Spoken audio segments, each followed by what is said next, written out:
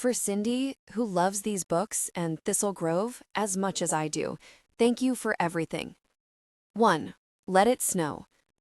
I've never been what one might call a winter person.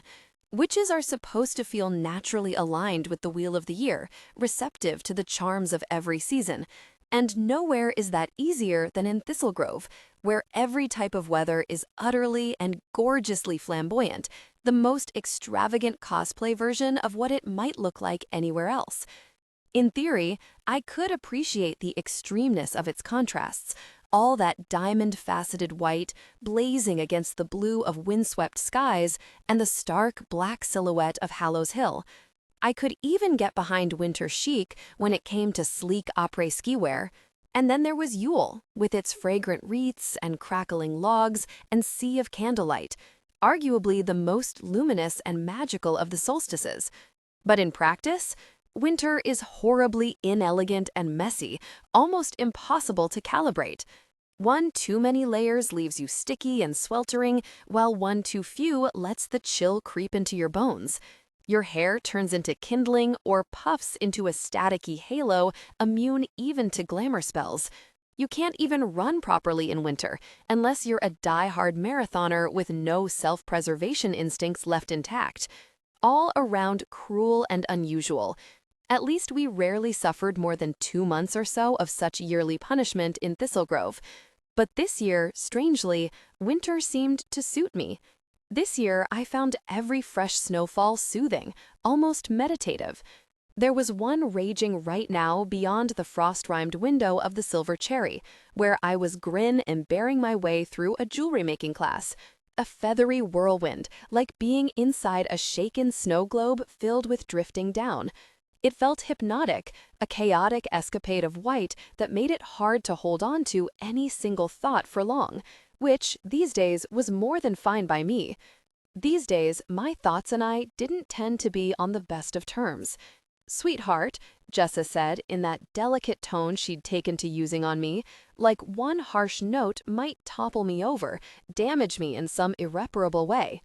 She didn't have to be quite that careful with me, but I loved that she wanted to be. "You're doing your depressed mime face again." The words themselves didn't tend to match up with the spun sugar tone all that often, because she was still Jessa, and I loved her for that too. "What?" I mumbled, finally tearing my eyes from the window. "My what?" "You know." She rearranged her adorable ringlet-framed features into a truly dismal expression, drooping puppy dog eyes and a dramatically downturned mouth like a melancholy bass. Like you're about to perish of chronic woe, or possibly planning to recreate that scene from The Giver where the kid and his little brother escape into the snow to die with their emotions. It's been a while since middle school English class, but even so, I'm fairly sure that wasn't supposed to be the takeaway, I told her with a snort. And hard pass on that cold demise. If I absolutely have to die somewhere with my emotions, I'd rather go all nice and toasty. Dragging my attention back to my little work tray, strewn with a glittery mishmash of wire and beads, I saw that I'd been half-heartedly tooling around with making earrings before the blizzard got the best of me. Once upon a time, I'd have crafted something gorgeous given an opportunity like this, painstakingly applied myself until I had it just right. Too bad, once upon a time, felt like several eons and an infinity of wrong turns ago. "Burn you at the stake then, noted," Jessa quipped, though, of course, thoroughly normie as she was, my best friend had no idea how close to home that hit. As far as I knew, Jessa had never once seriously considered the notion that our charming postcard of a town really was settled by witches, exactly like Thistle Grove legend would have you believe. To her, I was just Nina, best friend and partner in crime from our shared law school days, now in-house counsel to my family's extensive business interests. Not Nineveh Cleodna of House Blackmore, second in line to the most powerful witch dynasty in Thistle Grove. "Don't worry, buddy," I assured her. "I do still have considerable will to live, just not, like, enough zest to care about these earrings, apparently." Jessa pooched out her lower lip, abandoning the complicated and suspiciously BDSM-looking beaded choker she'd been working on. "But that's the point," she insisted, smooth brow wrinkling with concern. That's what these classes are for, Nina. We're supposed to be nurturing our creative selves, meeting new people, rediscovering your zest, unearthing it. She looked so crestfallen that for the barest moment, I entertained the idea of assembling the pitiful bead hodgepodge into something pretty with a simple transmutation spell of the pumpkin into carriage variety, but even more basic. The raw materials were already right in front of me, half-threaded. I could have done it with just a few words, using a single, purely distilled thought as a vehicle of my will. But that wouldn't have been honest or fair, which was part of the reason I never did magic in front of my best friend. For the safety and the continuing preservation of our town, as per the grimoire, the spell book that also held sway over the conduct and governance of Thistlegrove's witch community, only long-term, witch-bound partners were permitted access to that secret.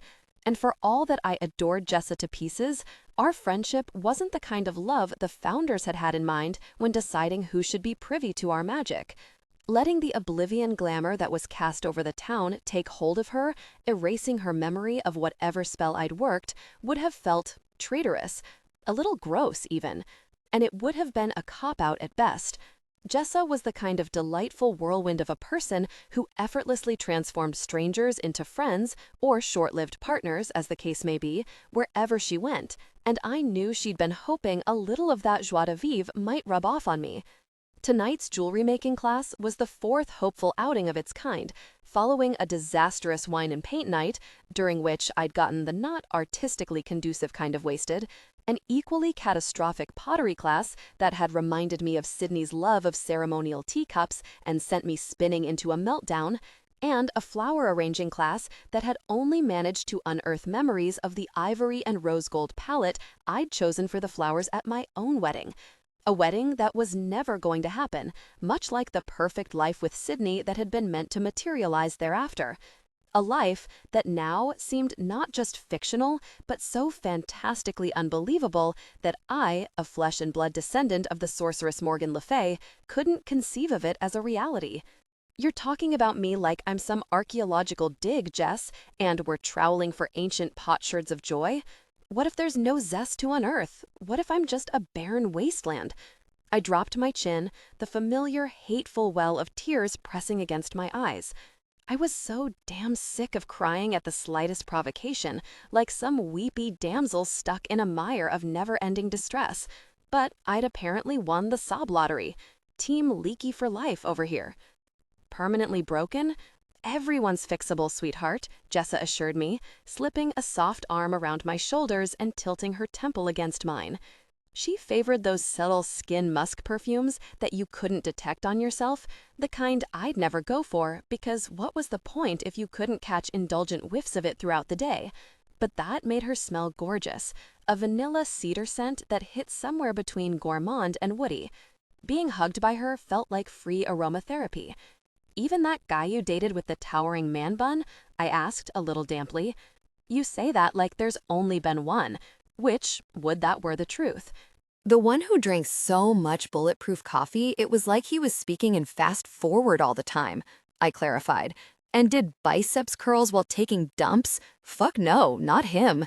She shuddered delicately against me, sticking out her tongue, which was pierced, something no other estate lawyer I knew could ever have gotten away with. Apparently, a deceptively angelic face like Jessa's covered a multitude of sins, even when it came to the most uptight of clients. Everyone but Chasen, then. Of course, that was his name. And what about dictators, or sex cult leaders, or serial killers? Now you're just being difficult. Allow me to rephrase, counselor. She shifted sideways against me, just enough to boop me on the nose. You are fixable, sweetheart. Eminently so. Then why can't I get into even this, the most emotionally undemanding of activities? I asked her, that relentless ache lurching in my chest again, a panging disorientation that felt almost like homesickness as my gaze skimmed over the dozen or so other people happily crafting beneath the cherry cutouts dangling from the ceiling, the recessed lighting spilling over them in a mellow glow. Mostly clusters of women around Jessis and my age, along with a few mothers with their tweens in tow. Even the solitary goth MB with the pentagram neck tattoo, likely a tourist drawn to the silver cherry by its affiliation with Lark Thorne, who not only was teaching this class, but also sold her line of enchanted jewelry here, looked to be having a more exuberant experience with this mortal coil than I was. What kind of mess can't focus on stringing beads together or letting loose on a pottery wheel? I swiped at my eyes, trying in vain to keep from smearing my eyeliner. It's been a whole year, Jess. How long is this emotional fugue state even supposed to last? My voice rose enough that on the other side of the room, Lark Thorne abruptly straightened from where she'd been instructing one of the tweens. She turned just enough to flick a concerned glance at me over her shoulder. Deep brown skin glowing against the vivid turquoise of her scoop neck sweater, her dark eyes liquid with sympathy. The Thorns were empathetically attuned to one another's feelings and acutely sensitive to others' emotional landscapes, too, though I doubted Lark even needed their particular brand of ESP to detect the seismic rumble of my distress. The Nina I used to be had been unshakably sure of herself, vacuum-sealed into her composure. But these days, the old me felt like a fossil, a crumbling memory. These days, I was more of a tempest in a teacup, a flailing, distractible tempest that just could not seem to get it the hell together. I twitched my lips into an everything's just peachy over here smile, wincing inwardly as she gave me a lingering look before turning away. I wouldn't have agreed to come here tonight at all had I remembered Lark's connection to the studio. Given how the Blackmore's standing in this town had declined since the debacle of last year's gauntlet, not to mention the fact that my little brother Gawain had briefly come under suspicion when one of the Avramov's dearly departed ancestors cursed the Thorns this past Beltan, the last thing I needed to be doing was signaling weakness in front of a member of one of the other families. The thought spurred me into taking a breath, stiffening my spine a little, and leaning away from Jessa as if she weren't, in fact, my load-bearing support column, trying to act as though I at least remembered who I was supposed to be.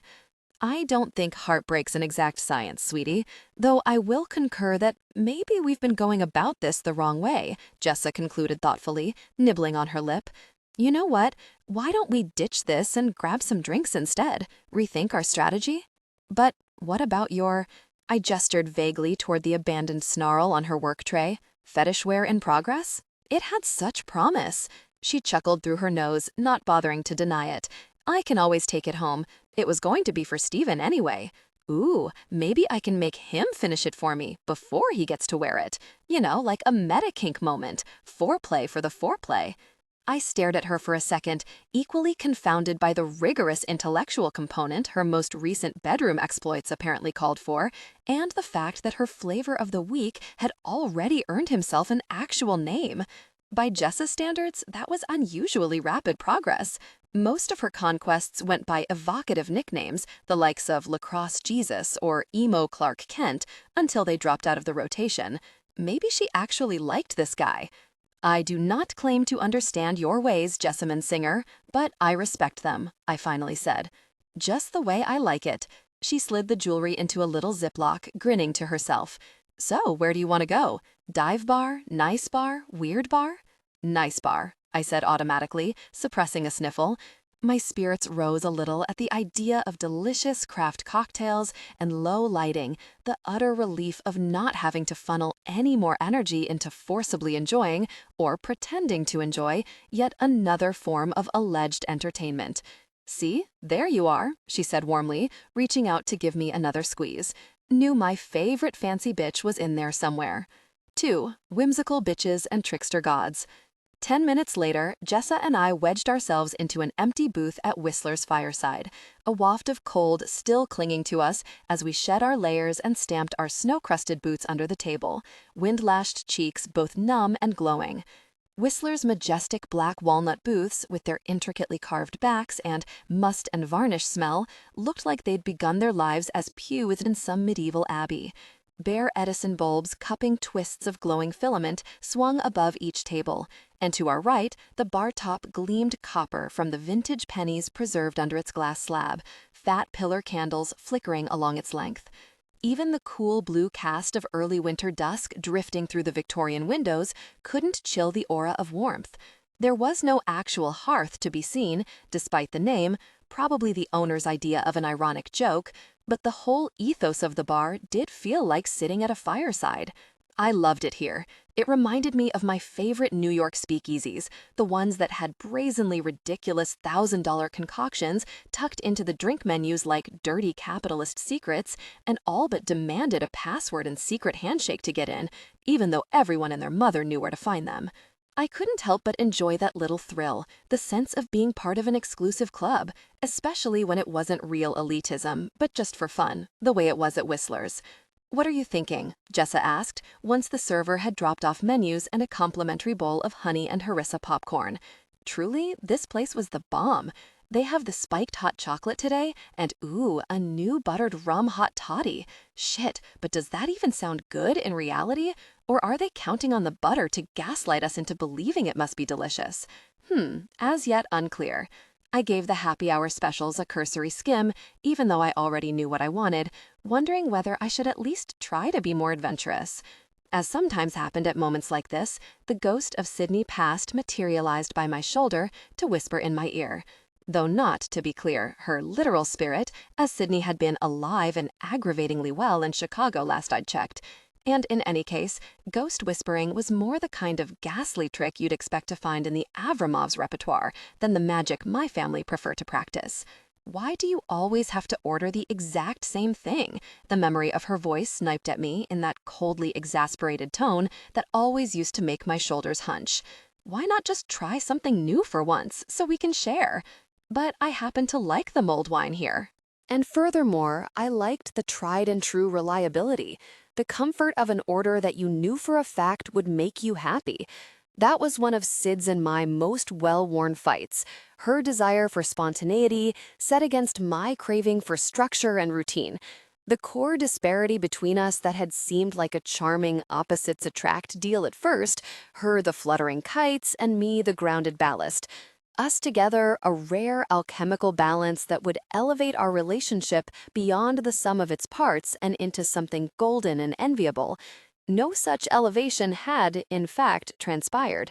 In hindsight, as happy as much of our relationship had made me, Sid and I had been the definition of fool's gold.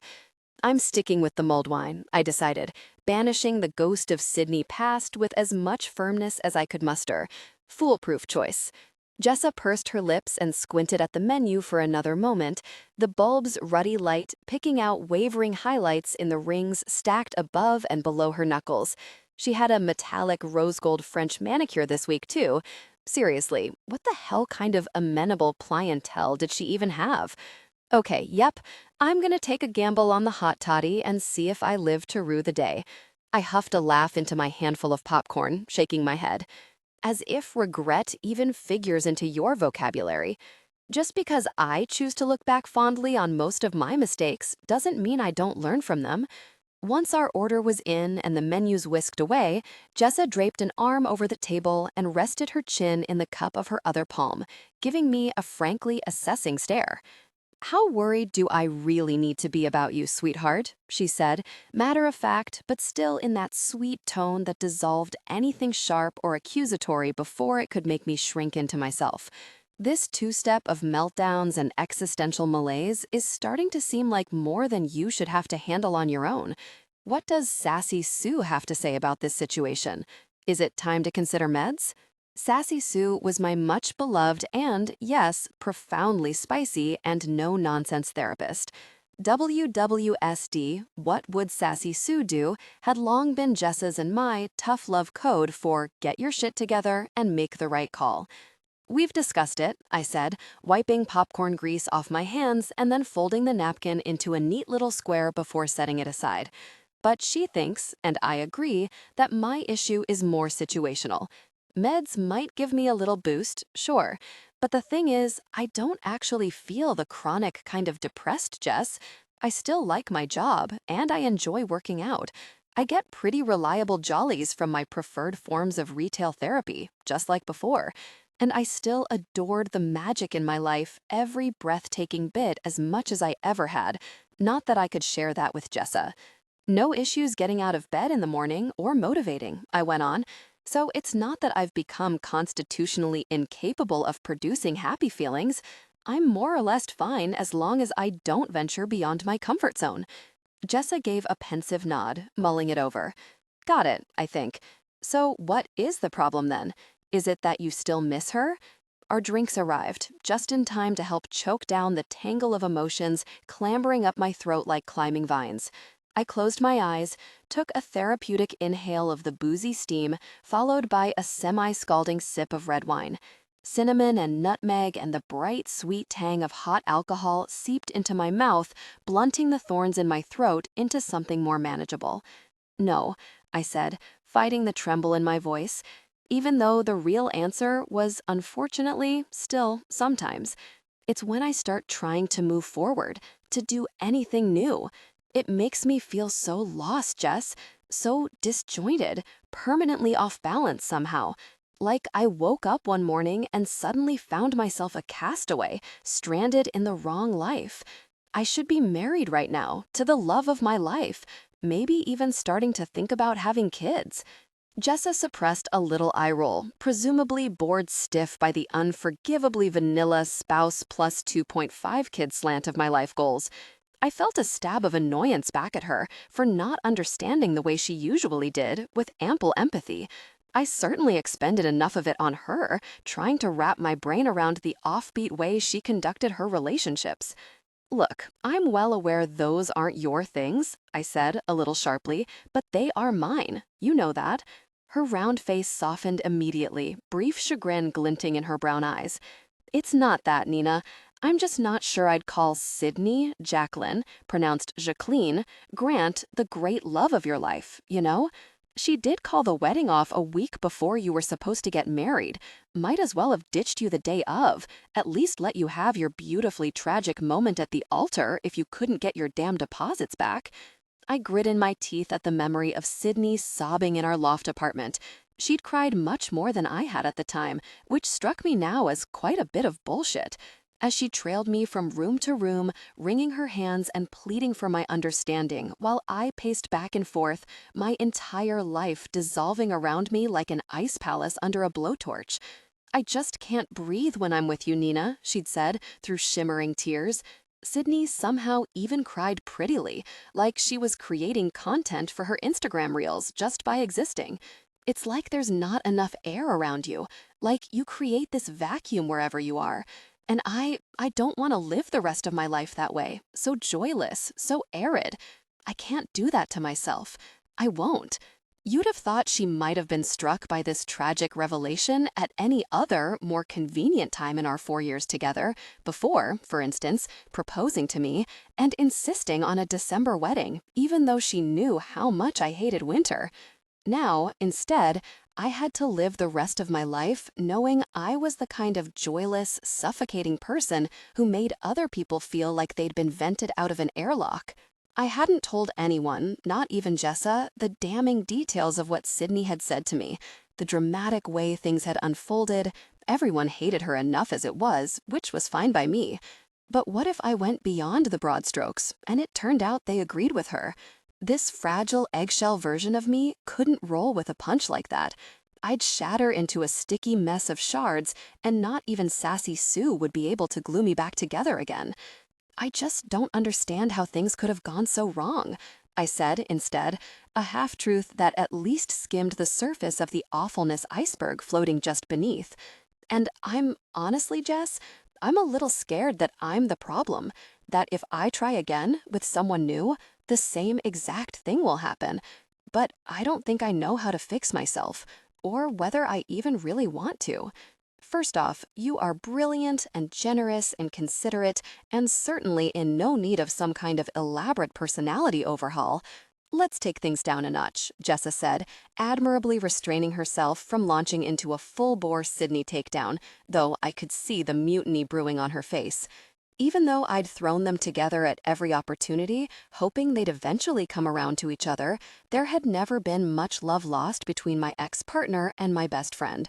Second, your ex-fiancé was an obnoxious, self-centered, whimsical bitch with tremendously overblown notions of her own worth.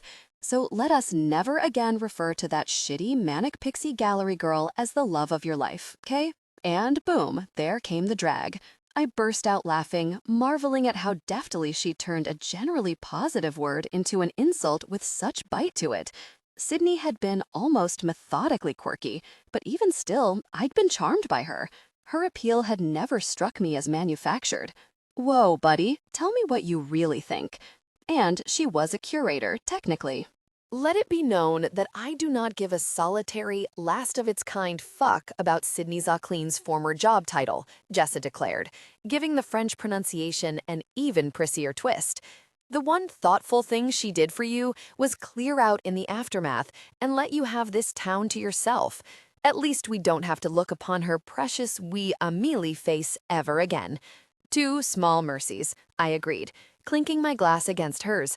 Though, obviously, I'd thought Sydney was beautiful and still occasionally stalked her social media when I felt low enough to want to inflict on myself the stiletto twist pain of seeing her be happy.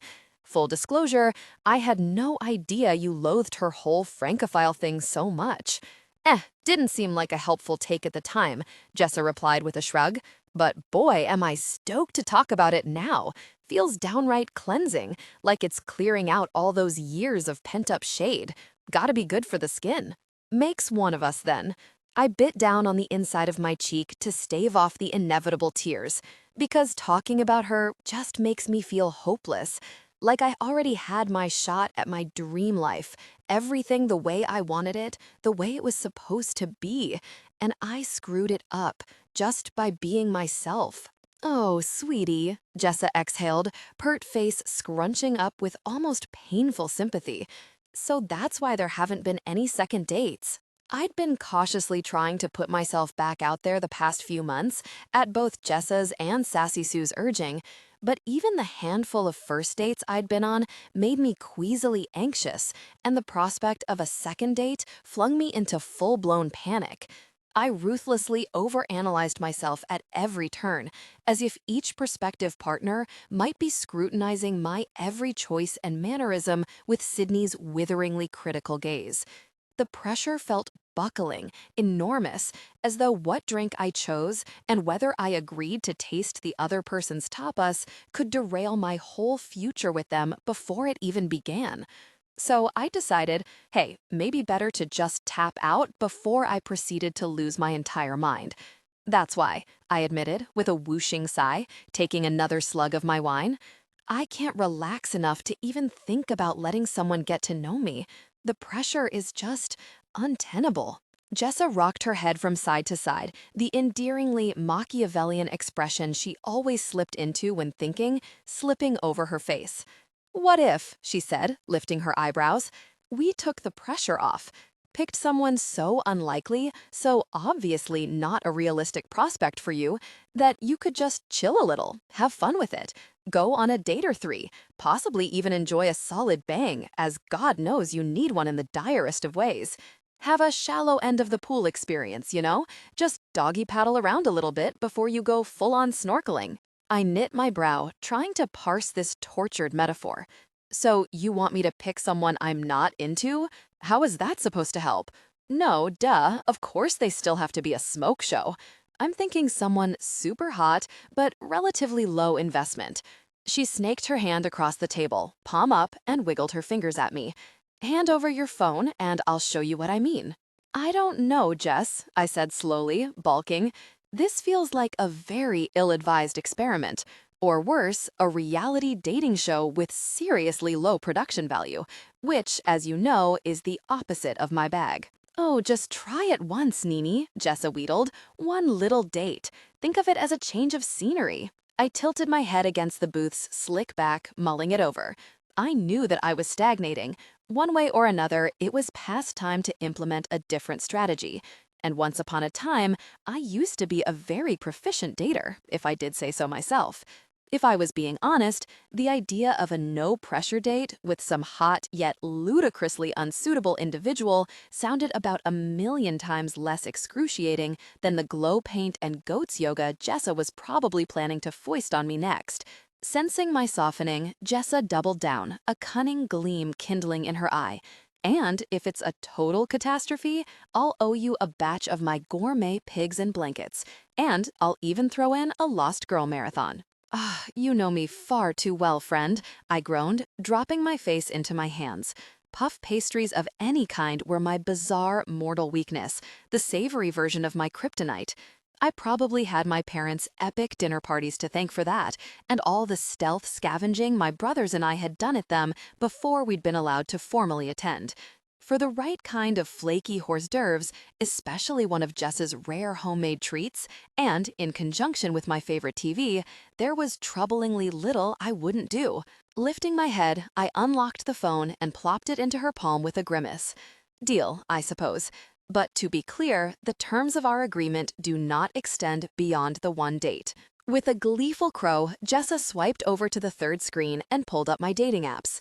Seeing as she'd created the folder and downloaded them for me in the first place, even wordsmithed my profiles so I couldn't hide behind the excuse of not having the energy to write about myself, she knew exactly where to find them all. Rolling my empty mug between my palms, I watched her with a mixture of trepidation and the slightest brush of intrigue.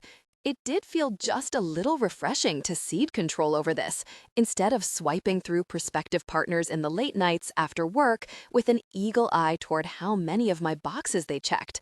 Sitting alone in the dark bedroom that sometimes still smelled faintly of Sydney's dainty jardin sur le toit, for no good reason, given how many thorough scrubbings my loft had gotten since she left, peering into that rectangle of sallow light like it was an exam I badly needed to pass, had felt depressing and lonely and borderline desperate. This, astonishingly, felt like it might even be fun. Too perky, too basic, way too messy, Jessa was muttering under her breath as she swiped through possible candidates with decisive little flicks, nose wrinkled in thought. Too Aritzia catalog model. Excuse me, what? Let me see. I snatched at the phone, but she batted me away. Hands to yourself, missy, she ordered, cradling my phone to her chest. This chick is not the one we're looking for. Trust me on this. She's basically brunette you, which means instant disqualification. And, might I remind you, I'm in charge of Operation Doggy Paddle. You just sit back, relax, and let me do this good work. Yes, ma'am. That's what he said. Snorting, I flagged down the server for another mug of mulled wine, while Jessa speed-swiped through so many profiles it was like watching a live-action carpal tunnel PSA. Then she paused, lips parted, fingertip hovering over the screen. Well, hello there, sir. Finally, someone with actual promise. Sir? I echoed, my heart sinking a little. It's a dude? I'd been trying to keep my options open in the apps, seeing no reason to throw up any additional obstacles for myself.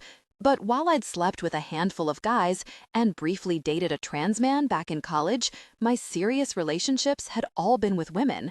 When I could bring myself to imagine the hazy outline of a future partner, my mind always conjured up a woman of its own accord, which possibly meant that not a woman might be perfect for this absurd experiment. Well, maybe not entirely, she corrected, still engrossed in the profile, a tiny reflection of the phone screen glowing blue in her pupils as she flicked through the photos.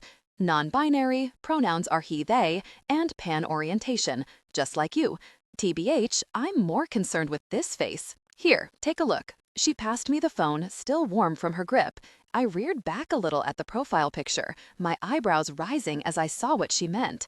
Bright blue eyes glittering like gems against the shadows of black liner, a tousled shock of dark brown hair falling into them. Stubble roughening what was otherwise a clean-cut face with features so fine they were nearly feminine, closer to pretty than handsome. A lazy, crooked half-smile, the stick with me, it'll show you some things kind, that looked like a gauntlet thrown. Okay, well, maybe.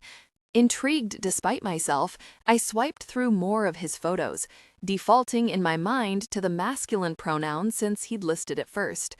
In one of the pictures, he wore a dramatic corset and midnight blue lipstick, galactic flares of silver paint and glitter swooping over his cheekbones. A fuchsia feather boa wrapped around his neck and strung across the shoulders of the two grinning, similarly festooned people crowding in on either side to press their cheeks against his. In another, he was shirtless and upside down, suspended in aerial silks, caught in a pose that highlighted the striking definition of his abs and obliques, bright stage lights illuminating waterfalls of Technicolor tattoos coursing down his arms. He had the kind of muscles so sleek it looked carven, somehow feline, something that I tended to like a whole lot in women and men and everyone in between. Not all the pictures were quite as flattering. In one, he wore a plaid shirt under suspenders, which, what? And had his mouth massively open as he prepared to chow down on a monstrous-looking burger that appeared to include both chili and a smushed donut.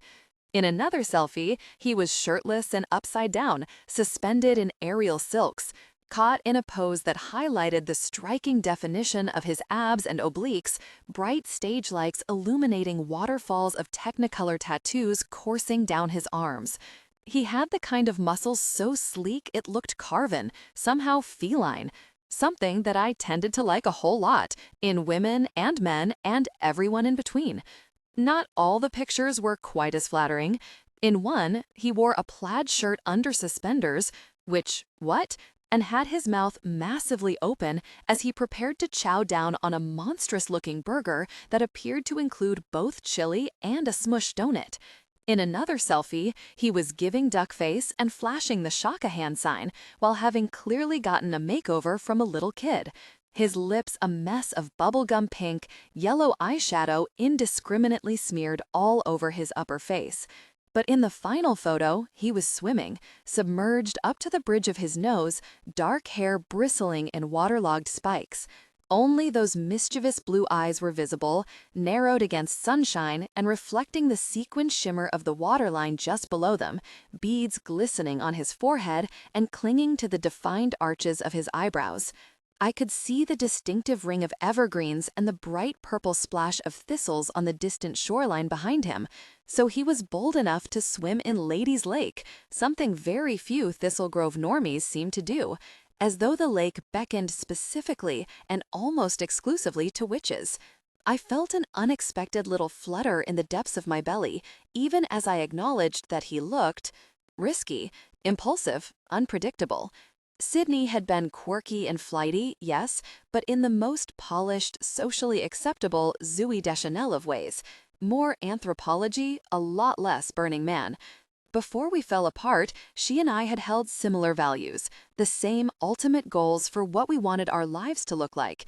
This person looked like the embodiment of a dare, someone I'd never in a million years have picked for myself. "So, you want me to go out with the trickster god of circus and burlesque?" I said to Jessa, looking up to fix her with a flat stare. "Is that the vibe you're getting here?" She canted her head, considering. "I'm thinking more like Lord of the Rings elven, but with just the right dash of black sheep." "Dash?" I demanded, brandishing the phone at her. His username is literally low-key Loki, which, okay, possibly I'm a tiny bit here for that, but look at him. He looks like someone who'd get cast to play a sexy chaos demon on Supernatural. She shrugged, like, "And this is a problem? How? A little CW bone structure never hurt nobody." That's not the point. He likes dangling upside down at a perilously great distance from the ground, on purpose.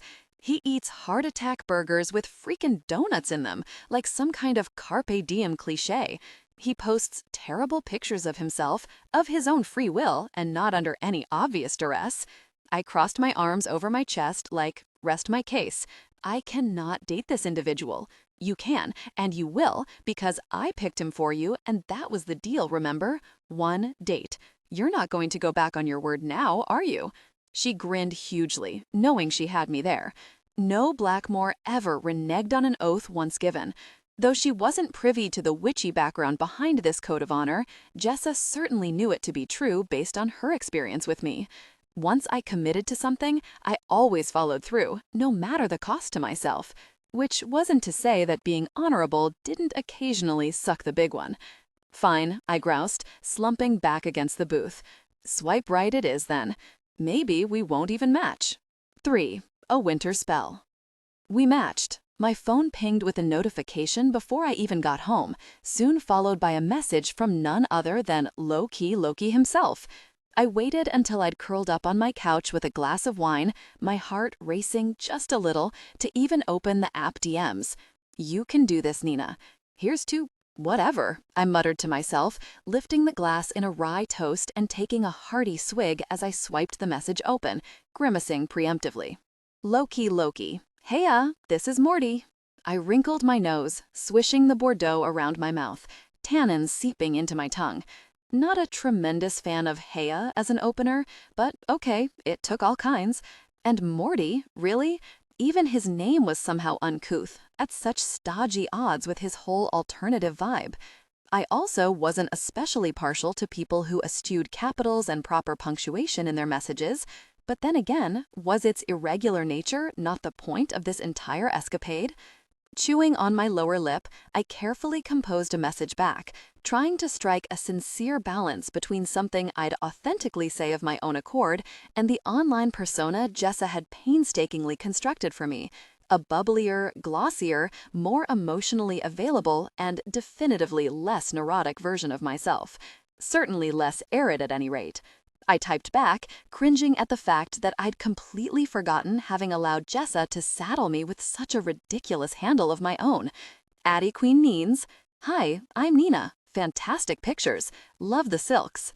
Leading with a flat-out lie was probably not the greatest, but to be fair, I did like the way he looked in them. Just not the potential lethality of the endeavor.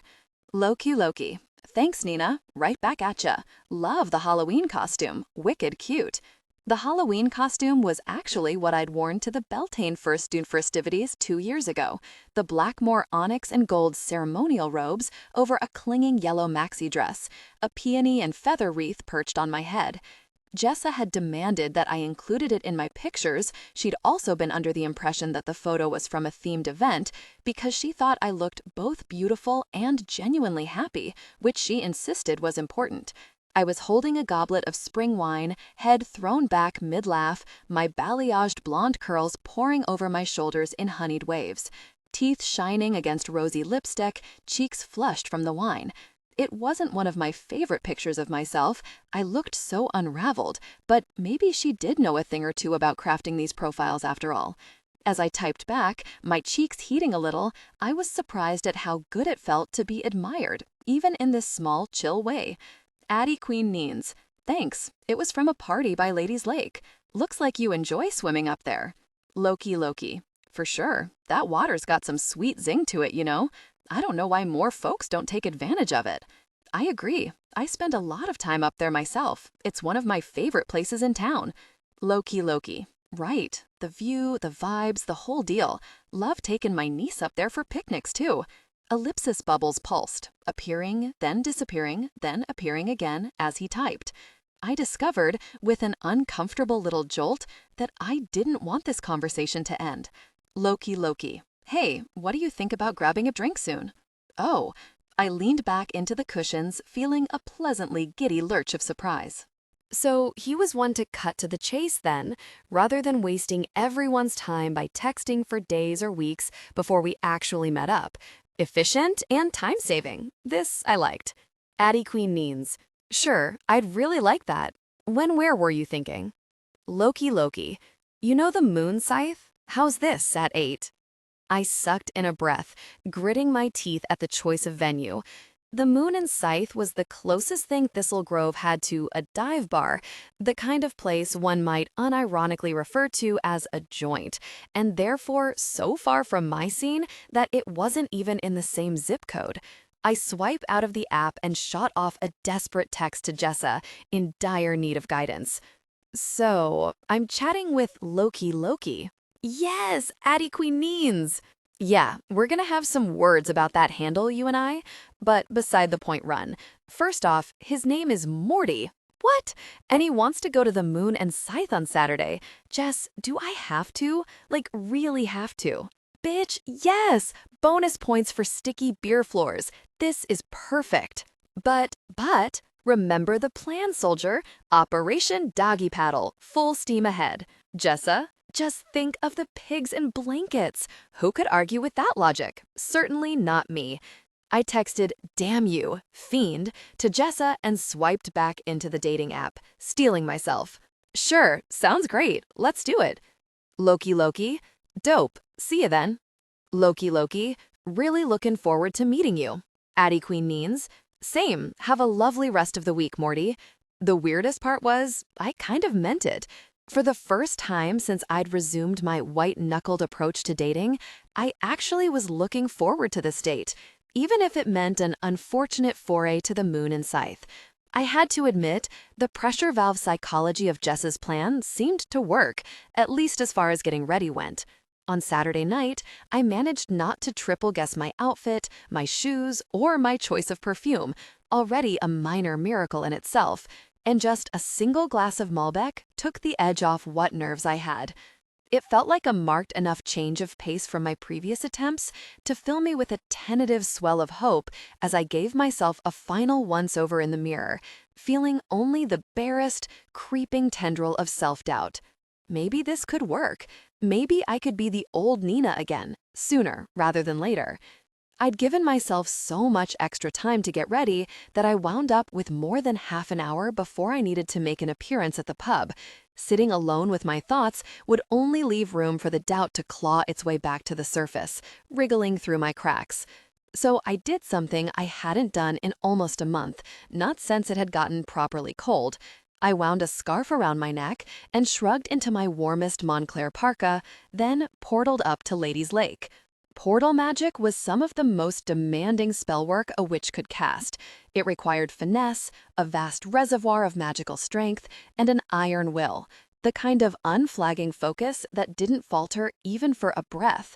In essence, it allowed you to craft a vessel of magic for your body, a spellbound capsule to whisk you through the fabric of reality itself without letting all the opposing forces at play shred your flesh and spirit into its most minute component parts. To pull it off, you had to be capable of holding two opposing convictions in your mind, cemented alongside each other, that you were a perfectly cohesive unit, unassailable and self-contained, and that you were made of the same fluid, malleable matter as the rest of the universe, both waveform and particle at once. An absolute mindfuck, one which also happened to be my specialty. Holding coexisting yet contradictory lines of thought as truths was exactly the type of mental contortion lawyers engaged in all day.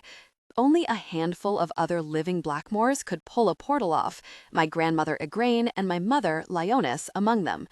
My little brother Gawain had always been too chicken shit to even try, and my older brother Gareth could travel only relatively short distances. But to me, it had always felt like second nature.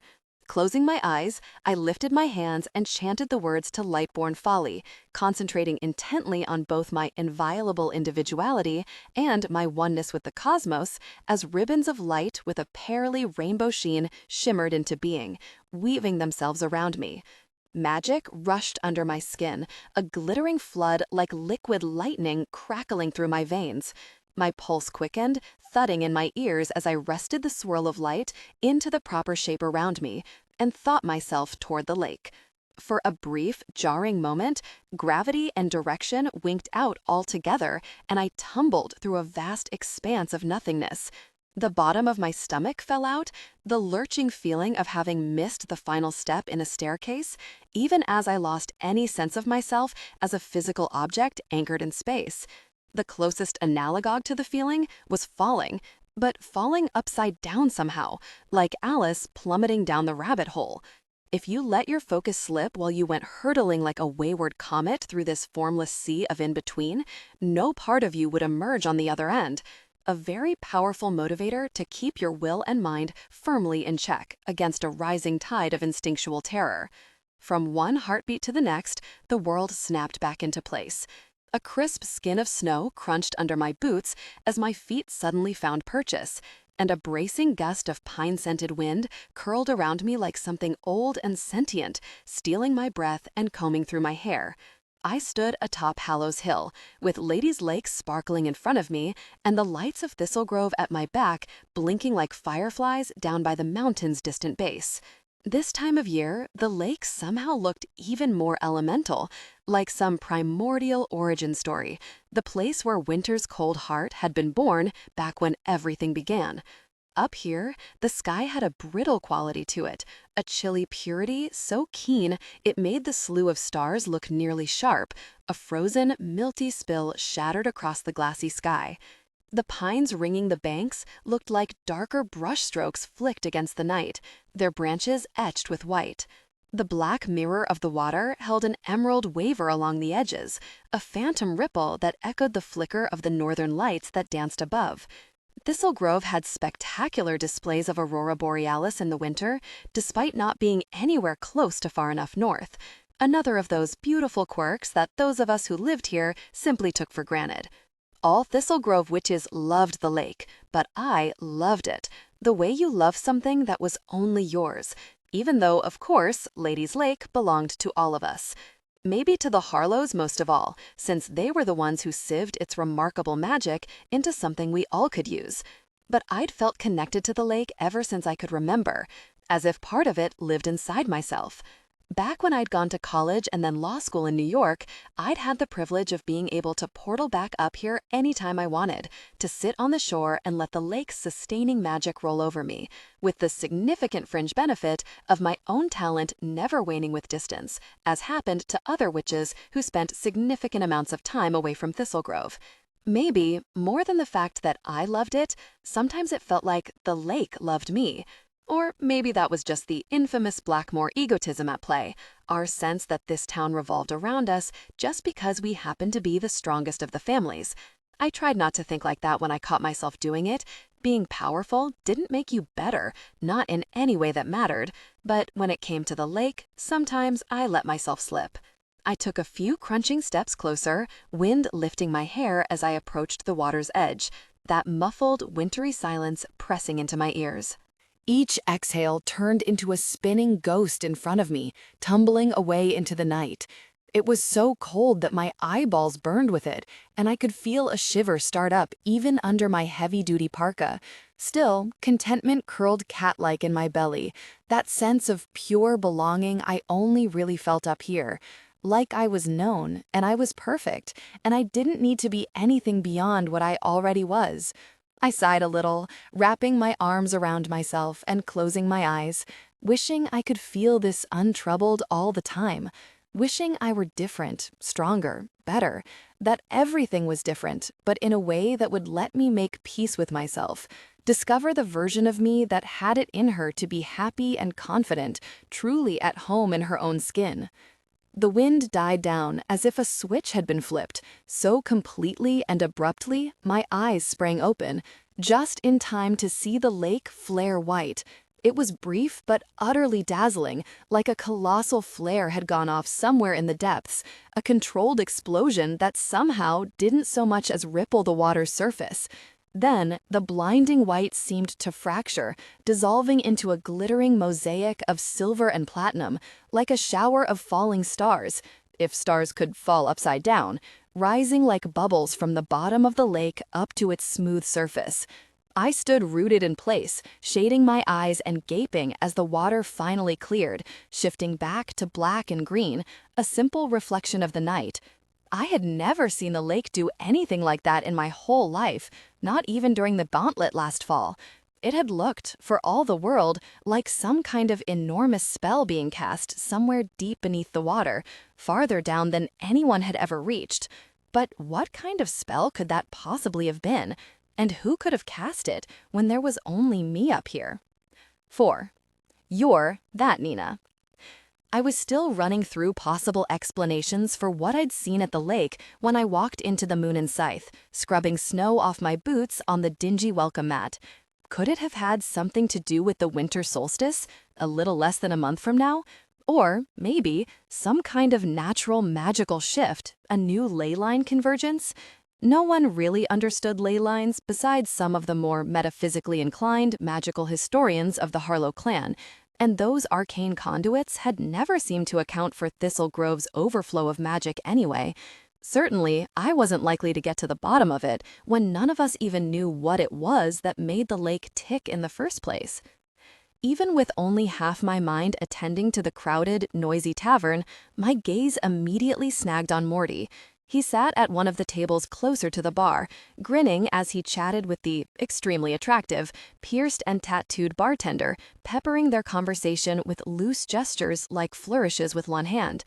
Not so much sitting, actually. That was a better word for the easy, almost careless way he'd sprawled in the chair, legs canted to the side, one arm draped over the chair's back as he swiveled around to talk to the bartender. In person, the chilled-out trickster god vibe was even more pronounced. He was clean-shaven, which did things to the fine line of his jaw and cheekbone that made my stomach flip a little, but his longish dark brown hair was mussed, flopping into eyeliner-shaded eyes.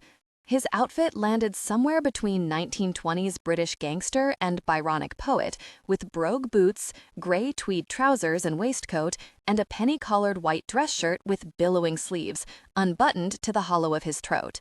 A highly questionable sartorial situation that on anyone else would have looked like a costume, like someone doing way too much, especially considering where we were.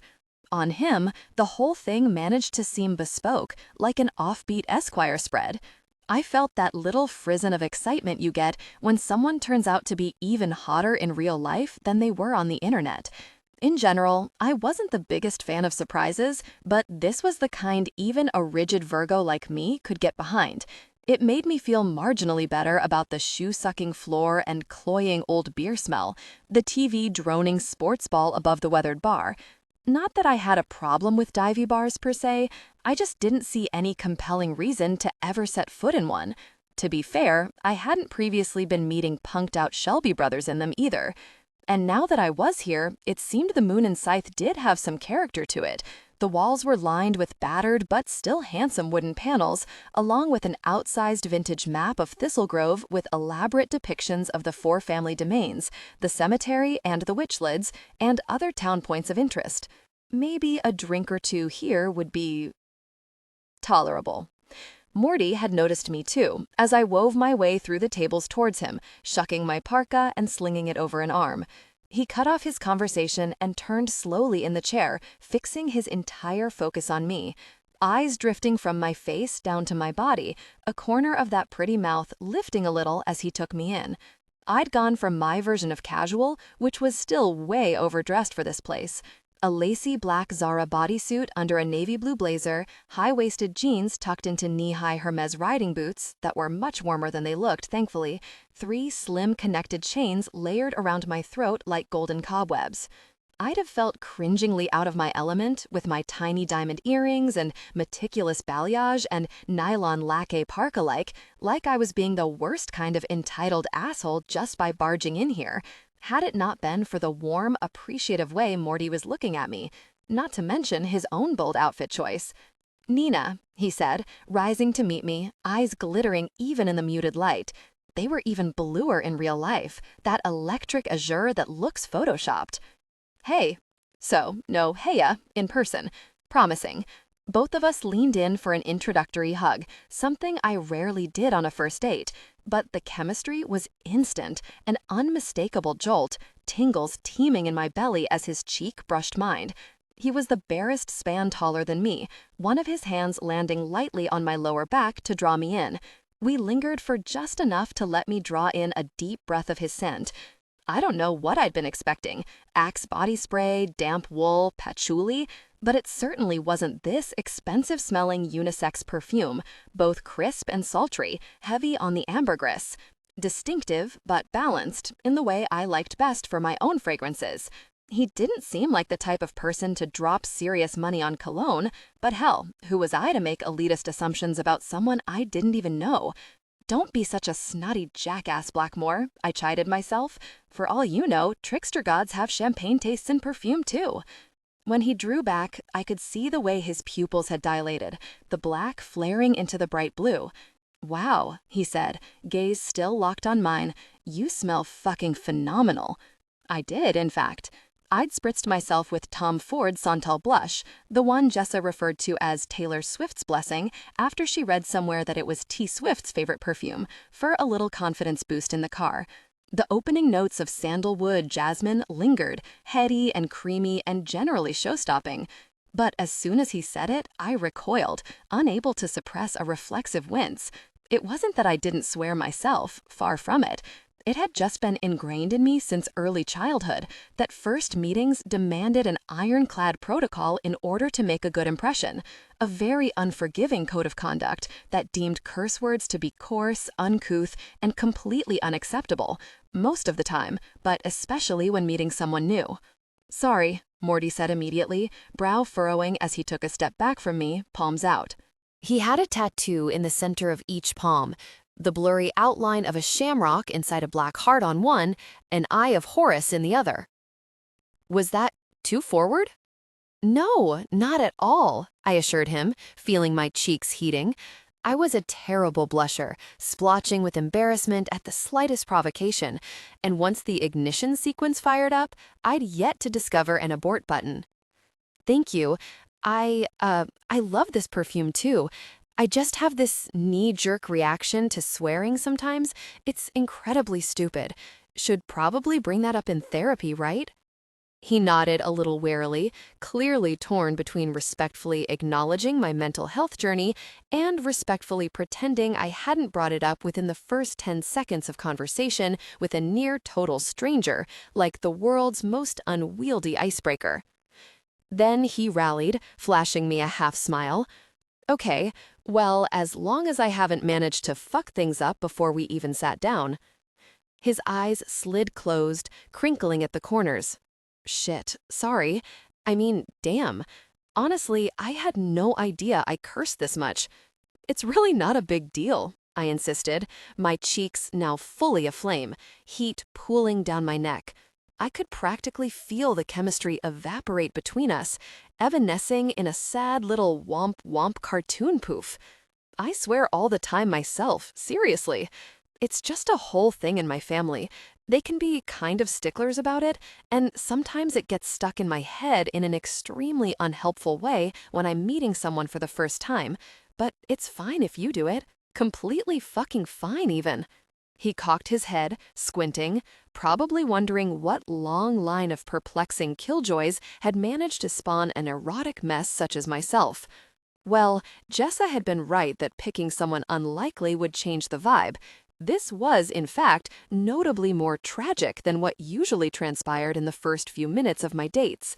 I was starting to feel unhinged, like a supremely awkward body snatcher had hijacked my mouth and mental processes. You know what? Why don't we let's just maybe have a drink? I said a little pleadingly, draping my coat over the back of my chair.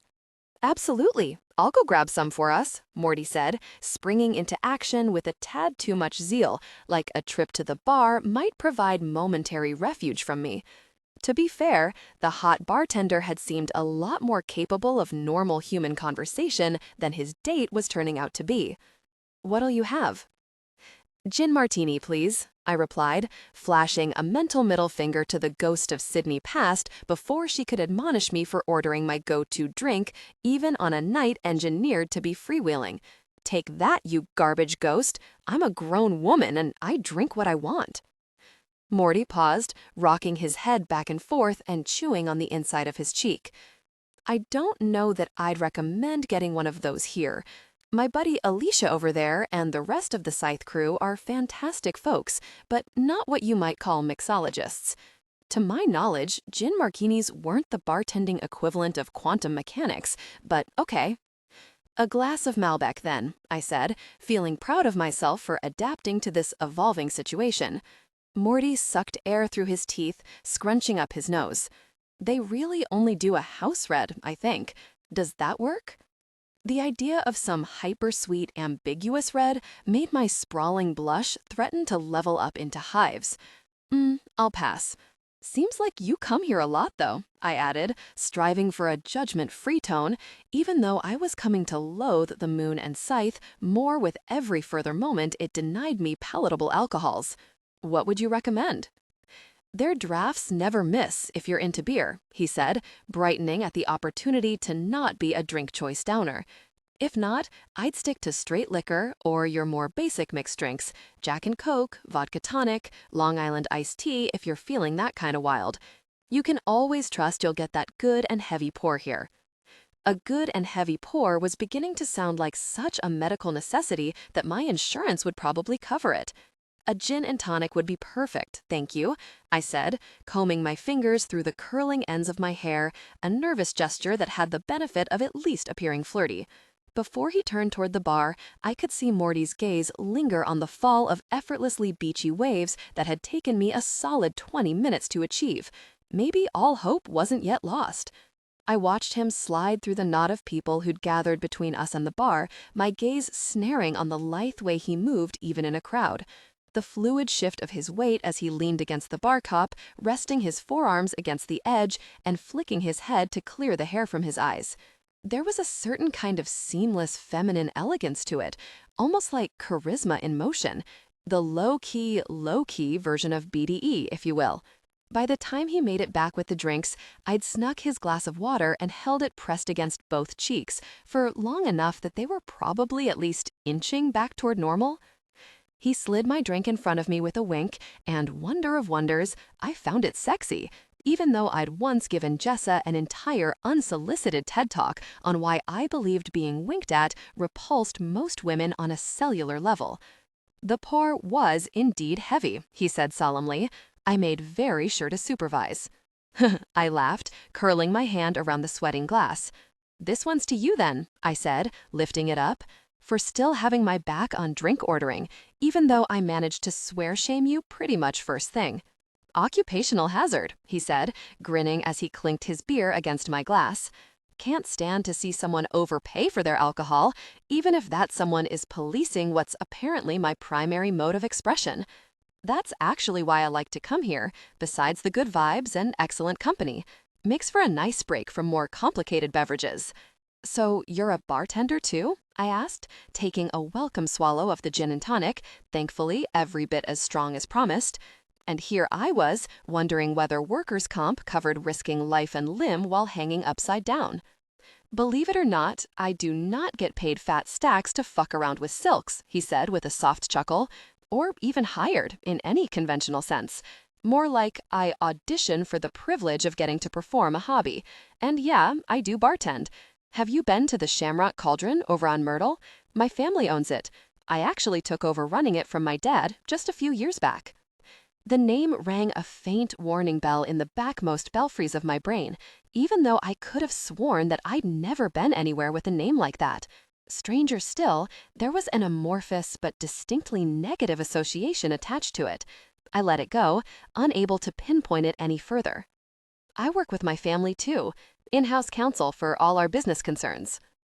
Ah, so you're a lawyer, he replied, feigning a shudder, a reaction that annoyed me to no end no matter how many times I encountered it.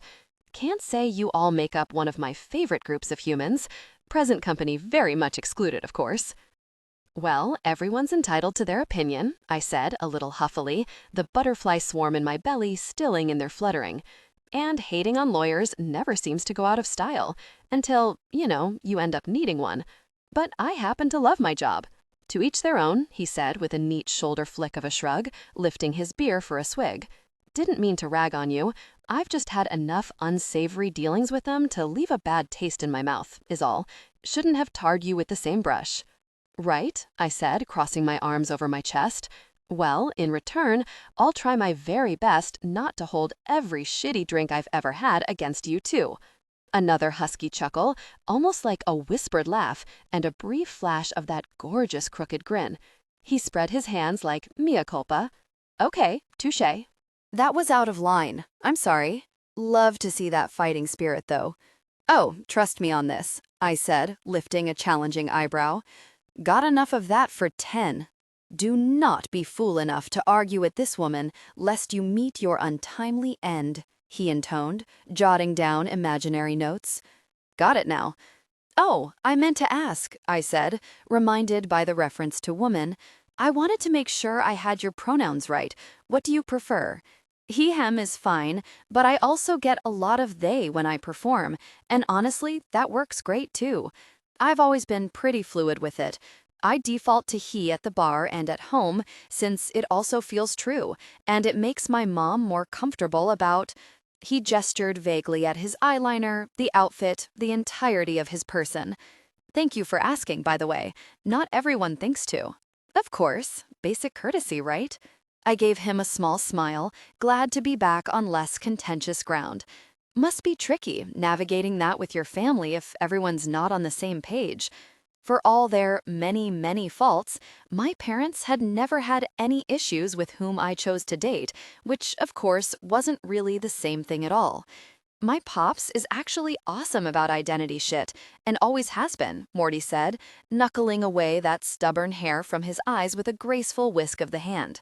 He wore even more rings than Jessa, a dense collection of chrome and gray and matte black that highlighted the taper of his fingers and the muscled broadness of his hands. But for my mother, it's a cultural and generational thing. She's almost 10 years older than he is and emigrated from Ireland 30-ish years ago. Her upbringing was on the, shall we say, more uptight end of the Catholic spectrum. I made an expressive face, sucking air through my teeth. Exactly, he said, with another breathy chuckle. She loves me, and she tries her damnedest, but sometimes she just doesn't quite get it, you know? Still, she does her best, I know that. I think her maternal instincts might be more triggered by how potentially fatal your hobbies seem to be. Dang, he marveled, a slight but unmistakable edge of annoyance to his voice. You're really still stuck on that risk factor, aren't you? I just have a strong desire to not die any sooner than absolutely necessary. I shrugged, took a sip of my gin and tonic, and difficulty understanding when someone doesn't seem similarly invested in living to a ripe old age. Well, like everything else, when it comes to Silk's safety, you can be smart or stupid about it, he said, recrossing his legs and shifting in the chair in a way that somehow came across as adversarial. I tend to choose smart, but not gonna lie, I do it for the thrill too. That's a built-in part of the appeal. To each their own, I said primly, echoing his own earlier dismissal of me. I'll stick with my marathons. So you're a runner, he said, in the same lackluster tone one might say probate accountant, all but wrinkling his nose. Cool. It gets me moving, I chirped, trying by sheer force of will to reignite that early spark between us, even as it became increasingly clear that having next to nothing in common was not, in fact, incredibly conducive to conversation. I've also done a couple Tough Mudders, even ran the Boston Marathon a few years back. It's tough during winter, being stuck inside on a treadmill. You could still run outside on the nicer days, he pointed out. People do. I am aware, I said, gritting my teeth, but it's really not the best idea. It locks up your muscles and joints, and if you fall, of which there's obviously a much higher likelihood, you can do a lot more damage to your body than you might in warmer weather. Definitely very risky, he agreed, in that same deadpan tone that made it sound like he was humoring me, as if the objectively enhanced risks of winter running were something I was exaggerating to a paranoid degree. I dug my fingers into my palms, reminding myself that this was the point. Morty wasn't a good fit for me, and therefore I should endeavor to chill a little, lean into the chemistry, instead of stressing over the possibility of a compatible partnership. So, your burlesque photos look like such a blast, I attempted. I didn't realize there was even a scene here. I love anything like that, especially with a cosplay element. Kind of grew up with it. His eyebrows ticked up at that, as if he were shocked that a sad stick-in-the-mud like me could appreciate any form of risque or creative entertainment. There isn't, really, he replied. I stick to Carbondale for that. They have plenty of theaters and clubs that do cabaret nights. I think they host some events over at Castle Camelot, too. But fuck if I'd ever set foot on Blackmore property, much less give those tools my money. I tried to keep my face schooled in the same expression of polite interest, even though my blood pressure felt like it had shot up to press against the underside of my skull. And why is that? I said, clearing my throat, my fingers twitching around my glass. Because they're a bunch of outrageous, entitled chuckle fucks, he spat, jaw tightening, his face settling into harsh lines I wouldn't have expected to ever see on such elfin features, who can't take no for a fucking answer. The oldest one especially, that sublime shithead Gareth, rolls into the Shamrock all the time like some kind of lordling, like he owns my place. They tried to buy it out from under me and my pops a dozen times over the past year or so, no matter how often we shut them down. Just kept grinding at it, even after he swallowed whatever he'd been about to say and shook his head instead, mouth curling in disgust. Some people have no limits, you know? No basic decency. I dug my nails even deeper into my palms, trying to keep my lips from quivering, because in this instance, some people was me. Since we lost the Gauntlet of the Grove, along with the magical boost in fortune that the Victor's Wreath provided, the profitability of our holdings had taken a significant hit. We'd lost a good chunk of the seasonal tourist horde to the Avramov's Arcane Emporium and Haunted House, and the Thorns Orchards with their enchanted hedge maze and sunflower field. In response, my mother had wanted to expand our presence into Castle Camelot-themed stores and bars in downtown Thistlegrove, where they'd be even more readily accessible to strolling visitors. And there had been a particularly promising row of commercial real estate on Myrtle Street, just off the main drag, Yarrow, that lent itself easily to that kind of conversion. And it wasn't just her. We were all excited about the idea, this new chance to do more, become bigger, feel relevant again, central to this town the way we'd historically been. The Shamrock Cauldron had been the only one of the venues that hadn't agreed to sell to us, no matter how we sweet-talked them or how much pressure we applied behind the scenes. I knew because I'd been the one drafting increasingly insistent letters of intent addressed to Armando Gutierrez and Mortimer Gutierrez, co-owners of the Shamrock Cauldron. That was why I'd remembered the name in the first place, because it was the bar that belonged to the Mortimer Gutierrez now sitting in front of me, fire blazing in his eyes at the mere mention of my family. In my admittedly biased opinion, we hadn't done anything that your standard deal-driven business person wouldn't do, certainly nothing unsavory or even borderline immoral. They'd said no to us repeatedly, yes, so we'd tried different tacks, searching for a mutually viable solution because that was how negotiations worked. From what I remembered, we'd ended by offering a significant lump sum, well above the Shamrock Cauldron's market value, and they still hadn't bitten. So it wasn't like we'd been turning the screws on them. Somehow, I didn't think we'd be seeing eye to eye on that. "I am very sorry to hear you think so," I said through tingling lips. I was used to, and even relished, a certain kind of confrontation. But that was in my work life, when I was safely ensconced inside the chilly sheath of professionalism and my impeccably tailored business suit. This felt more like an ambush or a trap, even if an unintentional one. Like I'd found myself thrashing in eel-infested waters when I'd thought I was just going for a relaxing, balmy dip, especially because that happens to be my family you're bad-mouthing. "Holy shit," Morty said slowly, jaw-dropping as the pieces clicked into place, narrowed eyes glinting icy blue with even more concentrated dislike. "Nynaeve Blackmore, Esquire. Fuck me, that's you, isn't it? You're that Nina."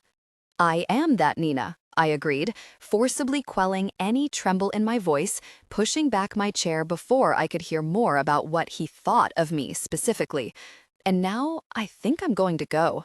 At least, as I shrugged into my parka and hightailed it out of the bar before Morty could respond. As far as silver linings went, Jessa owed me so many pigs in blankets and hot succubi for this debacle. 5. The Lady of the Lake. Back home on my couch, tucked under an Angora throw in my underwear while more snow pinwheeled against the dark beyond the floor-to-ceiling picture window, I proceeded to get pity drunk by myself.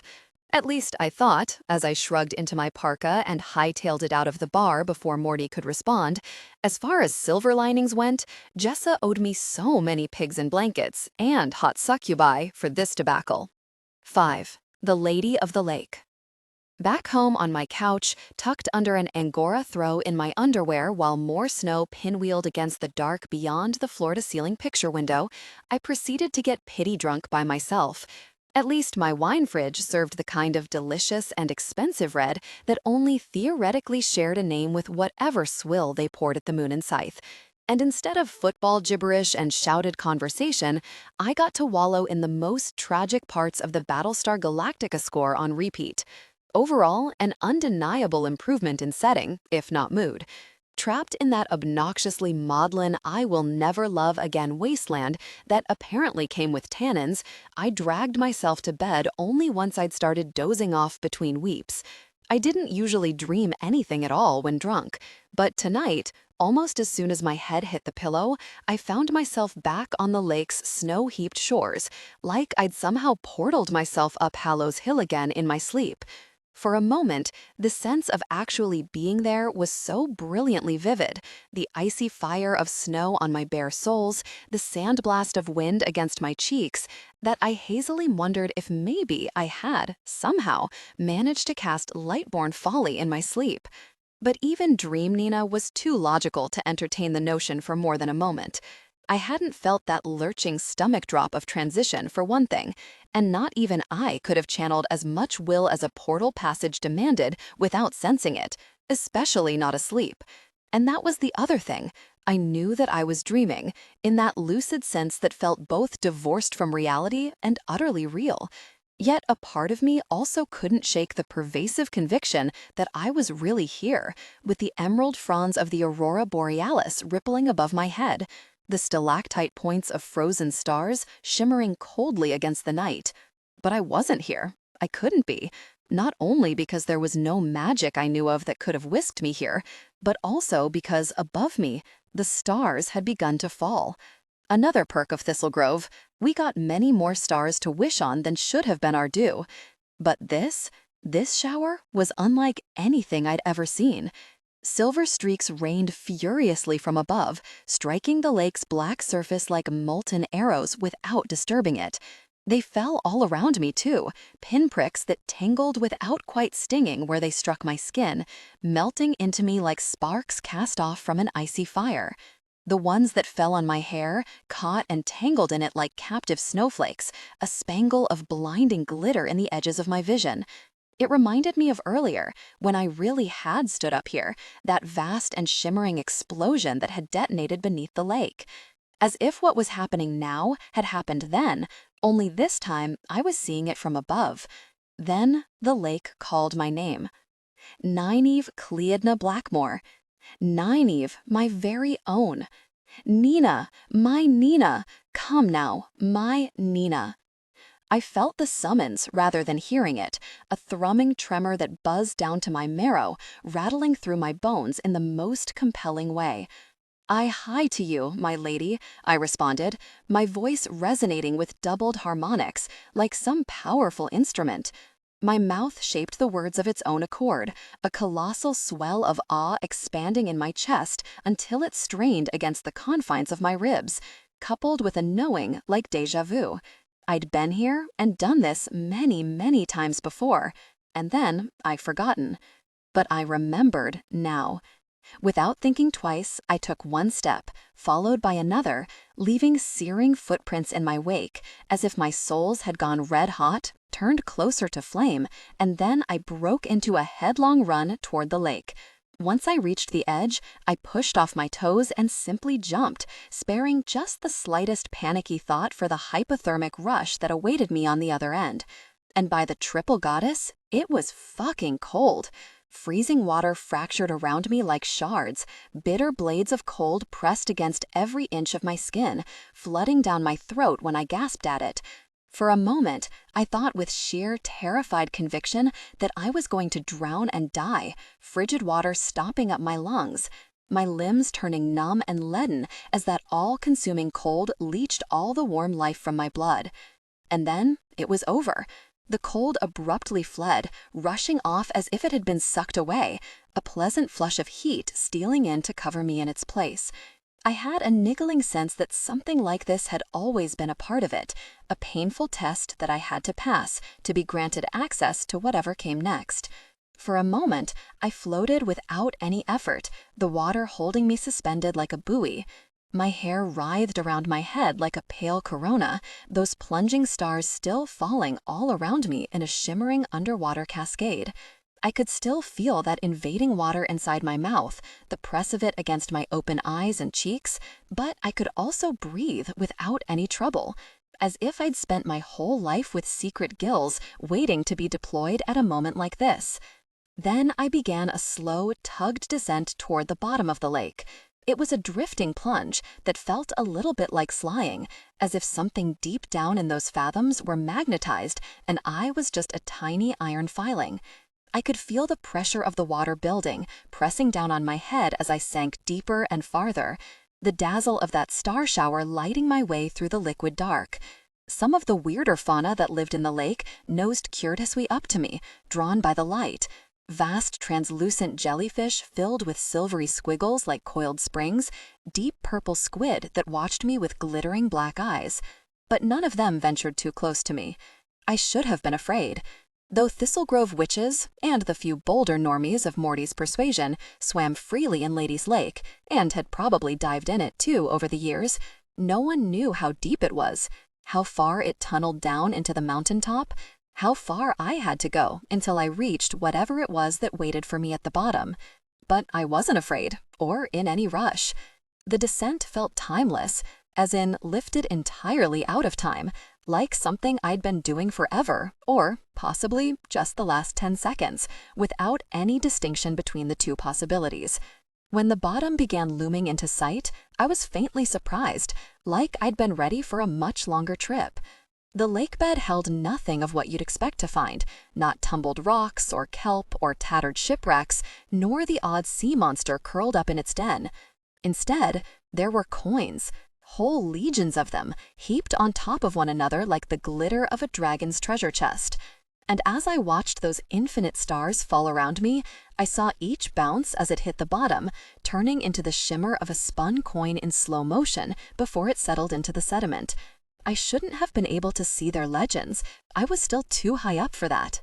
But still, I could tell that each one was inscribed with an 8-pointed star, drawn around a woman's face, and I knew, without understanding how I knew it, that this was her, the lady, the one who called to me so insistently, the lady who presided over this lake.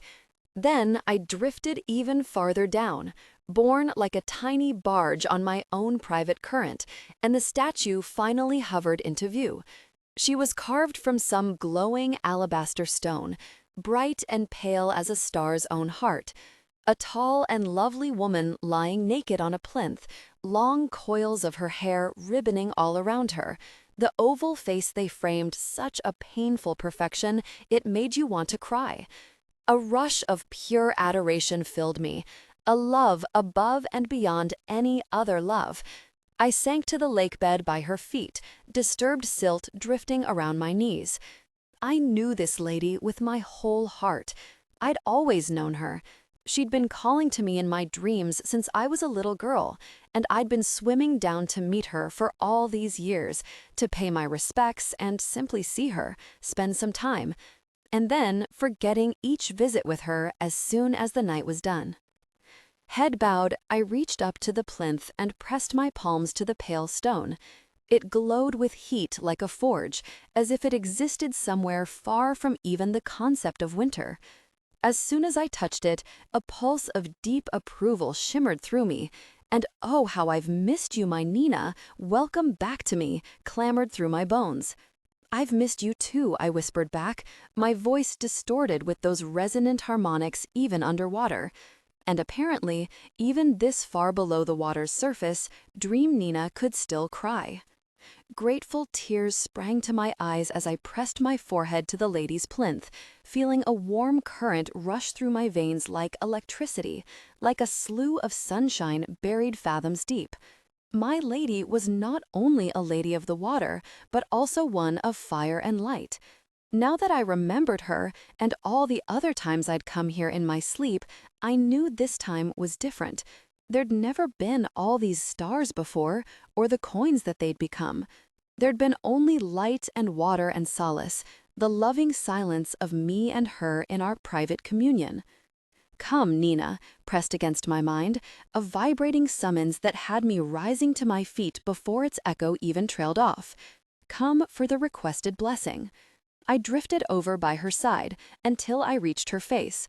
And slowly, so slowly, over a span of seconds and minutes and sprawling eons, the lady did what she had never done before. She turned her implacable stone head toward me and opened her eyes. They were huge and honey-colored, a crystalline amber like a cat's, and they shone with a riotous overflow of life, a ferocious, knee-trembling love of a magnitude far beyond human comprehension. Shock surged through me like grounded lightning. Even now that I remembered all the times I'd sat down here with her, I knew it hadn't been like this. I'd always felt, from the weight of her awareness, her massive regard, that some small part of her was here with me. But all those times she'd been frozen, unmoving, a true statue of stone, not a living being, a goddess in situ, but only the avatar of one. I had a sudden revelation, like a knowing dropped directly into my mind, that this statue wasn't really the lady herself, that in another lake, very like this one, the two of them inextricably entwined, though the other existed somewhere far away, in this world or possibly some other, the actual goddess incarnate slept an endless sleep. Oh, come, my Nina, come nearer still, and leave no room for fear. She gave a slow blink, her eyes narrowing as if she were trying to smile at me. I smiled back, a huge and wobbling and delirious grin, beside myself with happiness. The pull toward her grew even stronger, a humming compulsion I couldn't have resisted even if I wanted to, and no part of me felt any inclination to resist. Her summons had a distinctive sound to it, a warbling waver that traveled between us like a single plucked note carried by the water. I let my own face fall forward, closer and closer yet to hers, until I could see every bold line of those beautiful features, every eyelash and cleft and sweetheart dimple, imperfectly rendered though they were. Wherever this lady really slept, she was infinitely lovelier than even this lovely stone could convey. Oh, kiss me, Nina, my Nina. I obeyed, my star-studded hairs swirling around both our faces, my mouth just grazing hers, the stone turning to a supple, living softness beneath my lips. And then, 6, the star-struck coin. I woke with a shearing gasp, feeling like my lungs were splitting in two. I sat bolt upright in bed, my teeth chattering with the memory of a terrible, consuming cold. Even as a heat like melted butter still warmed the pit of my stomach, trickling in warm runnels through my bones. What the hell, I whispered shakily to myself, pressing a fist to my chest. My heart battered so hard against my sternum, I could feel its shudder against my hand.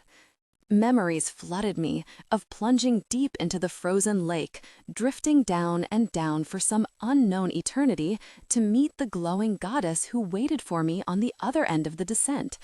Now that I wasn't dreaming, the idea of that plunge, all that awful, crushing water above my head and all around me, filled me with jangling panic, a volcanic terror. Not even the thought of the goddess herself, the ferocious sweetness of her, the luminosity of all that inexplicable love she somehow had for me, could cut the fear. I could have drowned. I should have drowned. Even in a dream, you weren't damn well supposed to go without breathing for that long, like some freediver plunging for pearls. It was just a dream, I told myself, squeezing my eyes shut hard, trying to rein in the furious gallop of my breath. Just a dream, Nina. You're here, in your own bed, and see, you're not even wet. It was just... Then, I felt something cutting into my palm, something wedged tight inside the knot of my fist. A fine tremble racing through me, I lowered my hand into my lap, holding my breath as I slowly peeled my fingers back. A coin sat on my palm, as if it had been pressed into my hand like a token. Golden and shimmering, an octagram inscribed around the cameo of a familiar, gorgeous face. It felt warm against my skin, like an oath, a promise that this time I would not only remember, this time I would know, beyond the whisper of a doubt, that it had really happened. Somehow, I had really been down there with her. I dropped the crond as if it had caught fire, leaping from my bed as it vanished into the tangled nest of my sheets with a final glimmer like a wink. Arms wrapped around myself, I paced back and forth across my chilly marble floor, pre-dawn light sifting through my windows like a frosty film, trying desperately to keep my extremely tenuous shit together. Because this, whatever was happening to me, even by Thistlegrove standards, this was very, very far from normal.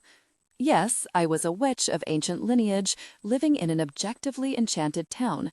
It wasn't as though I didn't believe in goddesses and gods, or doubted the magic that rolled like a reliable tide through my own veins.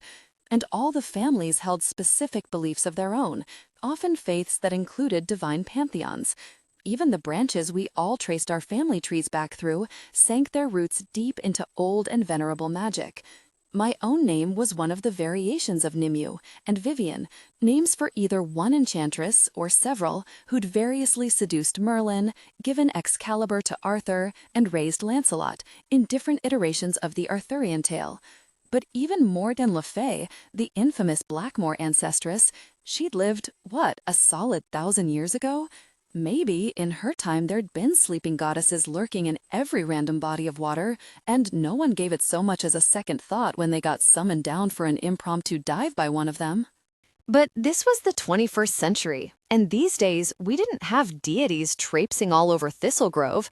I couldn't remember a single story told during a Sabbat or Esbat circle, not even during one of the 8 Wheel of the Year holidays, about a Thistlegrove witch encountering an actual goddess in either the flesh or the stone. Up until last night, none of us had even known what fueled the magic of the lake. The idea that only I knew what was really down there, not the elders or the Harlow historians, not even Emmeline Harlow herself, the living voice of Thistlegrove and the current victor of the Wreath Maid, made me want to melt into a puddle of stunned disbelief.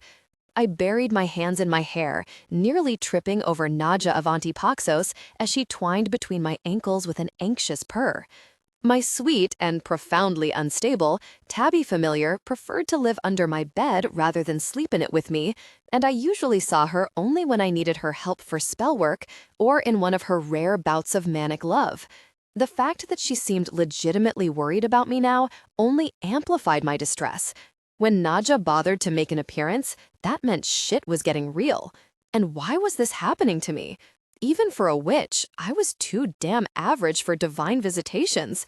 Yes, I'd spent much of my adult life savoring rewatches of Supernatural and Torchwood and The Magicians alongside my many sci-fi favorites, but I was also a lawyer, a planner, an arguably overly enthusiastic spreadsheet maker. Hell, I wore suits nearly every day of my life and relished it. I was a grounded, competent, mundane person, someone who thrived on rules and stability. What I wasn't was equipped to process the existence of an entire goddess, or a sentient statue of one, or whatever implausible thing it was that lived inside our lake. "Screw it," I muttered, bending over to scratch Nadja between the ears as she worry-purred. "This is just not gonna work for me today." I tried not to go into the office on Sundays so I could at least maintain the semi-delusional pretense of work-life balance.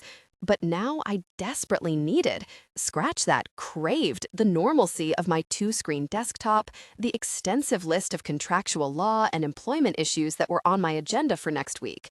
I even had a court appearance coming up for a labor dispute, an atypical and exciting challenge for me.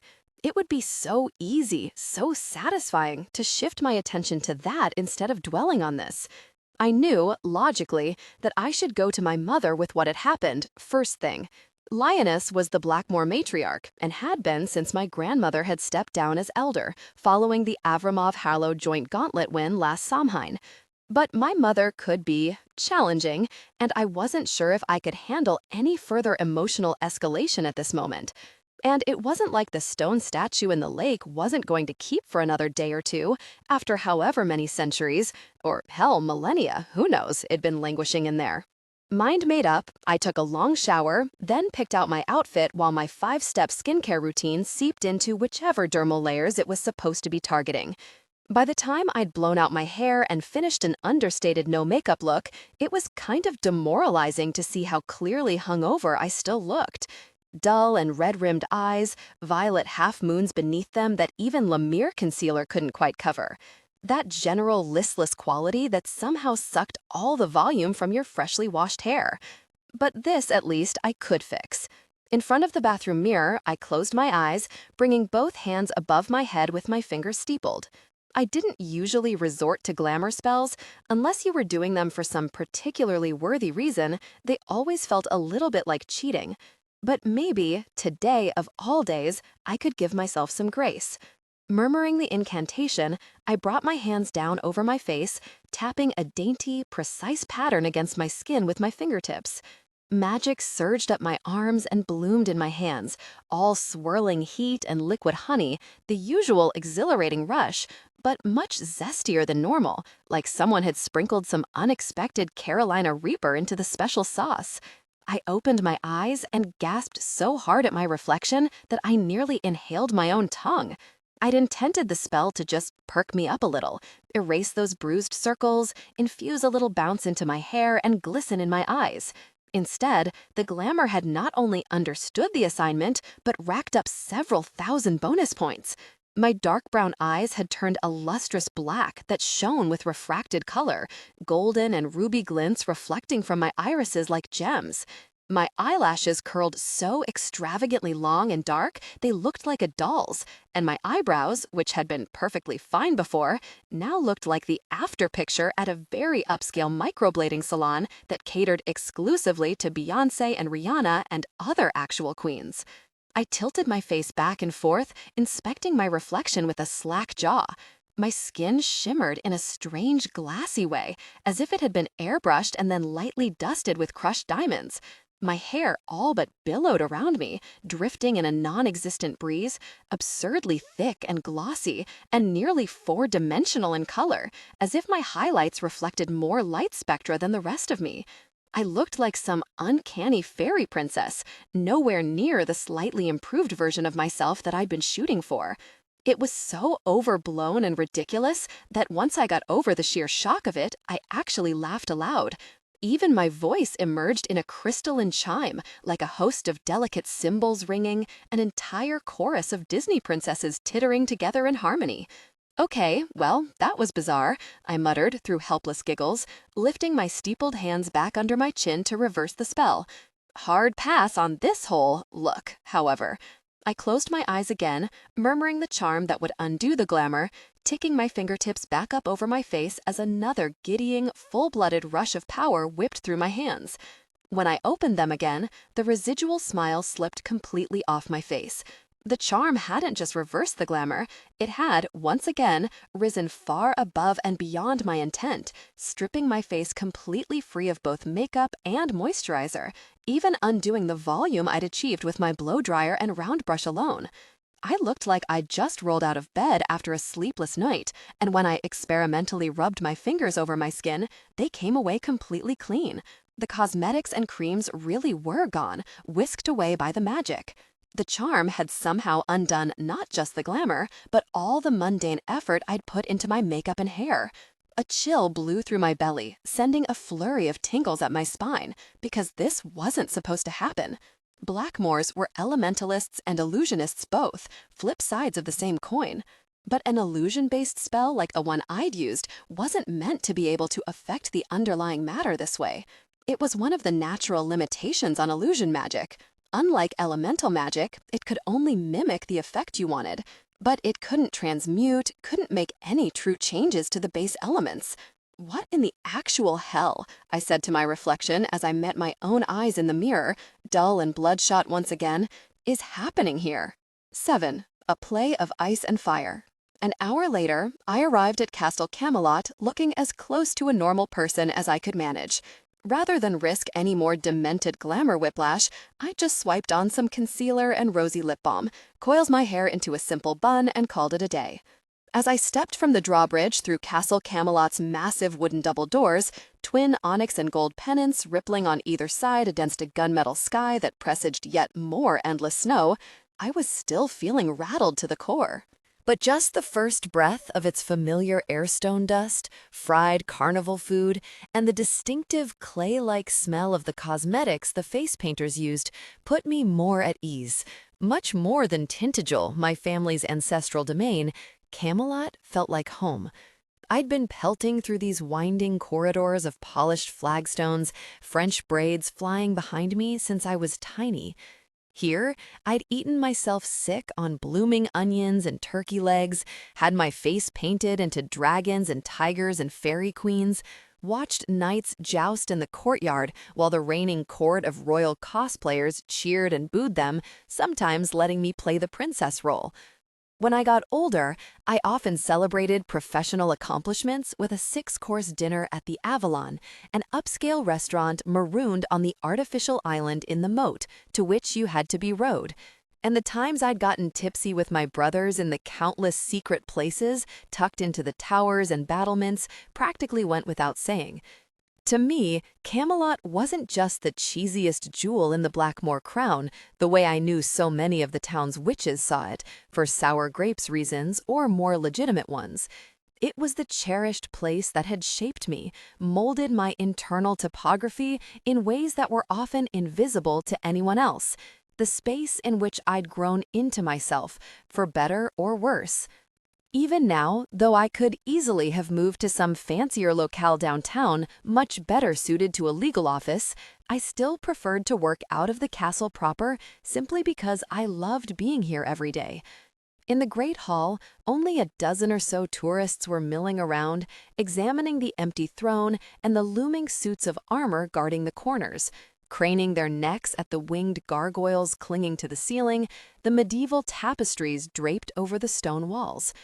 I'd come at an in-between time, when everyone was either enjoying the matinee, watching the joust, or seated at one of the taverns and snack bars for early lunch.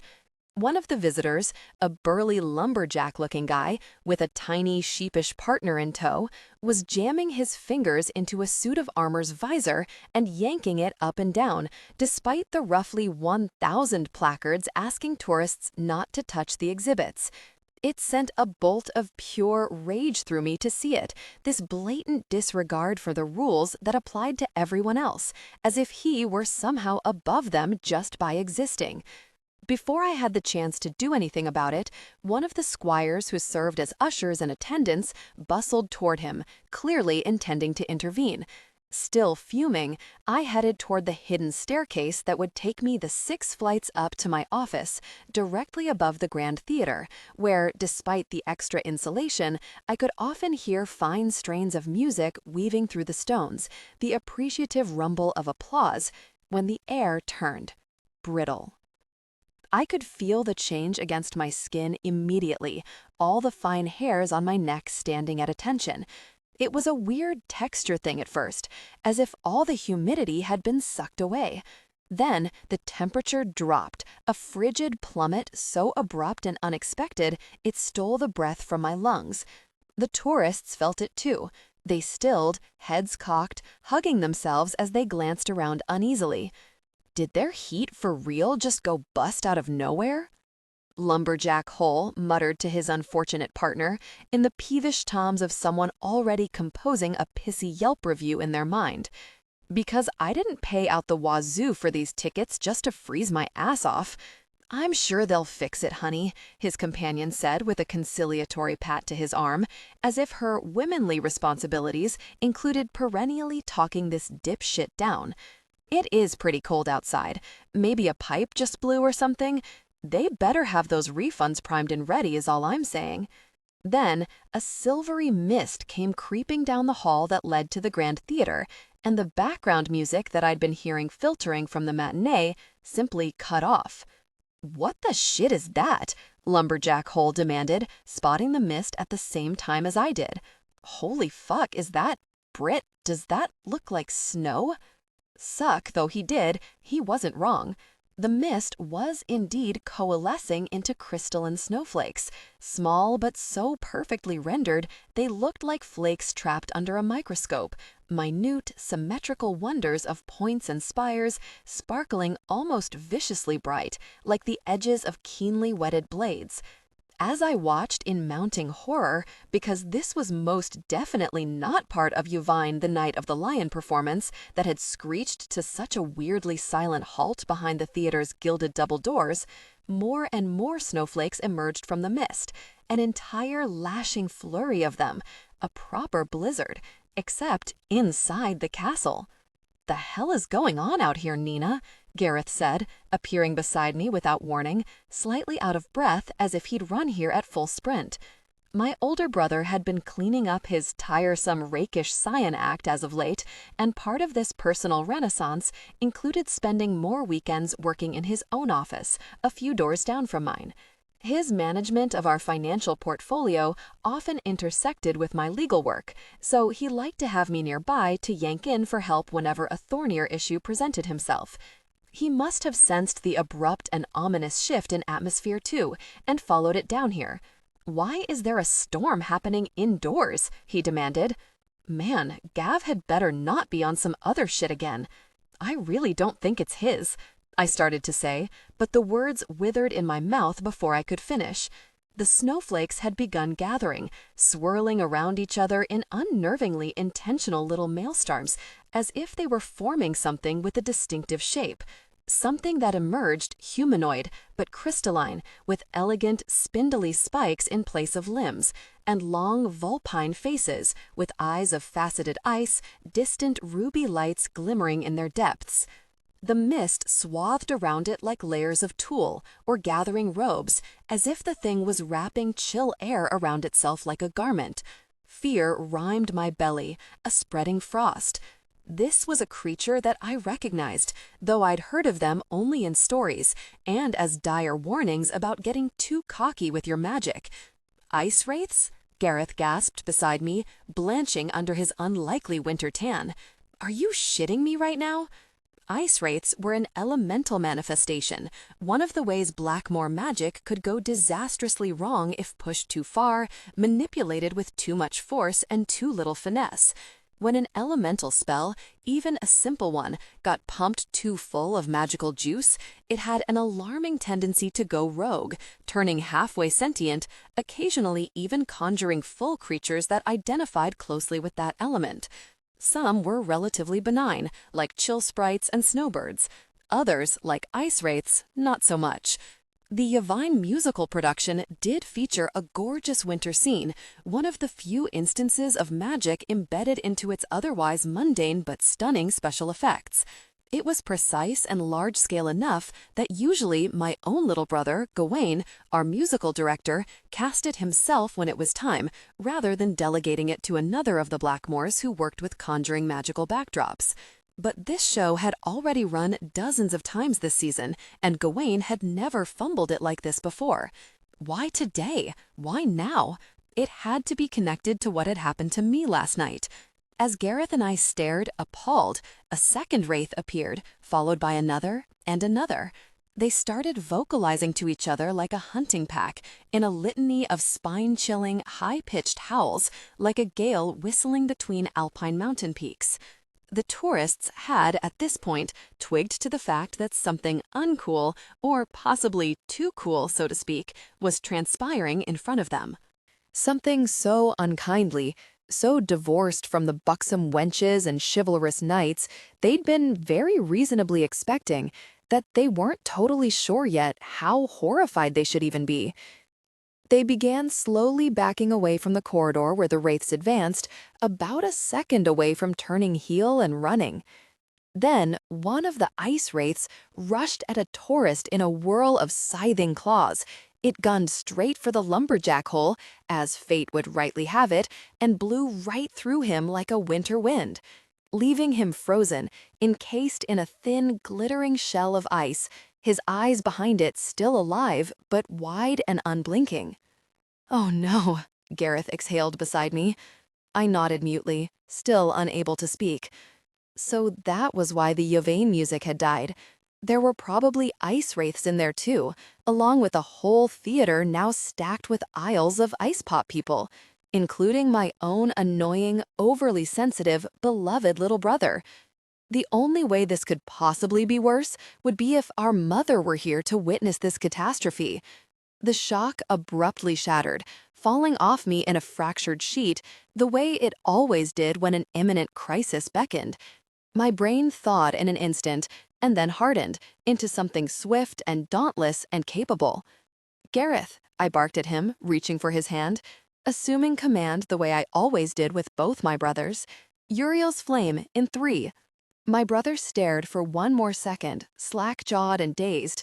Then he grasped my hand with a curt nod, interlacing our fingers, grim conviction snapping over his clean-cut face like a knight's visor. My brother might have been the epitome of messy in other areas of life, but he was handy as hell in a crisis. Not like I was, not to plan or lead, but he could fall in line whenever needed. Never a commander, but the best lieutenant you could ask for to stand by your side. I closed my eyes and took a breath, counted down from 3, and began chanting the words in tandem with Gareth, drawing the power sigil of angel fire in the air with my left hand. This elemental spell conjured a benign, angelic fire, one that would conquer cold even in its physical manifestations, and also burn to a crisp those who meant you harm. But it would part harmlessly around those who didn't, would leave any living and innocent thing untouched. It was a demanding working, best cast in circle, though I could have pulled off a minor iteration even on my own. But since Gareth was here anyway, a mini Blackmore circle composed of just the two of us would be even more powerful. As soon as Gareth and I spoke the final, bellowed Ignis together, the power that whipped up to meet me was monumental, vast and searing, like a vengeful dragon that had been locked inside me for decades was now death metal raging its way out. Its scalding wings beating inside my own chest as if I'd become its prison, its claws raking at the bars of my ribs. I actually screamed like a harpy with the force of it, a triumphant, resonating shriek, half ecstasy, half pain, that echoed off the walls and probably scared the tourists just as much as the ice wraiths had. Then, a ceiling-high curtain of flame blistered to life in front of me and Gareth, leaping scarlet and gold, giving off a dazzling refracted light that reflected everywhere like a flaming disco ball. It was colossal, tremendous, so much bigger than it could or should have been. Uriel's flame usually manifested as an isolated sphere of angel fire, which then traveled to wherever it was guided by the igniter's will. This was not that. This was a fearsome tower of flame, a fiery colossus whole scales of magnitude larger than what the spell had called for, and what I'd intended. And I knew, from the way the magic had roared through me with barely an effort, that I hadn't even needed Gareth's help at all. I could have cast this Godzilla version of the spell, Uriel on all the steroids, entirely on my own. Crackling with fury, it surged forward like a towering infernal wave, burning off the icy mist and dissolving the wraiths as it met them. They melted instantly into harmless wisps of mist, their howls dialing down into fading hisses. As the angel fire seared mercilessly past them, it lapped much more gently over the trapped tourist, thawing him in an instant even as it parted around his shrieking, terrified partner, not even singeing her skin. Lumberjack Hole tumbled to the stones like a sack of stupid potatoes, his companion dropping to her knees beside him, running her hands frantically over his face. I had to admit she seemed genuinely concerned about him. Maybe he wasn't always such a high-key ass. While the rest of the tourists spilled around us in a confused panic, torn between the oblivion glamour, already manipulating their short-term memory, and the visceral sense that something was very wrong here, the angel fire kept surging down the hallway, licking up and down the walls without damaging them, throwing its strange refracting light up into the gargoyles' peaked faces, making them seem alive. Then it flamed right through the wooden doors, again without leaving so much as a scorch mark, blazing right into the theater, where it would lay waste to the remaining wraiths and set free the audience of frozen spectators. As if on cue, we could hear a slow, growing commotion kick up from within the theater, a milling churn of fear, followed by bewilderment as the ice spell broke. At least our aggravating little brother would live to over-emote another day, I thought with a wash of deep relief, nearly sagging with it. So, Gareth said, knuckling back his ash-blonde hair, a mixture of awe and trepidation flickering across his face as he turned to eye me with considerable caution, "You and I should probably have us a little chat then, huh? 8. What did you do to me?" As it happened, we didn't have much time to talk. An entire horde of befuddled and toasty normies soon came rushing out of the theater, in the thrall of the oblivion glamour that had clearly, very forcefully, erased their memories of the megawatt production they hadn't bought tickets for. Do you feel like you even know what that show was about, though? I heard one groggily murmur to another as they streamed around us, sounding like they'd just woken up from deep sleep or gotten way too high. Apparently, the Oblivion glamour had had to channel some extra effort to erase the memory of something so epic as a showdown between ice and fire. I hoped they all still remembered their own middle names and social security numbers. Then Gawain himself came tumbling out in typically severe emotional distress, mostly on the topic of his show having been ruined, just ruined, and what abject blackguard was to blame for this travesty anyway. Gareth and I had only managed to talk him into flouncing off to take the rest of the day to recenter and ground when the missive spell arrived, winging through one of the arched windows with a muted screech. It took the form of a snowy owl conjuration, part of the Harlow family emblem, which folded and rearranged itself in a series of improbable, Escheresque geometric conversions that produced an envelope, wax-sealed with Emmeline Harlow's personal sigil as both Victor of the Wreath and Voice of Thistlegrove. Was all that really necessary? I asked a little dryly, lifting an eyebrow as the envelope floated over into Gareth's hands. Gareth rolled his eyes almost fondly, shaking his head. Nah, it's just Emmy dunking on me again. Fair play, sort of. Don't worry about it. Let's see. He slit the envelope open with a thumbnail, then read the paper inside, eyebrows lifting. What is it? I asked, stomach churning with apprehension. She's calling an emergency quorum at Harlow House, right now, he said, looking a little stunned as he met my eyes. Apparently, she's somehow sensed what happened here today. I Didn't know she could do that, I said faintly, a tendril of foreboding slithering through my chest as I considered what this might mean for my experience at the lake. Had Emmy felt that too, that massive disturbance in power? Did she know, somehow, that I'd been there too? Neither did I, Gareth responded with a shrug. But we've never had a double threat victor before, have we? That was true. Having traditionally served as arbiters rather than combatants in the Gauntlet of the Grove, the spellcasting tournament that determined which family's scion would govern Thistlegrove's magical community for a generation, the Harlows had never even had a chance to win before. Apparently, this had been by design. Elias Harlow, the founder of their house, had been the first to discover the primal power of Lady's Lake. Something about his family's particular brand of magic served as a funnel, allowing the rest of us to tap safely into the lake's vast reservoir of power ourselves. The Harlows were functionally the power plants of the town, filtering and distilling the wild onslaught of magic that flooded from the lake. As the voice of Thistlegrove, their reigning elder also enjoyed some strange personal communion with the town itself. That role had originally belonged to James Harlow, Emmy's father and our head record keeper. It had transitioned to Emmy upon her participation in the Gauntlet as both arbiter and combatant, once she'd stepped in as champion for House Avramov when its scion, Natalia, was hurt. The Harlows' tremendous boon to the town had been kept under wraps for centuries due to Elias Harlow's bizarrely skewed notions of honor and equitability. But in her new dual role, Emmy wasn't handling it like that.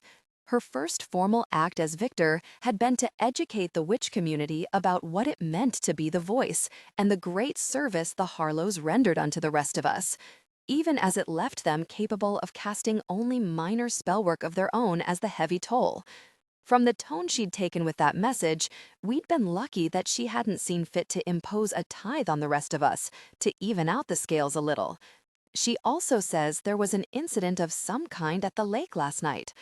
A large-scale magical fluctuation, Gareth continued, his eyes skipping over the rest of the litter. My fledgling chill expanded into full-blown frost, creeping down my belly as my suspicions were confirmed. So Emmy had felt that disturbance too. But if I wasn't being summoned to appear before the emergency quorum, maybe she didn't know I'd been a witness to it. She wants to discuss how the events might be connected, and then talk about next steps. Got it, I said faintly, pressing my lips together. So I guess you have to run now, Scion Blackmore, and go collect Mother as well. And father, if she's planning on taking him along this time. Yes, but I'll be back, Gareth said, with more steel to his voice than normal. And then we are gonna talk, Nina, because what you did back there with that supersized Uriel's flame dot, don't even try to tell me that was some kind of fluke. You blew right the hell past me, sis. You didn't even bring me in at all. I know your magic packs a wallop, but I've never even felt anything like that before, and I'm supposed to be the scion here. The least you owe me is an explanation for how you pulled that off. I nodded briskly, lowering my eyes. Even though we did it as a matter of course when it came to managing our parents and our little brother, Gareth and I didn't, as a rule, keep secrets from each other. For all that he could be an undeniably flaky fly-by-night, in many ways my polar opposite, my big brother had done a lot of very belated growing up recently, and he'd never let me down before. I could use his take, his counsel on whatever was happening to me now. Go, I said shortly, giving him a little push, and then we'll talk, I promise. In the meantime, I took myself to the Avalon, my favorite of our on-site restaurants. I'd always loved its luxurious monastery aesthetic, graceful stone masonry, a soaring double-vaulted cathedral ceiling, Moorish peak windows, azure stained glass reflecting the flames of the candles held by the silver candelabra. The reflection of the water from the moat flung rippling light through the windows, dappling their colors across the stone and lending the interior an ethereal air, as if you were in an underwater chapel. There, I proceeded to order just about everything on the menu. I was starving, in a way that felt completely unfamiliar. I was no stranger to carb loading or the ravenous frenzy that often set in post-marathon, but this was an entirely different level of stranded in the desert for a week hunger. I ordered 3 appetizers, followed by 2 entrees and a dessert, asking the slightly scandalized and clearly confounded server to please bring out everything as soon as it was ready, and not worry too much about any kind of order. As I devoured hamachi ceviche served over ice, truffled poutine fries, and the slow-simmered French onion souk that made me weak in the knees even when I was just normal hungry, it occurred to me that even though I was more voracious than I'd ever been, I didn't actually feel depleted or weak. Instead, I felt wonderful, aglow with a pervasive sense of well-being and serenity, as if casting that spell had burned away the last remnants of my hangover, scoured through me like some purging flame. Stranger still, I felt like after a solid lunch, I would be completely game for doing it again. I was diving into the surf and turf with scalloped cheesy potatoes when Morty found me. I paused mid-chew, so surprised to see him here that for a moment I thought I must be imagining him, maybe some kind of hallucinatory after effect of having channeled the strongest spell I'd ever cast in my life. He was wearing heavy Soviet-looking boots and a vintage sheepskin duster that nearly brushed the floor, a dusting of snow sparkling in his wind-blown ruff of hair. Those ridiculous gemstone eyes skimmed over the tables that were almost entirely empty, save for me and my banquet. The Avalon did serve all day, but this was off-peak, too late for lunch and not quite dinner time. There was only one other couple, huddled over their drinks, too engaged in what was clearly an intense conversation to pay mind to anyone else. As soon as he spotted me, Morty made a beeline in my direction, radiating a very disconcerting vibe as he slid into the seat opposite me without even bothering to dust off the snow from his collar. Hello? I ventured, forcing down my bite as I eyed him warily. I don't mean to come off rude, but what the hell are you doing here? He shrugged off the duster in one smooth motion, tossing it off his shoulders and bundling it behind him. Then he flicked his head to the side to clear snow-spangled hair from his eyes in a gesture that was, despite everything, infuriatingly attractive. Fixing me with a brilliant blue glare, he held both hands above the table, palms up. "I'm here because I woke up this morning," he said through his teeth, his voice an unnerving mixture of furious and terrified, "being able to do this." Brow knitting, he gazed down at his blurry tattooed palms, where a dancing shimmer of gold suddenly sprang to life above each, twin swirling globes of witchlight, a baby illusionist spell, one of the first that Blackmore witches learned to do. My jaw dropped open, and I found myself struck speechless for what was possibly the first time in my entire life. I was a lot of things, but lacking in words did not tend to be one of them. How in the triple goddess's name could a normie, and Mortimer Gutierrez of all people, suddenly cast a working, and one that was such traditionally Blackmore magic?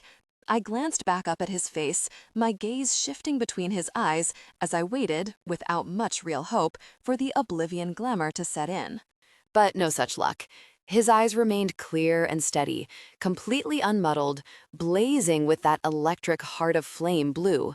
The unsettling mixture of fear and rage in them tugged at me again in a way I didn't like, plucking on my heartstrings. Angry as he clearly was, he also looked vulnerable. So you're really gonna just sit there and stare at me, pretend like you don't have the first clue about this? He demanded. Is that the play here? I drew my lips through my teeth, thinking furiously.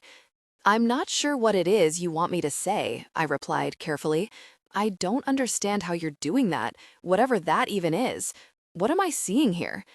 Kindly cut the shit, Nina, he hissed through his teeth as he leaned forward across the table, the witch lights casting flickering glimmers over his face. I know you know something about this. And you know why? Because I've seen your people do this sparkly crap before. That fuckweasel Gareth? Do you feel like calling my brother a fuckweasel is conducive to this conversation? I asked him as calmly as I could, my fingers curling around the table's lip so hard that splinters threatened. Morty cut himself off, closing his eyes and taking 2 ragged breaths. Okay, he muttered, more to himself than me. When he opened his eyes, they were the slightest bit steadier, more distraught than angry, and that damn inconvenient sympathy reared back up in me again. All right, maybe I'm coming in a little hot, yeah. This isn't me, you know? I don't do toxic man rage. That's not my style. I'm just, like, extremely thrown over here. I got a little too deep into the drinks last night after you left, because, full disclosure, I felt kinda shitty about how things went down between us.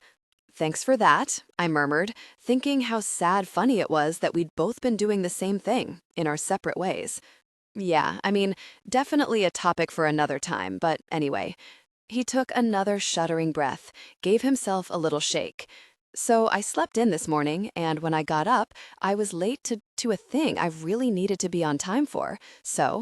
Then the fucking light in my bathroom died, because of course, why not?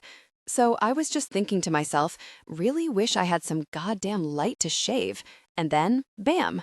He gave a harried, half-hysterical little laugh, staring down at the witch lights still flickering sinuously above his palms. And then, this happened, he finished, curling his fingers around them to extinguish them. It was such a natural way to huff out that particular spell that it threw me a little. It didn't look like something a beginner would have done. The instinct to blow the lights out like candle flames tended to be a strong one. And I just remembered out of the blue all these times that your brother Gareth used to come into my bar, do flashy shit like this, like a magic trick, to pull some tourist for the night.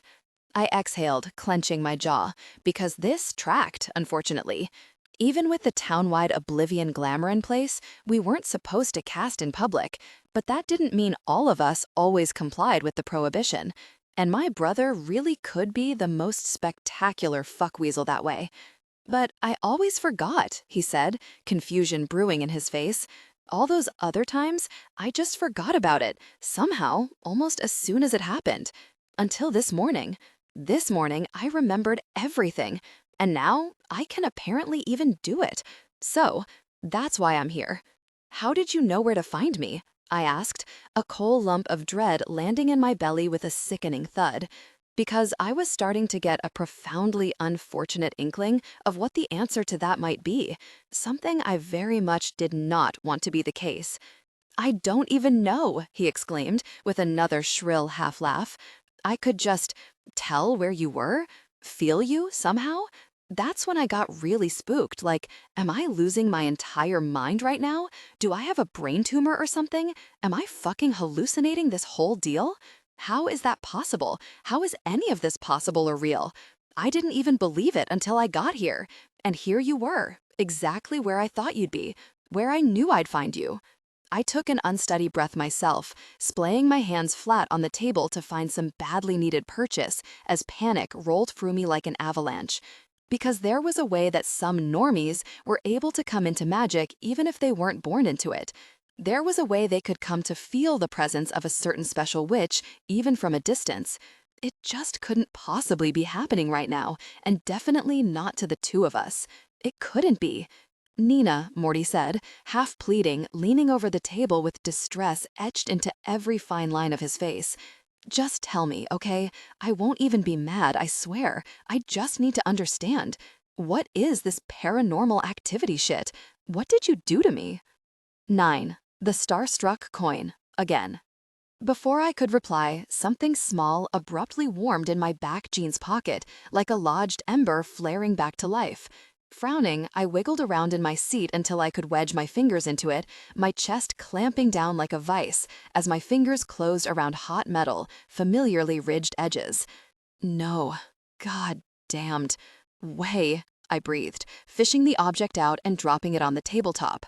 The lake coin, the same one I'd flung into my bed this morning and definitely left abandoned somewhere inside my sheets, had turned back up in my pocket. It spun on the table for a moment like a top, even though I hadn't meant to spin it, before it settled onto the wood with a final feisty glimmer. So underwater goddesses had jokes, apparently. How whimsical. Nina? Morty said, sounding, if possible, even more beleaguered. What is it? Why are you staring at that coin like that? Like what? I managed, furiously regretting the last few bites that were now crowding back up my gullet. Like it's haunted? Possessed? Full of, I don't know, demons maybe? I wish it were demons, I muttered, grudgingly gathering the coin back up and stuffing it into my pocket. Its stubborn reappearance warranted much further exploration, but now wasn't the time for it.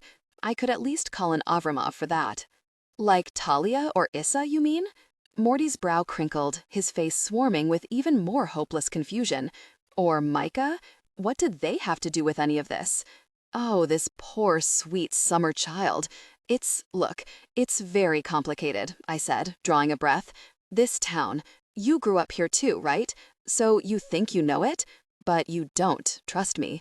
There's a lot going on under the surface here, things people like you couldn't possibly understand. People like me, he mimicked in a deadpan tone, his face darkening.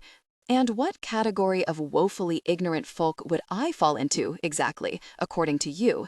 Please do educate me on what you mean by that, besides some kind of elitist shade. I huffed out a weak laugh, shaking my head. Nothing like that, no. How do I even begin? I trailed off, catching sight of Gareth emerging through the restaurant's doorway, velvet curtained against the cold.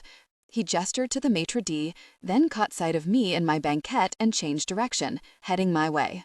By the time he reached the table, confusion had replaced the grim determination on his face, his eyes flicking between me and Morty.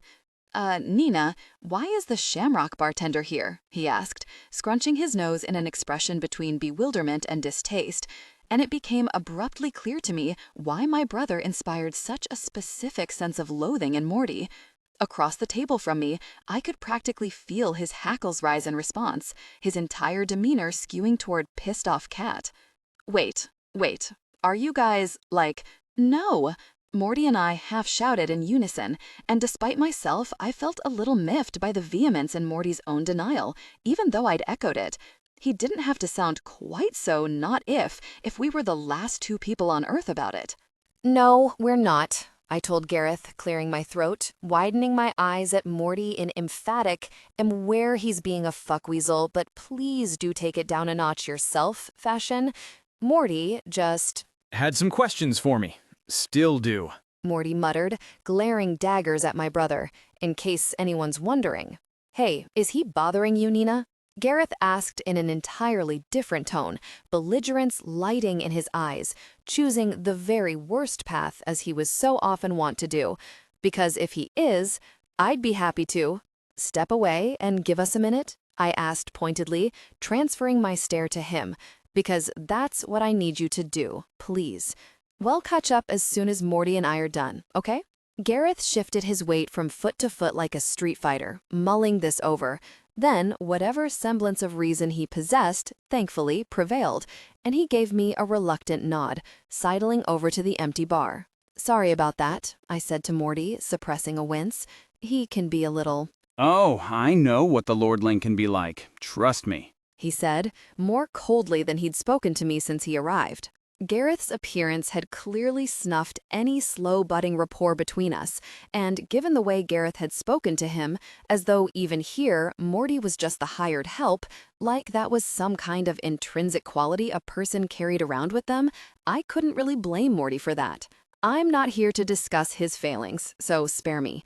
Just tell me what's going on here, make it stop, and I'll get right the fuck out of y'all's hair. Leave you to go swim laps in your vault of coins or whatever else you do with your Sundays. I stiffened, squaring my shoulders. That was uncalled for. But you're having a rough day, clearly, so I'll let it pass. So was I, for that matter. But at least I wasn't utterly at sea the way he was. I can explain. Some of it, anyway. But it's going to take a minute, and Gareth and I need to discuss some things first. Can I meet you tonight to talk? Wherever you like. I'll come to your bar even, if you want. Morty stared at me a little balefully, plucking at his lower lip with a thumb in a way that would, under different circumstances, have been very distracting.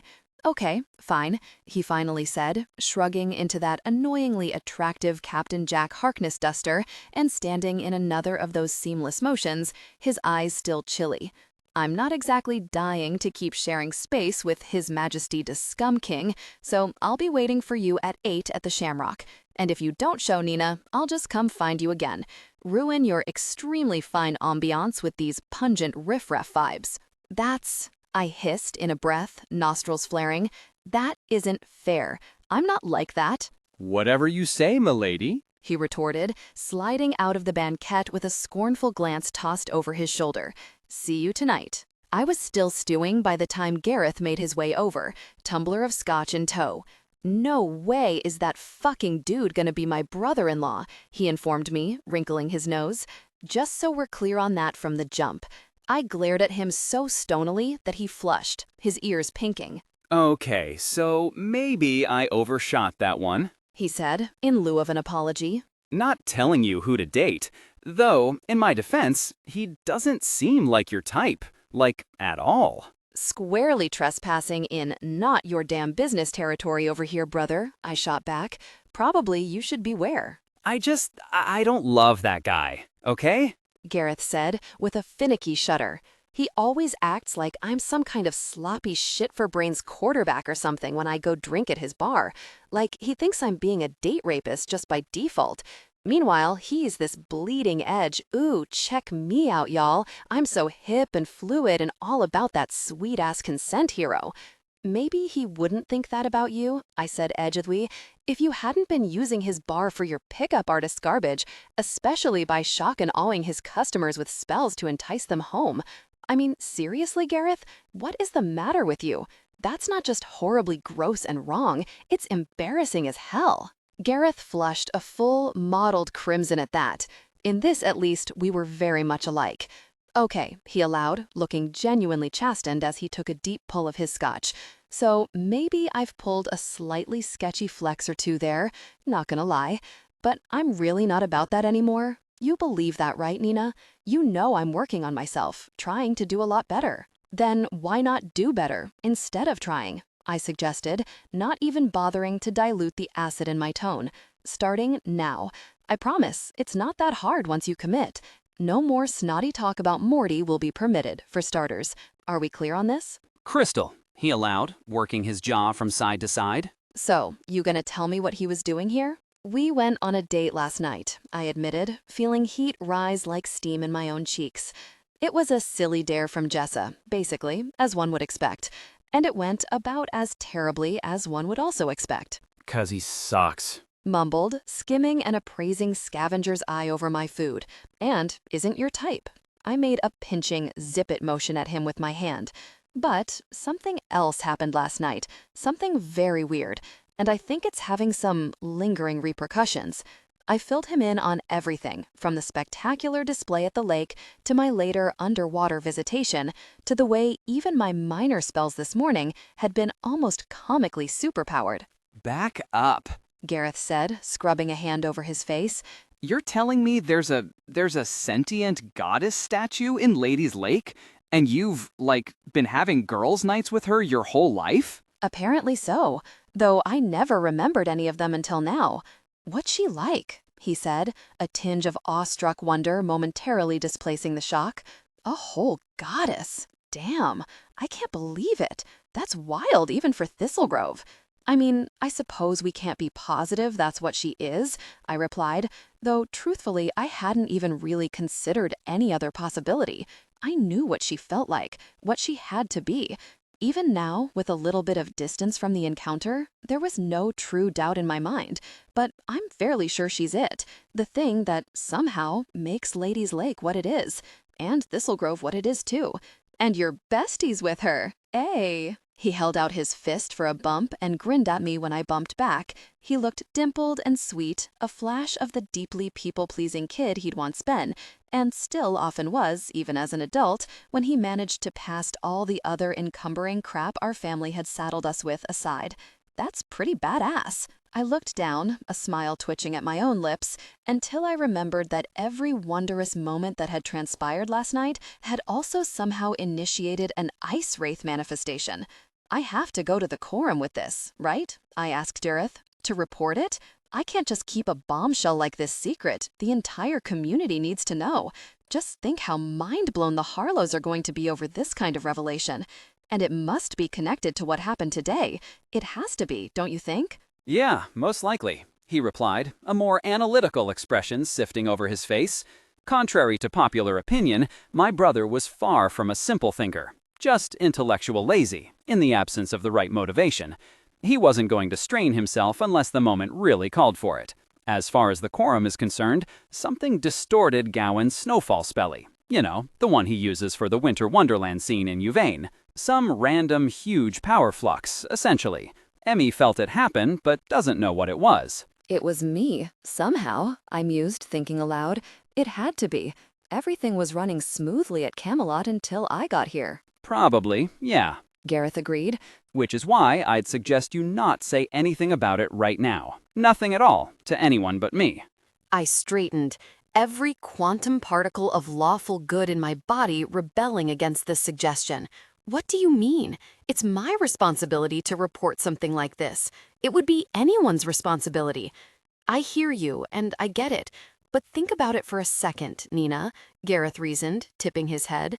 Ever since the gauntlet, we've been stuck in the doghouse, right? Our whole family, everyone turning against us, nothing going our way. How could it possibly do us any favors admitting that one of us might have had something to do with a calamity like this, even if unintentionally? A spell going rogue like that? Normies possibly getting hurt? No one got hurt, I objected, but only mildly, because that was true by sheer technicality. And I could already see where he was going with this. Yeah, because you were there to save everyone's ass, Gareth countered. But if you hadn't managed to swing a Uriel like that so quick, who knows what could have happened?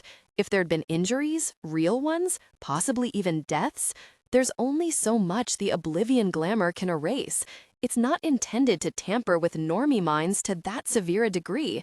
And if it came out that we were behind something like that, I gave a grudging nod, hating absolutely everything about this. But Gareth had a point. We couldn't afford this kind of negative attention, not right now, especially not as we were considering expanding Camelot again, trying to restore some of the lost dignity to our family name. So, what do you suggest? I keep quiet on this for a minute, but how long? And in the meantime, what?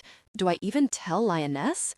Gareth physically balked at the mention of our mother, taking a swig of scotch to fortify himself.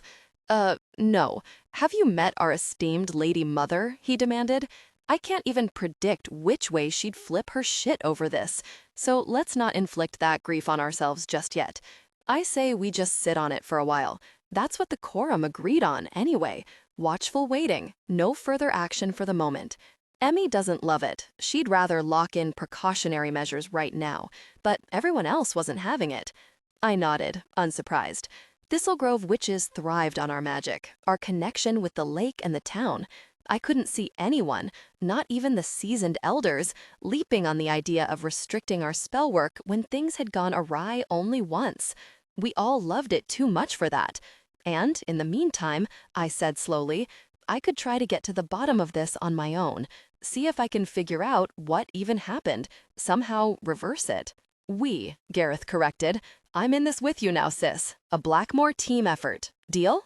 Deal, I said, a smile reluctantly tugging at my mouth. I'd never thrown my lot in with my brothers before, at least not willingly. But this time, he wasn't just stepping up in some symbolic way. He was making actual, logical sense. I could see how this might be the correct path to take, at least for now, the one least likely to harm our family, among other significant considerations. Sick, he said, reaching out to grab my fork and spear a remaining clump of poutine fries. So, now that we're decided, back to that guy, the bartender. Play nice, brother, I warned. You know his name. Right. He shoved the pilfered fries in his mouth and chewed contemplatively, brow creasing. Why was Morty, bartender by profession, but so much more than that in spirit, here with you? What do you want anyway? Well, I said, drawing a deep breath, I think whatever happened at the lake had another unintended effect. I think I'm fairly sure we're witch-bound now. 10. Definitely not just a lawyer. The Shamrock Cauldron looked like it had been designed to serve as a preview of my own personal hell. For one thing, I hadn't been prepared to be the only person there, besides Morty himself.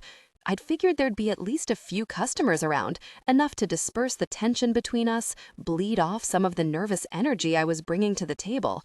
But I'd arrived to find the shamrock-shaped neon closed sign glaring at me in the window in what felt like a personal affront, the door locked until Morty appeared to unbolt it at my tentative knock. Aren't you usually open on Sunday nights? I'd asked, as if this banality really mattered, though I did dimly remember my brother heading here to top off one of his rager weekends a time or two with his usual obnoxious retinue of cousins and various hangers-on. My bar, my rules, he replied with a shrug, standing aside stiffly to let me brush past him before shouldering the door closed against a wrenching blast of freezing wind. So, this Sunday, we're closed. Now I perched awkwardly on one of the stools at the bar while Morty wiped down tumblers with an aggressive zeal that had probably never been inflicted upon that poor innocent glassware before. He was wearing a simple, well-worn black tee over very tight-ripped jeans and work boots, and even this pared-down look was distressingly attractive on his lean frame. No eyeliner tonight either, just that brilliant blue glare. I was trying my level best to keep my gaze locked on my own reflection in the mirror behind the staggered shelves, to avoid the twin downfalls of staring at him and becoming shell-shocked by the psychedelic decor. The walls were an unruly carnival of clashing color and glitter, plastered with sparkling shamrocks and neon signs, while Halloween bat and pumpkin string lights looped above the bar in chaotic whirls, flashing in patterns seemingly designed to incite seizures. There was even some unholy travesty of tackiness sprawling in one corner, what looked like a plastic science skeleton sporting a jauntily tipped leprechaun's top hat, purple Mardi Gras beads, and a ukulele on its lap. I couldn't bring myself to believe people came here on purpose, and yet, on the upside, at least it didn't smell like stale beer, more like cinnamon and orange peel, surprisingly festive and appetizing. I take it milady doesn't wholly approve of my establishment, Morty said, flicking a challenging glance in my direction, accompanied by a sarcastic little head wag. Shocker. No, I said hastily, trying to rearrange my face out of whatever expression I'd been unwittingly making. It's just extremely colorful, quite a lot happening everywhere. Oh, feel free to hate it, milady, he said with another shrug. No skin off this humble servant's nose, believe me. I peered around, ticking my fingertips nervously against the bar top. What exactly is this motif supposed to be, anyway? Like I said before, my mom's Irish. Well, Welsh and Irish, but born in Glengariff. Oh, my family's Welsh too, I broke in, surprised by this congruence, though quite a few generations back.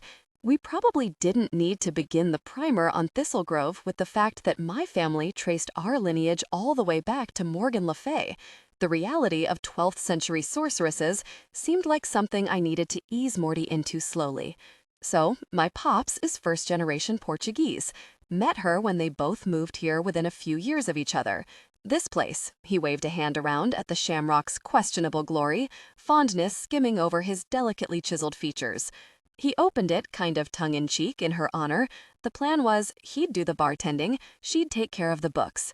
She likes a bit of flash, as she'd happily tell you, so he did everything up very kitsch Irish as an inside joke to begin with, crossed with a little witchy shit to go with the town's history. Right, I said, eyeing the flickering bat and pumpkin lights above my head. I can see that. Very, authentic. But then she loved it for real, so here we are, almost 25 years later. There've been a lot of tweaks over the years, of course, he added, jerking his chin toward the skeletal travesty. Proud to say that dead Frederick over there was my contribution, but the spirit is the same. This place has been around for that long?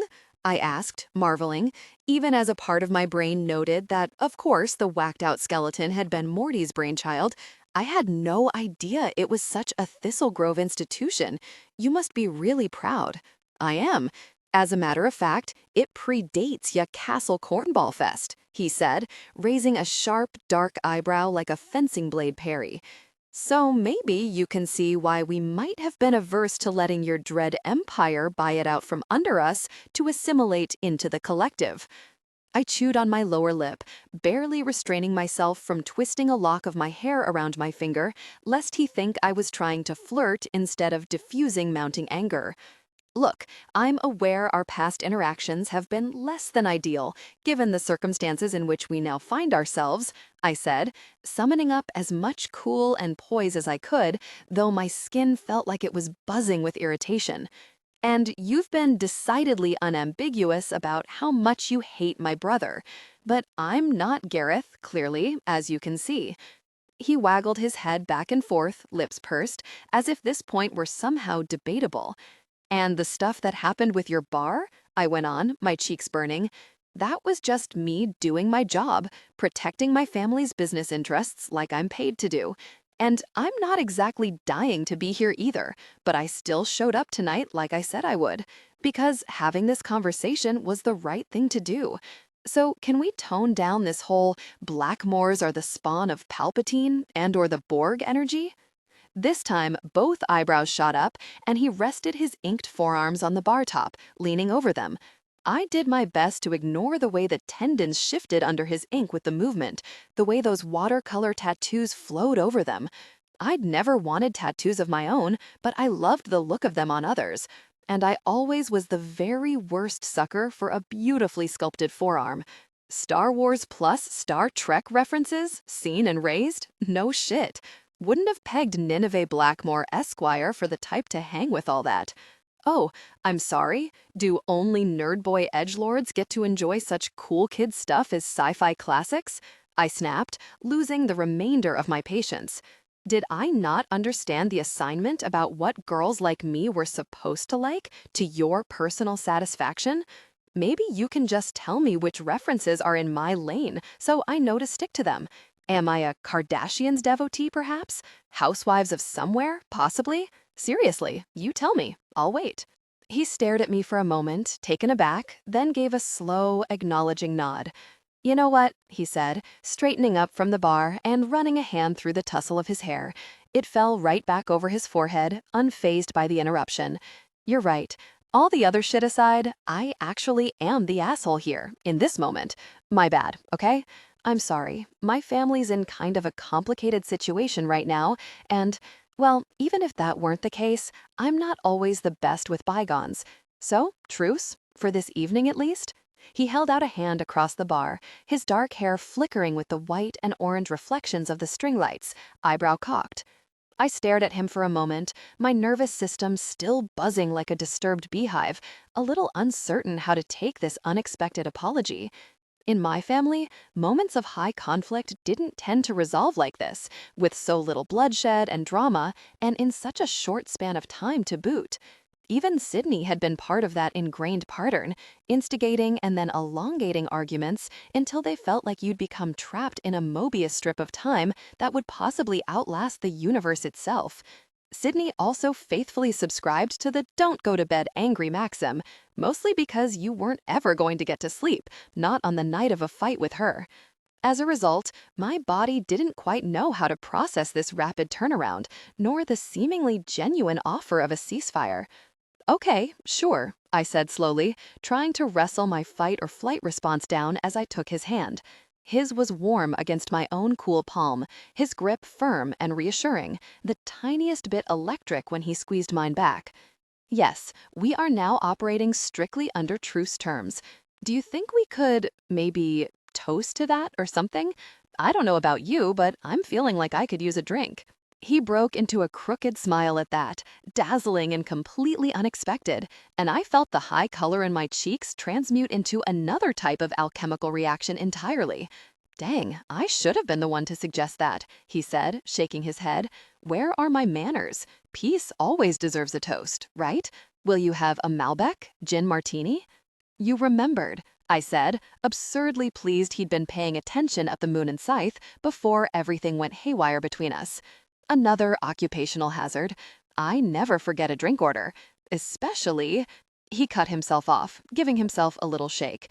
If I looked closely, I thought I could detect the slightest rise of color in his own clean-shaven cheeks, which was curious. Never mind. Which will it be? Gin martini, please, I said, wondering what he'd been about to say. Solid. I believe I'll join you. By the time he slid my martini in front of me, the chilled glass already sweating, I'd coaxed myself back into some modicum of calm using the mantra Sassy Sue had taught me many sessions ago. You're in no danger from this person. He holds no power over you, nor any license to do you harm. You are who you are, and his opinion of you is not dispository of anything. It didn't always help, but tonight it had, especially when boosted by the fact that Morty had actually already apologized. When he lifted his own glass and said, "To peace," I caught myself smiling back at him as I clinked my rim against his. The martini was flawless, icy and dry, and I felt myself relax incrementally more as soon as it hit my tongue. Then I realized, as we both finished our sips, let out matching little sighs, and set our glasses back onto the bar, that Morty and I were unintentionally moving in perfect tandem. "Oh, what now?" Morty said, noticing my expression. "Whatever it is, seems like it can't be good." "It isn't," I said shortly, picking my glass right back up and taking another swig. "But, well, get to that part. Let's start with, hell, I don't even know. The basics. The very beginning, maybe. You're familiar with the tale of the founders, correct? The 4 people who established Thistlegrove?" "Well, yeah, sure," he said, in the tone of an adult indulging a child. "Kylia Blackmore, Alastair Thorne, Elias Harlow, and Margarita Avramov. The witches who founded the town because the lake was special somehow. Cute story for the tourists. Shades of Salem, right here in Illinois, except without any of the burning at stake or the grotesque misogyny. So, for starters, you can ditch the finger quotes because the founders were real witches, and Lady's Lake is a magical font." I twitched my chin at his hands. "That light you can summon out of nowhere? It's called Witchlight. It's a beginner's working, one of the easiest spells in the grimoire, which is the book that holds all the spells the 4 families share between them." "The grimoire?" he repeated, staring at me slack-jawed, disbelief stamped across his face. "Okay, setting aside the fact that we are apparently now living in Wicked the musical, that book was called The Grimmery, actually," I corrected, wrinkling my nose. Weird take on the spelling. Wasn't a fan. The soundtrack mostly slaps, though. Morty huffed an incredulous laugh, shaking his head. "Cool. Let's table the crucial discussion of the merits of defying gravity versus As Long as You're Mine. But you're seriously saying that the story is real? All of it?" "All of it," I said firmly, spreading my hands. My own ancestress, Kylia Blackmore, was descended from Morgan Le Fay. You might have heard of her legendary sorceress, 12th-ish century, generally considered King Arthur's half-sister. I know who she is. he said in the lead-in, semi-numb tones of someone whose reality was spiraling away from them with disturbing speed. I've seen The Mists of Avalon, and Camelot, and Merlin, and the BBC Merlin reboot. I tipped my head, unable to resist a jab. For someone who rags on Castle Camelot with such regularity, you certainly seem familiar with the underlying lore. He let out a strangled little laugh, dropping his head into his hands, elbows propped on the bar. I truly cannot believe we're having this tripped-out conversation, and that you just casually dropped the term lore on me. Like I said, attorney by day, profound nerd by night, I replied with a shrug of my own. I was starting to perversely enjoy myself a little, seeing Morty thrown this way. It made me feel like maybe I could actually regain the upper hand. Never seen an episode of any Housewives in my life, not that I judge anyone who has. Why should I believe you? He demanded, drawing up his spine. Why should I believe any of this wild bullshit? Maybe the thing I can do with my hands is some kind of, I don't know, weird-ass fluke, St. Elmo's fire or something. A freak accident of physics that might have a scientific explanation, something that isn't magic. I guess that could be true, I said equally, lifting up my own hands. But even if that were the case, what do you think you'd call this? Closing my eyes, I summoned up witch lights of my own, letting them flare above my palms. Pulsing and expanding, shifting in color from warm amber to dazzling platinum, melting into sapphire blue, followed by rose gold. Then I opened my eyes and murmured the incantation for Phoenix Rising, an illusionist spell we sometimes used in the shows. The globes of witchlight spun themselves up into whirling helices, then expanded into delicately drawn avian silhouettes, graceful as calligraphy. Radiant birds built entirely of light, rendered in perfect detail to their outstretched downy wings and the swooping fronds of their tail feathers. They rose to hover above each of my shoulders, wings softly fluttering. This was where the spell usually drew to a halt, the firebirds shining like bright beacons before fading away. But I'd forgotten that I was now supercharged, and that Phoenix Rising had no intention of phasing out at any reasonable stopping point. Instead, the birds grew larger and brighter with every beat of their wings, blazing so radiant that the entire bar drowned in their pulsing light, iridescence bouncing off every reflective surface. The inside of the shamrock looked like it'd been swallowed by a rising newborn sun, a shimmering dawn confined to these four walls. Morty threw up a hand to shield his eyes from the glare, just as a shower of sparks began to fall from the firebird's crested wingtips, a golden flurry that swooped into a whirl above our heads before bursting into miniature fireworks as the birds winked out of existence. "Oh shit," Morty breathed as he slowly lowered his hand, staring at me with something between sheer terror and awestruck amazement. "Fuck me.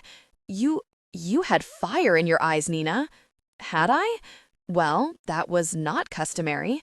Luminous specks were still drifting down to coat every surface, glimmering like phoenix dust.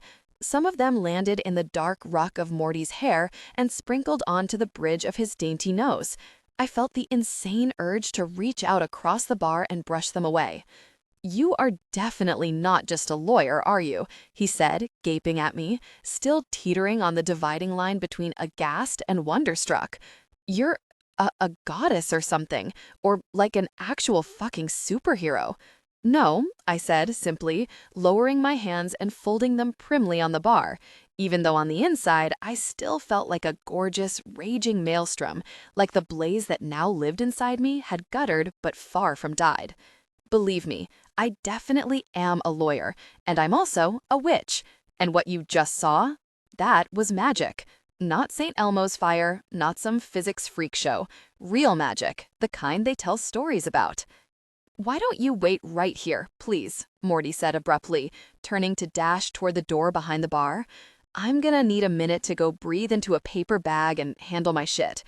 By the time he returned, I drained my martini and the phoenix dust had evanesced, leaving the shamrock speckled only in its own gaudy and entirely mundane glitter. With an air of restrained, buzzing energy, Morty silently shook us another martini each, a double this time by the looks of it. "All right," he said, tossing back half of his, still blinking a little rapidly. "That was, very impressive. Yeah, And convincing as fuck, tell you what. You're a witch, everyone is witches, no further proof necessary. Are they all? Is everyone else like you that crazy strong? Not exactly.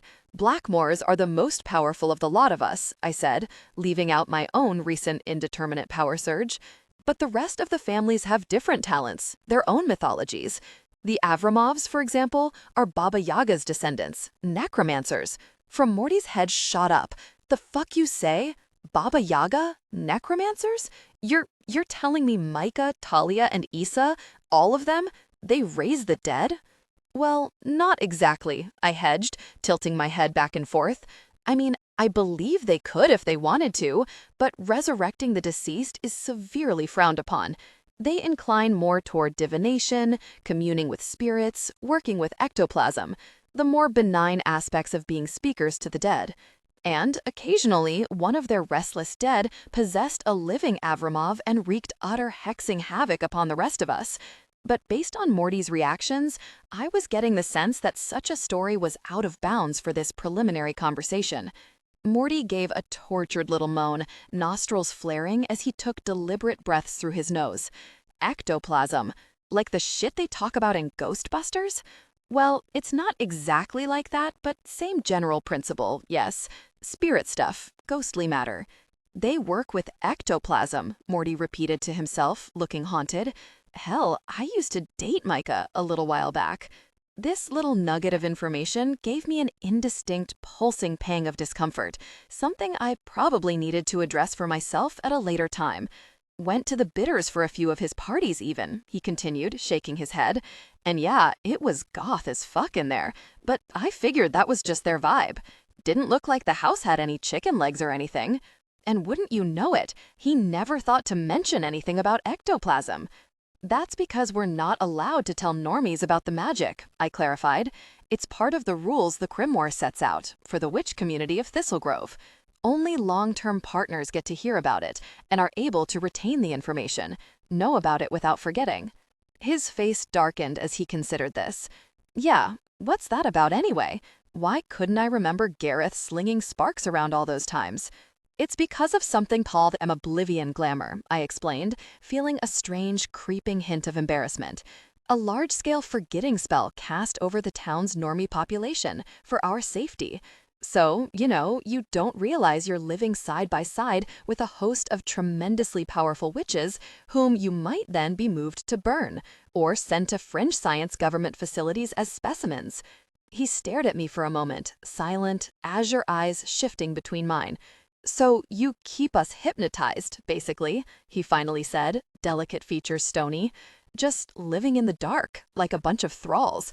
No idea what this town really is, what all of you really are. It's for our safety, I argued, though that flare of embarrassment sparked again, stronger this time. He had a point, I knew that much, and always had. Otherwise, I wouldn't feel as guilt-sick as I often did, keeping so much of the truth of my life from Jessa. I just didn't want to know it. What about our safety? He challenged. Not to mention our agency or autonomy. All those minor concerns that could ostensibly be considered human rights. How do we not get any say in this equation? What if some of us wouldn't even want to live here knowing what you are? What if we figured, hey, building our lives next to a whole mess of wildly powerful witches might possibly be dangerous? I know it's not a perfect solution, I said, looking down at my hands. They seemed so innocent, curled up on the bar top with their nude manicure, the one simple silver ring set with a tiny ruby on my right index finger. So deceptively harmless. And yet, those were the same hands that had called down Uriel's flame to counter a pack of ice wraiths that had probably manifested because of me in the first place. None of the normies who'd visited Castle Camelot for some light Sunday entertainment had consented to any of that. And morally, yes, maybe a little gray, I went on, trying not to sound as defensive as I felt, but it was the best the founders could come up with for protecting themselves and their descendants. Then maybe it's time for you all to put your arcane little heads together, he said, taking another sharp swallow of his martini like a shot. and come up with something better, not to mention more ethical. I assume you do have some kind of leader, right? Some manner of government. Not like any normie law could really touch you, not if you can whip out Jedi mind tricks without breaking a sweat. I winced at the vicious twist he gave the word, making it sound like the slur that, admittedly, it often was. We do. There's a quorum of us, charged with making decisions that affect the community as a whole. And we have a position called a victor of the wreath, too, essentially the person who calls the shots. And who might that be? He huffed out a laugh, rolling his eyes. Someone else I've dated? Right now, it's Emmeline Harlow. Not sure if you know her. Emmy, get out! She's a witch, too? His face brightened annoyingly at the mention of her name, as if we couldn't all be bad, not if Emmy Harlow was one of us. I do know her, yeah, we went to school together. She's good people. Swallowing down my irritation, I gave him a brief rundown of Emmy's family and the dual role she played for the town, followed by an introduction to the Thorns, our green magicians and healers. By this point, he'd transitioned to a kind of rapt, awed acceptance, a radiant wonder at the notion that magic was real, and here, right in front of him. An unlikely myth he was now living in. "So how do I play into all of this?" he asked, fixing me with a keen blue stare. "Why am I suddenly a Padawan witch? Isn't that shit supposed to happen on your 16th birthday or some other milestone moment, as opposed to out of the blue on a random morning when you were just trying to shave?" No, I said, feeling the heat pooling into my cheeks again, because this was where things were going to get tricky. As far as we know, there are only 2 ways to become a Thistlegrove witch. 1, you're simply born into one of the 4 families, part of a magical bloodline. "That one's definitely not me," he said, with a decisive shake of the head. "My parents are for absolute sure my real parents. No shady dalliances there. All you have to do is look at them. What's the other way?" I cleared my throat, twisting my ring around my finger. "You fall in love with one of us and become our long-term partner. It's called being witch-bound. Usually there's a formal ceremony. It's actually quite ritualized." He stared at me, comprehension dawning on his face. "So you're saying you and I?" I nodded, taking a deep breath. "Yes, I deeply regret to inform you that we are, apparently, witch married to each other now." 11. A crashing and spectacular chaos. 10 minutes later, Morty and I were still wallowing in a silence so deeply and excruciatingly awkward, it was probably breaking some kind of world record on pregnant pauses. "Sorry," Morty said, flicking a glance up at me. I'm just trying to process all this. Take it in, if that's even possible." "Believe me, I get it," I said, fiddling with my martini stem. "It's uncanny to me as well, and this is my world we're talking about. But how?" he said, spreading his hands. "I mean, we didn't even kiss the other night. Exactly how are you my witch wife now?" I vented a sigh through my lips, wondering how deep I needed to go here. But in for a penny, in for a pound. Given the enduring nature of witch bonds, Morty and I were going to be in this together for quite some time, stuck with each other. He had a right to the information that I had at my disposal, anything that might help both of us understand how we could have wound up here. "Something major happened to me the other night," I told him, catching his gaze with an effort. It really was difficult to maintain eye contact with someone whose eyes were that brilliant of a color, and so unflinching to boot. Everyone in my family was blue-eyed, besides me. None of them had eyes remotely as magnetic as his. And I think it must have triggered this as well, somehow. As simply as I could, I explained my dream descent to the bottom of the lake, the goddess who lived down there, the ramifications for the rest of the town.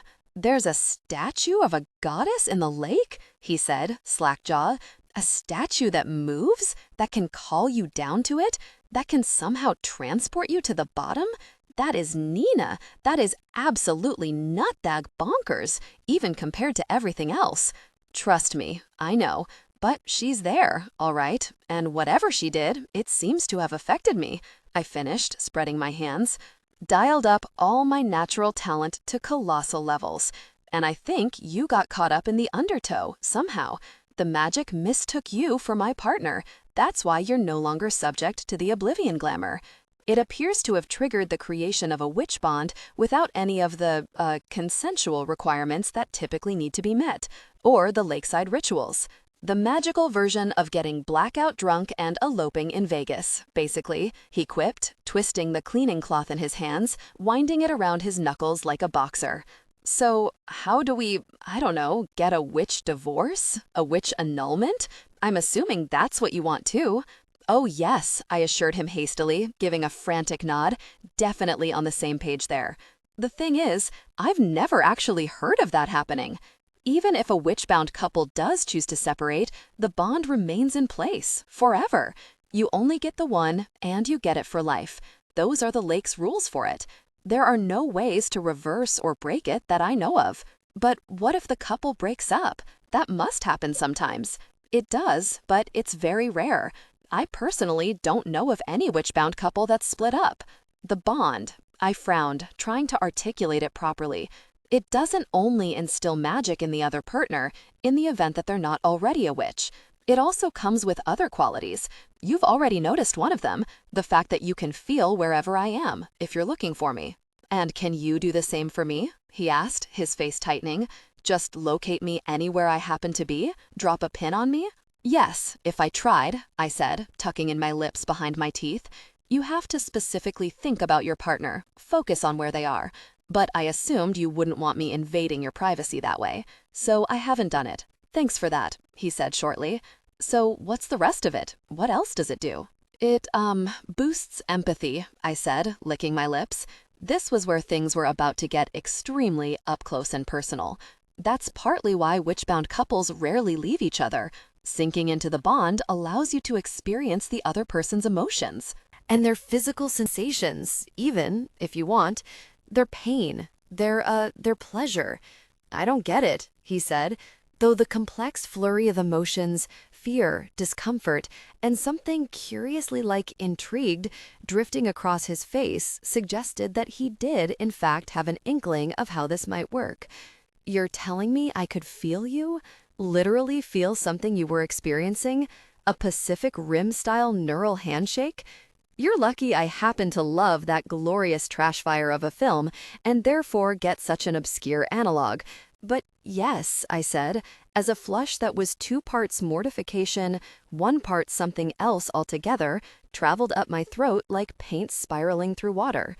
You and I could officially pilot a mech together? Congratulations to us. And from what I know, partners can also create a positive feedback loop if they want, if they're the ones touching each other. This time, he couldn't conceal the flare of interest sparking in those vivid eyes. He moved closer to the bar, leaning across it again, but this time the way he extended his hand to me was slower, more languid. His eyes latched on mine.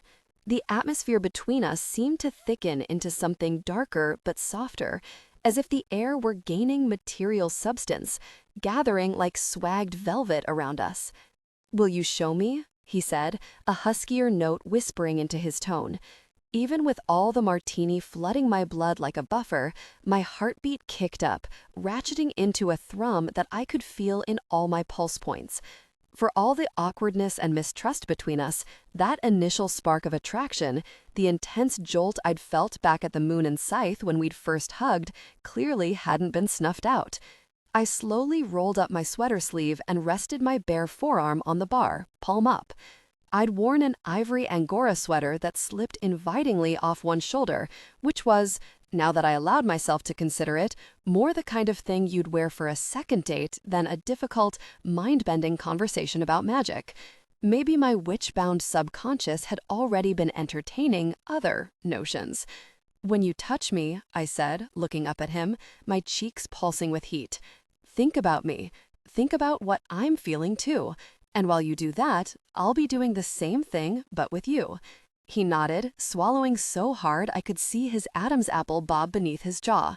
Then, without breaking that hypnotic eye contact, he stroked his fingertips up the inside of my arm, tracing a light, shivery path to my inner elbow. It was a soft touch, silken and skilled, and it would have given me tingles all on its own. But as I thought about him touching me, focusing on the idea, I could suddenly also feel the satiny texture of my own skin under his fingertips, and I could feel him feeling me in return. The bright tingle of pleasure his touch had sent surging up my arm, the sudden quickening of my breath, and below that, I could feel the instant spike of lust this sensory overload induced in him at every level. The pleasure of my skin under his thrill at feeling what I felt, both on my skin and in my response to him. It was shocking, a delicious deluge of sensory information far beyond what I'd expected, even if I theoretically knew what being witch-bound meant. "Damn," he whispered, almost reverently, lips parting, eyelids lowered. Even in the dim light, I could see how his pupils had flared, engulfing the blue in black. That is intense." "Yes," I whispered back, biting my lip hard as he continued that trailing stroke, up and down the inside of my arm, up and down, until my head swam. I could feel what seeing my teeth sunk into my lower lip did to him, combined with the sensation of feeling him experience that sharp nip as if it were happening to him. "Do you want me to stop?" he asked in a ragged, breathless tone that I liked far, far too much. Because I could feel the hard flare of his lust beneath it, the outsized and immediate surge of his desire for me, how fast this situation was spinning outside both of our control. And he already knew full well that I didn't want him to stop, but I liked that he asked anyway. "No," I said, more an exhale than a word. "Don't." With a wordless sound of approval, he slid his hand up my arm, his touch firmer now, fingertips sinking into the toned outline of my biceps under the sweater's soft fabric. He swept his hand over my bare collarbone and up the column of my neck, sliding his palm up under my hair to cut my nape, all the while never breaking our gaze. I was breathing so hard it was almost a pant, completely overwhelmed by the pounding intensity of my response. I liked sex a lot, and had had plenty of it in my time, many different flavors of it in fact, and it had been particularly passionate with Sydney, but I'd never reacted to anyone like this before, especially not before we'd so much as kissed. I hadn't even thought I was remotely capable of this kind of need. The sudden, hot ache between my thighs felt like a vacuum, like some crucial part of me was missing, and I needed to slot it back into place. I wondered, for one totally absurd moment, whether anyone had ever actually died from wanting to fuck someone this badly. Morty gave a soft, pained groan, feeling exactly what I felt, multiplied, and then inceptioned several times over by our shared sensations. He leaned across the bar and covered my mouth with his, hand tightening around my nape. His lips were plush and perfect, his tongue skimming over mine with the light flicker I liked best, and I felt my own mouth open against his, the delicate outline of my own thinner lips, the slick, silky heat of my answering kiss. It was just a kiss, not even a very deep one, and still it felt infinitely better, more thoroughly intoxicating than anything I'd ever done before. Shit, no wonder witch-bound couples stuck together, if even basic contact like this edged so close to bliss. "Fuck," Morty gasped against my mouth. Wait, just a minute." He pulled back, which felt, quite honestly, like some devastating loss, a tragedy I wasn't equipped to handle, and rested a hand on the bar, vaulting over it in a lithe, almost feline motion to land next to me. Then he stepped in front of me and hoisted me up onto the bar top, standing wedged between my knees. "Nina," he whispered, his eyes shifting between mine, glassy with a need that I felt as if it were my own, curling right alongside my desire. This time, my name sounded like a prayer, a supplication, and somehow that felt exactly right to me, like the natural order of things. "Kiss me," I ordered, and there was a new note in my own voice too, a strange undercurrent of command that I'd never heard myself make before. Licking his lips, he leaned forward, and this time the kiss was feral, a spontaneous combustion, a full-blown, transporting fire that enveloped both of us completely. He drew my bottom lip through his teeth, nipping it hard enough to hurt, because he knew already that this was what I liked, and the surge of our tongues together, his hands running up and down my back, sinking into my hair, felt like some gorgeous chaos. like wheeling together through a star-riddled expanse of space veined with whole jeweled galaxies, the rest of the world fallen completely away from us. I could feel how hard he was against me, and I slid my hand down the taut line of his belly to fondle the bulge of him pressed between us. He slipped my sweater entirely off my shoulder, letting it slide down my arm, sinking his mouth into the curve between my throat and shoulder, lips and tongue and teeth flickering against that hypersensitive juncture before he bit down on me. He was cupping one of my breasts, rolling my nipple between his fingers in that firm, deft way that felt like a stream of liquid fire, a vibrating silver thread drawn straight from nipple to clit. I could hear myself moan in a high, helpless pitch, and I could feel the effect it had on him, as if that separate sensation were also my own. The utter frenzy of desire it stoked him into, to hear and feel me want him, even as the squeeze of my hand between his legs urged him on. Holding me close with an arm wound tight around my waist, he unbuttoned my leather pants with his other hand, slipping his fingers past my panties and then farther down, grazing against my wetness and heat. "Ah, fuck me," he groaned against my neck, fingertips circling my clit, strumming over and around it. I could feel the bright, keen pleasure beckoning already, so close, way too close, given how long we'd been doing this, and he felt me feel it in a way that made his breath hitch against my skin. "Fuck, Nina, you're so wet. You feel so good." "Take off your pants," I said, again in that weirdly commanding, bell-like tone, and I liked it, liked hearing myself this way, in such control. It felt like me, the way I'd once been, with everything else, though that had never carried over into sex before. And mine, too. Damn, Nina, not even a please? And yet, tacking that on hadn't even occurred to me. He pulled away from me with a raw moan, shoving a hand into his back pocket to pull out a condom packet and set it beside me on the bar. Then he pulled his t-shirt over his head and tossed it over his shoulder, and unzipped and slid out of his jeans with impressive efficiency. Apparently, he hadn't bothered to wear anything underneath. My eyes flicking down, I caught a sharp breath at the size and breadth of him, very different and extremely more than I'd been expecting. The handful of men I'd slept with had not been this manner of equipped. He glanced up at me for a moment from under black lashes, and I could feel the ripple of his amusement, that distinctly male undercurrent of pride, as if he were somehow responsible for his own size. "This gonna be okay for you?" he asked, eyebrow lifted, a corner of his pretty mouth curling. "I don't know," I admitted, but the surge of pure desire and thrill that reared up in me at the thought of trying swept all concerns aside. "But trust me, we're gonna give it a shot." He bent to yank off each work boot and step out of them, tossing both jeans and shoes haphazardly to the side. Rising smoothly, he helped me slip my sweater over my head and tug off my own pants. I leaned back and propped myself up on my hands, lifting my ass to let him peel them down my legs. He even got to his knees to gently slip off each of my boots, setting them down with much more care than he'd given his own shoes. Like he was worshiping me with that same reverence he'd spoken my name with before. When he rose back up to meet me, I'd already ripped the condom open, reaching down for him. "You really sure about this?" he asked again, exhaling sharply against my mouth as I pulled him closer, hand wrapped around his heat, then unrolled the condom over him.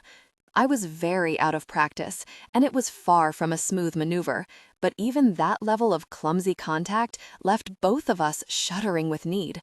"You know I am," I murmured, winding my arms around his neck. "Come here." He did, mouth covering mine, positioning himself against me. I gasped sharply at even the gentle, tentative first nudge. Even such careful pressure felt a little overwhelming. Responding to my hesitation, he moved to pull back, but I wrapped my legs around his hips, urged him closer with my heels dug into the backs of his thighs. No, don't stop," I whispered against his mouth. "Just need a minute." He nodded, exhaling a ragged breath against my lips. I could feel his caution and the swell of desire jostling against it, as if both feelings were mine, and that respect for me, combined with the blazing want, only made me want him more. "Okay," I whispered, grazing my mouth over his. Again. Slowly, with the utmost care, he moved against me, pressing a little deeper. This time, I relaxed into it as deeply as I could, lifting my hips to meet him, trusting that he'd stop exactly when and if I needed him to. "Ah, fuck," he moaned against my mouth, dragging my lower lip sharply through his teeth. A wave of giddiness swept through me like a high as I felt myself slide against the straining length of him, the taut heat of me, surrounding, engulfing, and all-encompassing. His arms locked around my waist, my mouth caught in that snaring, shared breath kiss. He began to move in long, sure thrusts, each one a bright, explosive sensation of fullness, like something I'd never experienced, never even craved this way before. Pleasure swept back and forth between us in nebulous waves, part mine, part his, until the boundaries melted away, the heat building much faster and harder than it should have. He nipped at me as I moaned against his mouth with each stroke, every kiss melting into the next, neither of us wanting the intensity of it to end. I usually had too much self-consciousness, a tendency to overthink even in moments of peak passion, for an orgasm to build with this kind of barreling speed. But now I could barely think at all, much less criticize and overanalyze myself, how I was moving, what expressions I might be making that could be less than flattering. Now there was only this crashing and spectacular chaos, Morty's pleasure building until it outpaced even mine, me feeling its every vibrating peak and valley.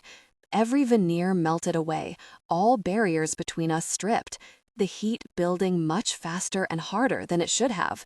He nipped at me as I moaned against his mouth with each stroke, every kiss melting into the next, neither of us wanting the intensity of it to end. I usually had too much self-consciousness, a tendency to overthink even in moments of peak passion, for an orgasm to build with this kind of barreling speed. But now I could barely think at all, much less criticize and overanalyze myself, how I was moving, what expressions I might be making that could be less than flattering. Now there was only this crashing and spectacular chaos, Morty's pleasure building until it outpaced even mine, me feeling its every vibrating peak and valley. Every veneer melted away, all barriers between us stripped. "Nina," he groaned against my mouth, the whole of him shuddering against me as he fought the tide. "I'm gonna come. I'm sorry, I can't." "No, don't be sorry," I whispered, letting my head fall back. "I want you to. I really, really want you to. Right now." With a raw, high groan, he bucked against me, all that keen pleasure spilling into me, as if it belonged to both of us. It was a high-pitched sensation, like the one I had when I came, but still differently contoured somehow, not quite shaped the same as mine. Unfamiliar enough that it drove me wild, tipped me over the edge myself. I pitched back against the bar, flinging my hands behind me to support myself as my back arched, needling currents of pleasure unfurling in my core, spiraling down my legs all the way to my toes. It came in pulsing waves with almost no space in between, a furious tightening unlike any I'd experienced before. I could hear Morty gasp as the force of it crashed over him, too, shaking us both like some massive seismic event confined to the two of us. As it faded, with agonizing slowness, I propped myself back up on quivering arms to drop my head on Morty's shoulder. He drew me gently against him, making no move to separate us, as content as I was to linger in this moment. There would probably be awkwardness later, whole oceans of it most likely, given that we were essentially two strangers who had just enjoyed life-altering sex in an extremely tacky bar. But right now, we were still too close, too deeply entwined. There wasn't any space between us yet for discomfort or second-guessing. "Well," Morty finally breathed into my hair with a soft half-laugh, reaching up to idly stroke my head. "Guess we consummated the hell out of this witch marriage." I sputtered a little laugh into the warm crook of his neck, the smell of his skin drifting up with each inhale. Every person I'd been with had a distinctive skin scent. His was surprisingly sweet, a desserty almond smell like marzipan. 10/10, 5-star consummation, yes. Maybe not the venue I'd have picked, to be fair. Thread count less than optimal, huh? Not enough scattered rose petals from a lady. This time, the salty nickname felt like a true pet name, genuinely affectionate, without any malice. More like thread count entirely and tragically absent. But, turns out, I can be somewhat flexible. I shifted against him, taking another deep breath. Also, you smell like cake. Do I? I could feel his amusement, curling up against mine like a wisp of smoke. Never heard that one before. Feels like you think that's a good thing, though. I do, I assured him, nestling closer. I love cake. He held me like that for another minute, until I started feeling a little too warm and sticky for comfort.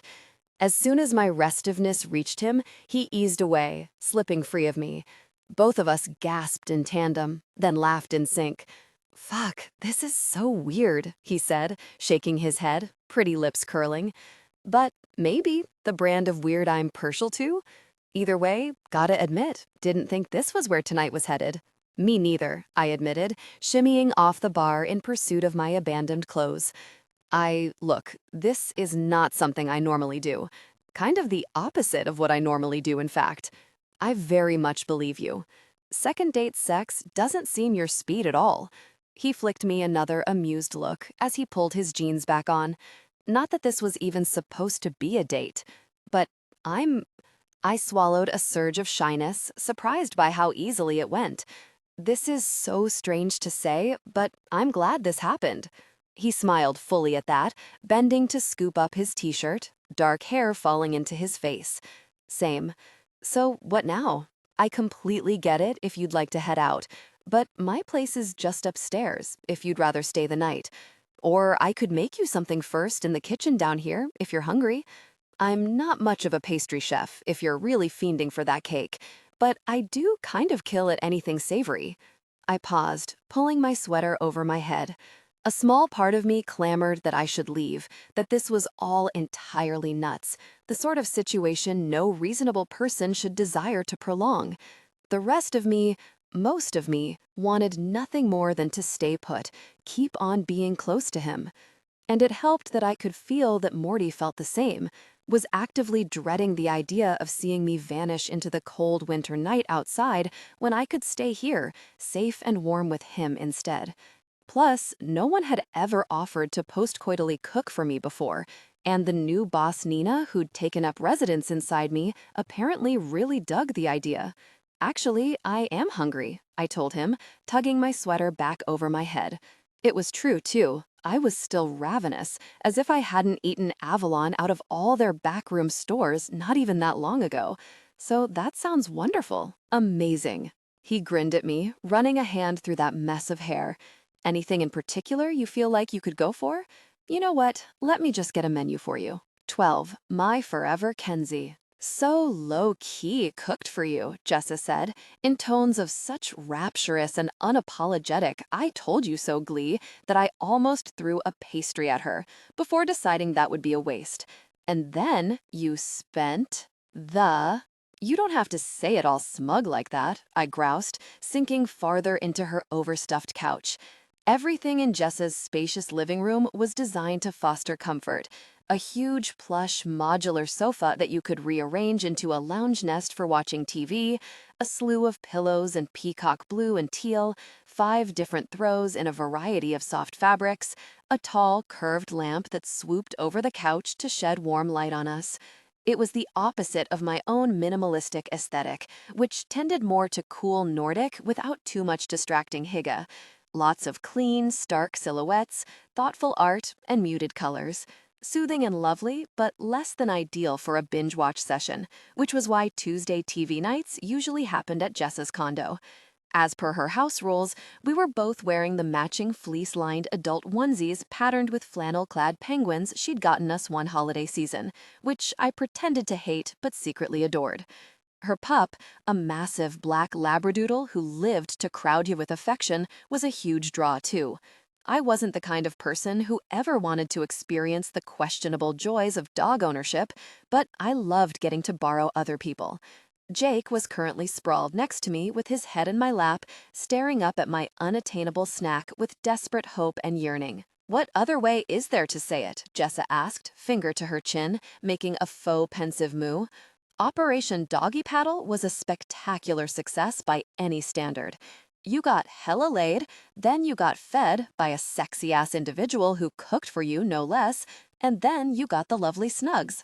I did get the snugs, I agreed, remembering the languid comfort of sleeping tucked up against Morty, the witch bond open between us even as we dreamed.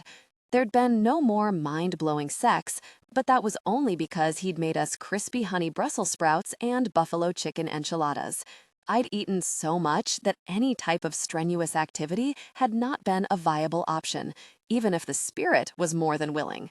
All those things were admittedly very good. And now here I am, rewarding you for losing your own bet, Jessa pointed out, gesturing at the still warm pigs and blankets nestled on a tray in front of us, one of my favorite episodes of Lost playing on her massive screen. Technically, it was your bet, that I didn't even want any part of in the first place. And yet, here you are, winning on every front, the good dick and the pastries, because I'm just that proud of both Operation Doggy Paddle and my own bestie's prowess. All things considered, you're really the one making out like a bandit here. It's true, you spoil on me, I agreed, reaching for another pastry, teeth sinking into flaky crust, followed by caramelized onion, melted Gruyere, and the bougie kind of tiny cocktail sausage.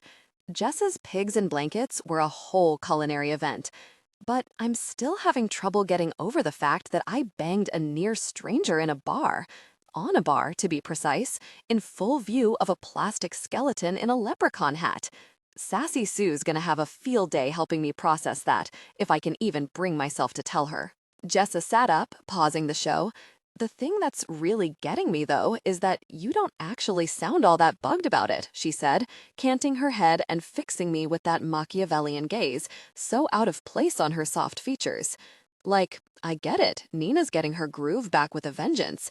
But 2 dates in a row, bar-top sex, on the second date, followed by a sleepover? No hint of any real mortification at having thrown caution to the passionate zephyrs? Why does it suddenly feel like you're judging me a little? Sweetheart, don't get me wrong. I am beyond stoked you're living your best life. But this doesn't sound like you at all. I heaved a sigh, sinking back into the nest of pillows. I'd known this was going to be a tricky conversation to navigate, without being able to tell Jessa about the witch bond, the way it had enabled me to lean into the attraction, leap into the sizzling moment, be the right kind of heedless for once in my life, while still feeling like I had both hands firmly on the wheel. How was I going to express any of that to her, or to properly explain that I was still reeling from the best sex I'd ever had? That I'd thought about nothing but Morty, the marzipan scent of his skin, his soft mouth and clever hands, the way he felt inside me, the way his feelings felt inside me too, for the past 2 days. Before I left the next morning, we'd agreed to keep the witch bond shut down when we were apart, since we were still so new to each other, so unsure of how we wanted to proceed with any of this. But I'd missed him since, almost painfully, and I'd be willing to bet much more than snacks and an evening of comfort shows that the missing was mutual. "I'm not sure myself," I said slowly, the lie sour in my mouth, even as I reached for a way to better describe the situation for her without revealing anything off-limits. "It just feels different with him. Everything feels different. He's not what I usually go for, not at all. Again, why you picked him for me in the first place. But it was, so hot, Jessa." I think maybe that's why it all happened so fast. Like, possibly neither of us was prepared for that kind of out-of-control chemistry, so it's making us, more receptive to each other on other levels too. "That does happen sometimes," she said, still dubious, but willing to take my word for it, because why wouldn't she believe her own best friend? She trusted me to tell her my truth, the whole of it. And here I was, hiding in my walled-off, secret magic garden, keeping most of it concealed from her. Like with me and Steven, it's just balls to the wall every time we fuck, and there's, like, emotions threatening to happen. Entire feelings, dude. Sometimes, Nina, I swear, we're actually almost making love. I burst out laughing at the revolted face she made at this, as though she could imagine literally nothing worse than an emotionally charged sexual connection. You are such a die-hard fuckboy, I informed her, still chuckling. I mean, I love you for it, you know that, but you really need to own it. Oh, I own it with pride and dedication, she said with a shrug, unpausing the show. Throw me a fuckboy parade any old day. Hence why it's baffling to me when one of the rotation actually wriggles under my skin like this. Like, I have you and my man Jake to tend to my emotional needs. I'm all set on that. It's okay to like them, you know, I said softly, running my fingers over Jake's warm curls until he gave a contented huff against my leg. Jessa made an ambiguous sound, eyes fixed on the TV, where Bo and Kenzie sprawled on the floor together, Bo writhing with laughter at some joke Kenzie had just cracked. I always loved the episodes that highlighted how pure their friendship was, the way Kenzie accepted her succubus bestie without any fear or reluctance, no barriers or judgment between them. And I'd never wished more that there was no minefield of secrets between me and Jessa either, that I could tell her what it had truly been like with Morty, to feel what really lay under someone else's skin, to crack a door open into their mind and have them do the same to you. To let them in a little, I added. Sometimes that can even be really nice. You know my deal with that, she said, twisting a stray curl around her finger and drawing it taut, before letting it spring back into its corkscrew shape. I'm not doing Allison all over again. That isn't how my life plays out. I did know. Jess's dad had walked out on them when she was only a baby, and her single mother had proceeded to run an entire gauntlet of turbulent relationships, dragging Jessa through all the ensuing emotional carnage, constantly seeking male validation or chasing dick, as Jessa so delicately put it, even though the turn of phrase made me shudder each time, and doing whatever it took to secure it, stability be damned. In turn, Jessa was hell-bent on overcorrecting by never desperately running after love the way her mother had, especially at the expense of a child. To be fair, Allison had gotten her act together. In her 50s, she'd married Jessa's stepfather, Daniel, who by all accounts seemed like a wonderful, decent man. So committed to his new little family, he'd actually talked Jessa's mother into moving to Thistlegrove too, so they could be closer to her. I hear you, I said, treading as carefully as I could. You know I just want you to be happy, and it sounds like, just maybe, this guy has the potential to do that for you. Perhaps, she said, a shade too brightly. I'm not planning on holding my breath, and it's not like I'm some kind of commitment phobe, dude. I came all the way to these here Illinois booties for you, didn't I? I know a solid life partner when I meet one, even if I don't happen to be dating them. Another throb of guilt lurched through me at this reminder.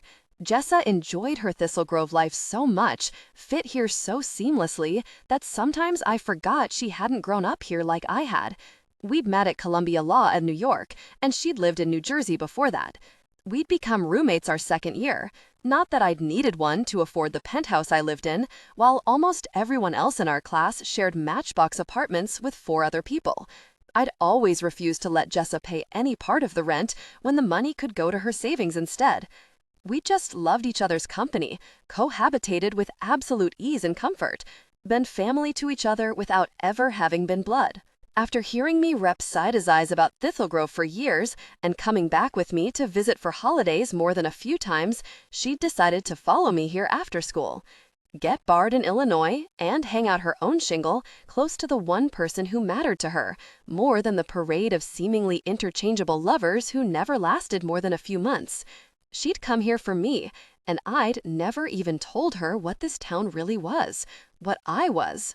And how successful would you say I've been at that? I asked, in the same carefully lighthearted tone. The whole platonic life partner thing, I mean. She paused the show again at that, catching the underlying current of gravity in my voice. What do you mean, sweetheart? She said, brow furrowing. You know you're my forever Kenzie. Okay, well, I'd say it's fairly debatable which one of us is which. I trailed off, trying to understand what I even wanted to ask her. Do you feel like I'm available enough to you? Open enough? She rubbed her lips together, still clearly a little thrown. Well, if we're really going to talk about this, I do find it just the slightest bit achy that I never get to spend time with your family. Like, they throw a literal shit ton of parties and galas and whatever else fancy. That's their main thing. Yet I've been over at Tintagel for dinner, maybe twice since I moved here? But that's because they're obnoxious, I argued, with such zest that Jake stirred against my leg, disgruntled. Both my family and all those overblown affairs themselves, for the most part. I only go to those things because I have to. This was only partly true. The real reason Jessa didn't get to Mentuai Tentacle festivities with me was because they tended to be witch community-centric events, featuring the kind of magical displays that would trigger the Oblivion glamour. Even our more casual family dinners often entailed spell work, just because it was so natural to all of us to rely on magic, to work it almost thoughtlessly. I could ask my family members to refrain on Jess's behalf, but I couldn't be positive that everyone would remember the restriction or bother to take that extra care. My family didn't exactly excel at being that kind of considerate, especially when it came to normies. Even back when she'd come to Thistlegrove with me for holidays, I'd always insisted we share an Airbnb, ostensibly because I didn't like being that close to my family for protracted periods. In truth, because I didn't trust them to behave around her. I know, I get that. Difficult mom over here too, remember? She shrugged a shoulder, smiling a little ruefully. But you do really love your brothers, even if they're kind of shitheads. And it would be nice for me to get a chance to know them better too. I didn't know you felt left out that way, I said, the space behind my sternum constricting. I'm sorry, Jess. It's really not that big of a deal, she said, reaching over to squeeze my socked foot and give it a little shake. The unruly mop of curls perched on her head in the loosest approximation of a bun quivered with the motion. I would have mentioned it if it was. Like I said, only the slightest bit achy. Same deal for how you won't come over for Seder, even though I all but send you an engraved invitation every year. And it hits a little weird that you always have plans, are somehow always busy those specific times. I hung my head, letting my hair curtain my face. That one I had known bothered her. Seder was meant to be a family gathering, and I knew Jessa considered me family, the sister neither of us had ever had. But for me, it was the flip side of the same coin. Even though technically I knew Jewish people could be Wiccans too, it felt dishonest and disrespectful to not inform someone hosting a sacred religious meal that they were breaking bread with a real-life witch.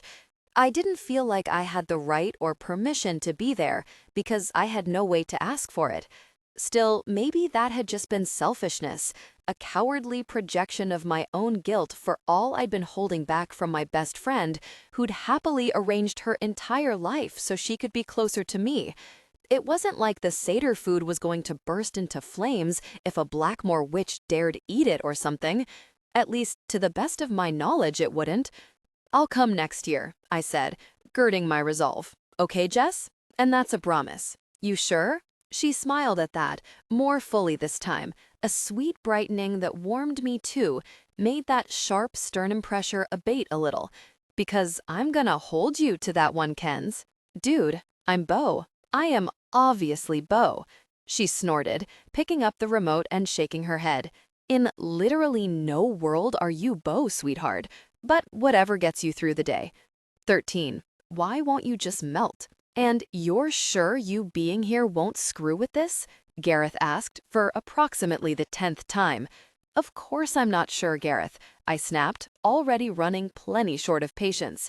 "But seeing as the damn thing won't tolerate being out of my sight, does it seem like we have a choice?"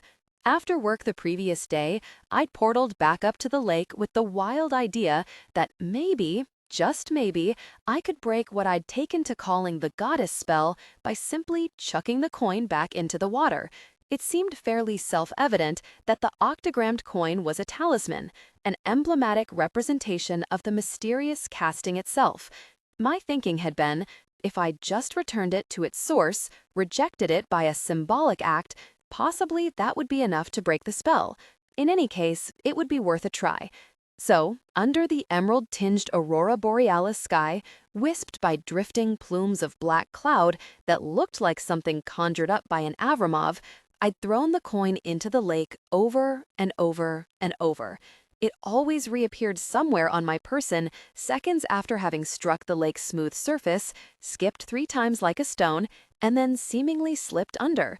Once in each of my pants and parka pockets, once tucked into my bra, and, shockingly, in my mouth, hot like an ember on my tongue, like something between a magician's trick and a caution. Oh, wouldst thou cease screwing with me, Nina? My Nina! I imagined the luminous statue under the lake belling in my head, those bright golden eyes narrowing with disapproval.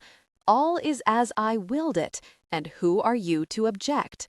I'd tried changing my intentions with each throw, intoned different mantras, even attempted keeping my mind carefully and completely blank. Nothing made the slightest bit of difference. The coin was clearly sticking with me to the bitter end of whatever this even was. Goddess-willed or no, the entire experience had severely pissed me off. I hadn't asked to be saddled with this extra power, along with the accompanying danger of triggering another cataclysmic event like the one that had happened at Castle Camelot. Not having attended oracle or priestess school or whatever degree of education was required to divine an underwater goddess's intent, I couldn't understand why such a radiant and seemingly benevolent being would be playing with me like this, toying with me, treating me frankly like the same kind of entertaining plaything on a string that Sydney had sometimes used me as. But I did know that whatever was happening to me was happening without my consent, and that wasn't something I could tolerate. So now, Gareth and I were taking another, more aggressive tack. We stood in a vast, windowless, completely empty room at the Tintagel estate, the ceiling so high it almost disappeared above us, the stone floor and walls bare and featureless. This was the cell. Not a prison, despite its foreboding name, but the massively warded haven where Blackmoors learn to wield the more destructive spells in our elementalist's arsenal. The cell was its own enclosure, a freestanding structure like a barracks set a healthy distance away from the manor proper. Just for an extra bit of buffer should anything go awry. Not that it ever had, in the nearly 3 centuries we'd been using it as a teaching arena. Every surface in the room was threaded through with hugely powerful wards.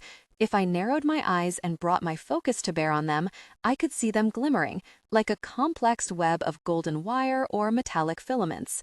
A crisscrossing matrix of potent spells that would ensure that nothing dangerous could escape this space, and that no harm would come to those within it. The idea was, Dareth would fling destructive castings at the coin. Out of the 3 of us, my brother had always excelled in elemental demolition, to try to physically, literally, break the spell by destroying its talisman. It wasn't the safest, and certainly not the smartest idea either of us had ever had, but this was the most secure place to try that kind of gamble. It's still risky, I agree, I said to Gareth, making a conscious effort to soften my tone when I saw him flinch. Sometimes I forgot how sensitive he could be when I sounded even remotely like our mother. Because yes, theoretically, just my being here might render anything you cast way more explosive, but the wards should be able to take it, diffuse and bleed off even that added burst of energy. I mean, that's the entire point of them. These wards were centuries old, designed by Kalia Blackmore herself for this purpose. Lioness and Igraine personally tended to them on a weekly basis, so the youngest generation of Blackmores could freely practice here. And you definitely want to do this? He pressed. Aggressively fuck with something a goddess gave you? I mean, shit, you know I'm all about those power moves. But this is next level, Nina. Just want us both to be clear on that. I gave a helpless, angry shrug, flinging up my hands.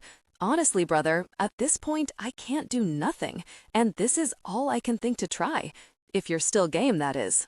Gareth nodded, squaring his shoulders and twisting his neck to each side. For you, of course I am. Let's do this. Take 1, your basic smash. He took a bracing stance and lifted his hands, murmuring an incantation under his breath. I could feel the kinetic energy building around us as raw magic rushed toward him, gathering in vast, thickening folds. funneling toward the spot right above where the coin glimmered, somehow saucily, as if it were always winking, just at me, on one of the flagstones. The air above it darkened, grew in density and substance, the faceted outline of a massive boulder appearing in the air like some huge architectural sketch, its rough lines slowly taking on depth and texture. Until suddenly, with a massive, thunderous crack, a gigantic hunk of stone hung suspended in the air, slowly rotating. It was a rough-hewn sphere, shot through with cracks and what looked like streaks of moss and lichen, which made me wonder if Gareth had actually built it from raw elemental material or simply transported it from elsewhere, whisked it here from Hallows Hill or some other rocky outcropping in the vicinity. Telekinetic spells like this weren't my forte. I wasn't even sure which one he'd chosen to use, but Gareth was a pro at this kind of brute strength display. When I glanced over at him, his boyish face was completely relaxed and serene, as if he were meditating instead of levitating a several-ton boulder 15 feet up in the air by arcane strength alone.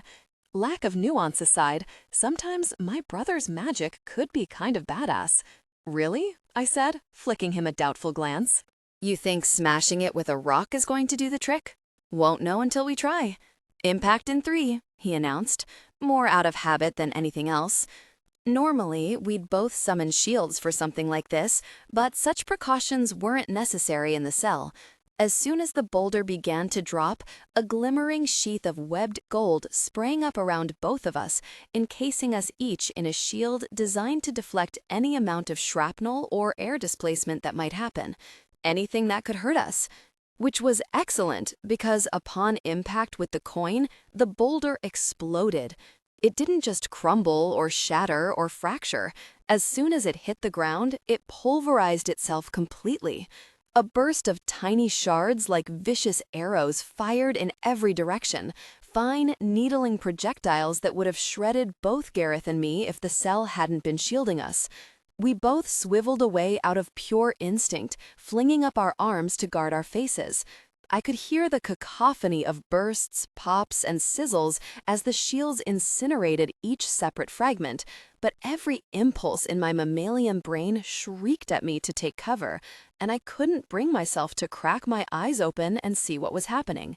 By the time silence had settled back over the room, and Gareth and I turned back to where the boulder had fallen, there was nothing left of it, not even dust. Just the coin glittering maddeningly at us, shiny and undinged, light glinting off it in that taunting way. "So that was ballistic as shit," Gareth remarked, with such uncharacteristic dryness that it startled a real, slightly shrill laugh out of me. Like, yeah, it probably wasn't going to work in the first place, but that was way out of bounds. What the hell is that coin made of anyway? Adamantium? Unobtainium? Kryptonite? I don't even get how something so small could have triggered that intense a disintegration. "Was that a real boulder from somewhere?" I asked, my own thoughts tumbling over each other. "Or did you build it?" Sometimes magically conjured constructs, even if they were, for all intents and purposes, indistinguishable from their natural counterparts, were slightly more unstable than the real thing, or considerably more so depending on the strength and skill of the caster, but Gareth was such a top-tier elementalist that it shouldn't have made this much of a difference in any case. "Jacked it from an abandoned quarry a couple miles outside town," he replied, shaking his head. "Don't worry, no one was going to miss it." So, not even construct weakness as a contributing factor, if that's what you were thinking. "So the coin doesn't respond to that kind of pressure," I mused out loud. "What about a temperature change? Deep freeze?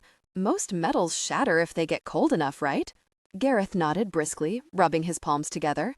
"Yeah, but you have to drop really far below zero for a lot of the hardier ones to go from ductile to brittle. I can swing it though, no problem, if that's what you want to try." "Might as well give it a shot, since we're here," I said, hands on my hips, "especially because it always feels so warm to the touch, so a cold snap may actually do the trick."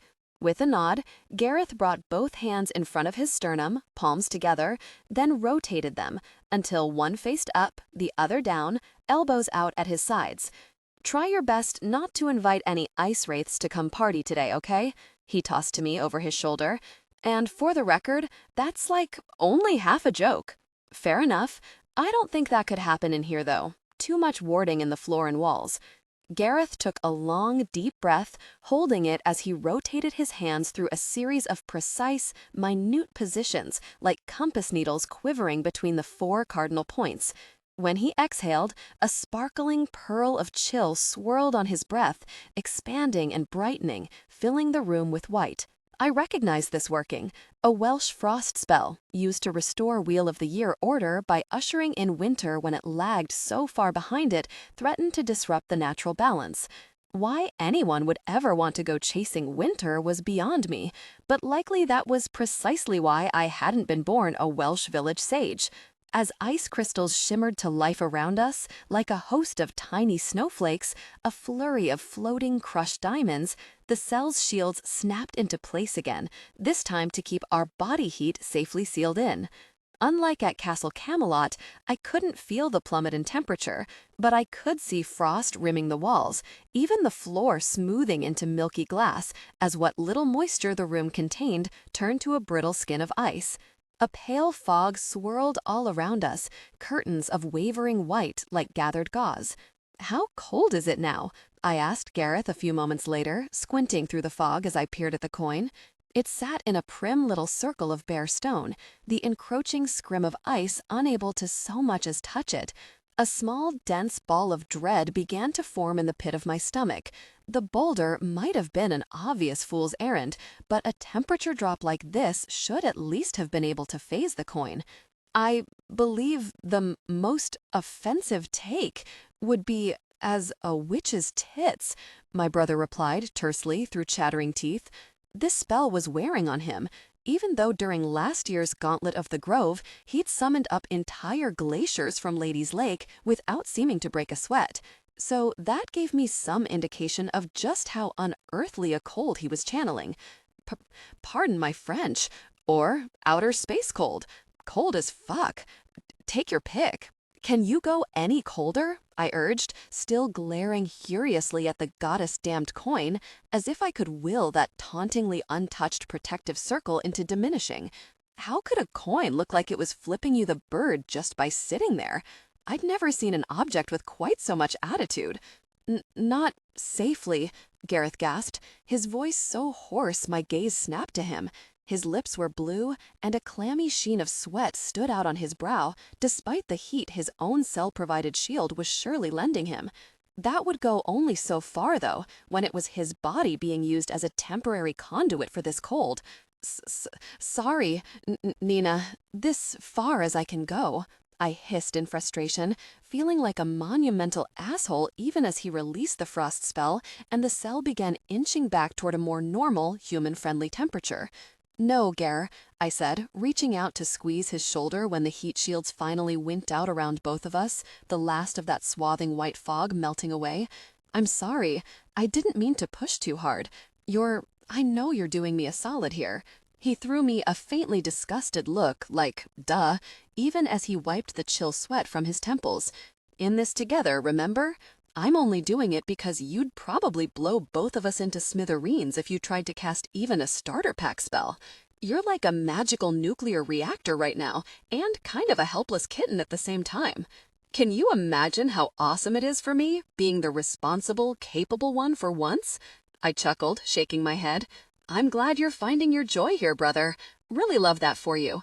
He flashed a smile at me over his shoulder, the rakish grin I knew had an entirely different effect on people not blood-related to him. "I realize you're being a dick, but I know such trifles as my happiness actually do matter to you, sis. Kind of a rarity in this family."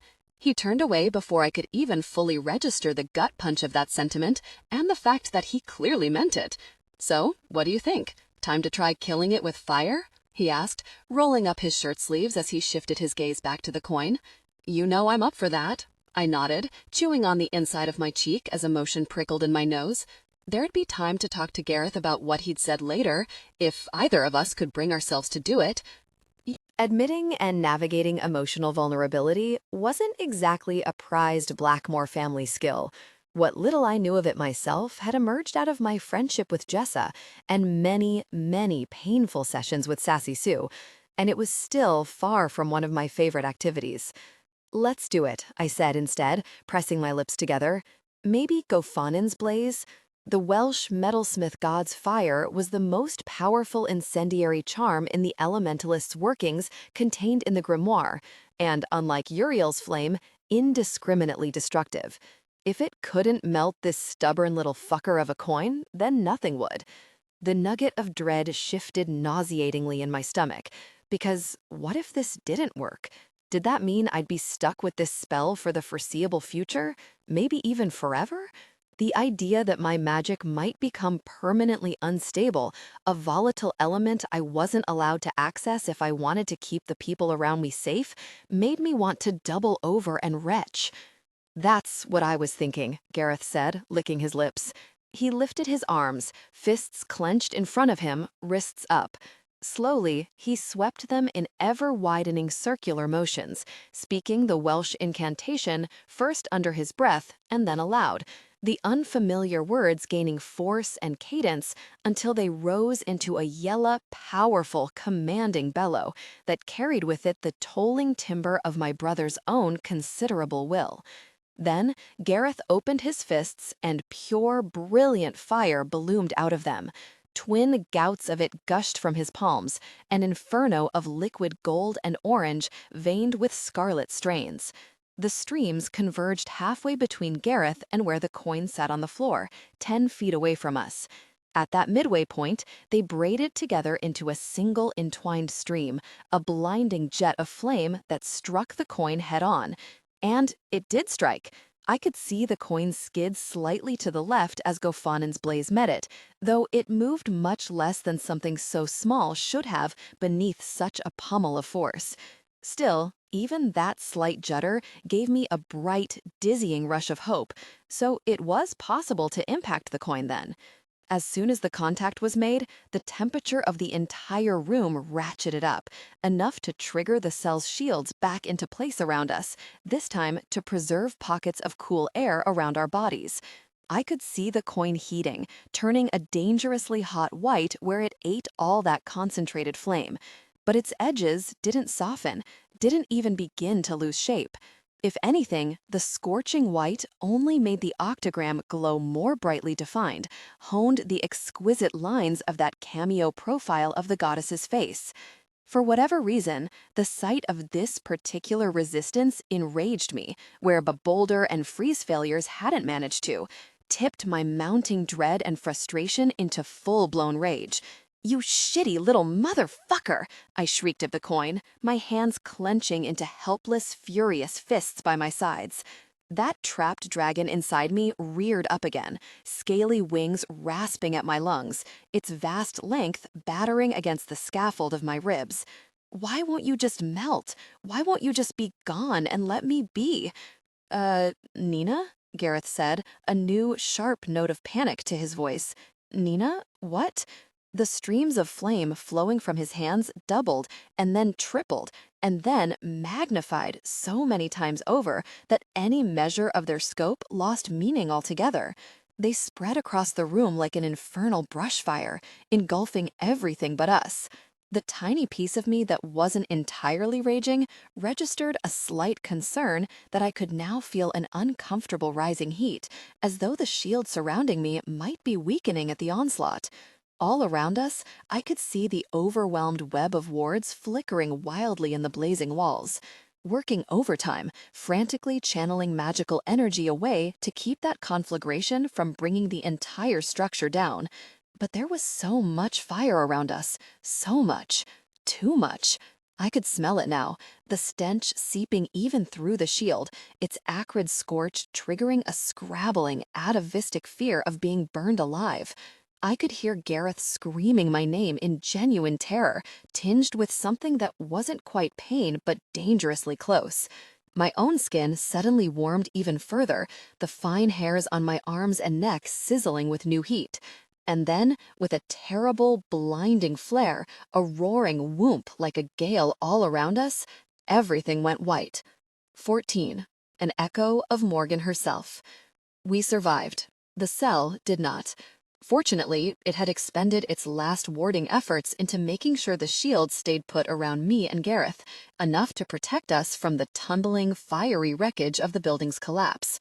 From what we'd gathered after, even with the ward's last-ditch efforts to protect us, both Gareth and I had passed out from sheer shock and the impact of that final implosion. Lioness and Igraine had portaled over and put the fire out in short order between the two of them. Together with some of the rest of the family, they'd easily levitated the charred ruins out of the way and excavated our sorry selves. And by that time, Gareth and I were feeling extremely sorry about our recent life choices. Starting to think it might have been easier if we'd actually bought it, Gareth muttered under his breath beside me, as if reading my mind. A scrawl of soot like some deathly rune unscrawled from his forehead all the way down to his jaw. His hair was a ridiculous ruckus, sticking up in a nest of ashen and blonde spikes. Lioness hadn't even given us time to clean up before marching us over to Tentacle's war room for a debriefing that had all the classical hallmarks of an interrogation. 'Cause this has the makings of a colossal cluster. "Did you have something to say, Gareth Aurelius?" our mother inquired witheringly, perching her chin on one palm. She and our grandmother sat across from us, on the other side of the massive oak round table that dominated the room. Bas-reliefs of knights on horseback galloped across the walls around us, while 4 massive Corinthian columns surrounded the table, each entwined with a circling dragon, their roaring heads coming together at the dome-vaulted ceiling to breathe painted fire into the burning sky fresco overhead. The war room always did such casual, low-key vibes. With their near-identical tasteful pantsuits and blonde chignons, Igraine's just a touch frostier. Our mother and grandmother looked like 2 beautifully kept and extremely sinister modern fates. They hadn't even bothered to include our father in what was sure to be an epic dressing down. As far as our mother was concerned, Merritt was more window dressing than person, the human equivalent of a tasteful set piece that had the good sense to yield to her opinions and otherwise stay out of her way. He was probably spending the afternoon in the stable with his beloved thoroughbreds, which frankly sounded like where I'd rather be myself. And I didn't even care for horses, not since one of his prize stallions bit me when I was 5. I still had the scar on the inside of my left forearm. Still, preferable. "You must be terribly hoarse from all the smoke inhalation, as I didn't quite manage to catch that," Lioness added, pursing shell-pink lips and tilting her head delicately to the side. That porcelain finish of hers could be so deceptive. She didn't look half as dangerous as she was. "No, Mother," Gareth replied, ducking his head, his throat working as he swallowed hard. "I don't have anything to say." We'd often found ourselves in this exact scenario throughout our childhood, but back then, he used to reach for my hand under the table for courage, confident that I'd be able to tow him safely through to the other side. This time, neither of us was quite so sure. We'd never, between the two of us, managed to bring down an entire bastion of Blackmore architectural and magical history before. There wasn't really a precedent for this kind of catastrophic screw-up. Just, clearing my throat, he finished, his jaw clenching. With an answering roil in my own stomach, I knew just how he felt. The humiliation and the instinctual fear our mother could instill in both of us just by taking that frigid tone. The unpredictable precursor to anything from a flaying by emotional scalpel to a full-fledged explosion. Gareth sometimes referred to this experience, only half-jokingly, as playing lioness roulette. Of course you were, son. When has Gareth Aurelius had anything of particular import to say for himself, scion or no? She mused, each word dripping contempt, those piercing blue eyes shifting to me. Not in recent memory, anyway.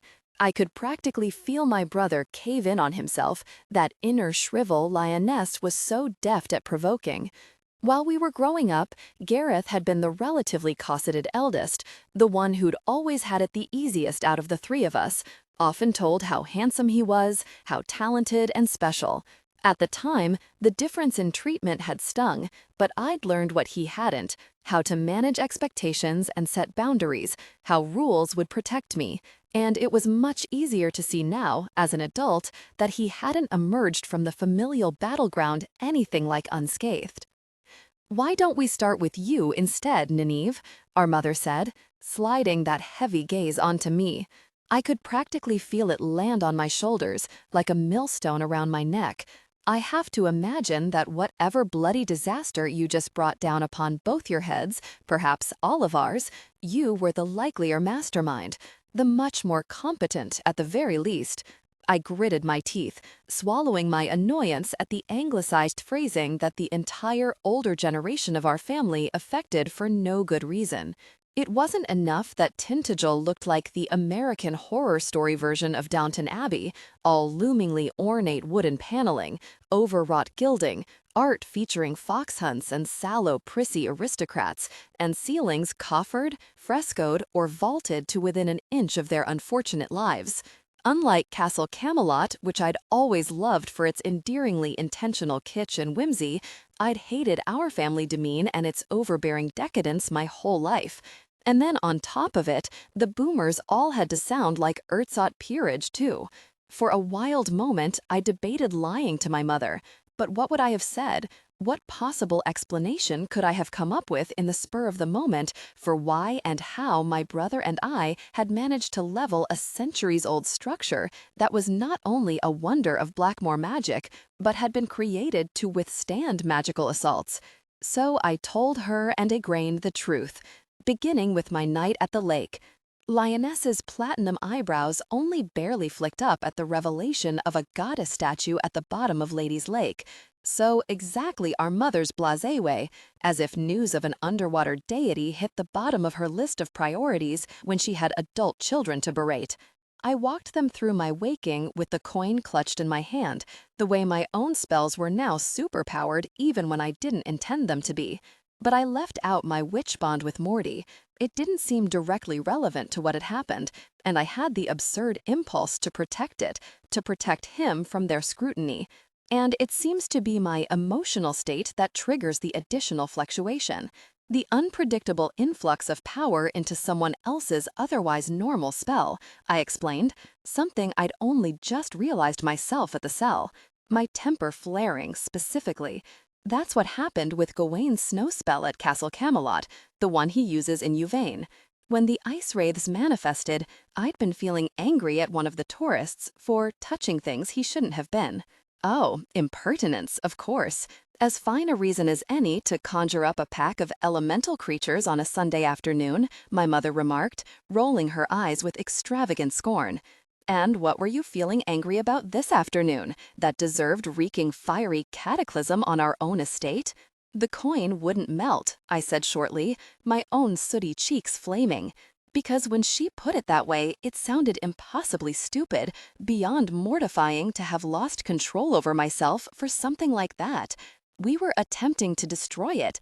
It's clearly a talisman, a locus point tied to the spell itself. I tried throwing it back into the lake already, but that failed to make an observable impact. The true question is, why didn't you come to us with all this immediately?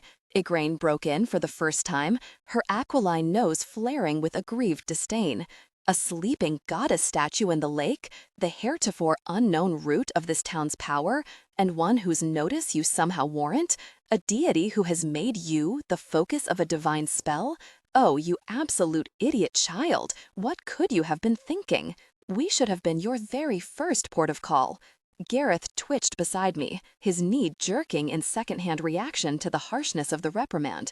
Sometimes our grandmother made our mother seem downright benevolent. It was, at least, helpful for maintaining perspective. We thought you might feel obligated to go to Emmeline Harlow with it immediately, I said, improvising, which Gareth and I both agreed would be unwise, considering our family's current standing, our precarious position with the other families. So you have managed to demonstrate some modicum of sense, Lioness replied, Igraine giving an austere nod of agreement beside her. A tiny bubble of relief expanded in my throat. I had been right to think this might be the appealingly treacherous tack to take. Of course the victor shouldn't be told, given the way it implicates us. Though why in the triple goddess's name would you have thought I would go to her with this news, put us all at risk like that? Gareth and I were unsure how the responsibilities of the elders to the victor are governed by the grimoire, mother, I said, the height of deceptive decorum. I thought you might be magically obligated in some way, as with the Arthur's bound to honesty. Igraine and Lioness snorted in tandem. As if Kaelia would ever have agreed to such overreaching terms, Igraine scoffed, rapping her long, pearly nails on the table's polished mahogany, standing as she did for blood above all else. And do you not remember our family's creed? When both their blue gazes turned sharply expectant, Gareth and I realized this was supposed to be a call-and-response moment that we were about to fumble. By wit or by might, we take what is ours, we both recited, in clumsy duet. I hated the motto, always had, and suspected that deep down at least, my older brother felt more or less the same. It made us sound like awful playground bullies by edict, stomping around wrenching candy out of other children's hands. Maybe Morty hadn't been far off at all to feel so personally offended that we'd had our eye on his property. Maybe everyone in this whole damn town wasn't that far off about us. And a silver lining worth noting, Lioness said, interlacing her hands and sliding them onto the table. Unlike the manifestation at Castle Camelot, the victor doesn't appear to have detected this fluctuation on our grounds. If she had, we'd have received her summons by now, and nothing's come from Harlow House. I suspect it was because the cell's wards shielded most of the flare before they collapsed in such spectacular fashion. So she has no reason to know this even happened, or that we, or rather you, Nynaeve, might be in the thick of it again. I expelled an involuntary sigh, grateful that I at least hadn't mucked up an even worse mess for us. That being the case, she continued smoothly, Igraine and I agree that you and Gareth should continue investigating this casting. Discover exactly what is happening, why it's focused on you. And of course, Igraine interjected, a crafty look sparking in her hooded eyes, how it might be turned into something very much to our family's benefit. Once you know what manner of working this is, Nineveh, you should be able to learn how to control it, to make it your own. And what could be better for us, more welcome, than an infusion of a sudden new strength like this? The appearance of an unparalleled Blackmoor sorceress, like an echo of Morgan Le Fay herself? A bone-rattling chill blew down my spine like an icy wind breathed down my collar, because this I hadn't even remotely foreseen. The possibility that my family could look at this affliction, this unwanted surplus of power, and see it as a blessing, an indication that we'd somehow been chosen for some dubious greatness? And yet, how could I not have immediately jumped to that possibility, knowing them the way I did? Just consider, Nineveh, Lioness said, fixing her pale blue gaze on mine, that this goddess might have chosen you for a reason, to usher in a new era for our family, a new epoch for Thistlegrove itself. Not just a return to grace for us, but an elevation to unprecedented heights. And in the meantime, Igraine added, steel girding her voice, until you have a better understanding of what transpires here, by no means should you let a single word of this slip to anyone else, particularly not to the victor herself. For a single furious moment, I wanted to stand up, argue, shriek, no, directly into my grandmother's insufferable, complacent face. No, I would not go traipsing off to become some kind of demented conquering sorceress, a new Blackmoor queen rising to wrest Thistlegrove away from Emmy Harlow, or whatever it was she and my mother were conspiring to do. No, if I managed to break this spell, Gareth and I would never even let them know how it had been done. And above all, no, I would not keep this from Emmy for a second longer. No, no, no. Understood, I said instead, biting down on the inside of my cheek until I nearly tasted metal, because this was what Blackmoors did when our elders ordered it. We came to heal and did as we were told. Thank you for your counsel, grandmother. 15. Sometimes you have to roll the hard 6. Gareth and I spent the rest of the week immersed in our mundane work. Ours weren't the kinds of jobs you could just neglect for days on end while you embarked on a magical wild goose chase or hero's journey, whichever one this even turned out to be. I had the usual stack of vendor and employee contracts and legal HR issues to review, while he had our ever-shifting portfolio to oversee.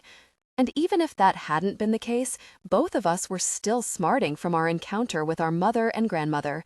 We needed time to lick our wounds separately, grapple with the usual muddle of conflicting emotions, before we went out and just did Lioness and Igraine's bidding like we always did in the end. When Saturday finally rolled around, I went to see Morty instead. I'd barely restrained myself from reaching out to him all week. Even muffled by the shielding, the witch bond tugged at me almost painfully, like a fine line of fishing wire attached just behind my solar plexus, drawing me inexorably toward him. The night before, I'd asked him to meet me at the Thistle Grove Cemetery for his first magical lesson this morning. No matter what happened with the goddess spell, I had no idea if the gift of magic granted by the witch bond was a permanent one for him. He had to learn how to navigate it, at least for his own safety if nothing else.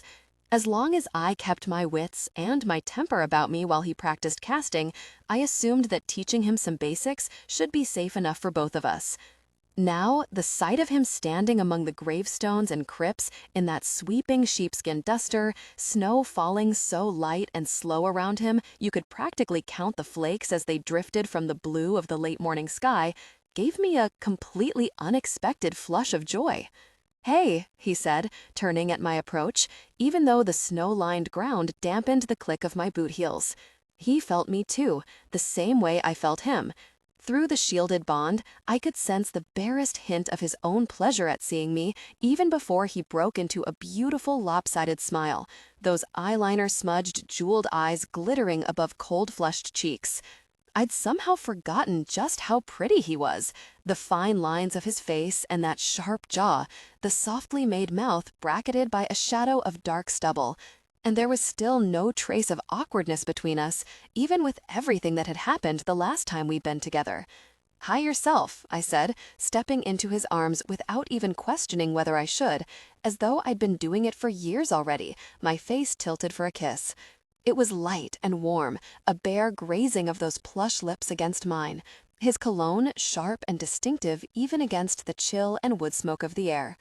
Soft as the kiss was, it still sent a pearl of pure heat coiling down my throat and into my chest.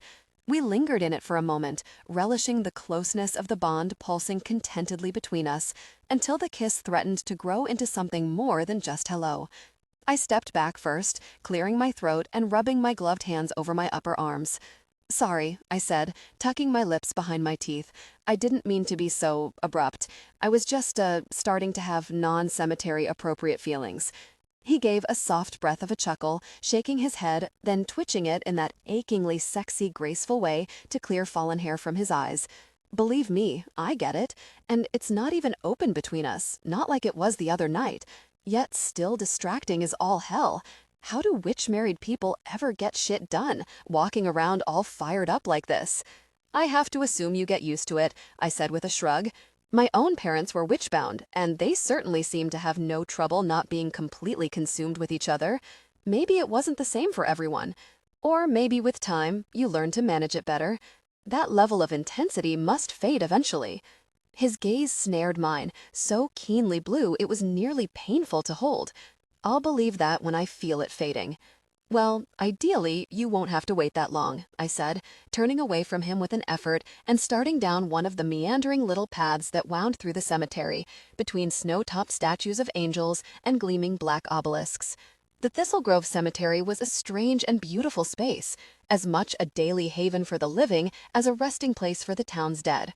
It sprawled languidly across almost 100 acres, enclosed by a fleur-de-lis-tipped wrought iron fence, lovingly landscaped and tended to in the rural cemetery style, even though many of its tombs were above-ground crypts. The kind of neoclassical, Gothic, Romanesque, and Egyptian revival mausoleums you rarely saw outside of places like New Orleans. All of the Thistle Grove founders, except for Alastair Thorne, were interred in their crypts here. Only the Thorne founder had insisted on being buried at Honeycake Orchards, in the family's private cemetery. In the summer, a luxuriant profusion of the now bare trees and shrubbery overhung the graves, lending shade to the scattered congregations of statues and sculptures. Besides your more standard angels, there was a massive marble stag with huge branching antlers that supported a series of globes-like planets. An armillary sphere, worked in a shining metal that seemed like it might be actual platinum, And in one of the tucked-away corners at the end of a path, a sculptor of a crowned lamia sat on a towering throne, wrists crossed in front of her chest, a scepter in one hand and a skull in the other. Town legend had it that some of the statues came and went at whim, old ones disappearing overnight to be replaced by new ones that had never been seen before. I couldn't have said one way or the other. When I came to visit, my own favorites were always exactly where I'd left them. That's what Gareth and I are trying to do, I went on, as Morty fell into step beside me. We were still moving in that lockstep we'd fallen into at the Shamrock Cauldron, an organic tandem that somehow looked and felt completely natural. I kept having to resist the urge to hold his hand. The desire to initiate contact with him felt almost like a compulsion. Figure out how to break this spell, or whatever it is. I assume when it goes, the witch bond will too. Even through the locked-down bond, I could feel little runnels of mutual dissatisfaction sluicing back and forth between us at the idea. Bizarre as this whole thing was, unwanted and foisted upon us as the bond had been, it seemed neither of us was completely sure we even wanted it gone. Right, Morty said, a little hoarsely, clearly suppressing the same preemptive pang of loss. And how has that been going? Poorly, I said, so dryly that he chuckled again. Catastrophically, actually. We, kind of burned down part of the estate, trying to get rid of that damn coin. Suffice it to say that our mother was not best pleased with the fallout. The flare of pain that lit inside me at the thought of her, a comet blaze of ache streaking across my chest, was so strong that it made Morty stumble, then draw up short on the path. Nina, he breathed, reaching out to take my hand like I'd wanted to do only moments before. Hold up, just wait a minute here. You're hurting. So what if I am? I said roughly, though tears were already prickling in my nose. Nina's hurting. Must be Tuesday. It doesn't matter what I feel. We're here for your lesson, not for me. Of course it matters, he insisted, gently but indomitably, as if the importance of my feelings were a fact as incontrovertible as the direction of the rising sun. He reached for my other hand, then pulled me in until I faced him, our joined hands clasped between our chests. Let me feel it, Nina. Let me help. I ducked my head, my lips trembling. You don't want to feel this, I said, in a quavery near whisper. I promise you don't. He tilted his forehead against mine, his breath steaming like a small, contained fog between our faces. Yeah, I do. And believe me, I can handle it. Whatever's going on with you, I assure you I've walked through the valley of the shadow of steaming piles of shit this past year too, so I'm about as prepped as you can get. That startled a fractured little laugh out of me, feeble and unsteady but genuine just the same. Okay then, I said softly, closing my eyes, tears pressing against my lashes. If you're sure. I'm going to drop the shield now, so be ready. Biting my lip, I lowered the defensive barrier I'd erected between us and let everything pour out in a miserable cascade. A torrent that didn't just break down the dam I'd constructed between myself and the world, but wrecked it to ruin, thoroughly demolished it. First came a rush of the pure, raw pain of how my mother treated me, and not just me, but Gareth and Gawain too, and all the ways I'd failed to protect them from being trampled by her and Ygritte over the years, even though I'd always been the strongest. Followed by the duller but no less powerful ache of the way loving Sydney had undone me, the way she'd cast me off and abandoned me the moment I no longer suited her. The way I'd started to feel like joy, or even simple contentment, had never been meant for someone rigid and bitter and broken like me. My God, Nina, Morty whispered, his voice breaking, staggering in place. When I opened my eyes, the dazzling blue of his was glossed with tears, unabashed sympathy etched onto every line of his face. Oh, lady, come here. I all but flung myself into his embrace, arms locking around his neck as his wound tight around my waist, folding me perfectly against him. Then I turned my face into his woolen collar and cried without reservation, the way I rarely let myself. Not my usual pathetic dribble of tears, but open and ugly and hard, in wrenching, heaving sobs that felt like they might crack my ribs open and let spill some crucial marrow. I could feel Morty's chest hitch against mine as he wept quietly for my own feelings, sieved my pain readily through himself. And somehow, that feedback loop between us, me feeling my own pain mirrored and felt and affirmed by someone else, helped instead of making it worse. We stood there for so long and so unmoving that a flock of hopeful birds landed around us, the ones that didn't head south for winter and were clearly accustomed to breadcrumb feasts courtesy of cemetery regulars. Amid the ruffle of their wings and the soft chorus of their cooing, I clung to Morty until the flood of agony abated, withdrawing like a slow tide, leaving behind something closer to peace than I'd felt in a very long time, longer than I could remember. All that, Morty marveled against me, making no move to let me go, the wealth of his free-flowing empathy surging inside me like a balm, a tincture for the soul, like something the thorns might know how to brew. So much pain, and you just keep it locked up inside like a fucking soldier, marching on. And shit, I thought I'd had it tough. You know what they say, I managed thickly, through the residual tears. Sometimes you have to roll the hard six. This time, his amusement bubbled up inside me too, fizzing like a swallow of Moet. Oh, of course you'd randomly be a Battlestar nerd too. How could you not be? Blame Kara Thrace/KT Sackhoff, I admitted with a little shrug. My first and most beloved TV wife. Fair enough. I could feel him smile. I was more team Leah Dama myself, but yeah, I could definitely see that Starbuck appeal.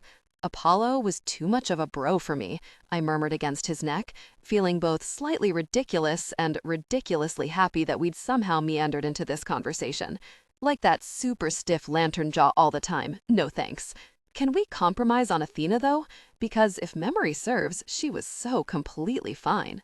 Oh, entirely. Another soft laugh into my hair before he reached up to run a hand over it, then cut my cheek. Unlike me, he wasn't wearing gloves, but his palm was still warm and the slightest bit scratchy against my skin, calluses probably from the silks. Do you want to sit down with me for a minute, talk a little, or will you be too cold? It suddenly occurred to me that I hadn't really been cold, not the way I normally got in winter, the relentless, bone-deep chill I could never shake, since my underwater foray. I wondered what that might mean, if it had any bearing on or connection to the spell. The bizarre hunger had continued, too. I was putting away more than twice my normal amount of food per day without gaining weight, and I still felt peckish most of the time, like there could never really be enough snacks to tide me over to the next meal. That sounds nice, I said, pulling back a little and tilting my head toward one of the nearby benches that sat along the paths. And I'll be fine. Unexpected upside of whatever's happening to me, apparently winter doesn't get under my skin anymore. When we reached the bench, I set a hand on one of the slats, sending the gentlest possible pulse of elemental heat through it. Even with as much restraint as I could manage, the wood momentarily glowed red, its sparkling crust of snow not just melting into a dribble, but sizzling like water splattered onto coals before it steamed off into the air. It was so smoldering hot, we had to wait a few moments for the wood and iron to cool to a reasonable temperature, and even then, residual heat seeped through all our layers when we sat down. Dang, this is actually quite pleasant, Morty remarked. A luxury seat warmer bench experience, like a spa for your ass. I gave a little mock bow, complete with a courtier's flourish of the hand. Uncontainable surplus of magic, at your service. Though I am planning on teaching you a few of the more normal spells like this today. Before we do that, he reached out and took one of my hands, folded it between both of his own, and rested it on his lap, like he couldn't bear not touching me any more than I could. Want to share what some of all that was? What you've been grappling with? I mean, that first soul-crushing rush alone. He whistled under his breath, eyes darkening. That is not an acceptable way to walk through life. Welcome to being a Blackmore, I said, with a bitter half-shrug. That was you feeling how my mother has made me feel, pretty much since I can remember. And my brothers, too. Like, we're never quite meeting her exacting standards. Like, even at our best, we're some level of defective or mediocre or vaguely disappointing for reasons indeterminate. Sometimes we get frozen out. Other times, things get very loud. You can never really tell what you're going to get when it comes to Lioness. Worst ever box of chocolates. That's fucking terrible, he said, jaw setting. Why even have children if you're going to emotionally abuse them like that? I swallowed hard at that word, though I knew that this was what my brothers and I had endured, even while we'd been showered like royalty with every possible creature comfort, shown every material indulgence. Sassy Sue had never minced words when it came to naming it either. But I still had a hard time hearing any mention of abuse spoken aloud, a part of my brain instinctively rejecting it as a silly overreaction. The same part of my brain that had been drilled since childhood that this was simply how things were, and who was I to rail against it? Part of it is generational, I think. She was raised that way too. Our grandmother is actually worse, stricter, less tolerant, even more demanding. And the worst part is, I heaved a shuddering sigh, leaning back against the bench. Sometimes, when you least expect it, my mother can be wonderful. Hilarious, warm, supportive, willing to stay up all night drinking wine and listening to your ruminations on life, or sharing behind-the-scenes gossip about the Blackmore dynasty, the wild magic she saw growing up. My brothers and I, we all have these amazing memories of her, of shining moments like that. But you never know how long you'll get, when that inevitable gate is going to come slamming back down and you're stranded back outside in the cold. You're right, Morty said, an even harsher undertone to his voice, his hands tightening on mine. That is worse. That's how they make rats lose their minds in conditioning experiments. Did you know that? Give them unpredictable positive reinforcement so they never know what's coming. Deconstruct their egos. Break down their little souls. That's what my therapist says too. I took another breath, struggling to explain the next bit. She thinks Lioness might be a narcissist, a clinical one, I mean. Sounds like it.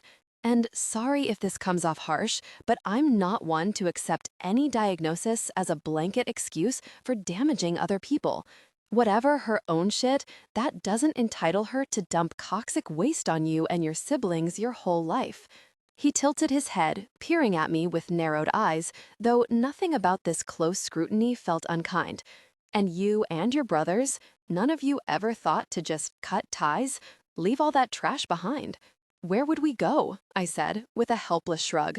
Who would we be? Even if we were okay with being cut off from the family fortune, which, believe me, all of us have seriously considered at one point or another, that's only half the point. If we move away from here permanently, we lose our magic. That's how it works in Thistle Grove. And none of us would ever do that willingly. Fuck me, Morty muttered. So that's the dilemma. It's bend the knee or lose pretty much everything. That about sums it up, I agreed, despondent.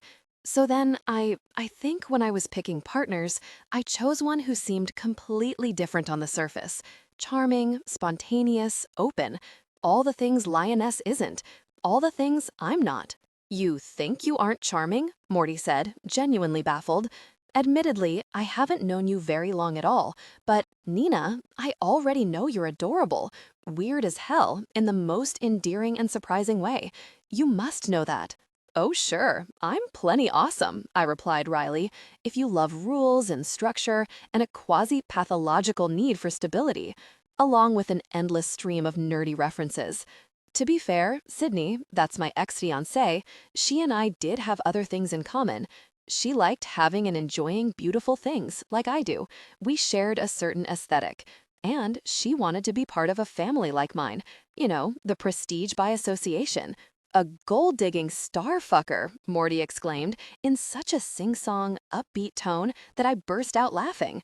Oh yeah, she sounds straight up spectacular. Fucking catch of the year right there. My best friend, Jessa, would really be enjoying this conversation, I noted. She was, likewise, not a fan, especially when Sydney changed her mind about marrying me, fairly last minute. Very apropos of her spontaneous approach to much of life, including, apparently, major commitments. She decided basically overnight that I was too suffocating to live with, and I ducked my head and nibbled at my lips, my insides quaking. I hadn't told anyone the full extent of what Sydney had said about me. Most of the time, I didn't even let myself remember it. and I had been far from mentally prepared to admit it today, much less to Morty of all people. "You don't have to say it," he said gently, skimming his thumb over my knuckles. "Not if you don't want to." "I do," I said, more fiercely than I expected, my gaze flicking up to his. Beneath all that sadness, there was a rage I'd never fully faced, a livid fury I'd been too afraid to give space to grow, and now it reared up inside me fully ablaze. Because I wasn't just feeling devastated and empty and unmoored, I was fucking pissed, and had been for a long time now, deep down in that dark oubliette where I stored my most ungovernable feelings. She said that I was like some kind of robotic protocol, a human algorithm, joyless and predictable and boring. I felt a flare of answering anger in Morty, entwining protectively around mine like a shower of sparks. "Idiot," he said simply, as if he couldn't be bothered to spare more creative invective for Sydney. "You couldn't be boring if you tried. Having rules and boundaries doesn't make you dull, Nina. From the sound of it, it's what's helped you survive the kind of family you have. And even if it hadn't, there's nothing wrong with governing yourself, setting rules for what you will and won't accept." "You sure thought there was when we first met," I pointed out, flicking up an eyebrow. Case in point, I've never felt so judged for having strong opinions about not running outside in winter. "Well, I was pretty intentionally being a dick that time," he admitted, holding my gaze easily, eyes clear as water. "Even before the whole Blackmore thing came out, I misjudged you. Thought you were only what you looked like. A basic chick looking for a little fling, a run on the wild side with someone like me before you settled down with somebody respectable. Normally, I might not have reacted quite that rudely, but I'd been having a rough time myself, and the idea of being someone for you to play with, let's say it brought out the not inconsiderable jackass in me." "A basic chick," I repeated, grimacing a little. "Okay, ouch, I felt that one." "A beautiful basic chick," he amended with a tiny smirk. "Any better?" "Not completely, but I'll own it, self-delusion not being one of my things." I glanced down wryly at the high gloss of my Montclair parka, my maroon Fairfax Favor boots. "Not like I can claim to be any kind of alternative." "What about the rest of it?" he challenged.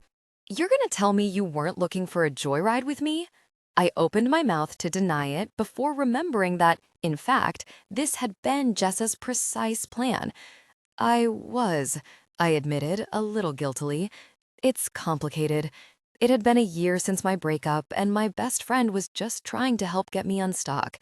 Dating after Sydney was some fresh hell, and you seemed, maybe, like someone who wouldn't psych me out too much, because we were so different, and it seemed so clear we wouldn't be a match. But I'm sorry. You're a person, not some edgy toy, obviously. I never intended for you to feel that way. He tugged me close for a quick, soft kiss on the cheek. I loved being kissed on the cheek, the casual, easy affection of it. It wasn't something Sydney had ever done with me, or a habit my family subscribed to. Of course. Nah, it's okay. You weren't doing it on purpose. That reaction was on me. How were you supposed to know that was a sore spot? He paused for a moment, eyes distant, as if mulling what he wanted to tell me. Then he gave a little nod to himself, meeting my gaze head-on again. "The thing is, I've played around plenty, right?" he said. "Been poly with a million partners, been open with one, run the whole gamut of relationship anarchy. And don't get me wrong, I'm probably never going to be down for anything totally conventional. But turns out, I do want one steady partner who also wants me, someone who's always there, someone who knows all of me, who's rock solid, not going anywhere. I need that kind of stability. Maybe I always did, but especially now." "Why?" I said, shifting closer to him on the bench until we sat thigh pressed against thigh, sensing that he wanted me even nearer. "What's changed?" "My dad has MS," he said, a muscle flickering in his fine jaw. "We found out definitively about 6 months ago, though he'd been sick for a good while before. We just didn't know what it was. That was why he retired early in the first place, passed on the shamrock to me for the day-to-day. He got the formal diagnosis right around the same time your family started gunning for the bar, and it just felt like, damn, being at war all the time, a different battle to fight every day. Oh no, I breathed, guilt lashing painfully at my insides, even as I felt the electric twinging of Morty's own fresh pain. Morty, I am so sorry. You couldn't have known. He flicked up a shoulder, glanced up at the sky. And like you said, you were just doing your job. Well, yes, and High Queen Lioness's cruel bidding, I said with a sour twist, though I knew full well that was only part of the truth. Damaged as we all were, the entire family took pride in our holdings and the idea of expanding them. They were the one thing binding us together. It was very possible I'd been more forceful and dogged than another attorney might have been, because I'd bought so heavily into the idea too. And to be honest, it's never just business with Blackmores. You're right about us. Everyone is. My family does feel a certain entitlement toward this town after so many centuries of all but running it. I have met your brother, Morty reminded me, but gently. Though now that I know what's up behind the scenes, I may have to permanently retire Fuckweasel. Many thanks, I said dryly, but I really am sorry for bringing even more of a burden to your family. On the upside, my pops is doing much better these days, he said, slinging an arm around my shoulders and tugging me closer. The meds have helped in slowing the progression, and he's in physical therapy too. I always go with him for moral support. That's where I was supposed to be, actually, when my hands turned radioactive the morning after our date. Also courtesy of me, I muttered. Along with immaculate timing, I really do give the best gifts. You do, though. I'm really not that averse to developing sudden superpowers, he said with a wink, clearly unwilling to dwell on heavier subjects. Didn't even have to get bit by a mutagenic spider or anything. Nor am I against very memorable, non-cemetery appropriate activities. So maybe we can call it even for the moment. Speaking of the superpowers, I said, getting up and extending a hand to him. Want to go break yours in a little? 16. Ice swans and silver mulberry bushes. I'd brought Morty to the cemetery because, in typically and macabrely charming Thistlegrove fashion, this was where the town held its annual ice sculpture contest. Over by the frozen pond that glittered beneath the circle of weeping willows near the center of the graveyard, Morty and I wandered through open space filled with row upon row of sparkling creations. Swans and peacocks, horse-drawn carriages and rings of fairies, lounging mermaids and whales spouting water, frozen archways so elaborate and fantastical they looked like they might lead to realms unknown. There was even an old-timey locomotive exhaling icy smoke, big enough for little kids to sit in. And, sub-zero as it was, there was no one around admiring the sculptures today, perfect for my purposes. Why the town chose to hold the contest here rather than in the Thistlegrove Square, on the Common, or even up by Ladies' Lake was unclear, but there was no question the sculptures looked particularly stunning here, set against the ice-crackled pond and the bare black flourishes of the overhanging trees, the snow-shimmered crypts rising in the distance. We're going to start with animation, I said, leading Morty over to the swan sculpture. I'd chosen to kick things off with one of the first spells Blackmore's learned, visually impressive, but deceptively simple to execute compared to some of our other elemental castings, turning inanimate matter into something that mimics life without actually being sentient. Holy shit, no way, Morty said, breaking into a boyishly delighted grin, practically bouncing from boot to boot with excitement. We talking like Fantasia, dancing brooms and all that jazz? Actually, yes, I said, grinning back, feeling the pure rush of his delight surge through the bond as if it were my own. But honestly, even better. I'm not going to demonstrate for you because Goddess only knows what would happen if I tried. Probably I'd raise an army of ice statues to march on Thistlegrove, or something even worse. And I'm trying my best to keep today's forecast clear of any cataclysmic occurrences. His brow wrinkled. Then how will I learn it? Start by thinking about how you summoned Witchlight the other day, I directed, both in the morning on your own and later at the Avalon. You began with a wish, right? A clear desire, a willful thought. It was probably a very strong one, too. Any witch can manifest a witchlight even without using the most common spell for it, but it's generally much harder to do without the incantation. So gold star to you, you're already ahead of the class. He yanked down a victory fist for himself, giving a mock smug nod. I may not look the part, but you're checking out a Thistle Grove High salutatorian over here. Would have been valedictorian, too, if it hadn't been for Emmy's overachieving ass salting my GPA. Good thing you weren't my year, I said, flicking a strand of hair coyly over my shoulder. Or I'd be the one catching that shade right now. He flashed me a defiant blue look, a corner of that delicate mouth curling with amusement. Isn't someone cocky? You never know, milady. I was quite the scholar in my youth. I might have given you a run for your money, too. Doubtful, I said, suppressing a grin as I turned back toward the swan. It peered at us with transparent eyes, its graceful neck a curving swoop like a bass clef, wings tucked against its sides. It was gorgeous work, delicately rendered to the finest detail, each distinct feather already an almost living marvel. Today, you're going to be using the animating charm. And while you speak the words, I want you to hold an image in your mind, this swan coming to life, as detailed as you can imagine it. Holy shit, no way, Morty said, breaking into a boyishly delighted grin, practically bouncing from boot to boot with excitement. We talking like Fantasia, dancing brooms and all that jazz? Actually, yes, I said, grinning back, feeling the pure rush of his delight surge through the bond as if it were my own. But honestly, even better. I'm not going to demonstrate for you because Goddess only knows what would happen if I tried. Probably I'd raise an army of ice statues to march on Thistlegrove, or something even worse. And I'm trying my best to keep today's forecast clear of any cataclysmic occurrences. His brow wrinkled. Then how will I learn it? Start by thinking about how you summoned Witchlight the other day, I directed, both in the morning on your own and later at the Avalon. You began with a wish, right? A clear desire, a willful thought. It was probably a very strong one, too. Any witch can manifest a witchlight even without using the most common spell for it, but it's generally much harder to do without the incantation. So, gold star to you. You're already ahead of the class. He yanked down a victory fist for himself, giving a mock smug nod. I may not look the part, but you're checking out a Thistle Grove High salutatorian over here. Would have been valedictorian, too, if it hadn't been for Emmy's overachieving ass salting my GPA.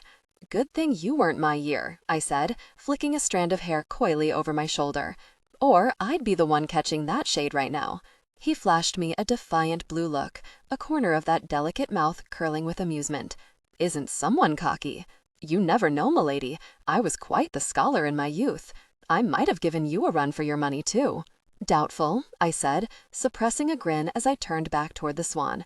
It peered at us with transparent eyes, its graceful neck a curving swoop like a bass clef. It was gorgeous work, delicately rendered to the finest detail, each distinct feather already an almost living marvel. Today, you're going to be using the animating charm, and while you speak the words, I want you to hold an image in your mind, this swan coming to life, as detailed as you can imagine it.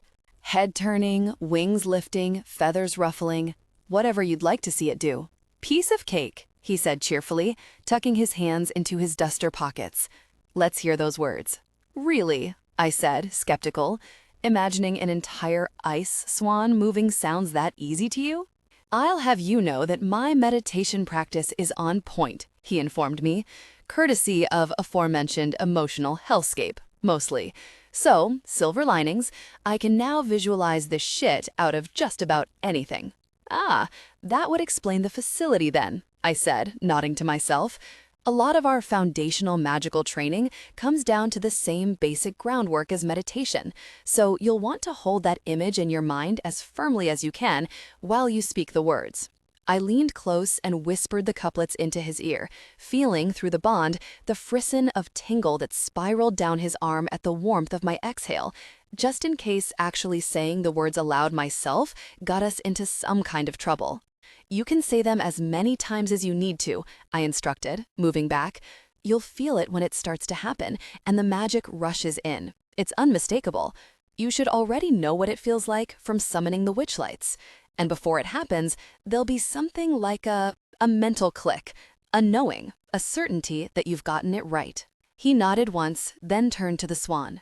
Got it, he said, closing his eyes. There was something infinitely endearing, almost tender about his earnestness, how seriously he was taking this lesson, like the most avid student. I wouldn't have expected teaching him to feel so pure. To be fair, I'd never taught anyone spell work. It was a specialization within the magical community, with a certain number of members of each family training to be teachers for the next generation, a profession funded by contributions from the witch community at large as set out in the grimoire. So maybe it was always satisfying to impart this kind of knowledge, even if I didn't really know whether I was doing it right.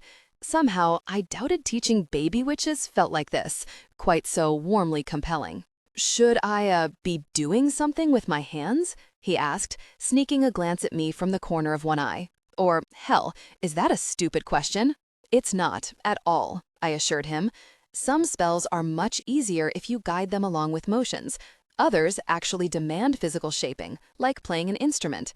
But for this one, it isn't necessary, unless you feel it helps you hold fast to the visualization in your mind. Maybe I'll mess around a little then.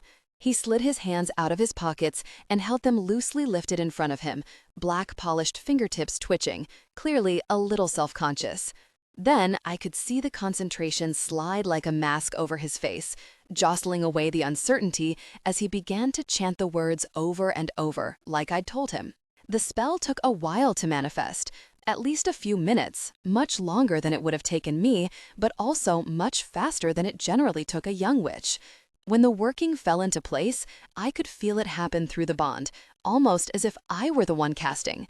The heady, shimmering rush of magic welling just beneath the skin in sparkling streams, like sweetness singing through your veins.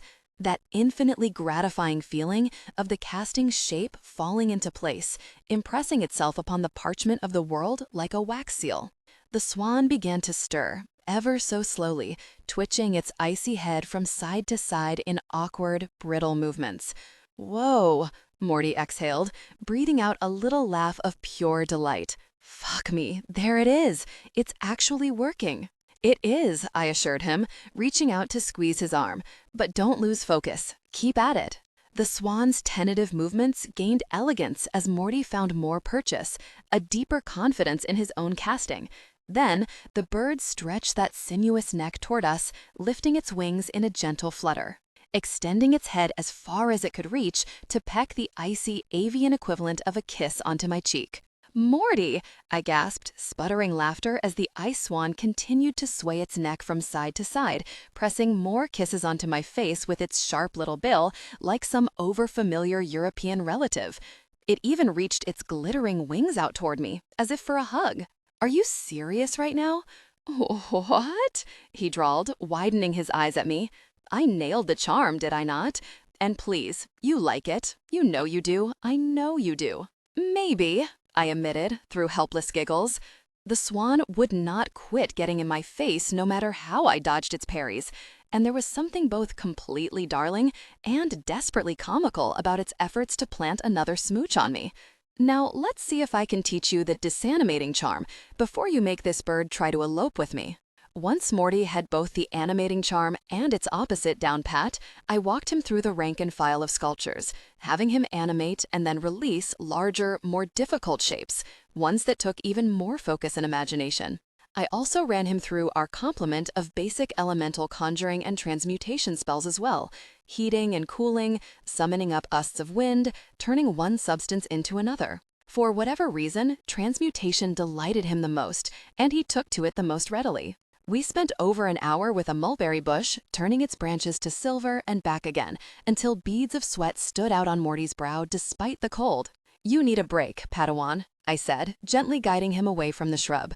"It's not safe to push yourself this hard when you've just started learning." "Are you kidding?" he demanded, sheer joy blazing on his face. He really was a natural at it, stronger than many of the Blackmore witches I knew who'd been born to the blood.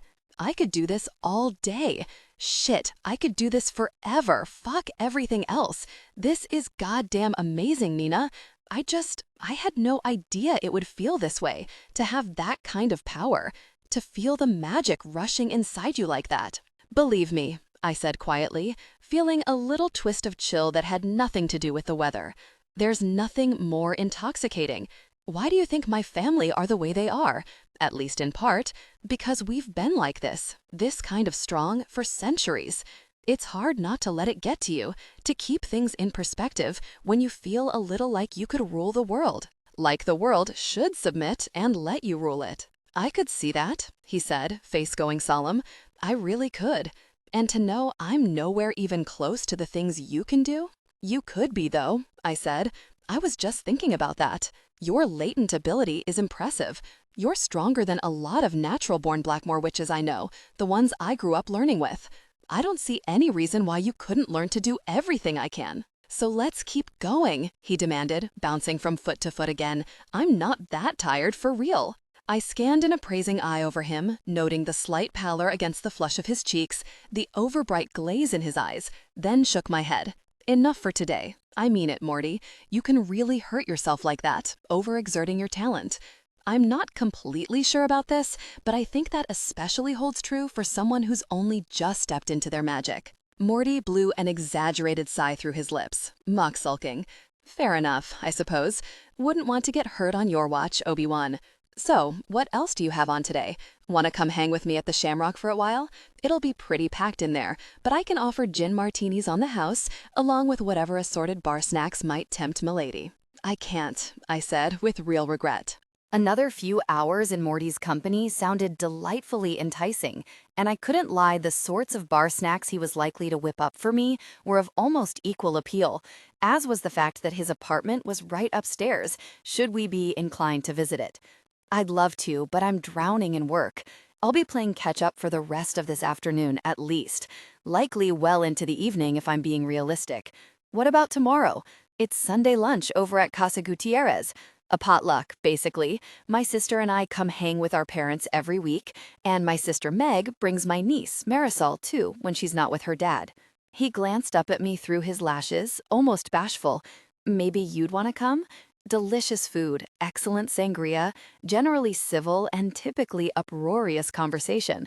It's a good time, promise. I'm sure it would be, but a family lunch? I asked, balking. With your family? I realize you probably don't need reminders on this front, but you do recall I'm still a Blackmore, right? Do you really think they'd want me there, under their roof, given, well, everything? Morty cupped my face with gloved hands, leaning in just enough to brush his nose lightly over mine. You're not some rando Blackmore, you're Nina. But that's kind of the point, isn't it? I insisted, though even as I argued against it, I realized how much I did want this, to steal a glimpse into this piece of his life that sounded nothing like mine. You won't be able to tell them about you and me, what I really am. Won't that bother you? Won't you hate it keeping them in the dark like that? Oh, it'll bother me, no question, he admitted with a shrug. But it'll also be worth it, for you to get to know them. And you don't? You don't feel like it's too soon for that? He made a face like, what even is time? Which, given our circumstances, felt fair enough as an assessment. I don't think any particular timeline applies to this, do you? To us? And it's no pressure, really. But if you do want to come, I'd be stoked to have you there. Well, okay then, I said softly, a warm, happy flush stealing into my cheeks. That he would invite me to something like that, despite the harm my family had done to his, that he'd draw such a clear dividing line between who I was and who I'd come from. I'll think about it. But let's go with a tentative yes. 17 offerings of flowers and cake. Standing on the Gutierrez's welcome mat the next day, with a gigantic orchid arrangement under one arm and a string-tied bakery box of Camelot's fanciest caramel apple cake under the other, I wondered what in the unknowable cosmos had possessed me to agree to come. Maybe the goddess spell included a mind-addling element that had only just begun to express itself, or possibly, and more likely, I hadn't given Morty's considerable charisma and powers of persuasion the full credit they deserved. Because what else could explain my having shown up here of my own free will to what was functionally enemy territory, about to present offerings of flowers and cake to people who believed my family had been actively trying to encroach on their livelihood? Even if Morty did want me here, how could it be respectful or appropriate to impose on his parents that way? I took a step back, arguing with myself, half turning away just as the door flung itself open to reveal no one. I blinked, wondering whether Morty's magic was manifesting again in unexpected ways. Then I lowered my gaze to find a tiny girl with waist-length beaded braids and a maroon corduroy dress under a pink Paw Patrol cardigan staring up at me with huge, solemn brown eyes. "Hello, Nina Blackmore," she said, with the bizarrely perfect diction of a tiny herald instead of an ostensible 5-year-old. "My Uncle Morty said you'd be coming today. I saw you from the window, but you looked like you were leaving." Ah, I flailed under that unflinching brown gaze, desperately trying to exude the impression that of course I'd been planning to do no such ignominious thing as flee before I even knocked. "Nope, no, here to stay. I brought some presents, too. I hope you like caramel apple cake." A pearly, baby-toothed smile transformed that serious little face, a deep thumbprint dimple denting one round light brown cheek. "I love cake," she informed me in a conspiratorial whisper, shooting a furtive look over her shoulder like a secret agent. "I'm going to eat a whole bunch of it. Don't tell my mommy, okay? She's only that demented about not letting me have sugar." The faint brogue that stole into her piping voice made me think she'd heard that expression from someone else, possibly an Irish grandmother less averse to doling out sugary treats, if I had to guess. "Got it," I whispered back, giving her a grave nod. "It'll stay between us." Morty appeared behind his little niece, setting a hand on her shoulder. He wore unripped jeans and a green cable-knit sweater much more conventional than anything I'd seen him in before. Along with zero makeup, his fingernails were stripped clean of the chipped dark polish I was so used to seeing on him. Even his hair seemed somehow less unruly. I remembered him mentioning how he made concessions around his mother when it came to gender expression. And ironically, the fact that he also had to accommodate one of his parents gave me a little confidence boost. If there was one thing I understood, it was having to walk on eggshells, tiptoe around another person's needs. Maybe things weren't that different in this household. "Let's let Nina in, Soul, okay?" he said, winking at me as he squeezed her little shoulder. "And keep all the heat in while we're at it." "Okay." She whipped around, braids clicking against each other as she skipped back into the house. "Mommy, Nina Blackmore said I could have a whole cake, and she's our guest, so you have to let me. That's the rules." Her mother's response drifted in from the next room, not quite audible, but in a distinctly unamused tone. Morty and I winced at each other as I stepped in, both of us biting back laughter. My first impression of his parents' home was a balmy heat almost completely alien to me when it came to interiors. I kept my loft at a reasonable 72 degrees or so, but I'd grown up in the drafty, chilly palace of Tintagel, which never rose above the low 60s, like we all might melt into some unacceptable softness if we weren't always kept on ice. The Gutierrezes, on the other hand, clearly believed in having their thermostat set to summer. The warmth only enhanced the savory aromas drifting into the foyer, of simmered tomatoes and garlic, and the rich, yeasty smell of home-baked sourdough. "For the record," I told Morty, handing my packages over to him so I could squirm out of my parka and hook it on an already heavily laden coat tree, "that is not what I said." "Oh, I'm sure. Marisol doesn't exactly believe in nuance." He pulled a grimace, widening his eyes. "Neither does Megan, only in the other direction, kind of. So at least Soul comes by it honestly." "Wonderful," I muttered, reaching out to take back the flowers in the cake box. If I was already in the doghouse, I might as well make a more formal gesture out of my offerings. "Already getting off on a fantastic foot with your family." "Oh, it's gonna be great," he assured me, leaning in for a light hello kiss. I could feel that warm, blithe confidence lapping at me reassuringly through the bond. He definitely believed his own optimism at any rate, enough to ease my misgivings just a touch. "You'll see." I trudged after him through a comfortable family room featuring a huge flat-screen TV displaying an atmospheric crackling fireplace, presumably since lighting a real fire at the current ambient temperature would have melted everyone's skin off, well-loved brown leather furniture, pastoral landscapes, and an array of thriving houseplants clustered beneath the windows and suspended from the ceiling. Someone in the family had a green thumb and gravitated toward the kind of sturdy, leafy plants that had very little in common with the dainty and demanding flowers I'd brought down. The narrow hallway, I spotted a home office off to one side, likely where Morty's mother kept the books for the bar, a tiny guest bedroom cum library to the other. Sometimes I manage to forget that other people, the vast majority of people in fact, lived in normal houses like this, with narrow corridors, zero picture windows, and ceilings that didn't soar theatrically above your head, to the extent that the lack of space seemed a little shocking to me, almost claustrophobic. This particular knee-jerk reaction was not one of my favorite things about myself. Used to be my bedroom, Morty remarked as we passed the guest bedroom, waggling his eyebrows at me. Teenage kid's dream, pretty much. First floor, easy access to both the front and back doors, window that opened into the yard. Perfect for sneaking out to engage in questionable activities should one be so inclined. Something teen you never even contemplated, I'm sure. Of course not. Do you even know me? He retorted, fluttering a hand to his chest in mock outrage. I was an exemplary youth in every respect. Right, super circumspect. As we walked, I also noted that every door we passed was flung open, as if even the concepts of privacy, secrets, and solitude were foreign to this house. Morty led me to the open-plan kitchen and dining room, where everyone was already gathered, with the kind of comfortably familiar energy that indicated that this was the true heart of the house, the room where the most time was spent.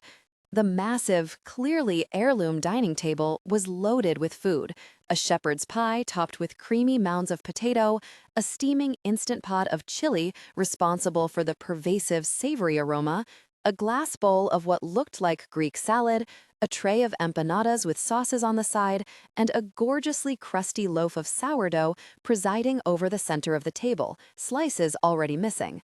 There was no rhyme, reason, or general theme to the dishes, besides the fact that they all looked mouthwatering. A ponytailed brunette with a striking, strong-jawed face, her flannel shirt unbuttoned over a white tank and low-slung jeans, was lifting Marisol onto a booster chair. So this was Megan, Morty's older sister.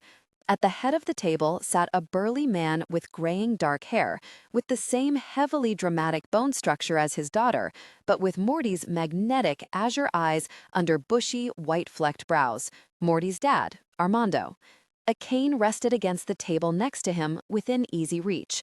On his other side sat Morty's mother, Fiona, bird-boned and slim, her light brown hair pulled back into a low bun, her delicate features reminiscent of Morty's in a resemblance so pronounced it was almost jarring. I could see what Morty had meant back at the Shamrock when he told me there was no way his parents weren't his parents. He looked like the clearest possible amalgam of the two of them, with the balance tipping toward his mother. The way that I was unmistakably my father's daughter, at least when it came to looks.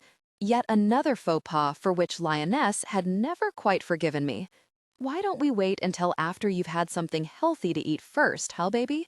Megan was saying to Marisol, in the kind of strange tone I associated with parents reaching the outer limits of gentle parenting.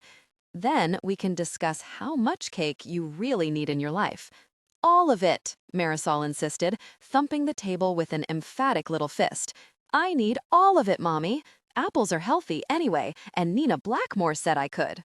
Gritting my teeth, I paused in the hallway behind Morty as Megan's face tightened, wondering if it was officially too late to beat a retreat, and, alternatively, whether Marisol would feel obligated to call me by my full name every single time she mentioned me, just in case anyone might forget who I was. Given children in general, and my luck of late, chances were solid that this trend would continue. "Maggie, sweetie," Morty's father said, his S just the slightest bit slurred. I'd stayed up late last night reading up on MS, and I knew it could affect speech as well as movement during flare-ups. Other times, it was all but invisible, a malevolent lurker hiding in the nervous system, preparing to mount its next guerrilla offensive. "It's just cake. She's not really going to eat." "Boundaries, Pops," Meg replied, just a little testily, like this was territory that had been trod many times before. "We're learning them, remember? And I'm the one who sets them? That's how this parenting thing is supposed to work?" Morty's mother pursed her lips in amusement, flicking her eyes skyward when her daughter turned away.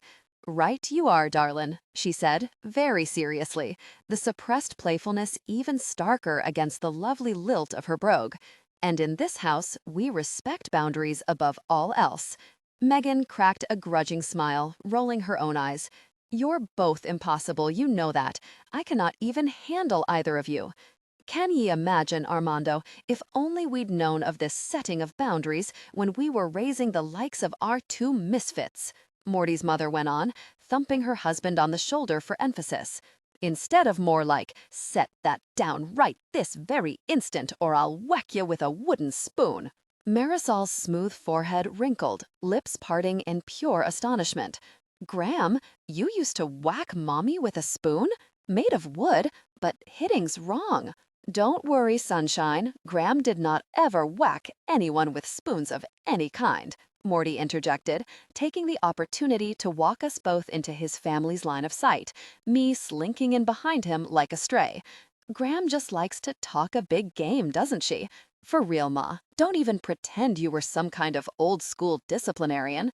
I've been respectfully ushering spiders out of the house for you since I was 7 because you wouldn't smush one to save your life.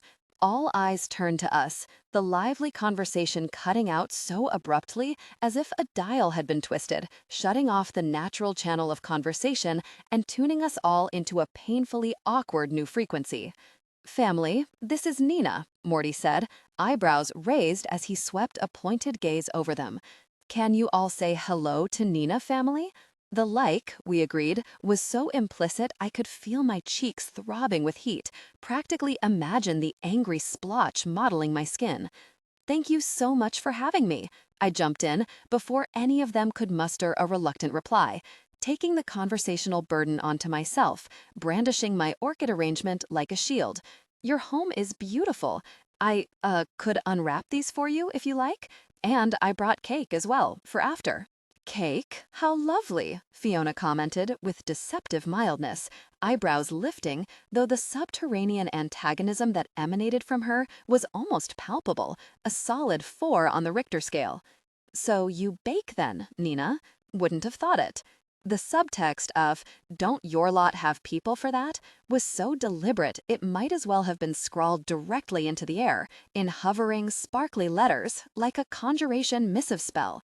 I swallowed hard, wondering why I'd thought gaudy orchids and purchased dessert would absolve me of my name here, where everything was clearly both homespun and made with love. I could feel Morty sense my guilt pulsing through our bond, shot through with mortification, along with the answering flare of protectiveness my emotions elicited in him. He was ready to defend me from his own family, people whom he clearly adored, and who hadn't actually done anything wrong by me, besides being rightfully wary of my presence in their home. I'd be damned if I was going to put him in the position of having to act as my champion here. Not when I could do that for myself, come what may. No, I don't bake, I admitted, twitching one shoulder.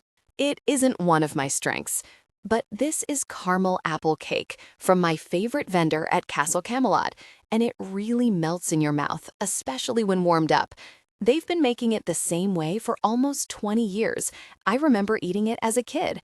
So I thought, well, if you're being so kind as to offer me a place at your table today, the least I could do was bring you my very favorite thing from home. Fiona's gaze softened at that. Even Armando seemed to relax a little, though his gruffer face gave less away. Only Megan's energy stayed steely, completely reserved, her bold face shuddered.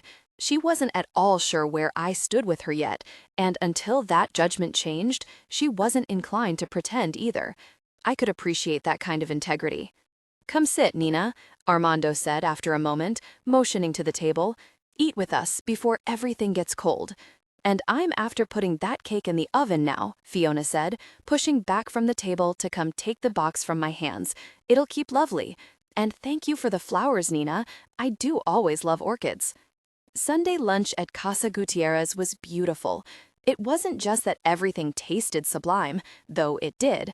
The sangria was tart and rich, the sourdough round somehow both fluffy and chewy, and the chili had an intense umami note to it, which, Morty slyly revealed, after much badgering by both me and Megan, came down to generous dollops of peanut butter. It was also the way that the Gutierrezes treated each other, the currents of easy affection that flowed between and around them as warm as the air in the house itself. Everyone catered to Armando, refreshing his water and sangria glasses, refilling his plate for him with seconds and then thirds. The banter between Megan and her mother maintained a teasing timbre that never tilted into anything remotely cruel. At some point, Morty and his father even got into a gentle argument about the possibility of getting a service dog for Armando. "It's that I don't need that yet, son," Morty's father insisted, holding up a staying hand. "When I do, you'll be the first to know, I guarantee it." "But you've been saying that for months now, Pops," Morty pointed out, head tilted. "And remember what the therapist told us. It might stabilize you even better than the cane. I've got a bunch of articles about the benefits. Will you at least look through those? For me, Pops? I can send you the links." "I'll keep thinking about it," Armando replied equably, giving a measured nod. "And of course, I'll give your articles a read, son. Send them anytime." Morty nodded, seemingly appeased. I'd been so steeled for an explosion or an icing over between them that it was absolutely stunning to me when none came.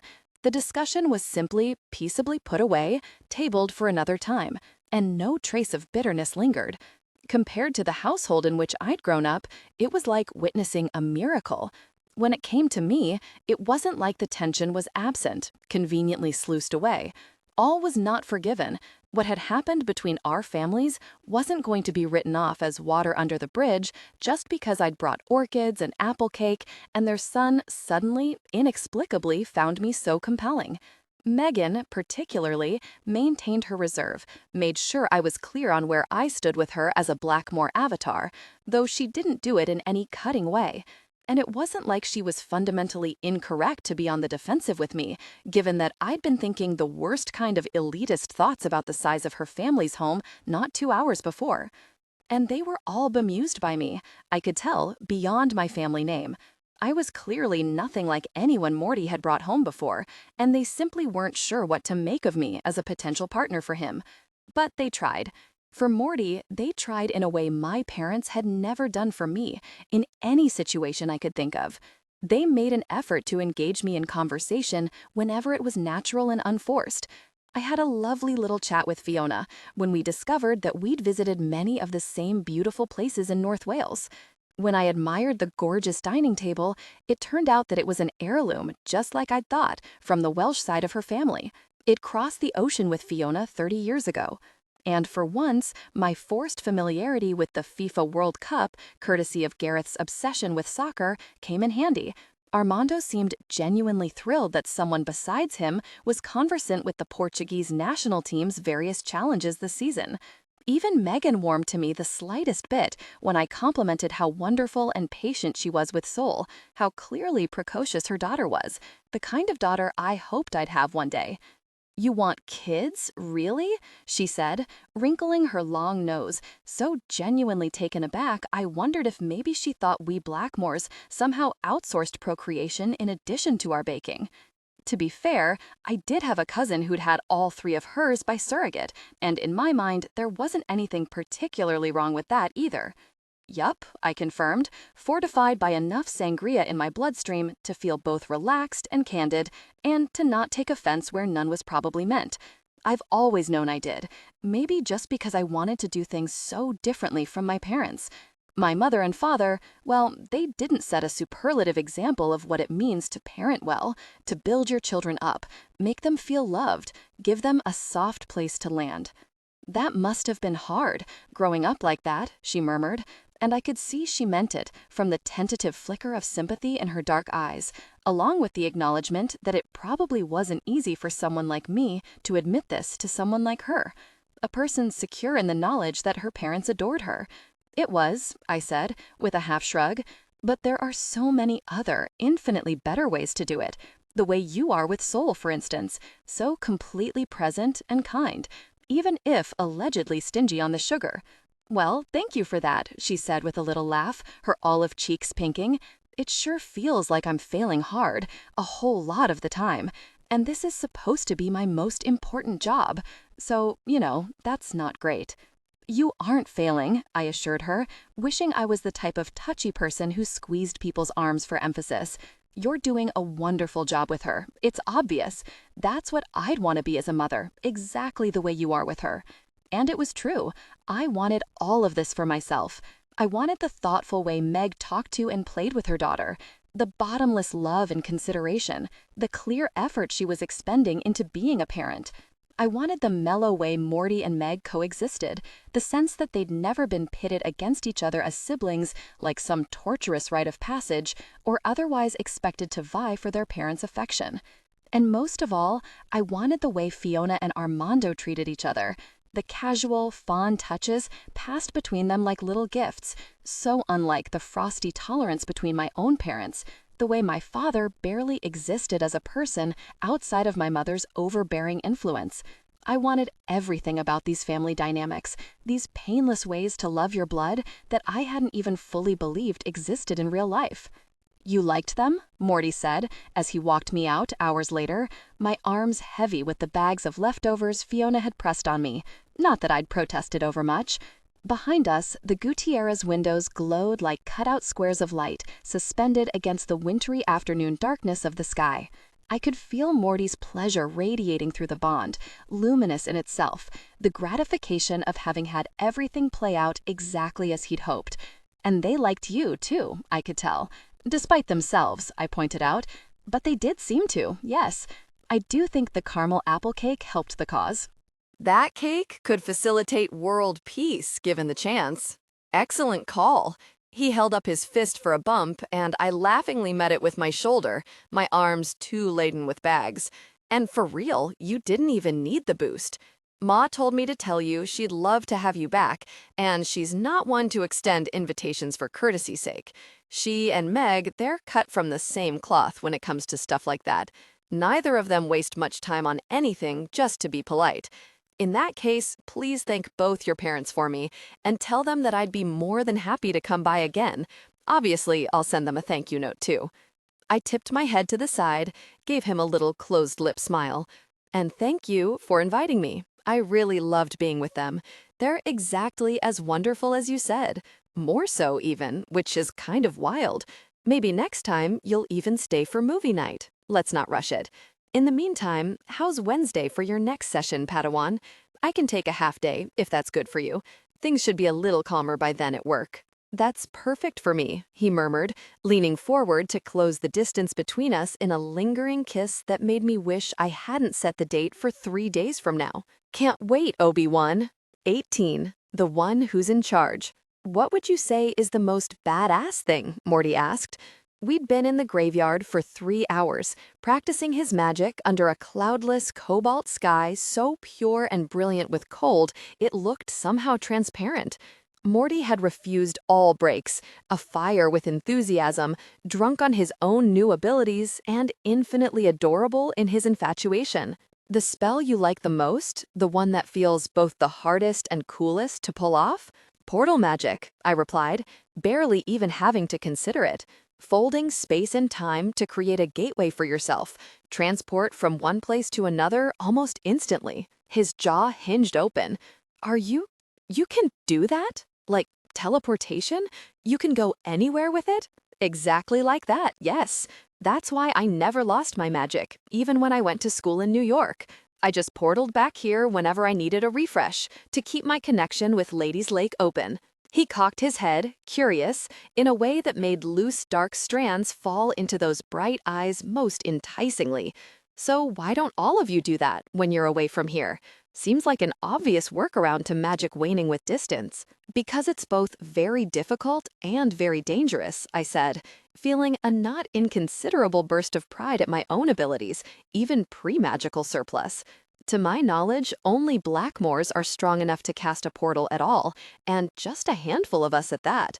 My grandmother and mother can both portal. So can Gareth. He's garbage at it, so he barely ever tries. And, like with any other skill, you only get better with practice. But you can do it, right? He said, and the sheer confidence in his voice, the absolute lack of doubt in me, warmed me all the way through.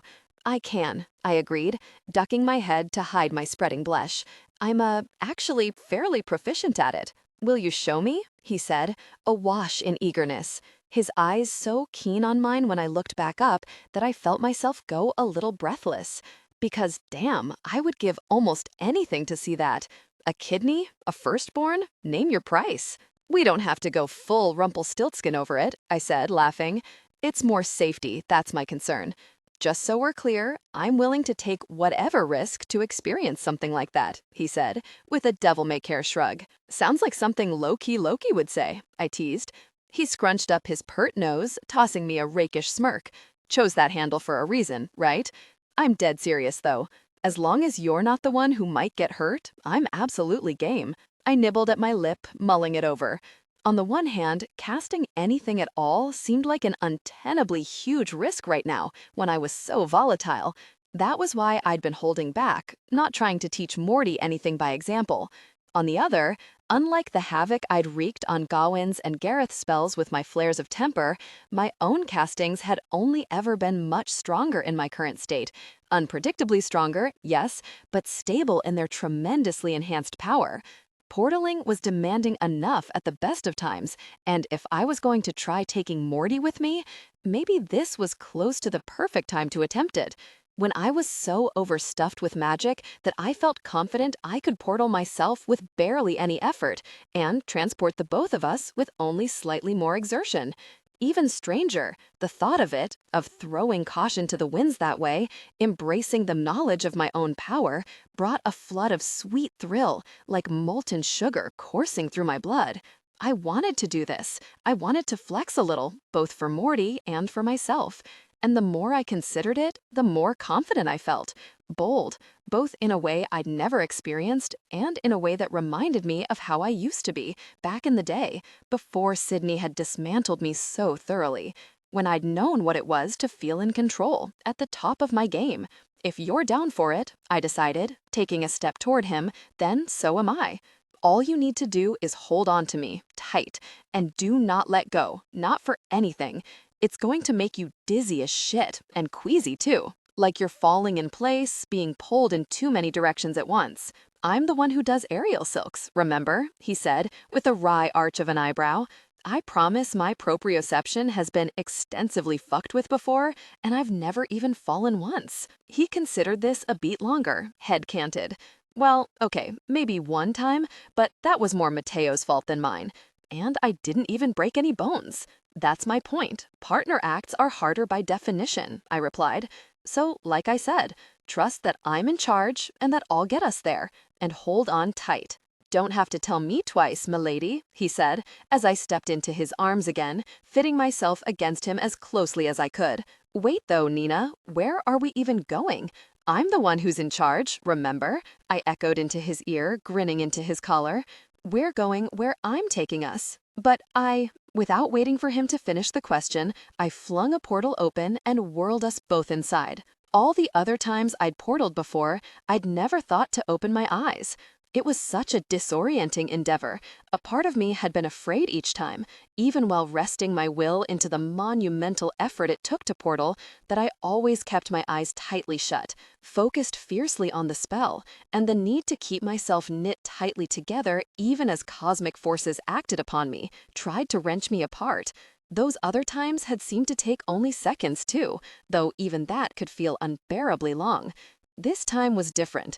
For one, I could feel the rabbit hole of the portal unfolding open around us like some architectural flower, a complex schema full of self-contradicting lines and angles.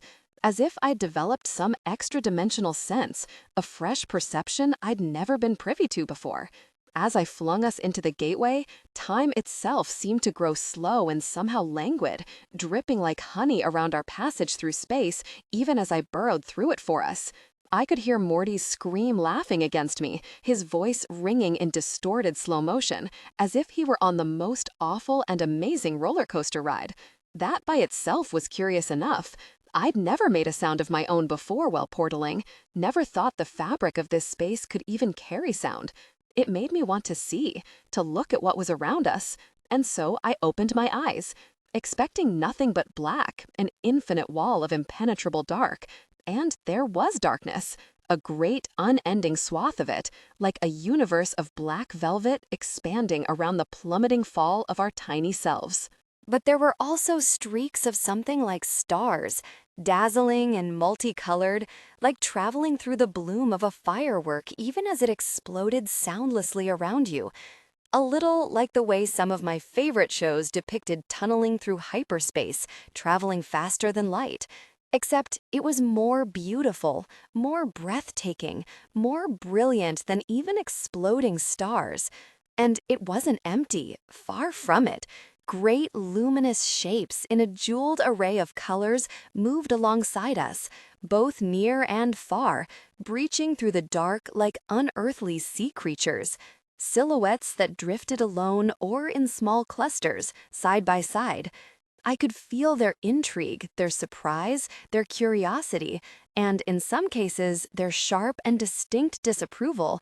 And abruptly, I understood that some of the discomfort I'd previously experienced while portaling had nothing to do with distorting the rules of physics, with piercing the fabric of space and time. Instead, I somehow knew down to my marrow, with fire-forged certainty, that this in-between space we traveled through belonged to the gods, all of the many gods worshipped by the witches of Thistlegrove, and not only us, but everyone else who had ever prayed to or wished for or summoned something greater than. The deities that had been here all along, that predated humanity, and would long outlive the brief and fiery contrail of our existence as it blazed across the heavens before we faded altogether out. This in-between space was theirs, not ours, and some of them didn't appreciate human trespassers, even if they happened to be witches. For a split second, I had the terrible thought that maybe that was what had happened to all the witches who'd portaled unsuccessfully, never to be seen again. Possibly they'd snared the wrong kind of attention here, been erased by some fearsome regard. If there were gods, it was entirely possible some of them were more of the dread persuasion than others. Even more confusingly, what disapproval there was seemed concentrated on Morty, not on me, as if I had a celestial hall pass, some special permission, a temporary allowance to move through here with impunity, just as they did. Before I could consider this mystery any further, time snapped back into place with a jarring shudder. We both stumbled, arms still locked tight around each other, as the portal unceremoniously deposited us where I'd aimed it to arrive, one of Castle Camelot's topmost towers, with one of the gold and onyx Blackmore banners hanging above the castle's doors, snapping in the wind many feet below us. Due to an architectural quirk, or possibly just shoddy workmanship, there was no internal access point to this tower rampart, no way to get up here without portaling or scaling the castle walls. It was possible I was the only one who'd ever come up here before, to sit alone with a contraband bottle of wine, or whatever else I'd been able to pilfer as an angsty teen, look over Thistlegrove and think too much. God, Morty was gasp laughing against me, shivering so hard under his thick duster that I could feel the quaking translate into my own body. And I could feel the rolling depth of his wonder, too, the vast expanse of sheer awe shot through with terror that I'd been too busy to sense through the bond before. Oh, my entire fucking Christ, Nina, you could have warned me, don't you think? I did warn you, I said, just as unsteadily, still processing my own revelations about our journey. How could none of us have known what we were doing, what manner of realm we were passing through while portaling? The portal spells mentioned nothing about what I just felt and seen. And why did I suddenly understand it so much better, as though it should always have been obvious to me? What a fucking ride! I really thought maybe I wasn't going to make it for a second there. And there were things, Nina, weren't there? He breathed, pulling back to stare at me with wide, enthralled eyes. Things that could see us. Wait, you saw them too? I said, taken aback. No, I was shitting myself much too hard to look. Fuck if I was going to open my eyes when it felt like all my cells were trying to tally-ho in different directions. I felt them somehow. Through you? What do you mean?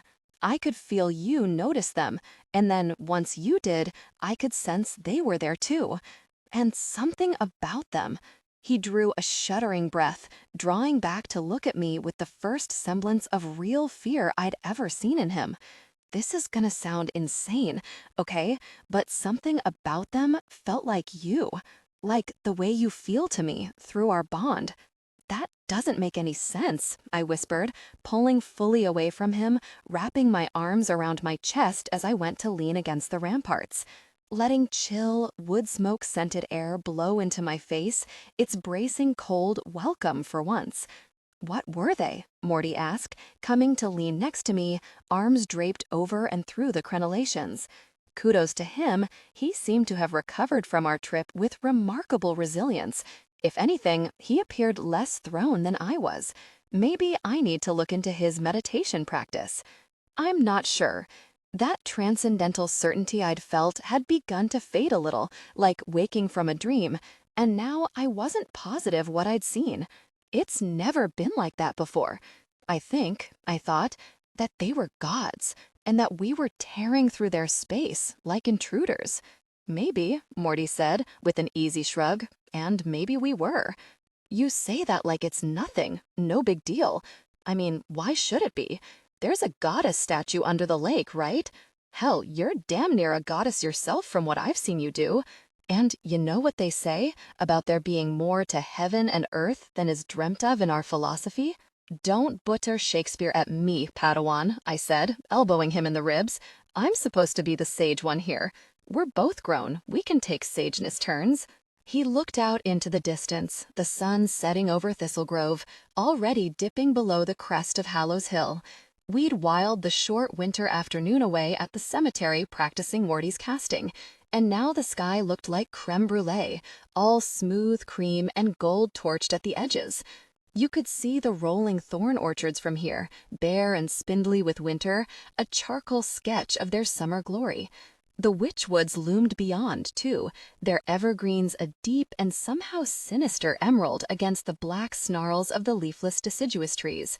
And snow everywhere, blindingly luminous, the glow of the setting sun sheeting off of it in sparks, like light itself made dense and cold. It's gorgeous up here, by the way, Morty remarked, smiling at the view. But I thought you were supposed to be afraid of heights. I would be if I were dangling from a ceiling by a bunch of flimsy fabric without magic or a safety net below, I pointed out tartly. It's situational. I love being up high, as long as there's something solid between the ground and me. And this is my favorite secret spot. Classic superhero move, he said, slipping an arm around my waist. You're aware of that, right? Taking your impressionable, awestruck love interest up to your special airy... What can I say? I quipped, leaning against him. That electricity surged between us again, the fire that now lived split between us and the bond. I'm a walking nerd girl cliche, so sue me. In my defense, you're the only person I've ever brought up here. I wouldn't have had the guts to try portaling anyone else before anyway. And even if I had, the only person I'd have wanted up here with me to see this is my best friend. Which wouldn't be allowed. Why not? Oblivion glamour, remember? I reminded him. First she'd be terrified out of her wits, and then she'd forget it all. I love Jessa. Why would I want to do that to her? And you couldn't just tweak it? He asked, looking over at me with those ridiculous, bluer-than-sky eyes, still rimmed in dark liner. I wondered when they'd stop feeling like such a sucker punch. Part of me hoped they never would. It's set in stone, somehow? You can't carve out exceptions? Or cast like a counterspell on her? Something that would allow her to experience magic and not forget it? I thought about this, taken aback. The Oblivion glamour wasn't completely black and white. For instance, when we used magic to enhance our musicals, the audience didn't forget what they'd seen, because they had no reason to think that what they had witnessed was anything but mundane theatrical artistry. I wasn't actually sure whether the glamour had been designed that way originally, or whether some artistic blackamoor had fiddled with it at some point to facilitate our use of magic in the Camelot shows. But if such a loophole already existed, why couldn't others be made to exist? Well, I suppose there might be, I said slowly. It's forbidden by the grimoire to let normies see magic, unless they're partners. Likely to be witch-bound partners, who are on the path to becoming witches themselves. That's how it's always been. Seems like a silly distinction to me. Arbitrary. I get you all fear that burning mob, which is entirely legit, all things considered, but chosen family is still family, romantic interest or no. He tilted his head from side to side, pensive. Shit, I'd argue some friendships are more solid and enduring than romances, many even. Case in point, my ex-fiancée, I said, jaw clenching. She knew about magic, and it was absolutely wasted on her. For someone as deliberately whimsical as she was, you'd be surprised how little she cared about that piece of things. I've never even seen the Oblivion glamour work that quickly on someone so previously immersed. She forgot every witch thing she'd ever seen like 2 days after breaking off our engagement. Probably a lesson in there somewhere, Morty said, with a slantwise little glance. Maybe something about not trying to marry people lacking in a sense of childlike wonder. Or respect for you. One lesson of many when it came to her, I said with a sigh, that I should have learned much earlier. We all have our blind spots, Morty said, drawing me against him until my head rested on his shoulder. Believe me, I've gone astray many a time in my own dating life. Mistook a bunch of red flags for a carnival, as they say. And by they, I obviously mean the relevant memes. My philosophy tends to be, as long as you learn something from it, there's not much point to regretting anything. Or anyone. You and my best friend are really going to hit it off, I noted again. As if to underscore my point, my stomach grumbled so loudly it was audible even above the wind whipping at the ramparts. Morty chuckled, not even bothering to pretend he hadn't heard it.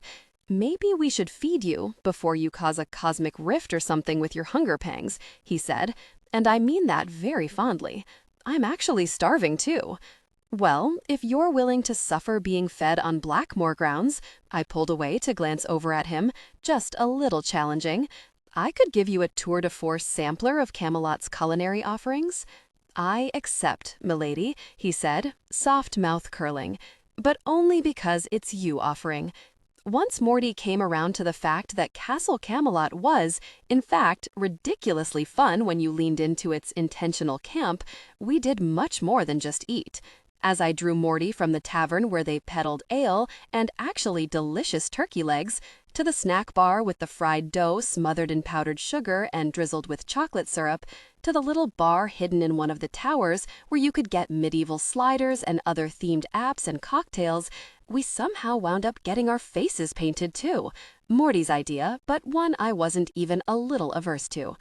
I went with a phoenix, its blazing wings curling around my left eye like a mask, while its glitter-strewn tail swept down my cheek all the way to my jawline. Morty chose an abstract, cosmic purple and silver medley that somehow managed to evoke both Prince and David Bowie and set off his eyes to an almost unnerving degree. That is literally exactly what I was going for, he said gleefully, when I informed him as much. So maybe you're a little bit right about Camelot. This place, not terrible. Since you're feeling more open to things, I said, looping my arm through his, could I interest you in a joust? Turns out I can't say no to you, he waggled his eyebrows, and lance-slinging gentleman knights don't sound like the worst either. Wow, medieval dick jokes, I marveled. We're really reaching new heights here. Gotta aim for those stars, babe. In the summertime, the jousts were held in the courtyard, but in the winter, we moved them to the indoor amphitheater, where you could also enjoy a prefix dinner while you cheered on your knights of choice. So we ate yet again, because I was somehow still intrigued by the notion of roast Cornish hen, crispy new potatoes, and mini bread puddings even after everything we'd already sampled. It is so strange to me how much you like this, Morty mused as I yelled myself hoarse for Sir Agravain and his fine steed, looking at me with a mixture of awe and tenderness that I could feel stirring in my own solar plexus. Just absolutely baffling. Why would it be strange? I did grow up here. Those are my people out there. Literally, I know and am friends with half our royal court. This is functionally my home. And you know it vibes with lots of other things I like. I don't think, for instance, that anyone's ever accused Gene Roddenberry's Andromeda of being a classy show, and yet, here we are, with it one of my forever favorites. But you're so polished, he said, with a vague wave in my general direction, so completely smooth, and obviously averse to tackiness in other contexts. And all this is so cheesy, I offered, just a little edgily. Campy? Utterly ludicrous in the best of ways? I can do both, you know. Be both. Be complicated, like anybody worth knowing. It's not like we Blackmores are some entirely different, one-dimensional species of human. I know, of course I know that. I could feel the sincerity of the remorse surging through the bond, almost a little comical against the backdrop of blaring trumpets and whinnying horses. And I know you, or at least I'm slowly getting there. I really don't mean for it to offend. Honestly, what I'm trying to say, very poorly, is that I'm more impressed than anything. By what? I asked, smiling a little at the flattery, because I could feel that it was genuine. By you, he said simply, his eyes shifting between mine. A glowing wonder in them unlike anything I'd ever seen when someone looked at me. As if he could peer inside me somehow and had discovered in me an entire unexpected galaxy full of new stars. That you can be so many things, and be them all so well, so gracefully. Not everyone is like that, you know. Some people are straightforward, simple, all the way through. What you see on top is exactly what you get, nothing unusual below the surface. Which is fine, but it's never been my thing. I get that, I said, feeling a giddy swirl rush up from somewhere right below my ribcage. I did get it, and what was more, I recognized this feeling, what was happening here between us. It was falling in love. The dizzying, almost vertiginous drop of it, that initial and absolute enchantment with another person. But with the witch bond in play, the way it conveyed and facilitated emotions, the way it made it impossible to obfuscate or lie, it was not only falling, but falling far too quickly in helpless fast forward. And triple goddess help me, I couldn't seem to make myself mind. I feel the same about you, I added softly, reaching out to trace a swoop of silver glitter on his cheekbone. And I want to know much more. Morty, I want to know everything about you. I could feel the soft brush of my own fingertips on his face through the bond, the intense way he responded to it, everything in him surging to a single point, focusing in on that light touch. The heat of it blew through me, too, so headily intense it made me a little dizzy. It seemed impossible that we should want each other this way, especially somewhere as cacophonous and unromantic as this amphitheater.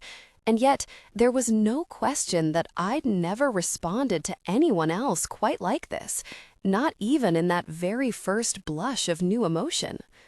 "Would you like to come home with me tonight?" I asked, holding his eyes. Not like there was any space for bullshit or pretense between us anyhow, nowhere to hide. Because I would really like that. "Yes," he said instantly, covering my hand with his, curling his fingers around mine even as he turned his cheek into my palm. "Yes, I'd like that very much, especially if we could maybe take a car this time." 19. So full of stars. "This is more than Nina I had in mind," Morty said, wandering over to the wall-to-ceiling picture window of my soaring loft, pressing a palm against the cold glass. "You know?" "Oh, I'm aware," I said, moving to slip my arms around his waist from behind, dipping my head to rest my cheek between his shoulder blades. It seemed beyond strange that it had been only a week and a half since I'd been curled up on my couch pity-drinking, staring at whirling snow through this same window, because he'd upset me so much. It was almost as if the Morty I'd met that night at the Moon and Scythe had nothing to do with this one, the person I was coming to know. People were like that sometimes, like nesting dolls. "And the Nina you had in mind," I murmured against him, "would love it if you didn't leave handprints all over her clean, pretty window." "Touché," he said with a low laugh, immediately lifting his hand away. My bad. Who can blame me, though? Your place is almost too perfect. It makes me yearn to touch it all over, like some miscreant running wild in a museum. Must be like living in an ice palace, but in the good way. Maybe I just wanted to see if a pleb like me could even leave a mark. You can't, I informed him, pressing a kiss against the warm back of his neck. I was merely fucking with you. The glass is bespelled to stay pristine. It's actually kind of a tricky casting, and it takes a ton of maintenance, but honestly, worth the effort. I mean, behold that flawless view, so pure.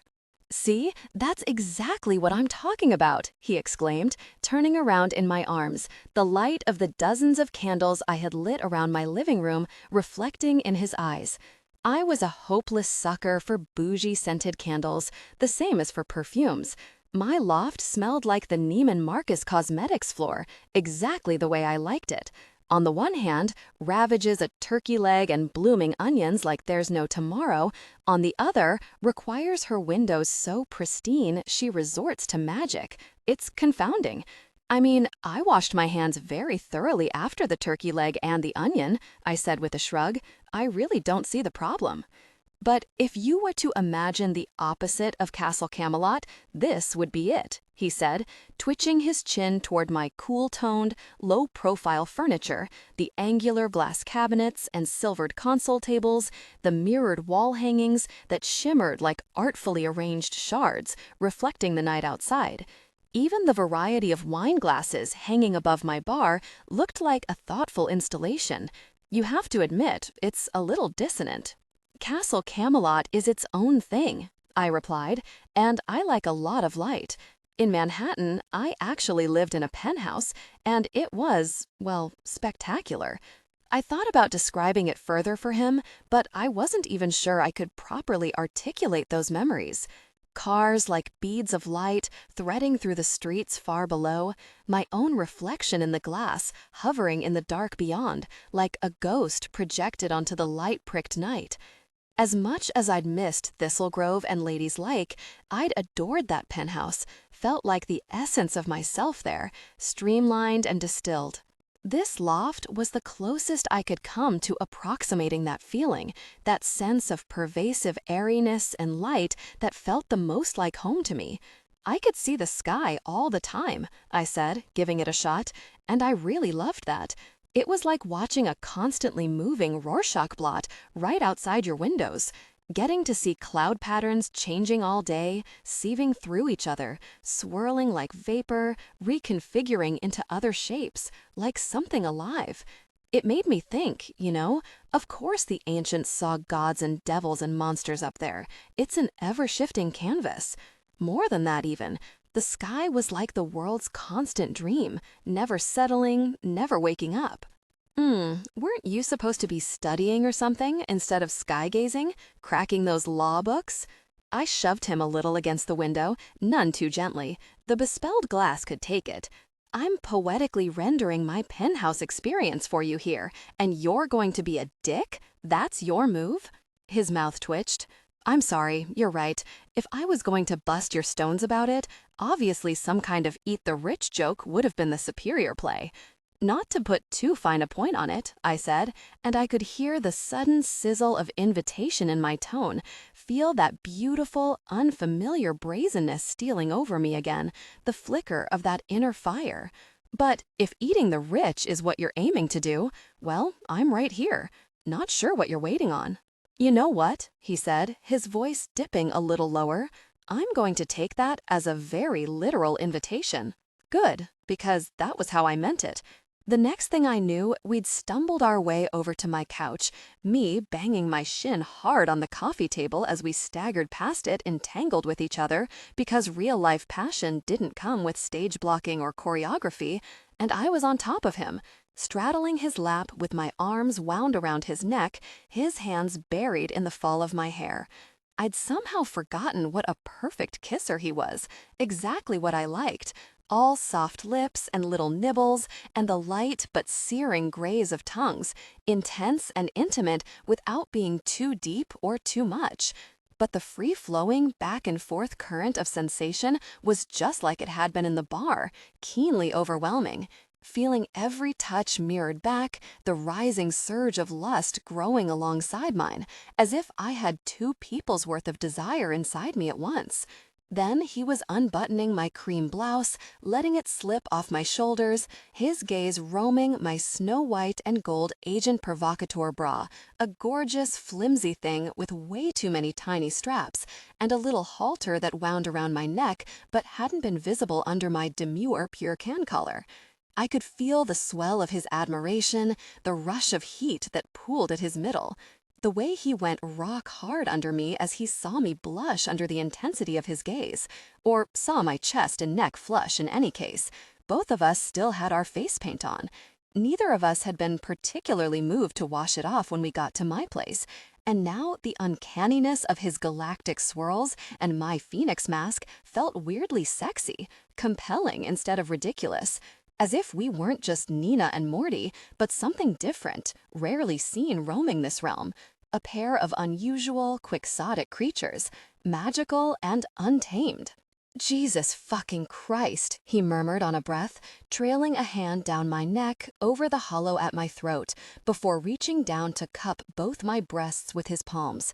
I let my head fall back at the warmth of his touch, the insistence of it as he squeezed and stroked my nipples through the thin fabric, attuned to the flair of my every reaction. "Look at you. I don't remember you wearing anything like this last time." "I wasn't planning on fucking you last time, was I?" I said, eyes still closed, feeling the silken course of my own long hair down my back, sensing the way he felt it too. A sensation completely unfamiliar to him. I'd also deliberately used the word I knew would provoke the strongest reaction from him, turn him on even more.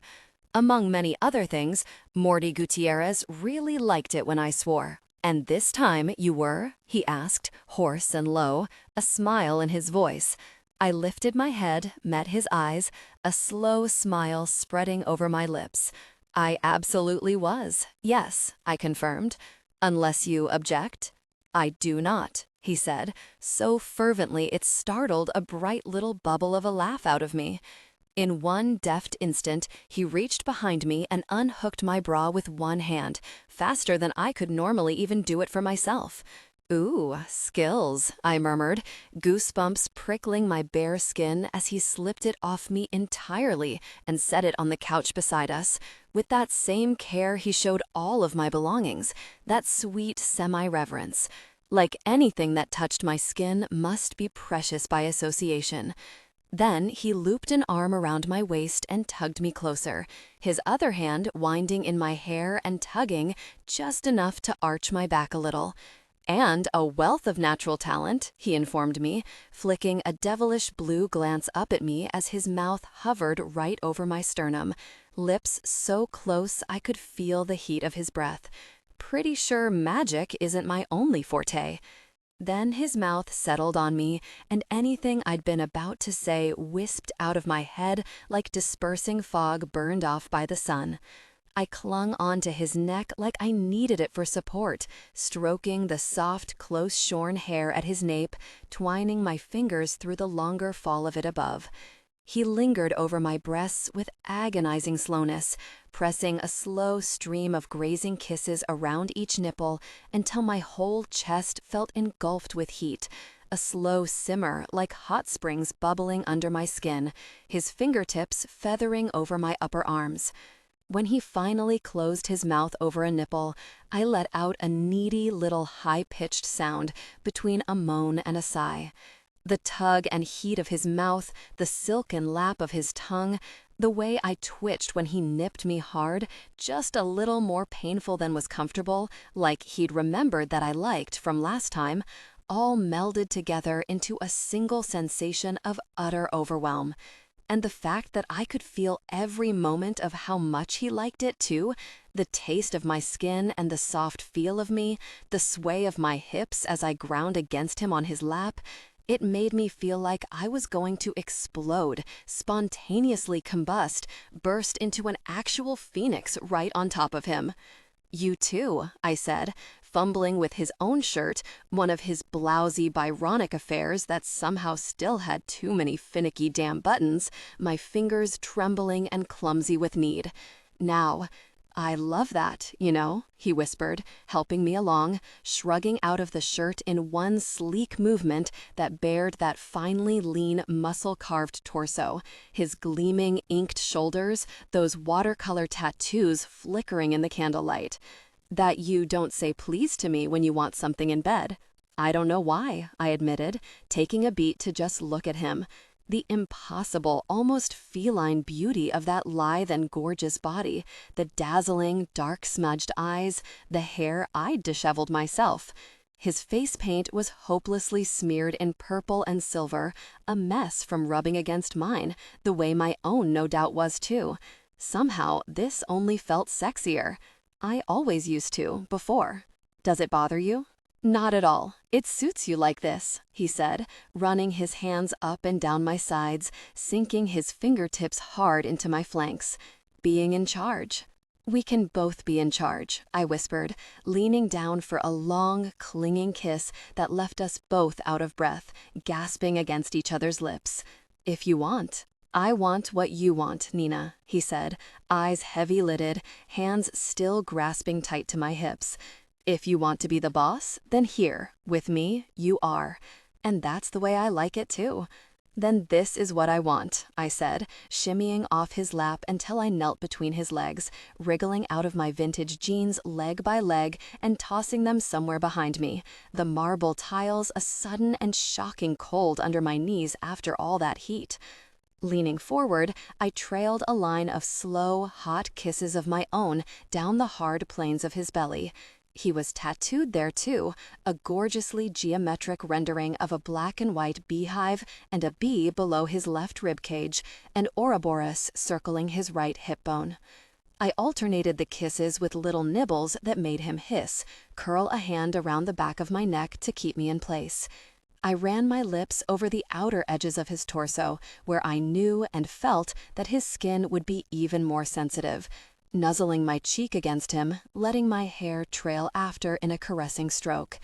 "Oh, Nina," he groaned, head falling back against the couch. You're going to make me lose my mind with this." "Fine by me," I purred against his skin, "but I think you can take it." Every hitching breath spurred me on further as I dipped lower, then unbuttoned his jeans. Thank the goddess he wasn't wearing a belt, because I was so giddy with want that I'd have been woefully inadequate to deal with it. He lifted his hips to let me tug them off him, boxers coming with.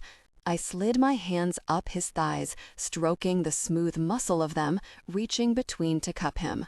Then I dipped my head and took as much of him as I could manage in my mouth, in a long, languid slide that drew an unsteady moan from deep in his throat. "Ugh, babe," he breathed, rocking his head from side to side. "Oh, please." Apparently, I liked please just fine, I thought, with a spike of lust, as long as he was the one saying it to me. I couldn't even remember the last time I'd gone down on a man, but apparently you didn't lose that particular muscle memory. I moved slow and steady, with control and intention, even though I could feel every high-pitched sensation scorching through me too, as though his own hand and mouth and tongue were between my legs. It felt phenomenal, better than just good. A rising ecstasy like a fierce spiral that kept tightening on itself, clamping down. I didn't draw back until I felt like both of us might legitimately die of overstimulation, our hearts hammering furiously in tandem, his moans a delicious clamor in my ears. Both of us, dizzy and drowning, adrift together in a sea of desperately urgent need. "Condom?" I demanded, thickly, reaching behind me for his discarded jeans. "Back pocket," he directed, gritting his teeth. "Oh, fuck, hurry." I fished around in his pockets until I found it and passed it up to him, then clambered back up on top, all unsteady, trembling limbs to straddle him again. Foreheads tilted together, mouths a breath apart, I slowly lowered myself on him, catching my breath hard at the sudden intense pressure, the sharply compelling sweetness of his girth inside me. "Okay?" he asked, catching my lower lip in a sucking kiss. Oh, yes, I assured him, sweeping both hands through his hair, taking long breaths. Just need a beat. I paused for a second, let myself acclimate, then slowly bore down the rest of the way. Leaving him buried deep inside me, the length of my upper body pressed against his. When I began to move against him in long, slow rolls of the hips, the colossal shared pleasure of it, both of us feeling not just our own sensations, but also the others, felt almost like a separate entity, something that lived between us, bright and molten, a fire we'd kindled together that now roared like something sentient and ravenous, a self-sustaining blaze of light and heat. And it wasn't even just sensations this time. This time, I could feel Morty's wonder that this was even happening, his admiration and enjoyment of me, not just as a sexual partner, but as a human being, a wondrous and fascinating and precious person he was only beginning to understand. When I drew back enough to look at him, my hands laced behind his neck, I could see that tender gaze again, the one that made me feel like I was overflowing with light, maybe even made of it. It felt incredible to be seen like that, after everything, after the way being with Sydney had eroded me, torn me down, terraformed me into something that I was never meant to be. But Morty felt and already knew me better than any other partner ever had, and still looked at me in that awestruck way, like I was blindingly bright, so full of stars. Exquisitely flawed and flawless just the way I was, with all my rules and hang-ups and confounding contradictions. Perfect nonetheless, the way I'd come to him. It felt so deeply good and right that it nearly brought me to the sweetest kind of tears, and I was not the sort of person who cried during sex. And I could feel how much he wanted to tell me that he loved me as I moved faster against him, that relentless pleasure bucking between us. The same wild, unreasonable urge uncoiled inside me too, straining hard against the confinement of my ribs.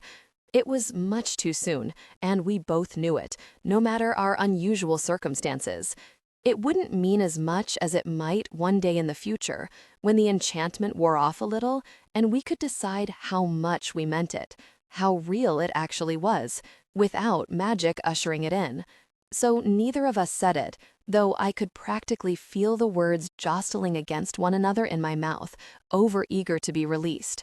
Instead, we stared into each other's eyes until the crest of the pleasure came to break over us, never unlocking our gaze, until I started to feel like I'd never even really looked at anyone before, seen them the way I was now seeing him. I still didn't understand why any of this was happening, why my power had grown by such orders of magnitude, why the witch bond had ensnared us without either of us agreeing to it. But as I writhed in his arms, head flung back, caught up in a keener ecstasy than anything I'd known I could experience, I felt an equally immense surge of gratitude, accompanied by new understanding. Whatever else Morty was going to be to me, I suddenly knew his presence in my life, his mind and heart braided with mine through the bond, his body ensconced in me, was intended to be a gift, something to enhance, to protect, to bring joy, something meant to heal. And maybe, if I let myself, I could be the same for him. 20. A deity's favor. "Well, you're useless today," Gareth proclaimed, petulantly shoving a book away, sending it sailing across the polished table toward me. "You're not even really reading any of that, are you? Just pointing your eyes at it occasionally." He wasn't wrong. Technically speaking, I was reading the words, but none of them were even close to sticking. Instead, I was dreamily dwelling on the afterglow of Morty lounging diagonally across my bed last night, his head propped up on my lower belly, my fingers running through his hair while we told each other stories about ourselves. "I want to know something weird about you," he'd said, smiling up at me. By then, we'd both washed our faces, but stubborn specks of glitter were still adhering to his eyebrows, shimmering at his temples as they caught the cold moonlight streaming through my bedroom window. I mean, even weirder than the fact that you'd admit to having enjoyed Gene Roddenberry's Andromeda, not under pain of torture.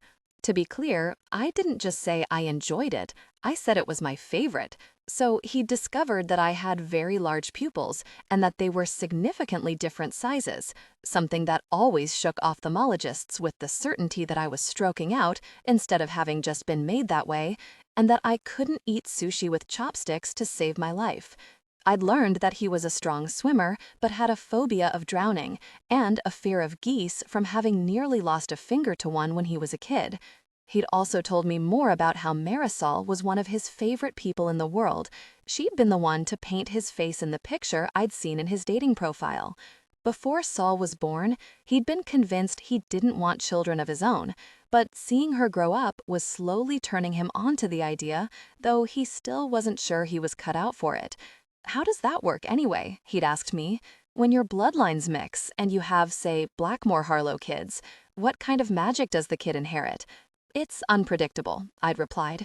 No one knows exactly how those genetics work. The new rich's magic will incline one way or the other of its own volition, and then they'll take that last name even if they're part of both lines. Cleaner that way, though it still leads to kind of a messy family tree for all of us.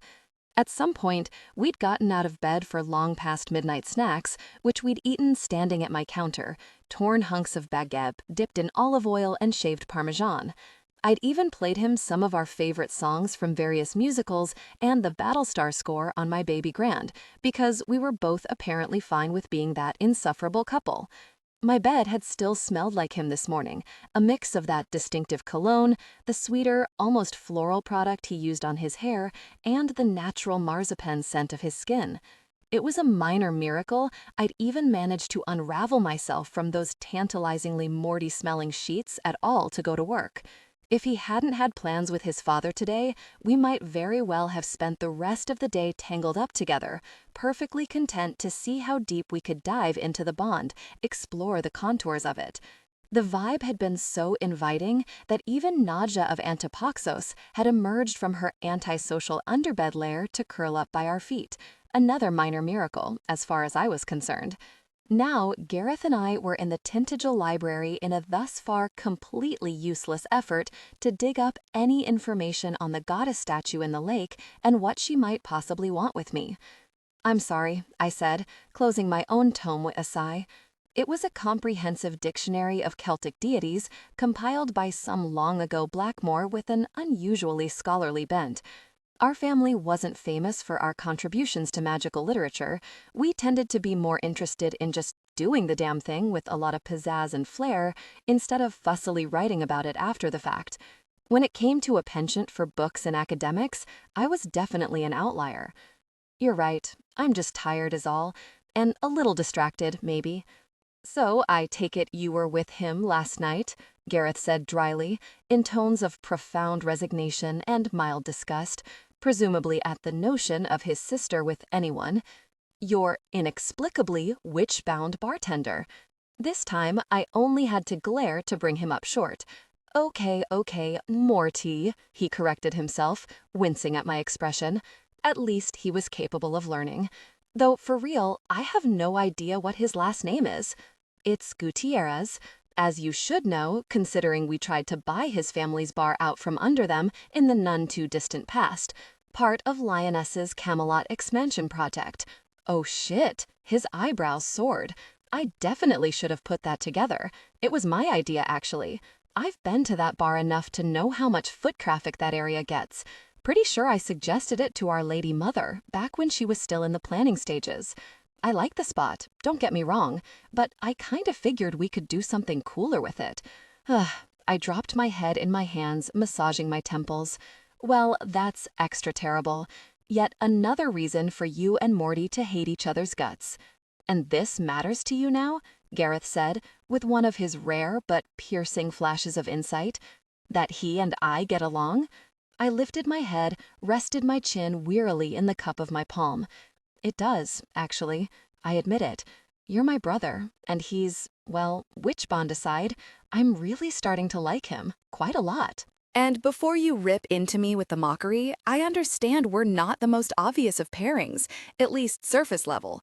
But his. Let's just say he's more than he seems. In a way I really enjoy, turns out. Come on, Nina, I'm not that much of a dick. I wasn't going to say anything like that, he said quietly, uncharacteristically restrained. I understand what it's like, you know? I cocked my head, puzzled. What do you mean? When the feelings get scary real, that quickly, he clarified.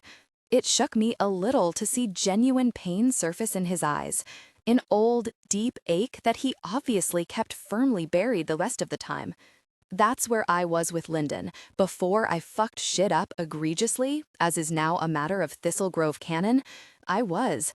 Man, I was so in love with her, even if I hadn't said it yet. That was what made me panic, mess with Talia when I shouldn't have.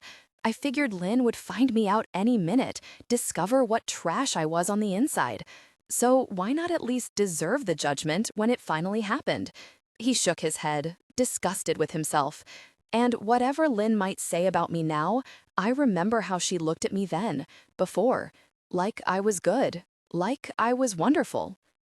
I'm sorry, I murmured, aching for him, even if it had been wholly his fault, exactly like he said. I hadn't realized you. I trailed off, unsure how to finish without presuming. Still in love with her, he said, arch. Totally fucking destroyed, more than a year later? Yeah, well, did it to myself, didn't I? Literally have no one else to blame. And there's no way for you two to talk about it, at least? Does she even know you still feel like this? Please, Gareth barked, a sharp half-laugh, giving a brusque shake of his head. She won't even be in the same room with me, not that I blame her. Nah, sis, I'm never getting another shot with her, and frankly, I don't deserve one, no matter what I might have done in the meantime. Growth, personal development, all that mess, it doesn't really count. Yeah, I genuinely want to be the kind of man who's worthy of someone like her, but that's who it'll have to be. Someone like Lynn. Not her, not ever again. For a moment, we just sat in a gelid pool of silence, neither of us sure of what to say. Sorry, Nina, Gareth said automatically, swiping a hand over his mouth. He'd done that constantly, growing up, forever apologizing for his feelings. Another lovely heirloom from our mother and grandmother. Didn't mean to whine. You don't have to be. I'm glad you told me. But I am sorry, Gareth. I said, wishing we were the kind of family who hugged, knew how to offer each other meaningful comfort. I'm sorry things fell out that way. I don't know what else to say. There's nothing to say, he replied roughly. Point being, I get where you are with Morty, no matter my personal feelings about him. And if you care, really care, then I'm not going to be the one to harsh it for you, not when things are going well. Thank you for that, I said, even more surprised to see this mature, well-intentioned reaction from him. He really had taken the time to grow over the last year and change. This wasn't the brother I remembered, incapable of so much as articulating his own emotions. He just seems to see me. And he's perceptive, kind, without judgment. I've been able to share things with him that I've never told anyone else. About Sydney, for one. And about Lioness, Igraine, what growing up with them was like. Gareth's blue eyes chilled at that, his brow knitting together. Wait, you're letting him in on family shit already? Our actual private stuff? Seriously, Nina? And why wouldn't I? I challenged, my back stiffening. Because we need to keep the rampant ugly under wraps at all times, just keep it in the family like our dirty little secret? So we can continue as we've been, stay completely fucked up like all of us are? He clenched his jaw, discomfort emanating off him. It doesn't seem right, that's all. Telling an outsider about that, spreading it around, that's our business. Oh, just look at us, Gareth, I snapped, my patience fraying, that flame leaping to life in me again. Really look at us. There's Gav, the clingiest, most melodramatic borderline personality you'll ever meet. There's me, the perfect pillar of ice, the one who has to white-knuckle her way through life just so she can feel worthy of being loved. Look at our father, Tintaggle's own ghost, basically haunting this place instead of living in it. I focused on him hard, eyes blazing, my shoulders heaving with emotion. And there's you. Given what you just told me, do you even need me to break down what's wrong with you? Because it seems like you've got a solid handle on it already. "And you want to blame Lioness and Igraine for all our varied shit?" he shot back, flattening his palms on the table with a smack. "Like we had no say in any of this, no agency in who we are, who we've become?" "Of course not," I said, shaking my head, subsiding just a little. "That's not how a reckoning works. Like you said, we're adults, which means everyone takes their share of responsibility. But I won't pretend any more that this family is anything like perfect, anything like normal." Gareth rocked back in his chair, crossing his arms over his chest. "Fine, Nina, that's your prerogative. And what do you intend to do with it, exactly? This newfound revelation about how much we blow as a family?" "First of all," I said, laying my own hands flat on the table and leveling a gaze at him, "I'm going to admit to myself that you and I aren't going to get anywhere with this endeavor, not without outside help. Even though it had been one of my favorite Thistlegrove haunts as a child, I hadn't been to Tomes and Omens in years.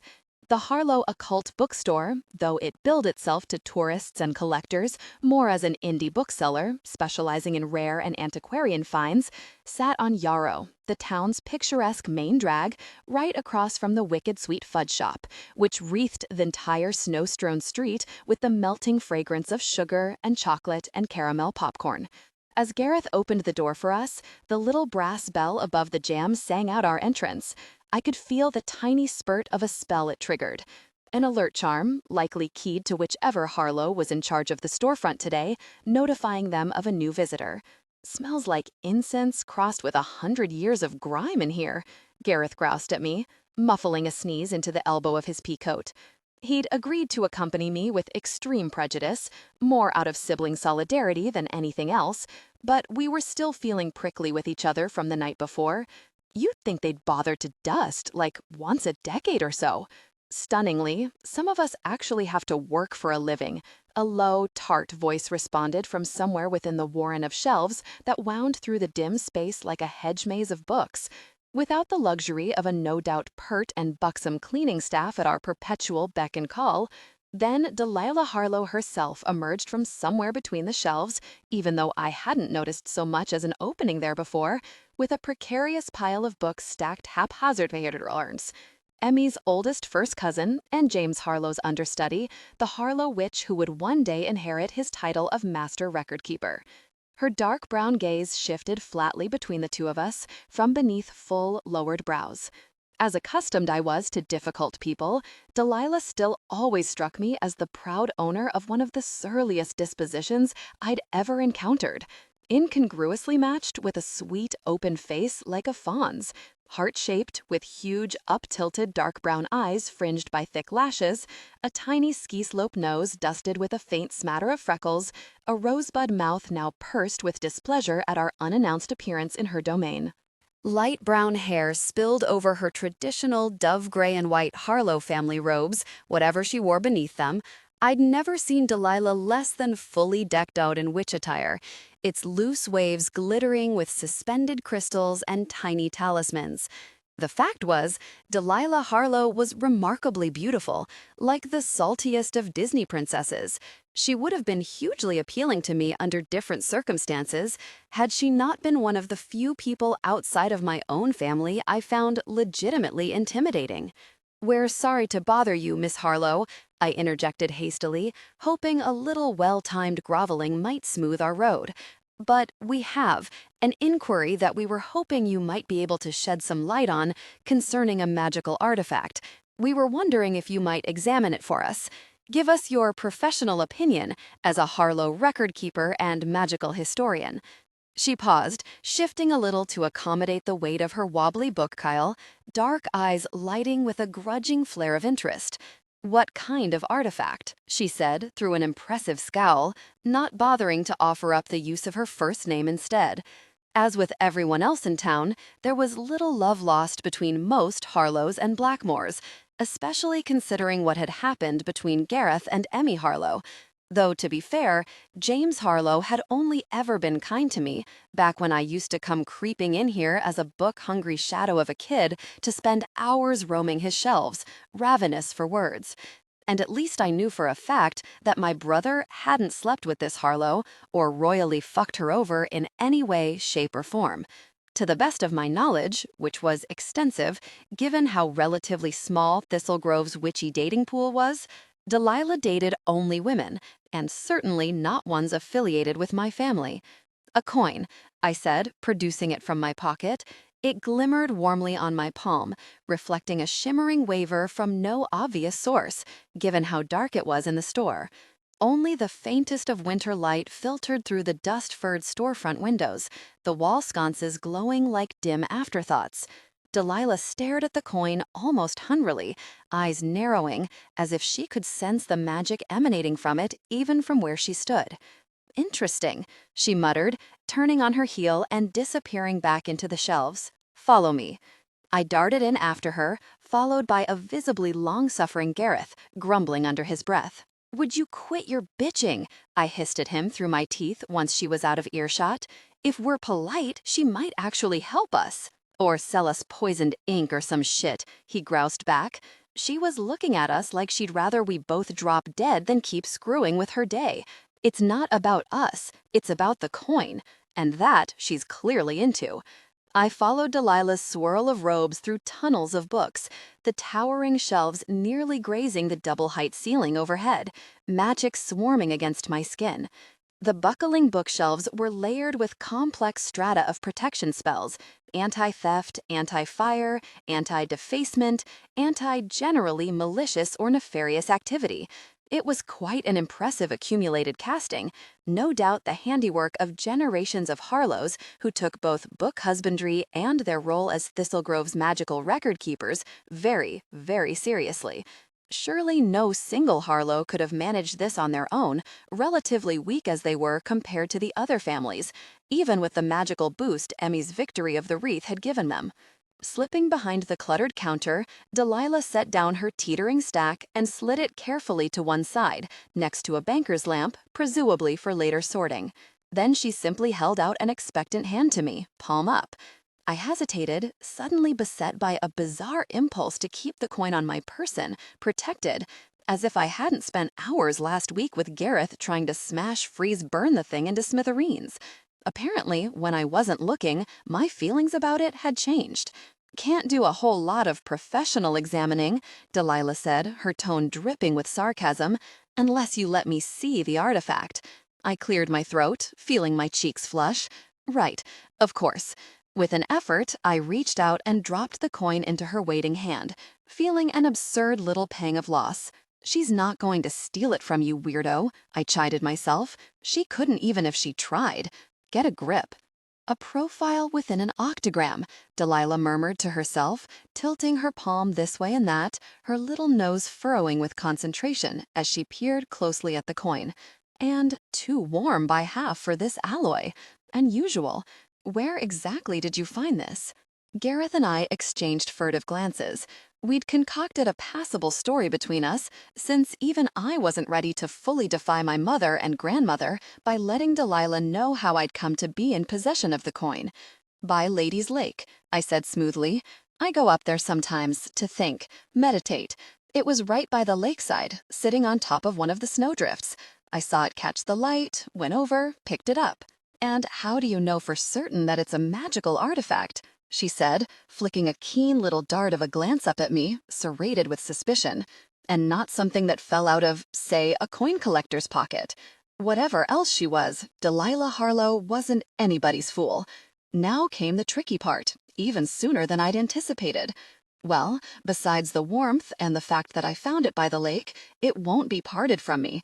If I try to leave it behind, throw it away, it just reappears on my person. And I've been having strange dreams ever since I found it," I added, licking my lips, trying to hew as close to the truth as I could without giving myself completely away, like Gareth and I had agreed. "Very realistic ones, about a statue of a goddess. That's what I think she is anyway. And she's underwater, in my dreams, surrounded by something like shooting stars, which turn into coins. Coins exactly like this one." Delilah's eyes lit fully at that, a bright, intrigued gleam all the more gorgeous for how unexpected it was. This was clearly the sort of fresh discovery she thrived on, and I didn't imagine she had much opportunity to indulge it here, surrounded by these old static books. That sounds beautiful, she said, unable to dampen her enthusiasm. A goddess of light, then, most likely, and a patron of bodies of water, too, if you get the sense that's where she is in your dreams. But that all holds only if this little buddy really is a deity's favor. What does that mean? I asked, softly, even as my chest heated with a warm bloom of certainty, because I felt that this was right, that Delilah was on to something. A deity's favor? The symbol of some kind of granted blessing, she explained, like a token of divine favor bestowed upon a supplicant judged particularly worthy. I abruptly remembered what I'd heard in my mind when I'd been summoned down to the lake as the star coins were falling all around us, right before the statue had kissed me. Come, Nina, like a thunder quaking against my mind. Come for the requested blessing.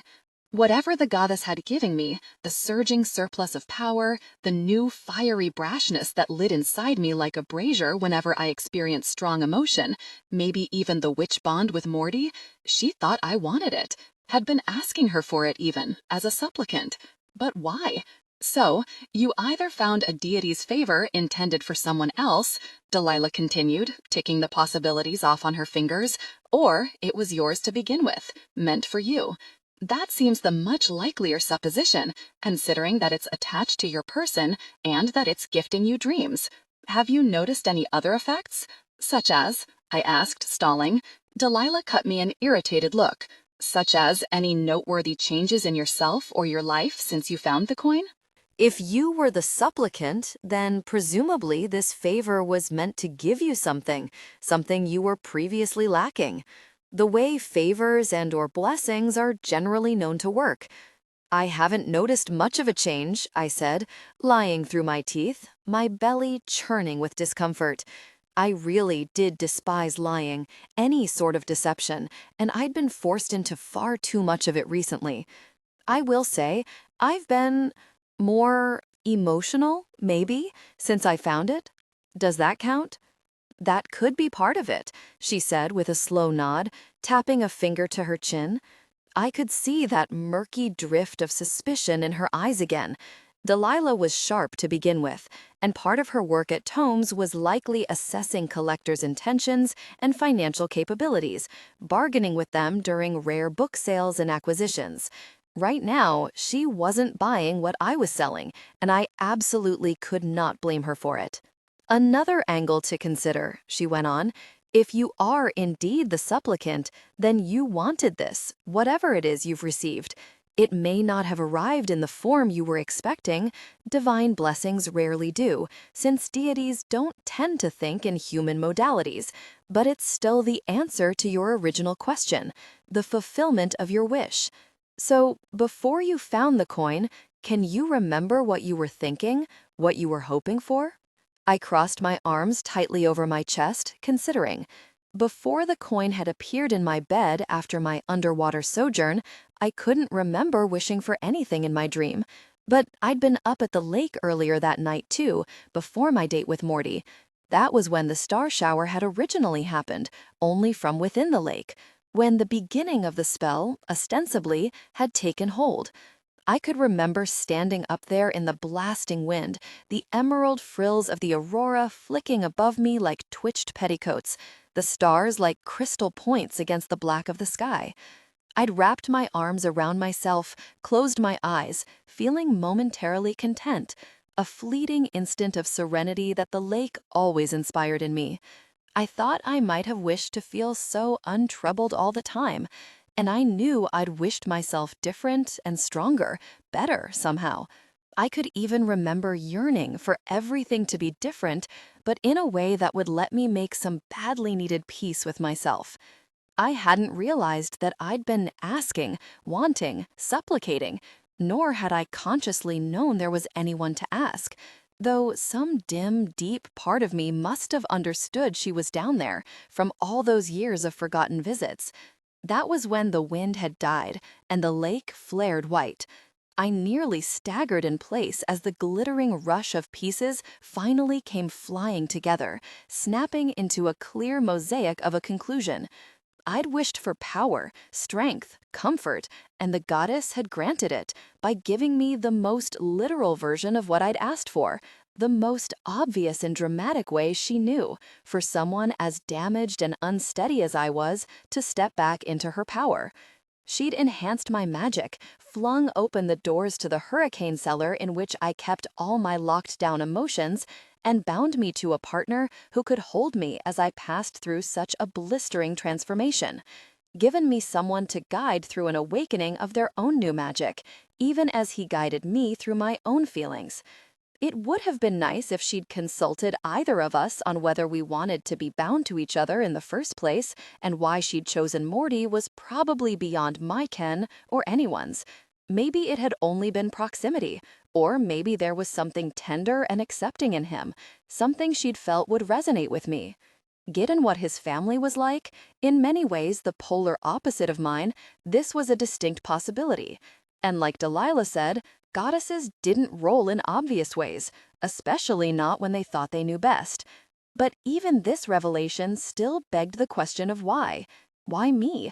Why grant me this power? Why heed any of my needs? Why call me in particular down to the bottom of the lake to sit with her? Nina, Delilah prodded, a slight edge to her voice, do you remember wishing for anything? No, I might have, but I really don't recall. Even if I did, why would a goddess listen to some random supplicant? I asked, my heart pounding almost painfully. Especially one who didn't even know she was making a supplication. I mean, many people must be needy, right? And Lady's Lake is an obvious place for a Thistlegrove witch to visit when she's in any kind of need or distress. Hard to believe no one else has ever made a lakeside wish. For all we know, someone might have, and theirs might have come true too.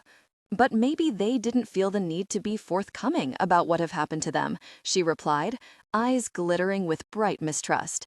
She knew I was concealing something from her, I could tell. She could sense the hidden contours of everything I wasn't saying, but couldn't think of how to push me harder without directly accusing me of lying, a line she clearly didn't yet want to cross. You're right, though, in thinking that it's unusual, she went on. What I've read about this indicates that typically your average mortal doesn't earn divine favor no matter how stirringly they beg or plead. It's usually the god or goddess touched who end up with a blessing. What does that mean, to be goddess touched? I asked her, trying to keep my tone steady as a sharp chill trickled down my spine. And how would you know if you were? Besides being summoned down to the bottom of a lake for communion dates, for instance. Sometimes deities play favorites with us, Delilah said with a shrug, for unfathomable reasons usually. If you did happen to be one, it could be because something in you, your fundamental nature, aligns with the goddess's own aspects. Like we vibe with each other, I said, barely able to contain the sarcasm. Sounds a little silly maybe, but yes, Delilah countered. We're talking deities, energetic beings that spend most of their time existing in incomprehensible planes. Vibrations matter, even if you choose to be snarky about them. And maybe the sort of person I'd been while growing up had played into it too, I mused to myself. The fiercely protective way the goddess statue had seemed to love me suggested she responded to a certain kind of craving, and I'd been a hurt and lonely child so often, the kind that yearned for some benevolent patron and protector. Maybe, combined with whatever nature I had in common with her, she'd felt the clarion call of all that need. Names, too, can be another important thing, an intrinsic source of power and alignment, Delilah continued.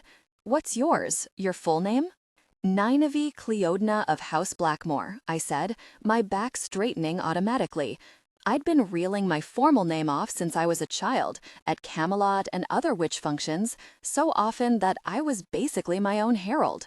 Delilah tilted her head, thinking, clicking her nails against the counter in a complicated rhythm. Her nails were longer, coffin-shaped, and polished a bright teal with various interesting nail art adornments than I'd have expected from someone who worked with books and delicate parchment and scrolls all day. Maybe there was just the tiniest slice of whimsy to her after all, and it did play well with her ornamented hair. If we're talking a goddess with water associations, you already have several, she finally said. Your family descends from Morgan Le Fay, for one thing, one of the ladies of the lake in Arthuric myth. And Nynaeve is a name in the Vivian Nimia tradition, as you likely already know. The line of enchantresses linked to Avalon, all considered ladies of the lake in their own right. If I'm remembering right, Cleodna is a Celtic sea goddess of passion and prosperity, possibly beauty too. She waved an irritable hand, scrunching up her nose. That or a fairy queen. The lore is ambivalent on the specifics. But the sea always makes an appearance, one way or another. Let's say all this is true. I'm goddess-touched and in divine favor. What if it turns out you don't want the blessing? I asked, though my throat tightened ridiculously at the thought. How would you get rid of it? Delilah tossed me a bluntly uncomprehending look, like maybe I was certifiably insane. Not a common complaint in the books, I must say. In the literature, most supplicants are, overwhelmed and giddy with gratitude. The first step, I'd imagine, would be discovering who bestowed it in the first place, what deity it is that you're dealing with. Do you think you could help with that? I asked, trying to keep my tone even. I know we've already taken a good bit of your time. Consider it my honor, she said dryly, though her tone was more like, oh, by all means, do keep imposing on me. It's my favorite. But she still hadn't returned the coin to me. There was genuine professional curiosity in play here. And she probably wanted to get to the bottom of me, too, figure out what I was keeping from her. The coin is a helpful start. We have the octagram, which is a fairly broad symbol, but still promising. We know it can mean salvation, resurrection, new beginnings, abundance. Sometimes it also corresponds with chaos magic, though I doubt that's the case here.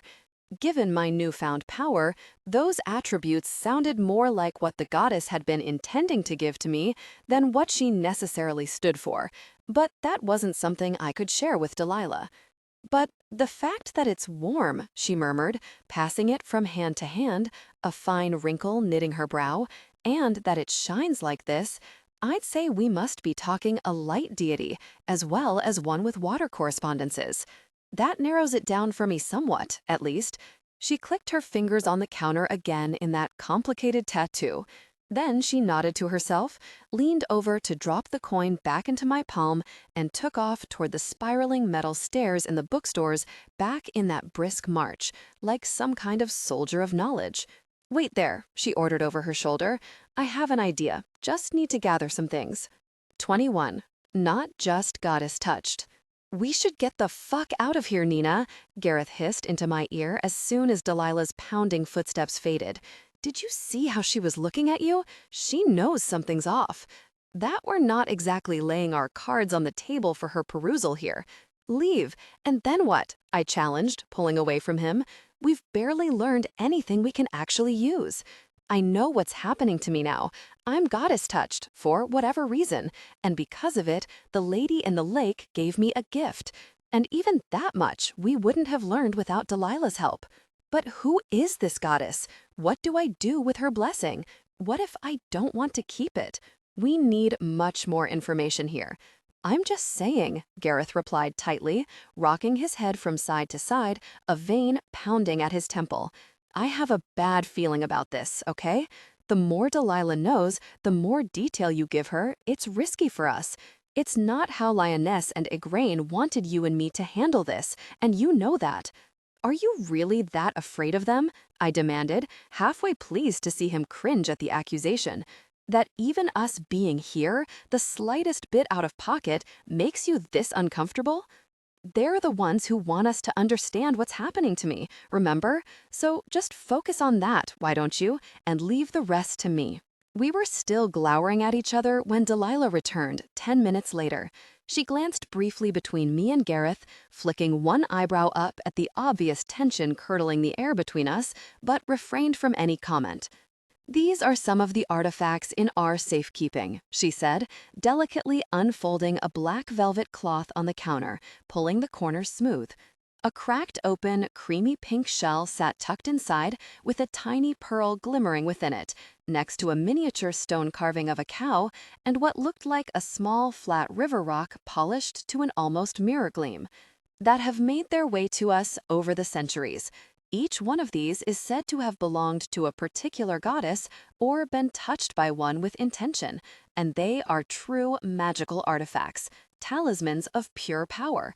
I want to see how you react to them. Which goddesses? I asked, my gaze drifting over them. I could feel the magic she described. The air above them nearly wavered with it, pulsing like a slow heartbeat. How did you pick these? Delilah shook her head, holding up a finger. I don't want to bias you with any prior knowledge. Just touch them, handle them a little. Let's see if any of them speak to you. I reached out, let my fingers hover over the Trinity. It was hard to tell if any of them drew me when the warble of magic was so powerful in all of them, creating that collective, compelling thrum. On impulse, I reached for the shell, probably only because it was so pretty, curling my fingers around it. It felt cool and slick, somehow watery, even though it didn't look at all wet. I could hear a rushing in my head as I held it, like the swishing give and take of the tide, along with the hiss of sea foam and the crash of cresting waves. But there was nothing beyond that, no particular resonance with me. It feels like the sea, I said to Delilah, setting it back down on the velvet. But I don't sense any personal connection to it. So, not Cleodna then, Delilah said with a nod. That one seemed like an obvious possibility, given your name. And since we happen to have one of her wishing shells, I thought, why not? She jerked her pointed little chin back toward the items. Try again. I went for the cow this time, again for no particular reason other than that I found it kind of cute. I felt water from it too, but more like the snaking wind of rivers cutting their serpentine paths through soil, the stir of submerged cattails growing near their banks, the marshy, saltless smell of river water drifting in the air. And there was a sense of pervasive relief to this one too, a feeling that it abhorred any kind of pain. Water again, I told Delilah when I opened my eyes, but riverine this time. And healing, maybe? Something to do with alleviating pain, at any rate. Yes, she exclaimed, her mouth twitching into a tiny smile like a prickly teacher grudgingly pleased with a student's progress. This one is a figurine sanctified by Demona, who appears in both the Celtic and Gallic pantheons. She's associated with rivers and with healing. And cows, apparently. Nodding, I set the cow back down and reached for the river rock, expecting to experience nothing of any greater intensity. Instead, as soon as my fingers wrapped around it, I became a living star. The heat that filled me was searing, scorching, yet somehow not painful at all. A sense of liquid light rushing through me, streams of flame being poured into my mouth and ears and nose, roaring like a fierce yet benign flash fire through my veins. I could see myself begin to glow, shedding a light so dazzling that both Gareth and Delilah cried out, flinging their arms up to shield their eyes.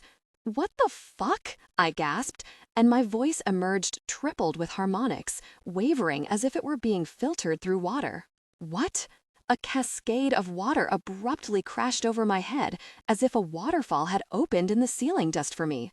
Lake water, to be exact, drawn specifically from Lady's Lake.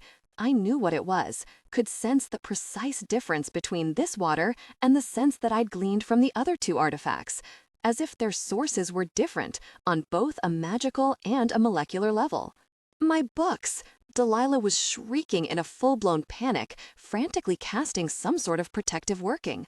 I realized I could see the skeins of magic as they rippled out from her, clicked into place like keys sliding into locks, fitting into the workings already encasing the shelves. She was triggering the anti-damage wards that shielded the books, specifically the ones that guarded against water. Well, that was also new, I considered dimly, as if from a great distance from myself, so caught up in the euphoric blaze of elation that I could barely think. Non-Blackmore spells had never been visible to me before. Magic itself never made manifest like this. "Put it down, Nina," Gareth was shouting, one hand still flung up to guard his eyes. I was glowing even through my personal deluge, like some underwater beacon, my skin shedding a furious, fiery light as the water coursed over me. Just drop the fucking rock. I let that terrible, tremendous, ecstatic feeling flood through me for a moment longer. The idea of losing it felt unbearable, the worst kind of devastation. And then I reluctantly managed to pry my fingers loose of the stone, letting it fall to the floor. The waterworks above me cut out, as if someone had swiftly turned a faucet off. Meanwhile, the molten light inside me began to subside, ever slowly, the fire leaching out of me in wisps, smoking off my drenched hair and clothes. I dried out in an instant, and the water that was puddled around my feet disappeared in the blink of an eye, as if it hadn't even been there at all. Even the water that had splashed Gareth and Delilah and the counter vanished in a breath. Suddenly deprived of that torrent of power, as if I'd been forcibly unplugged from it, I sagged over the counter, propping my arms against its edge to bolster myself as I drew ragged breaths. I could still feel the bright little ember lodged inside me, the glowing seed of power the goddess had left buried in the deepest soil of my own core. But touching her stone had been like touching the source of the power itself, the original foundry. I wanted it back, worse and more than I'd ever wanted anything. "Nina," Gareth burst out, coming up behind me to wrap firm hands around both my upper arms, steady me against him as I hyperventilated. "You okay? What the entire fucking hell was that?" "A little miracle," is what Delilah breathed, laser-focused on me again now that her precious books were safe from harm. So, not just goddess touched by Belisama then. Much more than that. What?" I gasped, swinging my heavy head up in an effort to meet her gaze. "And who?" "Belisama," she repeated, her face bright with the satisfaction of having uncovered the answer, delved down to the mystery's tangled root. "Gaulish theonym, most likely meaning the very bright. A goddess of fire and light, as well as lakes and rivers, but fairly obscure. We know very little about her, at least definitively. But I'd bet you know more than most of us do, don't you, Nina? Considering she's made you into a demi-goddess in her own image, turned you semi-divine." I gaped at her, reeling, trying to force the words into some semblance of sense. Belisama. The name rang in my head like a struck bell, resonant with truth. And when I remembered how the goddess had glowed beneath the water, her statue carved of that pale, radiant stone, calling her the very bright seemed almost insufficient, the wandest representation of her luminous truth. But the notion that she hadn't just chosen me and lent me her favor, but elevated me to a mythical status, to something none of us thought still existed in this world, my brain wouldn't wrap around it, accept it as even remotely possible. Things like this just didn't happen, not even in Thistlegrove. Yet there was no denying what I'd looked like just now, like a human star trapped under a flood of utterly miraculous water. And the spells I'd cast most spectacularly since all this had begun had tended almost exclusively toward light and flame. I remembered my own ravenous hunger, too, the way I'd been eating much more than it took to sustain myself, my normal human self. And then it occurred to me in a flash that maybe this was also why portaling had felt so different when I'd transported Morty and myself up to the Camelot ramparts. Because that typically terrifying midspace, the essential fabric through which portals burrowed when they opened, belonged to the gods. And if I really was a little bit of one myself now, that might be why they'd looked upon me more kindly than on Morty, accepted my presence in their realm, as if I had permission to be there, as if I were one of them, at least in part. Even Morty himself had told me that I felt like one of them to him, through the bond. God, I mumbled to myself on a shaky exhale. Fuck. Me. It's true, isn't it? "Oh, I knew you were full of shit," Delilah announced, pounding a triumphant little fist against the counter. "So, what else can you do? Because you were lying, weren't you, about the favor not having changed you? Even without holding one of her artifacts, your spells must be galvanic right now, the kind of power the rest of us can't even—" She trailed off, her rosy lips parted as her eyes flicked rapidly back and forth, thoughts chasing each other across her face like storm clouds. "It's you," she said slowly, face clearing as some internal puzzle clicked into place for her. "You're the one causing the distortion." "What distortion?" Gareth snapped, slinging a protective arm around my shoulders. "The hell are you talking about?" Delilah glanced over at him with vague annoyance, as if she'd halfway forgotten he was even here and would have preferred to keep him well out of mind. "Spells are malfunctioning all over town," she said, with a sweeping gesture. "Little ones, big ones, the scale doesn't seem to matter. They're just sputtering out, even when cast by seasoned practitioners. As if the caster can't quite draw enough magic from the lake to see them through." I tilted my head back to look up at Gareth, exchanging baffled looks. That was the opposite of what had happened at both Camelot and the cell when my temper had gotten the best of me. "Then why haven't we heard anything about this?" Gareth demanded. "As Scion, I should have been notified, not to mention my mother." "You weren't notified because the Blackmores are the only family that haven't reported any such weakening among their ranks," Delilah cut in, eyes narrowing. "Rather suspect, no? And of course you haven't, because you have her, your very own demigoddess, channeling extra fuel for you. She must be something like a lightning rod right now, the magic of the lake focused on her, drawn to her, which means there's less for the rest of us. And we wouldn't even have heard of it by way of rumor," I thought hopelessly, "because so few of the others talk to our family if they could help it. We've all been banging our heads against the wall trying to get to the bottom of it," Delilah muttered, shooting me a viciously indignant glare. "Emmy, most of all. And here you are. Here you've been, this whole time, keeping the answer to yourself. Selfish and greedy and heedless of anything that doesn't benefit you, like every last Blackmore that ever lived." "I didn't realize," I protested weakly, shaking my head. "I didn't know." "Well, now you do. And more importantly, now I do," she snapped, reaching for a parchment scroll from beneath the counter, an owl's feather quill floating to her hand from the stacks behind her. "And as a Harlow record keeper, it's my duty to report what I've discovered to the victor, and more importantly, to the voice of Thistlegrove." "Nina," Gareth muttered into my ear, hand clamping down harder around my arm, as Delilah bent over the parchment and wrote in a furious scrawl, sparks billowing around the scratching tip of her nib. A basic missive spell, one that would likely appear in Emmy's hands in moments once Delilah was done composing her letter. "You can't let her do this. You can't." I could hear the wavering discord of panic in his voice, feel the way it set the wick of my own alight.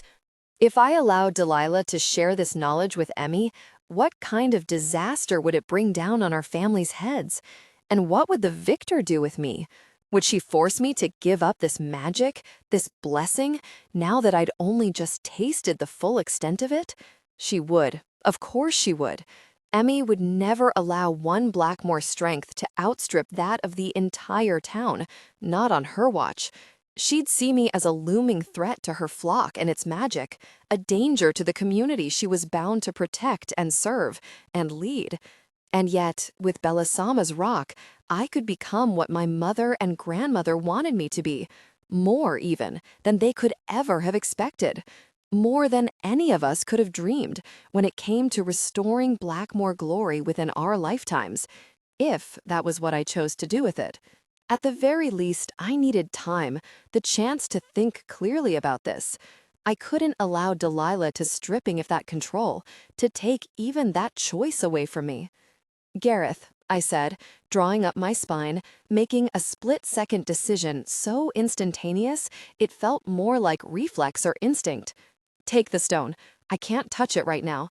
I don't know what else might happen if I do." "Excuse me?" Delilah hissed, head snapping up from the parchment. "You will not steal." "Forget," I began, lifting my hands to cast the Oblivion glamour. The words that actually emerged from my mouth sounded more like some savage echo catapulting around a mountain range, shrieking, "Oblivion!" I'd never cast any version of the Oblivion glamour before, had never needed to, given the mega version of it already cast over the entire town, specifically geared toward managing normie exposure to magic. And memory tampering spells were strictly prohibited by the grimoire when it came to witches using them on each other. I should know. Back when Igraine had been the victor, I'd sat on her tribunal a few times myself to determine punishment for those who'd violated that precept. The consequences had never been pleasant for the caster, and I could remember my own righteousness, the moral certainty that they'd done grievous wrong. But model student of the grimoire that I was, I knew the incantation, and I didn't have a choice. I couldn't let Delilah render me helpless this way, take the decision out of my hands by alerting Emmy now. I needed her to forget that Gareth and I had been here, talked about this.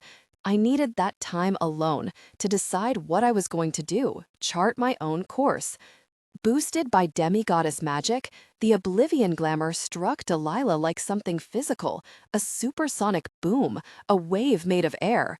I could see her hair fly back as is in a whooshing gust of wind, her entire head rocking back so hard it must have jarred her spine. Then her face went disturbingly, awfully slack, her eyes emptying like an upended hourglass sifted free of sand. The hand clutching the quill drifted aimlessly back down to the parchment in slow motion, like a sparrow drifting on a wind current. When her fingers uncurled, it dropped out of her hand, rolling off the desk and landing soundlessly on the floorboards. "What?" she whispered blankly, blinking as if to clear her eyes, struggling to focus on us. "Who?" I clapped my hand to my mouth to stifle a moan, engulfed in a wild, sickening regret that rose up in my throat like bile, threatening to choke me. This was beyond wrong. This was terrible. I had hurt Delilah, erased her memory, possibly caused damage not even yet perceptible. And I'd done it anyway, for myself, my family, in one semi-unthinking instant, for something I wasn't even sure I wanted, much less deserved. And the superpowered glamour hadn't even stopped with Delilah, too strong to contain or to spend itself entirely in her.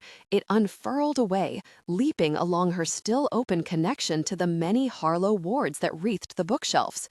Even though it had already wiped her memory clean, it still brimmed with too much power, far too much. So much of it that it rattled the floor under our feet, made the shelves themselves tremble with its force like a minor earthquake, books shuddering against each other. Then, layer by layer, it began to peel away the wards themselves, like stripping wallpaper in great curls, making the spells themselves forget what they had been cast for, what it was their duty to protect, what generations of painstaking Harlows had intended as their purpose. "Oh no," I moaned, reaching out frantically to call it back, unable to so much as budge it now that it had set its course. "No.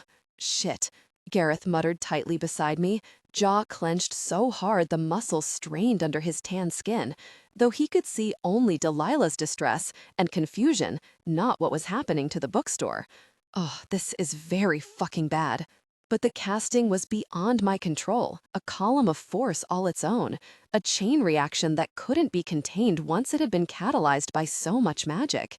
I could only stand back helplessly and watch as it blew the centuries of careful wards into literal oblivion, leaving the books naked and defenseless, while Delilah still sat sluggish behind the counter, blinking owlishly as she struggled to regain her bearings, barely aware of our presence, much less of what was happening around her.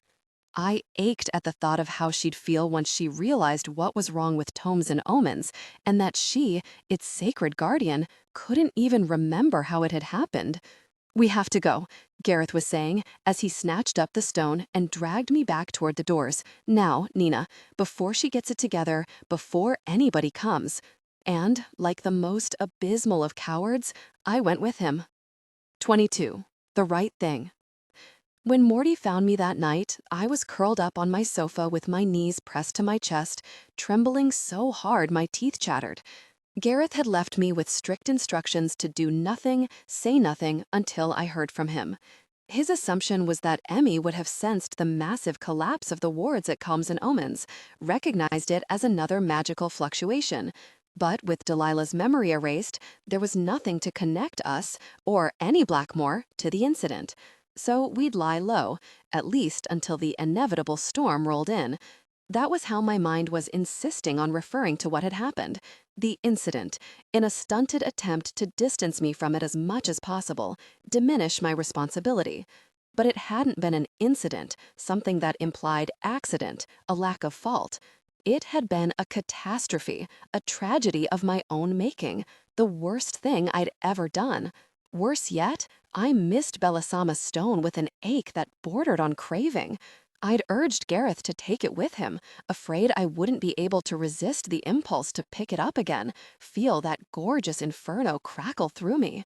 Heedless, just like Delilah had said, of whatever might happen to the rest of Thistlegrove's magic as a consequence of my own selfishness. "Nina, what happened to you?" Morty said as he sat beside me, his face drawn with concern. "What's wrong? How did you get in here?" I managed through the clatter of my teeth, tugging my quilt closer to my chin, though even just his nearness comforted me a little, lent me a sliver of relief. "Your door was unlocked." That would have tipped me off that something had gone very badly fucked, even if I hadn't already known as much from afar. He stared down at me, those brilliant eyes clouded with fear. "Nina, I felt it, through the bond, this blaze, this wild euphoria from you. And then just terror, remorse, guilt. It was me," I whispered, biting down on the inside of my cheek until the pain became too sharp to withstand. I could feel tears leaking down my face, but I couldn't even summon up the will to wipe them. My cheeks were already salty anyway, crusted from hours of silent crying. Morty, I did something awful, something so bad." Moving slowly, with utmost gentleness, he reached down and pulled me upright, slipping an arm around my shoulders and letting me rest against him. I burrowed my cheek into his collar, inhaling the cologne and almond smell of him, the floral scent of his hair. It beggared belief, the way he already smelled like home to me when we'd barely even had a month of knowing each other. "Will you tell me about it?" he asked, resting his cheek on the top of my head. "Yes," I said, shutting my eyes hard. "But I'm pretty sure it's going to make you hate me." "Impossible." I could feel him shake his head against me, his arm tightening. "I could never. I know you, remember? I can feel you. Whatever you did, whatever mistake you made, you couldn't regret it more. And that's what counts, right, when it comes to fixing things?" I took a shuddering breath, gathered myself a little.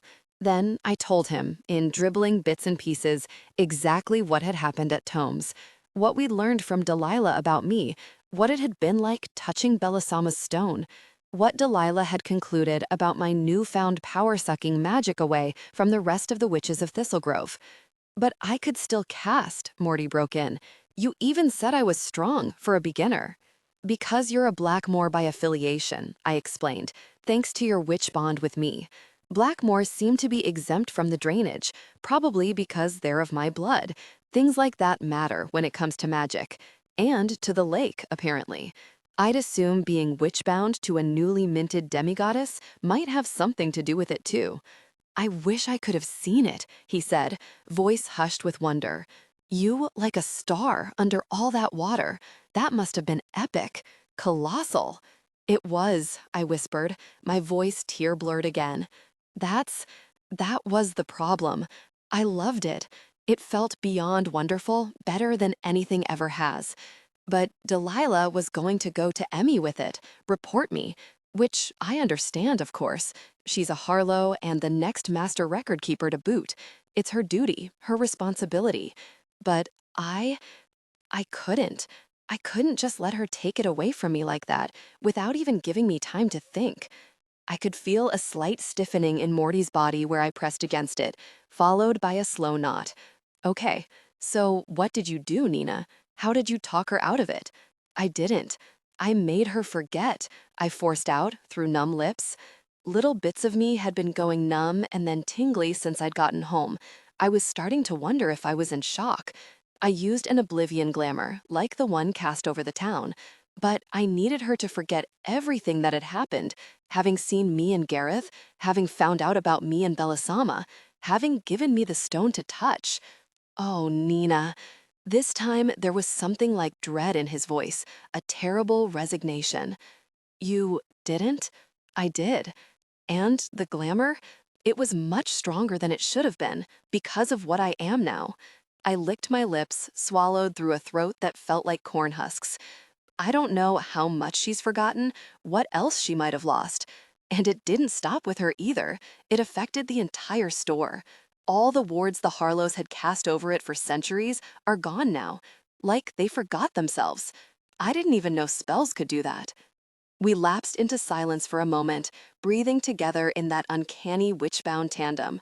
With the bond open between us, I could feel his reaction as it developed, track it in real time. Fear for me, profound sadness for the Harlows, followed by judgment, censure, even a touch of revulsion. Though the bond wasn't telepathic, I could piece his thoughts together. He understood how and why it had happened because he felt it, could trace the contours of my own motivations. And he didn't hate me like he'd promised me.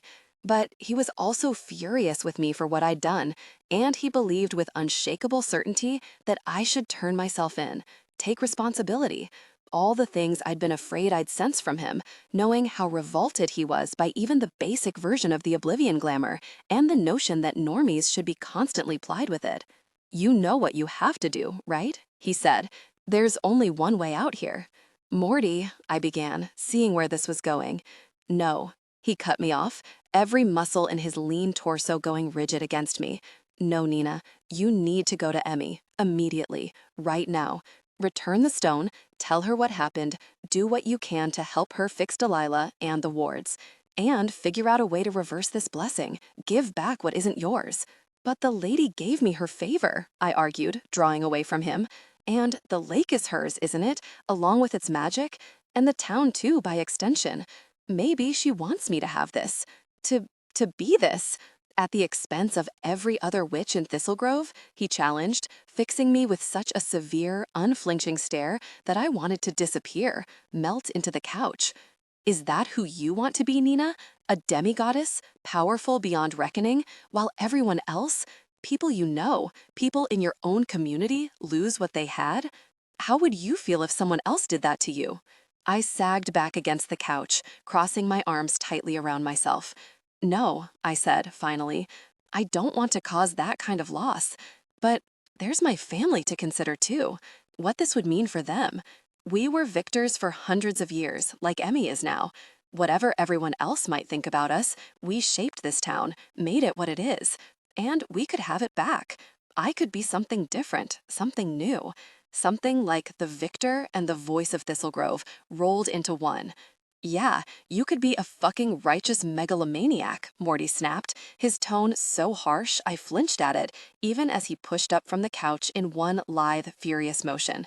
"Thistlegrove's very own supervillain in residence, because that's what you're really saying here when you get down to brass tacks. Isn't something like that your family motto anyway? As long as we prosper, everyone else can go merrily fuck themselves? That's reductive and unfair, and you know it," I argued. "I know my family's faults more, better than anyone. But I'm still one of them, Morty. I might hate them sometimes, more often than not even, but they're still mine, my blood. This isn't just about me.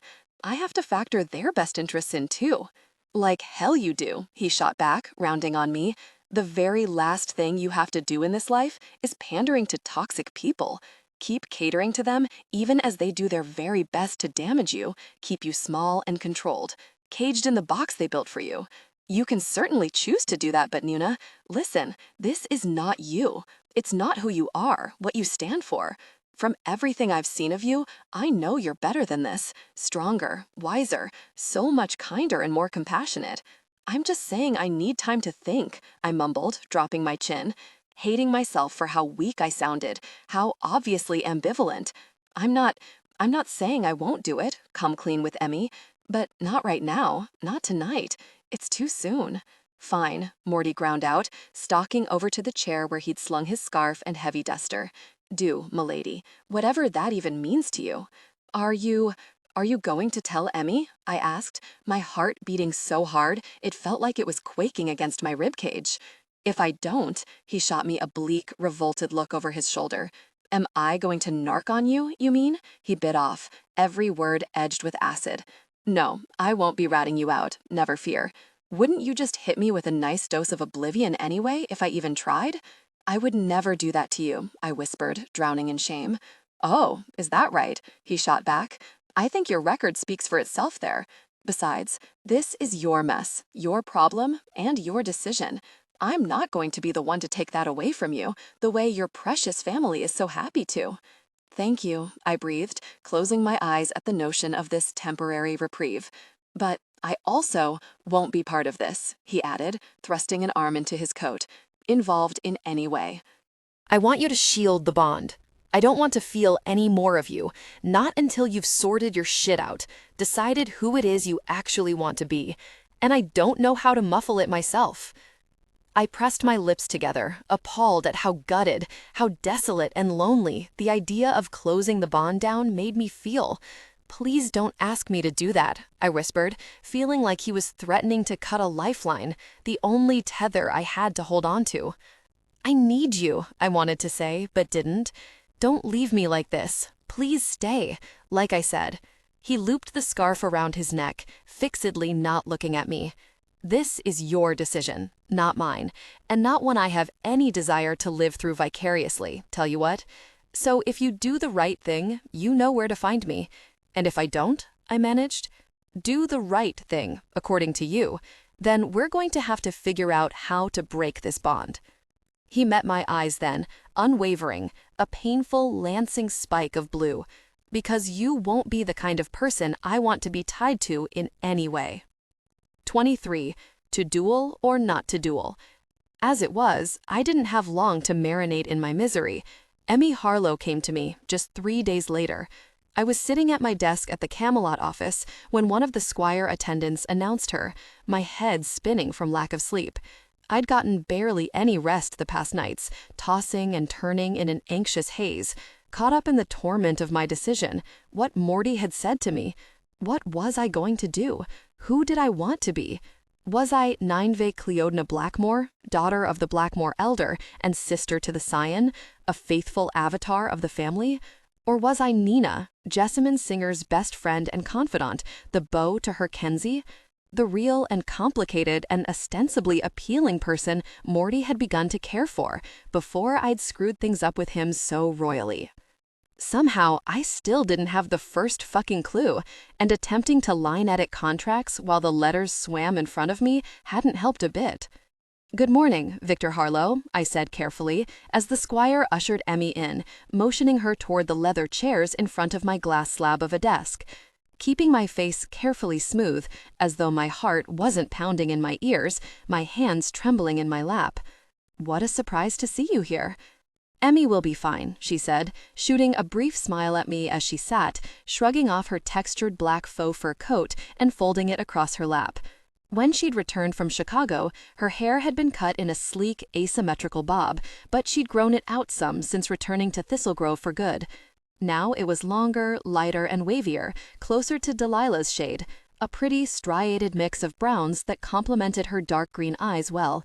More like what I remembered from when we'd gone to school together, though not quite as leonine. Both looks had suited her, but this softer middle ground felt somehow more authentic, truer to her. There was nothing soft, though, about her outfit.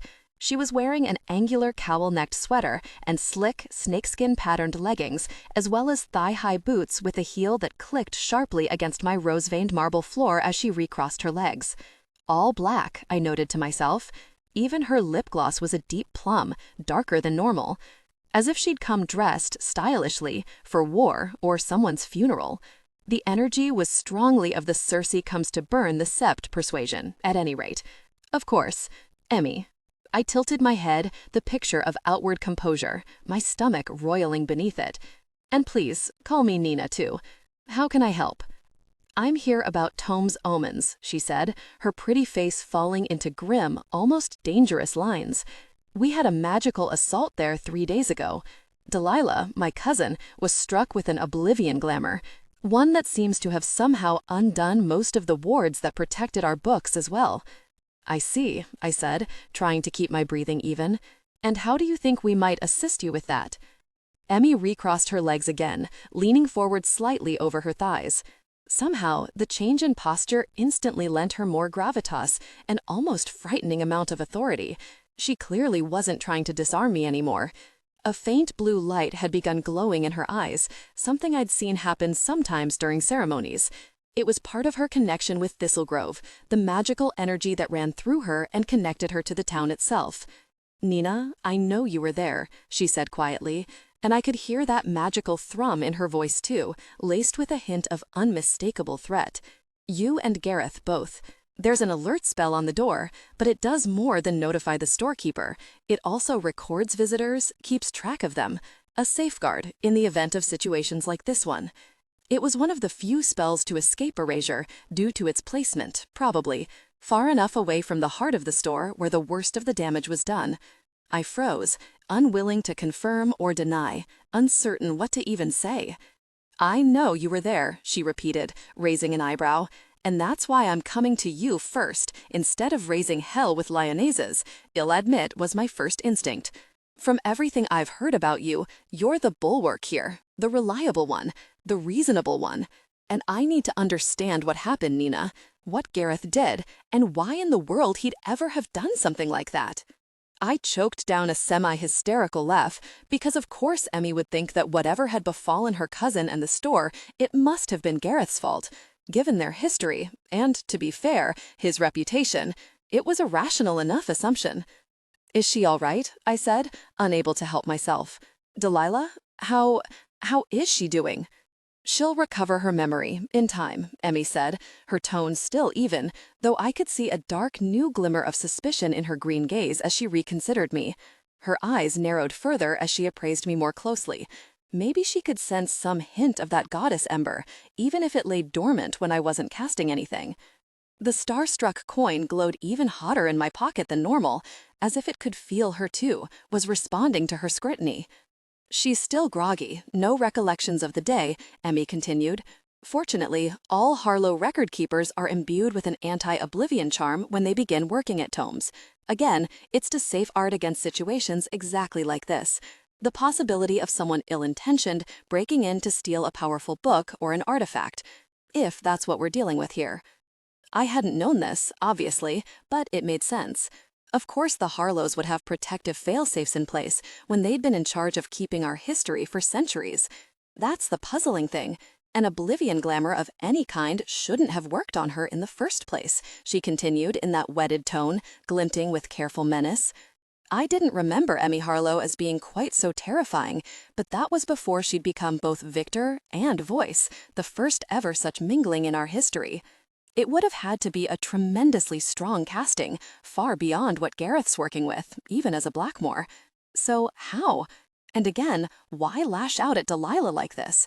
What could she possibly have done to him? I sat for a moment, like a statue myself, mind whirling at what felt like the speed of light. This was it, the moment of truth. There was no way to stall, nowhere to run, nowhere to hide. My clock had run out. It was time to decide. I remembered Morty's passion, the gleam of conviction in those radiant eyes. "This is not you," he'd insisted. "It's not who you are, what you stand for. You're better than this, stronger, wiser, so much kinder and more compassionate." Whether this was true, I wasn't sure, but I did know that I wanted it to be. And if I did, I needed to start now. Take that first step toward a different me. "Gareth didn't do anything," I said, almost surprised at how steady my voice emerged.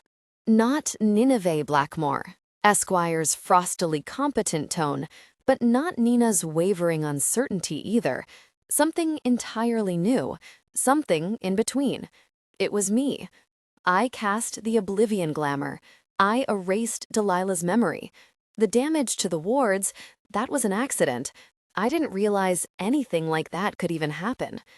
Emmy rocked back in her chair, nostrils flaring, something between shock and vindication flashing across her face. The blue glow in her eyes intensified.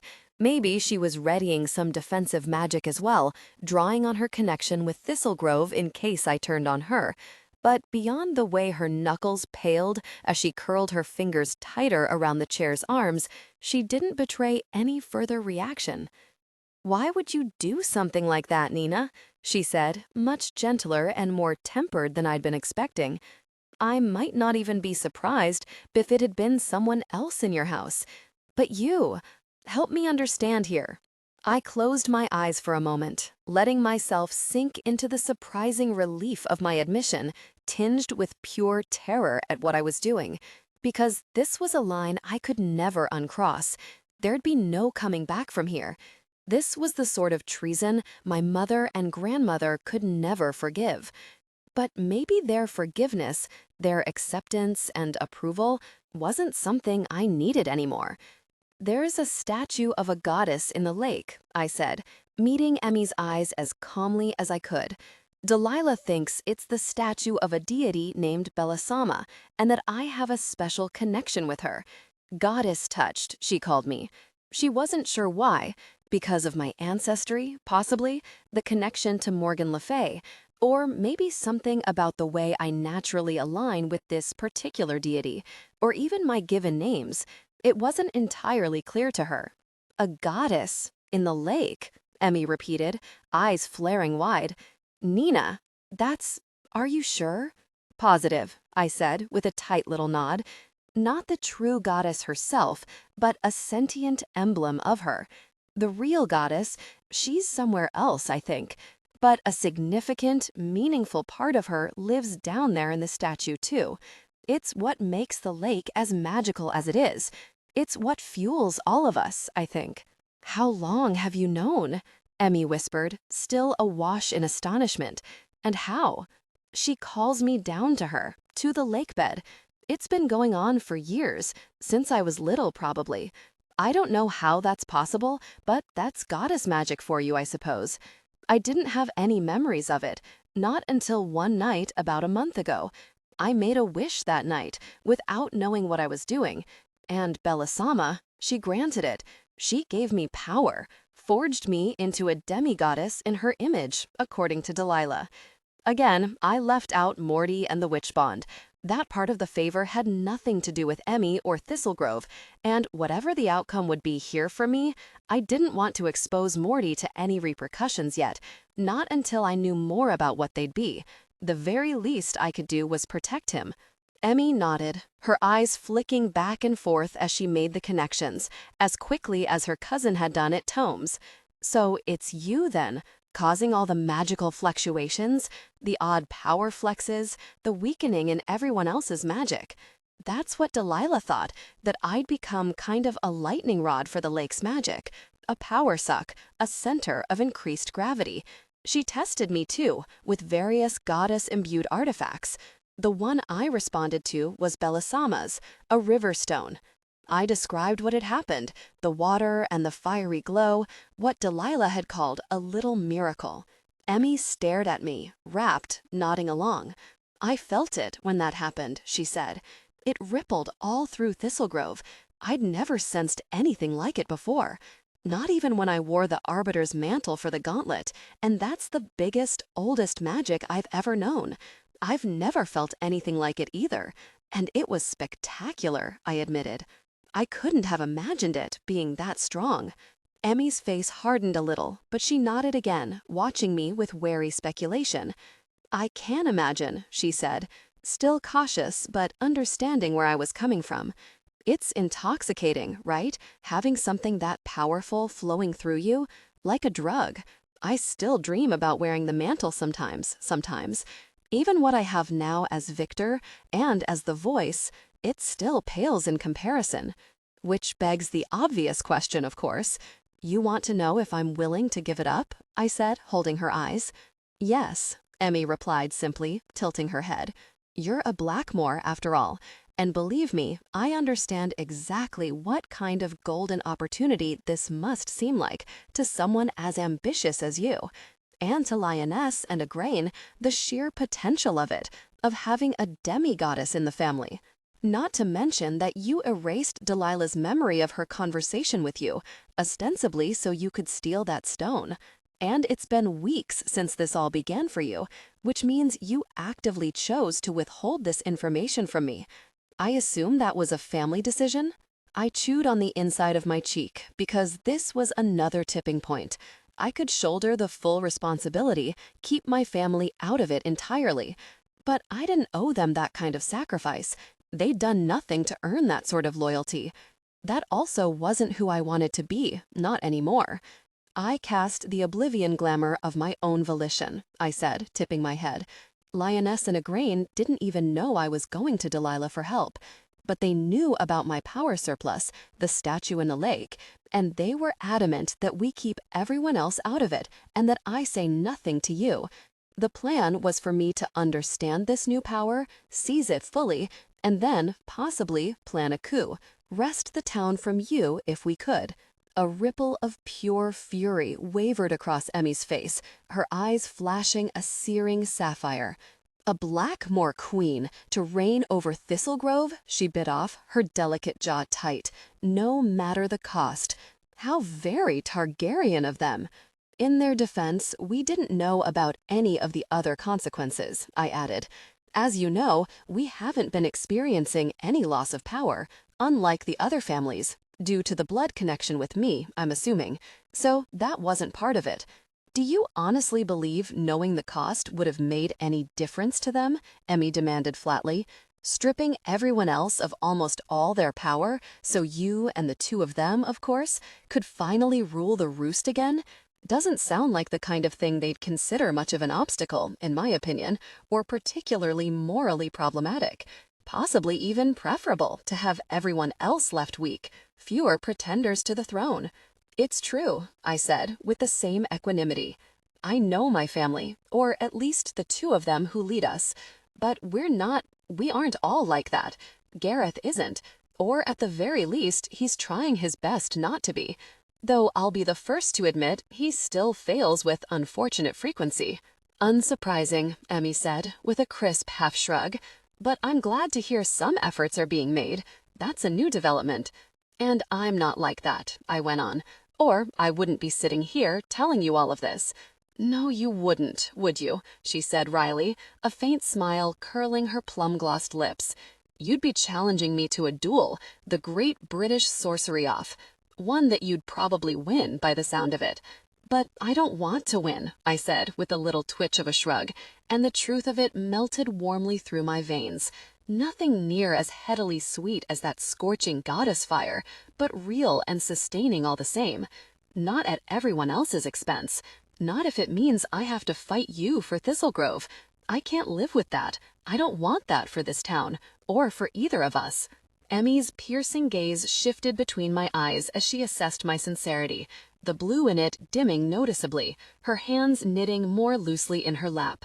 And Emmy, I am so sorry about Delilah and the wards, I continued, my voice fracturing, my lips trembling with the effort of holding back tears. A different me would have hated that, such an admission of weakness in front of a member of a rival family. But I didn't feel any self-castigation, not a hint of regret. If anything, I was glad Emmy could hear my remorse, see that I truly meant what I said. That was a terrible mistake, the worst choice I've ever made, I continued, wresting myself back under control. I can't undo it, or make any excuses for myself. And I understand, that there'll have to be consequences for me. I accept that, whatever they end up being, along with whatever kind of restitution I can offer. I'm really glad to hear that, Nina, Emmy said, that little smile widening into something more genuine. So, what shall we do, the two of us, instead of dueling? 24. Fire in the Sky. I stood in front of Morty's door for almost 5 minutes before I summoned the courage to knock. I knew he could feel me out here on the threshold. Even through the shielded bond, being this close to him felt like standing at the outermost periphery of a bonfire, its warmth enticingly close, but just out of reach. And if I could feel him inside, that meant he could feel me too, and he wasn't opening the door for me. What if he couldn't forgive me, even though I'd done the right thing? What if he decided that I'd taken too long with my decision, that someone who struggled so hard with what they wanted, who couldn't immediately choose honor and nobility, wasn't a person he wanted in his life? Only one way to find out, I guessed. My stomach lurching with preemptive, aching nausea, I rapped my fist against the peeling wood. He opened on the second knock, so he had been waiting for me to make the move. His hair was wet from a recent shower, and he stood barefoot, in a black tank that bared his collarbones and those corded, watercolored arms, ripped jeans that clung low to his hips. We stared at each other for a moment, long enough for him to prop a forearm against the door jamb, shift his weight into it in a feline way that made my insides flutter despite everything. "Well," he said, carefully neutral, jeweled eyes shifting between mine. "Did you have something to say to me?" "Yes," I replied, swallowing. "I do. Do you think I could come in to talk?" He licked his lips, considering. I couldn't quite feel his uncertainty through the shielded bond, but I could speculate what he felt. A deep ambivalence about letting me in case what I had to tell him meant that we'd never be seeing each other again. The kind of emotions you wouldn't want seeping into your apartment walls, tainting them with the memory. "Sure," he said finally, shifting sideways to let me move past him. He smelled even more strongly than normal of almond skin and floral hair product, and I had a dual lurch of sensation as the pit of my stomach tightened with both instant desire and fear of rejection. Morty's living room was cozily dim, soft lamplight falling across the plush scarlet beanbags and blue velvet couch, the Turkish rug draped over the floorboards, somehow not managing to clash with the rest of the eclectic decor. Old-school framed movie posters hung all over the walls, from Indiana Jones and Star Wars to Blade Runner, alongside Vampire Weekend and Rat-a-tat concert flyers. I didn't remember having seen the collapsible silks rig in the corner by the window, its tip taller than the dormer windows. Maybe he'd been practicing before his shower. I followed him to the couch, sitting down primly with legs crossed, unsure how close to him I was allowed to be. He took the other end of the couch, establishing a firm buffer zone between us, though even at that distance, his proximity made my head swim a little, heat rising to my cheeks. Triple goddess, it was so fucking awkward to be this turned on by someone who might be chucking you out of their place in a matter of minutes. He cocked his head, eyebrows raised. "Well, it's your show, Nina. Tell me what's up." "Emmy came to see me yesterday," I began, twisting my hands nervously in my lap. She knew, she'd found out, that Gareth and I were there, that one of us had glamored Delilah. She, thought it was Gareth, so she was starting her inquiry with me instead, the reasonable Blackmore. Morty's jaw tightened at the mention of Gareth's name, but he didn't respond, watching me silently. So he'd meant it literally. This was my solo show. He wasn't going to make it any easier for me by participating in this conversation. "I came clean with her," I continued, lacing my fingers so tightly the knobs of my knuckles pressed painfully against each other. Told her everything about the goddess, my deity's favor, the stone, what my family had wanted me to do with it. At that, I thought I could detect a glimmer of shock in those azure eyes, as if implicating my family was a different tack than he'd been expecting. But he kept his face schooled into near-perfect neutrality, not so much as a twitch at the corner of his mouth. "She thought maybe I wanted to duel with her," I said, with a rueful little laugh. "The Great British Sorcery Off," she called it, which actually funny. But I said no. I told her I didn't want to be Thistlegrove's supervillain in residence, or her enemy, to take what belongs to her and to all the other witches in this town, and that I was sorry for what I'd done to Delilah and willing to do whatever it took to make things right with her. "So, you're going to give back the stone?" he said, and I could feel a hot, bright pulse of something even through the shielded bond. "And what? Your family's just gonna let you do that?" "I won't be asking them for permission," I replied, swallowing down a piercing pang of pain at the thought of letting the stone go, losing that dazzling conflagration, that celestial fire gone from me forever. "I'll have to talk to Gareth about it, of course, since he's keeping it for me, but he'll do the right thing too. I know it. But will that be enough? Just returning the stone? You were distorting power channels before you even had it. I'm going to return the deity's favor to Belisama, too, I said, unable to keep my eyes from surging hot with tears at the thought of the loss. I'm pretty sure I know how to do that now. What she wants to hear from me before she'll accept the return. That's why I came here tonight, actually. I'll be going to the lake tomorrow night to do it, with Emmy. And I was really hoping you'd want to be there too. He took a long, shuddering inhale, closing his eyes tight. When he opened them, they shimmered bright with tears, the cooler counterpart to mine. Of course I'll come with you, he said, sliding across the couch to pull me against him. The wave of relief that broke over me was so sweet and tremendous that I laughed a little, so absolutely thrilled to be touching him. Oh, thank fucking baby Jesus you made the right call. You have no idea how scared I was that you'd go dark side and I'd have to let you leave without ever kissing you again. So, you do want to kiss me then, is what I'm hearing, I said, just a little coy, my heart racing even harder.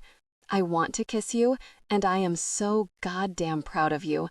And I also want to do much more than kiss you, he said, bringing his lips close to mine without quite touching. How's that plan sound? Fabulous, I assured him, brushing the tip of my nose against his. Flawless, in fact. Dope. I also really want you to drop that shielding right now, please. His arms tightened around my waist. Because I want to feel you again. He did not have to ask me twice. The shield dissolved with a single concentrated thought from me, and as his emotions collided with mine, I gasped aloud at the force of them. He was proud of me, bursting with pride and awe commingled with delight, along with a profound respect and understanding for how difficult the decision must have been for me. And I could feel just how impressed he was that I'd managed to choose against my lifelong conditioning, how strong and brave and bold he thought that made me, a forever demigoddess in the soul, even when I was no longer one in the flesh. It stripped away any of my lingering doubts about whether I'd done the right thing, washed me clean of them entirely, like a cool welcome tide. I don't think I'm as amazing as you think I am, I whispered into the space between our lips. But thank you anyway, for thinking it. You're right, he whispered back. What you are is even better than that. And he meant it. I could feel how much.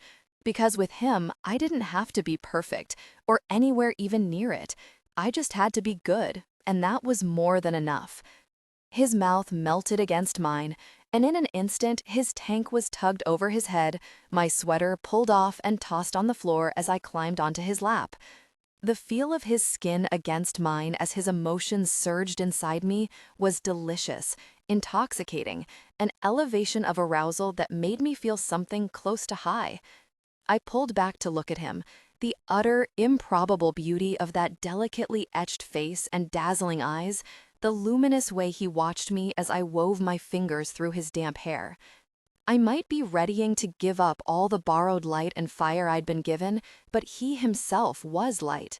Maybe that was the answer, why the goddess had bound the two of us together, because here was a fire that I could keep for myself, something that was meant to be mine.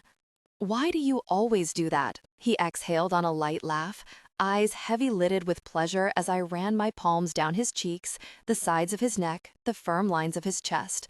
Because I like to look at you, I told him, leaning forward to nuzzle my cheek against his. It makes me happy. Dipping my head, I ran my lips down his neck, then sank my teeth into the defined curve of his shoulder, like I wanted to do whenever I saw it bare. I bit down hard, hard enough for him to feel a bright sting of pain that made his hips buck against mine, a low groan tearing from his throat. Moving slowly, deliberately, teeth followed by lips and tongue, I bit him from the outer curve of his shoulder to his throat, leaving a series of imprints on his skin, little crescents that marked him as mine. His hands roamed over my back, fingertips digging hard into the tuck of my waist, palms sweeping up to cup my breasts and squeeze them through my bra. "Bedroom," I whispered to him, nipping at his ear. "Now." By the time we made it to his bed, we'd both somehow managed to shed pants and underwear with impressive efficiency, leaving a messy trail of discarded clothing behind us. Then there was only skin and heat, the length of him against me as he pressed me into the comforter, trailing kisses down my ribs and stomach, nipping at the insides of my thighs until I thought I might pass out from breathing so hard. His mouth moved between my legs, the slick heat of his tongue sliding deftly against me as his lips fit around my clit, making me cry out. I could feel the intensity of his reaction to my own wetness and warmth, the way sucking and licking me made him feel the same kind of out-of-control lust. And he felt mine, the pleasure building in me to that sweet, piercing crescendo, so hard and fast it took all I had to keep it at bay. "Fuck, you taste so perfect, Nina," he breathed against me, trembles racing up my legs at his exhale. I could do this all damn night. "Some other time," I promised, pressing my head back into his pillows. "Tonight, I want you inside me, right now." He slid up my body, bolstering himself on his forearms, hands cupped warmly around my face. We were kissing deep as he slid slowly, carefully inside me gasping into his mouth as my head arched back. "Like that?" he asked, a low chuckle in his voice. "Like that," I confirmed shakily, biting back another gasp. He rocked against me, not the full length of him, just enough to drive me wild with the promise of much more. It felt like the most agonizing sweetness, a delicious, tantalizing tease that made me swear into his mouth. He drew back enough to smile at me, and for a moment we grinned at each other, purely delighted that we were here together, so entwined and vulnerable. "Stop teasing me, Gutierrez," I demanded, reaching up to snare his lips in a biting kiss. "And show me some things." "If you insist. And don't be careful with me. You know I want this. I want to feel everything." With a shuddering groan, he thrust fully into me, in deep and forceful strokes that made me press my palms against his headboard to steady myself, take perverse pleasure in how hard it smacked against the wall. I wasn't sure if Morty had neighbors on this side, but if he did, they weren't going to be at all confused about what was happening tonight. I shifted to sling both legs over his shoulders, wanting even more. More impact, more pressure, simply more of everything. The resulting angle was so deep that my moans pitched up into little shrieks, and I slid a hand between us, so caught up in my own pleasure and Morty's own spiraling lust that I couldn't wait to come. "Almost there," I moaned into his mouth, tangling one hand tight into his hair. "So close." "I know," he gasped against me, running his tongue along my lower lip. "Me too." When I came, it was with the kind of clenching, seismic spasm that felt like it echoed through my body, melting down my legs and curling my toes, stronger than something should ever be and still leave you alive after it. But it was doubled, tripled, then raised to an impossible degree by Morty's own orgasm, fitting into the seams that mine left behind, drenching us both with a shocking flood of pleasure. I could hear myself screaming as if from a tunnel's length away, in a raw, stripped cadence that sounded like it belonged to someone else but felt entirely mine. And hearing Morty, too, the helpless pitch of his own cries, only leveled everything up. The pleasure felt like it took much longer than it should to subside, furious aftershocks that sent reverberating ripples through us both. When it finally receded, Morty lowered himself onto me with shaking arms, his heart beating so furiously through his chest I could feel it hammering against mine. "Could I just chill here for a minute?" he panted, "or am I too heavy? Because if I move right now, I might straight die." "Oh, don't die, please." I wrapped my arms and legs around him, cheek pressed against his hair damp and cool against my temple. "You stay right where you are, and take your time." Later, lying nestled against his chest with my skin still teeming with warmth, a twinging, unexpected sadness snuck over me. "What's wrong, babe?" murmured sleepily. He'd been drowsing while I listened to the calming cadence of his breath and thought myself in circles. I rarely got to enjoy a mellow orgasmic afterglow. Not today, peace being my brain's staunchest slogan. "It's just..." I swallowed hard, wishing I felt differently, not wanting to ruin this oasis of serenity for either of us. "I'm going to miss it so much, being this strong, having this much magic living inside of me." Morty stayed silent for a moment, but I could feel the surge of his sympathy through the bond. "Why don't we say goodbye to it then?" he suggested, kissing the top of my head. "In a formal way. Have a private little ceremony for you, together?" "What do you mean?" He sat up slowly against the headboard, drawing me up with him. "This building has a roof deck, and it's late as hell and cold to boot, so there won't be anyone outside to see." "See what?" I said, forehead wrinkling as I peered up at him in the dark. "You, silly, in all your glory. Come on, let's throw on some clothes and I'll tell you what I mean." 15 minutes later, we stood bundled under a night sky so glassy and brilliant it looked like a fissured black mirror laid over some gigantic source of light, like the chaos of stars was shining not from, but through it. A waxing half-moon hung among them, like a pale and heavy-lidded eye. Ghosts of our breath tumbled up and away from us as we stood next to each other, watching the dark, distant outline of Hallows Hill against the horizon, the few glimmering lights still on at Yarrow a few streets over, the more distant, deeper black of the Witch Woods that appeared somehow matte, cut from a darker bolt of velvet than the night. It was past 3, and a near absolute hush have settled over the town, not so much as the distant rumble of a car engine gunning to disturb it, just the whistle of the wind past the rooftops, the chill density of the air itself pressing into our ears. The night smelled of sharp cold and wood smoke, so purely wintry it made even me a bit nostalgic about how soon we'd be meeting the winter solstice, the world pivoting back towards spring. "This is your chance," Morty murmured to me, pressing his still warm cheek against mine. "Cast away, cast anything you want, make some big ol' fireworks. Nobody's awake to see, and even if they are, the glamour'll take care of it." "I thought we were team anti-glamour here," I said, even as the craving reared up in me to make some magic, tap into that radiant internal heat. "This one time, I think we can put the moral compasses down for a minute." His gloved fingers tightened around mine, giving me a squeeze. "You're doing a hard thing here, Nina, and you deserve this. One last night to let go, to just give in to what you want." "Maybe you're right," I whispered back, taking a few steps away from him into the center of the shoveled-off roof deck, the weathered floorboards creaking under my boots. I closed my eyes and lifted my hands, sifting through my mental repertoire of spells that drew on light and fire, the ones that Bellissima's favor would take to best. Here we go.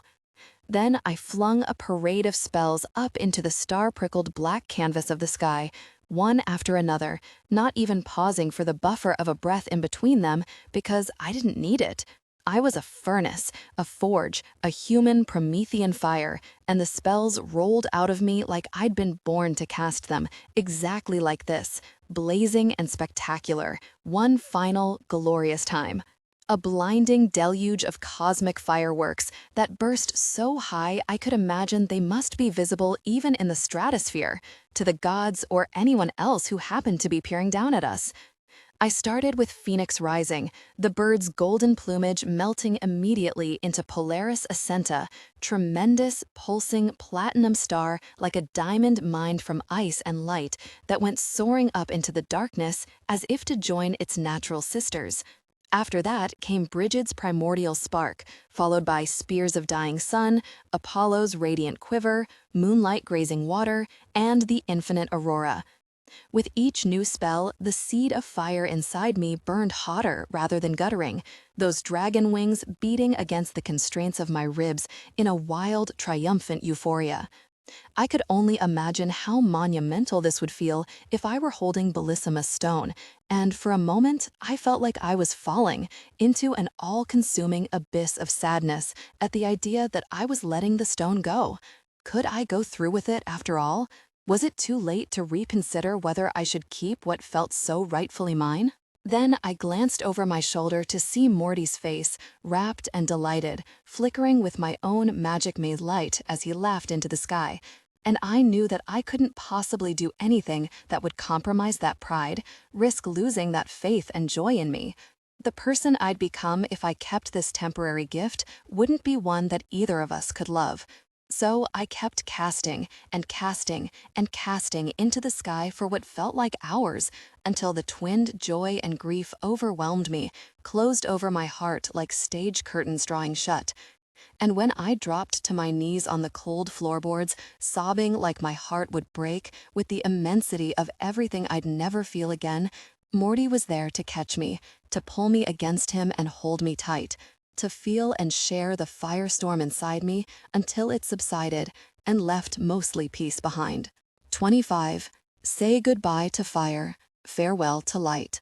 The four of us stood by the lake, under a star-struck sky veined by the wavering emerald of the northern lights. There was no snow tonight, only the black mirror of the winter night, hushed, this time, somehow expectant, as if it knew that soon there'd be something to see below. Morty and I were in the middle, gloved hands joined. Gareth stood to my left, bellissimous stone in his hands. I'd gone to him earlier today to tell him what I'd decided, give him the chance to make his own choice. He could stand with me on this, or he could decide to go to Lioness and Igraine, pick blood and mindless loyalty over the dignity and power of doing the right thing. I'd known, or at least hoped, that he would choose me, choose the right kind of change for both of us. And he had, though I also knew that as Scion, his betrayal would be considered even greater than mine, the strain on him more than anything he'd ever had to withstand before. Obedience and family fealty were ingrained powerfully in the both of us, down to the bone, but he'd always bought into it with more gusto than I did and less critical thinking. It would be even harder for him to rebuild himself after this, discover who he was in his own right without the stamp of the Blackmore name on him. Emmy stood on the other end, to Morty's right.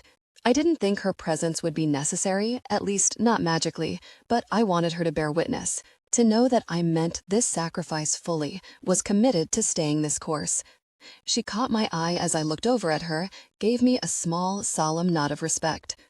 "It's difficult," she said, tears glimmering in her eyes, and I knew she must be remembering the mantle and ceding it to Delilah for the final round of the gauntlet that Samhain before she stepped in as Natalia of Ramovtcheznin.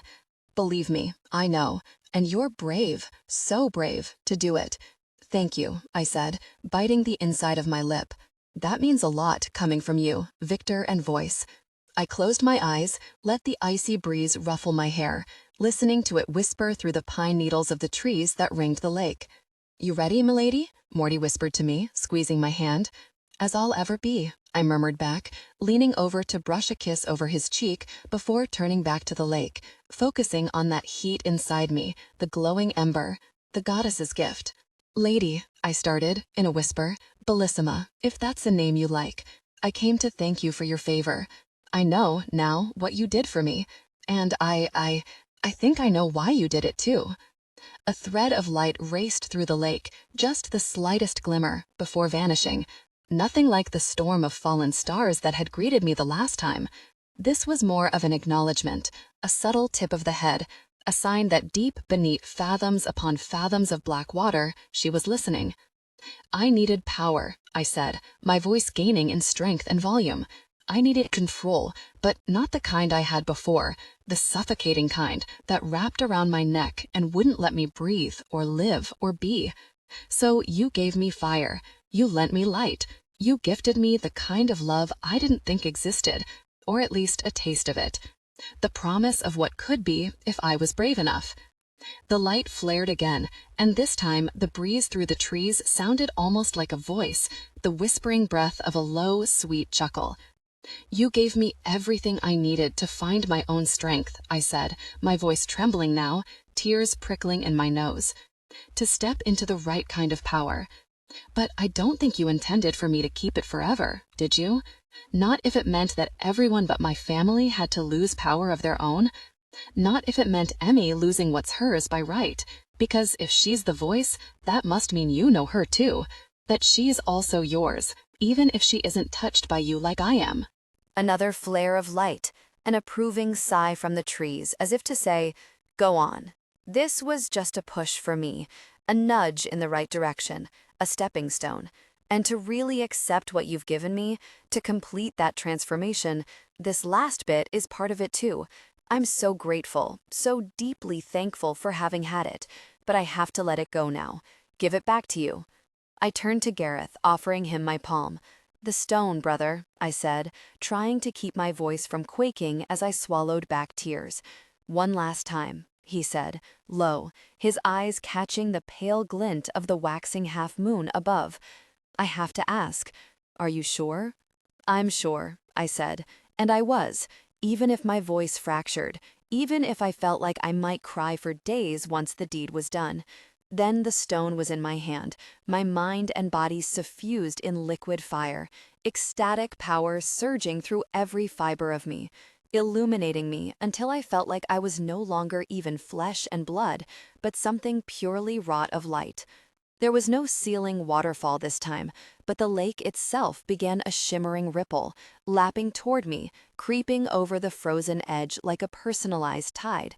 I clutched the stone tight, willing the seated goddess ember inside me to meld with that flood of light, to rejoin it, and when I wound my arm back and flung the stone into the water, I could feel it leave me in a dizzying, forceful rush, all of it as one, including the little spark that had been the root of the favor. The coin disappeared from my pants pocket in the same instant. I could feel it vanish, huff out into nothing. If Morty hadn't been holding my other hand so tightly, I would have sagged where I stood, fallen to my knees like I had the previous night, pressed my forehead to the frozen ground, and wailed like some tragic Shakespearean figure. Because it hurt to lose that ferocious power, to feel it tear out of me like a thorn, to say goodbye to fire, farewell to light, to know nothing would ever be so fiercely bright and warm inside of me again, not after tonight. As soon as the stone hit the lake's surface, the whole of the water turned a scintillating, blazing white, dancing with pearly effervescence, little bubbles of silver rising to the top. The air seemed to warm around us, dispelling some of the wintry frost, and I could hear the goddess in my mind again, though I didn't think she'd spoken aloud. At any rate, none of the others seemed to register the enormity of her belling voice, caught up instead with the blinding dazzle of the lake.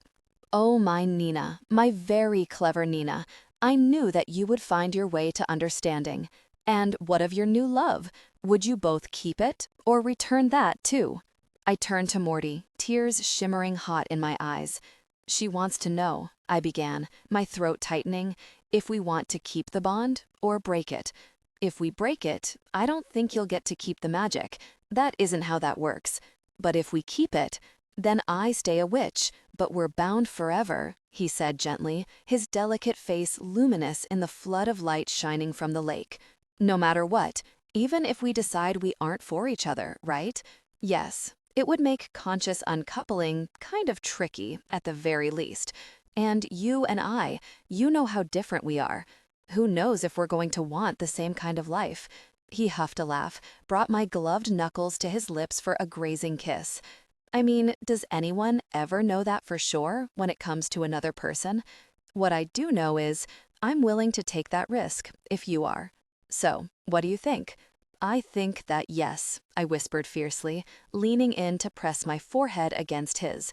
I think that out of all of this, you were the best gift by far, and I think we see where it takes us. The light in the lake flickered once, twice, and then 3 times, as if in acknowledgement. Then it winked out, leaving us all engulfed in the chill mountaintop night. 26. A new era for us all. After everything, it seemed profoundly strange that the wheel of the year continued to turn as it always did, leading inexorably to Yule, the return of the light after winter's deepest darkness. But that was the point, and the comfort of it too. No matter the weight of your pain or loss, the world only ever knew how to move on. And so did you, even if you'd lost something like a goddess ember, even if you were only just a witch again, one who possibly no longer even had a family, depending on how things shook out. In the week since I'd relinquished my power, nothing had happened yet with Lioness in a grain. Gareth and I were still waiting for the other shoe to drop. Emmy hadn't made any move to impose sanctions on us either, for the way we'd kept things from her. But that, I suspected, was just a matter of time too. And what better time to lay down the law than when we all gathered for the winter solstice ball? This year, the Thorns were taking their turn to host at Honeycake Orchards. I'd always loved a good Thorn Yule.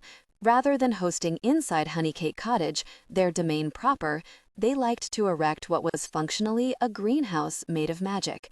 A vast weatherproofing spell yielded a transparent dome to keep out the cold and snow, trellised by a network of living plants shoring up the casting. This kind of elemental working fell more squarely within my family's wheelhouse than the Thorns' affinity for green magic, so they tweaked it, relied on their facility with Flora to boost the elemental spell itself.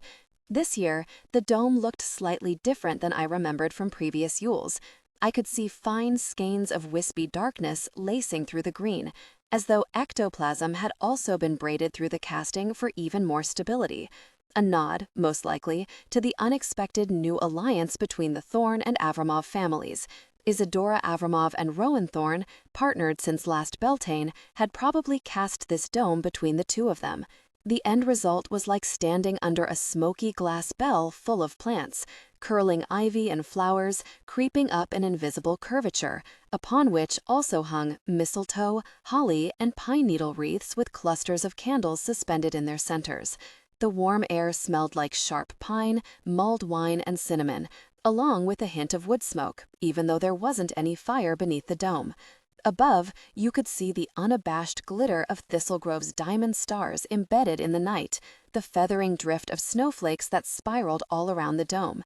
Some of the topmost plants were even enchanted to glow like chandeliers, shedding a natural luster on the witches gathered below. And the moon was close to full, bright and enormous as a lantern, so radiant we could have celebrated by its light alone. "Okay, well, maybe you are Beau," Jessa had said breathlessly when I'd led her into the dome with my arm looped through hers, Morty on my other side, Jessa's eyes wide and enthralled as she took everything in, because this is absolutely some other fairy shit. "Witch shit, Kens," I'd corrected gleefully, giving her a squeeze. "Though I will say I feel like you're bringing much more of that spicy succubus energy than I am tonight." She'd shimmied her shoulders, bare above the black fur trim of her extremely clingy and low-cut black and silver cocktail gown. When one gets invited to their first witch party, one does not hold back, you know. Inspired by Morty's reasoning, I'd petitioned Emmy for an exemption to the Oblivion glamour for Jessa, explaining that I wanted my best friend, my platonic life partner, someone who I knew would always matter deeply to me, to know who I truly was. All of who I was. I'd even suggested that this was something she might consider on a larger scale, from her victor's perspective, making the glamour a personal decision rather than a sweeping autocratic mandate by allowing witches the freedom to choose whom they felt safe sharing their secret with. Oh, my Nina, my very clever Nina, I knew that you would find your way to understanding. And what of your new love? Would you both keep it, or return that too? I turned to Morty, tears shimmering hot in my eyes. "She wants to know," I began, my throat tightening, "if we want to keep the bond or break it. If we break it, I don't think you'll get to keep the magic. That isn't how that works.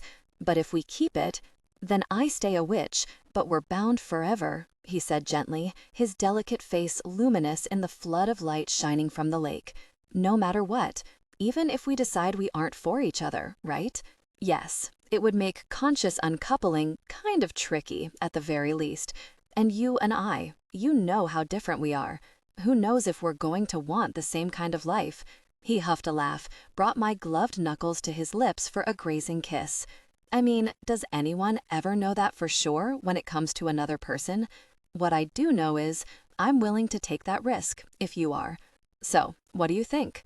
"I think that yes," I whispered fiercely, leaning in to press my forehead against his. "I think that out of all of this, you were the best gift by far, and I think we see where it takes us." The light in the lake flickered once, twice, and then 3 times, as if in acknowledgement. Then it winked out, leaving us all engulfed in the chill mountaintop night. 26. A new era for us all. After everything, it seemed profoundly strange that the wheel of the year continued to turn as it always did, leading inexorably to Yule, the return of the light after winter's deepest darkness. But that was the point, and the comfort of it too. No matter the weight of your pain or loss, the world only ever knew how to move on. And so did you, even if you'd lost something like a goddess ember, even if you were only just a witch again, one who possibly no longer even had a family, depending on how things shook out. In the weeks since I'd relinquished my power, nothing had happened yet with Lioness and Igraine. Gareth and I were still waiting for the other shoe to drop. Emmy hadn't made any move to impose sanctions on us either, for the way we'd kept things from her, but that, I suspected, was just a matter of time too. And what better time to lay down the law than when we all gathered for the winter solstice ball?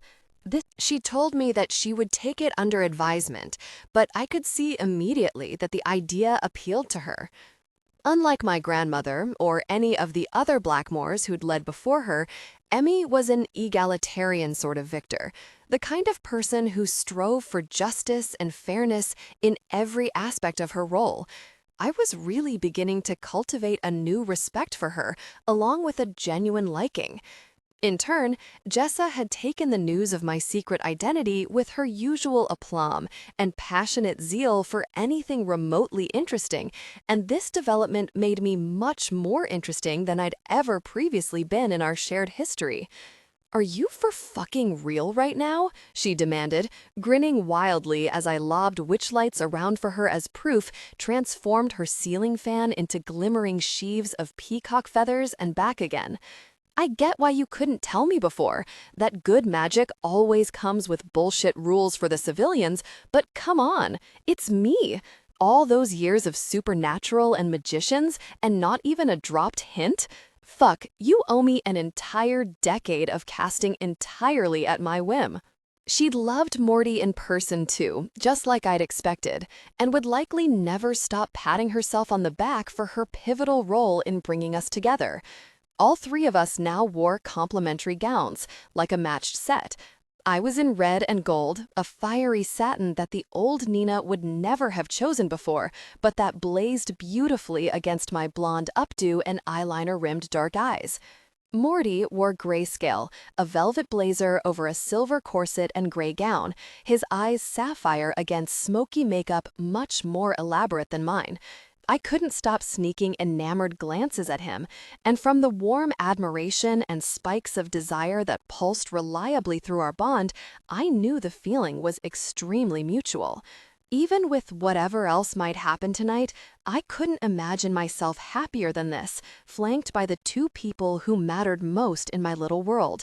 And for several hours, they were all that mattered, sharing mulled wine and iced petite fours with them, dancing with Morty and Jessa in turn, whirling in the candlelight with the brighter-than-bright moon and stars winking above us like a goddess's coin. So much to be dazzled by, even in this, the year's longest and darkest night, the night before the balance finally tipped back toward the light. Then Emmy swept up onto a podium beneath an evergreen arch studded with holly leaves and berries, and I knew the moment of truth had come for us. The crowd stilled at once, before she'd even said anything.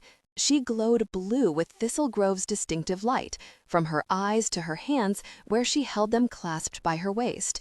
She'd been wearing a dress the last time I'd seen her dancing with her partner, Natalia Avramov, but now she wore the Harlow family robes, the victor's wreath gleaming on her hair. "Blessed Yule to all," she began with a little smile, "and thank you to the Thorns for their gracious welcome, and the beautiful display they've designed for us tonight, with some assistance from the Avramovs." So I'd been right about that, I thought, my gaze skimming over to where Rowan and Isadora stood near the podium holding hands. He wore a beautifully tailored but fairly staid navy blue suit, his long locks drawn back, while she wore elbow-length lace gloves and billows of gauzy black tulle like ectoplasm. Her entire freckled, milky back was bared down to the twin dimples at its base, her dark red hair braided into an almost sculptural updo. They looked like the most perfect mismatch in the history of time, highlighted by the subtle, elegant way Rowan bowed his head to Emmy, while Isadora dipped much lower than necessary, her black dress pooling around her into what was clearly the sassiest of curtsies. How the two of them functioned as a couple was a mystery for the ages. Then again, I thought, sneaking another glance at Morty, who was I to talk? Before we fully embrace the light, Emmy continued, her blue-tinged gaze sweeping over the gathered crowd, the wreath throbbing with sapphire light, there are some things I'd like to share with all of you, knowledge that has come to light. First, a recent revelation, particularly well-suited to Yule. We finally know more about Lady's Lake, what makes it magical. There's a statue of a goddess lying at the bottom, a deity named Belisama, to the best of our understanding. We still have no notion how and why she came to be there. But if you'd like to learn more about her, I'd direct you to Tome's Omens, where both James and Delilah will be happy to share what we do know. A moment of stunned silence followed, almost immediately splintered by an excited susurrus of whispers as clusters of people began turning toward one another and breaking into quiet but urgent conversation. In the crowd, I could see my mother's and grandmother's icy blonde heads snap toward each other like twin hawkish cameos. Then they both turned, frosty gazes trolling the crowd, in search of me and Gareth presumably, because who else could have gotten to Emmy besides the two of us? My stomach dropped instinctively, and Morty twined his fingers through mine in response. "You have nothing to be afraid of," he murmured to me, grazing a kiss over my cheek. "They can't hurt you, Nina, because you won't let them. And I won't either. You know I won't." "Of course I know," I whispered, squeezing back. "And I'm not afraid. Not of them, anyway. Not anymore." Emmy lifted her hands to still the chatter, and all heads swiveled back to her.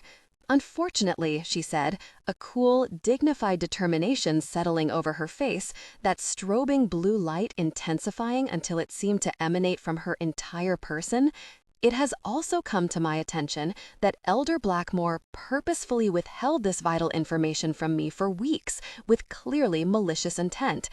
Her actions contributed to the ongoing magical fluctuations most of you have experienced, the weakening of our communal power. And thus, I invoke the rule of Victor's justice, as is my prerogative as described by the grimoire." This time, a stuttering gasp raced through the crowd as everyone caught their breath, hands flying to mouths, astonished glances exchanged, along with a growing, angry murmur. We all knew the rule existed, but it hadn't been invoked in generations. There had always been a tribunal instead, for every level of infraction. Emmy was sending an unmistakable message here, and it was that a breach of trust had been perpetrated of such a shattering magnitude that she wouldn't even stand for a trial. This time, the punishment would be delivered by her edict, with no room for appeal. "Elder Blackmore," she intoned, her voice gaining a new, menacing knell that I knew must stem from her dual magical authority. "By the rule of Victor's justice, I hereby strip you of your status. Anyone willing to plot against the victor and voice of Thistlegrove, and willing to act to the community's detriment, is unfit to lead one of the four families. You will not be banished, but you will be severed, cut off from your magic for this act of treachery committed against both town and lake." I could see my mother stagger in place, fury and shock blasting across her face. "Mercy, Victor!" she cried out as she sagged, leaning against my grandmother for support. I didn't know how the blockage of magic worked, but presumably it was already in effect, stripping my mother of all the power she'd ever known, the worst sort of loss any of us could imagine. I plead for mercy. According to the rule, I am willing to atone, to suffer any other punishment." "No," Emmy told, simple and stony. "In accordance with my will as victor, it is already done, the decision made. The role of elder will transfer forthwith to Scion Gareth Aurelius Blackmore for a trial period of a year, at which time I reserve the right to reconsider.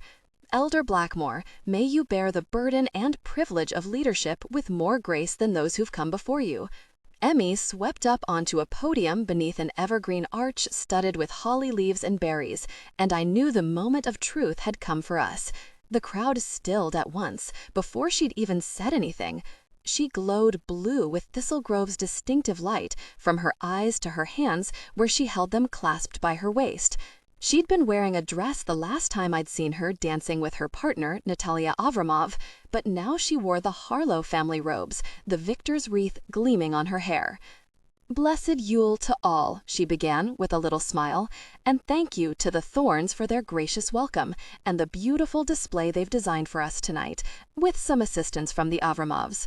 So I'd been right about that, I thought, my gaze skimming over to where Rowan and Isadora stood near the podium, holding hands.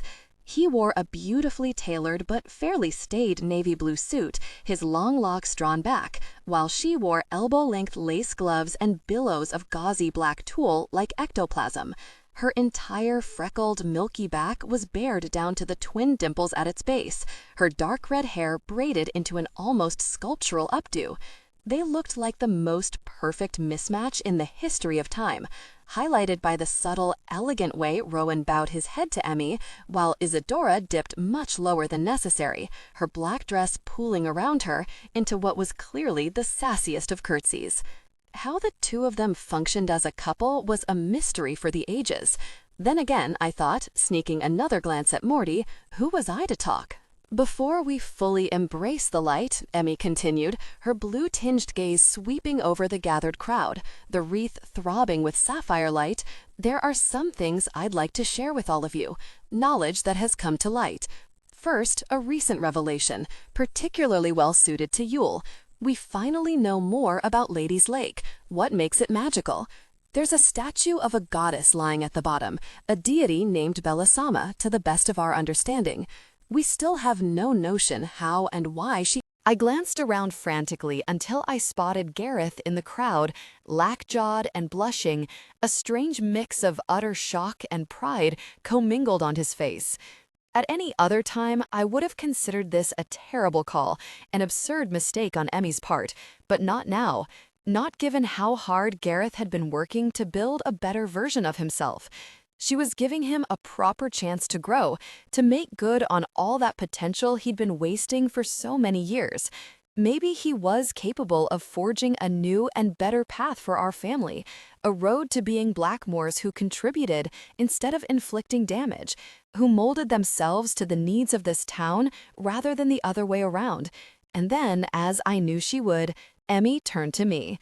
Icy panic swirled inside me like a blizzard, a needling rush from my skull down to my toes as I steeled myself for her pronouncement. "Nynaeve Cleodna Blackmore," she intoned, and then, more gently, "Nina, for your role in these events, for both the great good and the ill you've done, I sentence you to a year of limited magic. You will not cast any working at all, unless someone around you finds themselves in grave peril. And alongside Delilah Harlow and at her instruction, you will help restore the lost wardings at Tome's Omens." I inclined my head to her in acknowledgement, my heart pounding like a mallet as an intense wash of relief surged through me, because this wasn't terrible at all, nowhere near as severe a punishment as it could have been. This was only what I deserved, and even if I didn't have access to my own magic for an entire year, a prospect that, despite everything, filled me with an agonizing sense of preemptive loss, I would still have Morty to teach.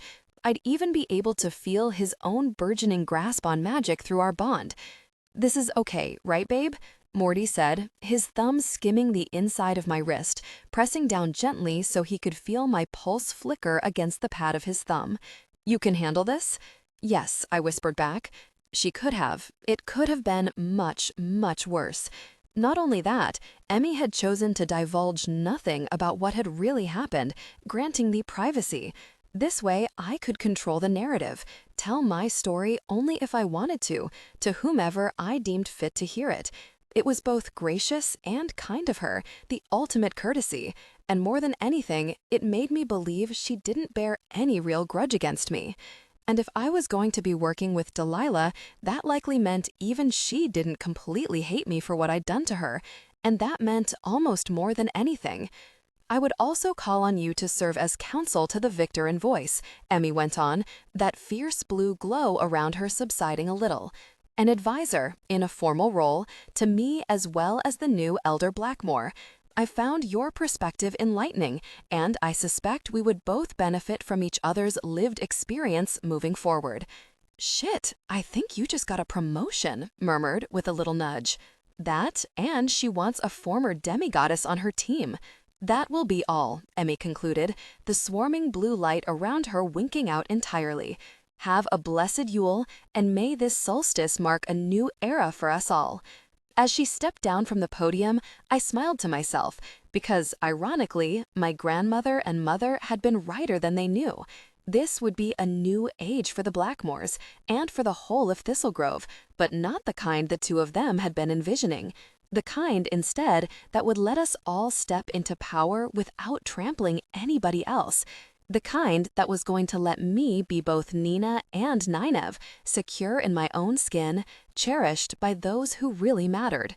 Advisor to Emmy and my brother, lover and teacher to Morty, forever best friend to Jessa, no secrets lurking between us to undermine. Neither demigoddess nor mere witch, but everything I'd ever willed and wanted for myself, and would in days to come, because what we wanted for ourselves was ever subject to change. What I wanted for myself now was all the light I could imagine, starting with the end of this longest night. And I knew that somewhere, deep beneath the water of some very far-flung lake, a sleeping goddess stirred a little in her slumber, her perfect lips curving with the suggestion of a smile. Acknowledgements.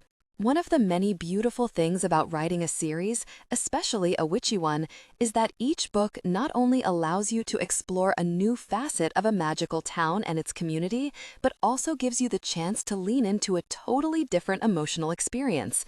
While Payback's a Witch was my safe and sparkly happy place book, and From Bad to Cursed my opportunity to explore the darker side of Thistlegrove, Nina's almost villain origin story was closer to therapy.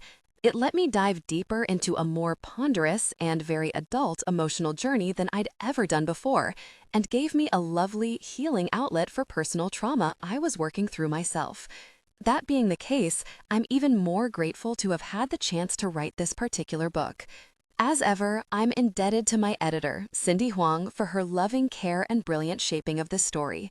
To the entire team at Berkeley, Stephanie, Alicia, Bridget, Angela, Katie, Julie, and everyone else so reliably making the magic happen behind the scenes, thank you so much for everything you do for me and Thistlegrove. Taylor, Jasmine, Holly, and everyone else in the Root Literary Coven, thank you for your attention, wisdom, and handholding. What would I be without you? Quite weepy and messy, probably.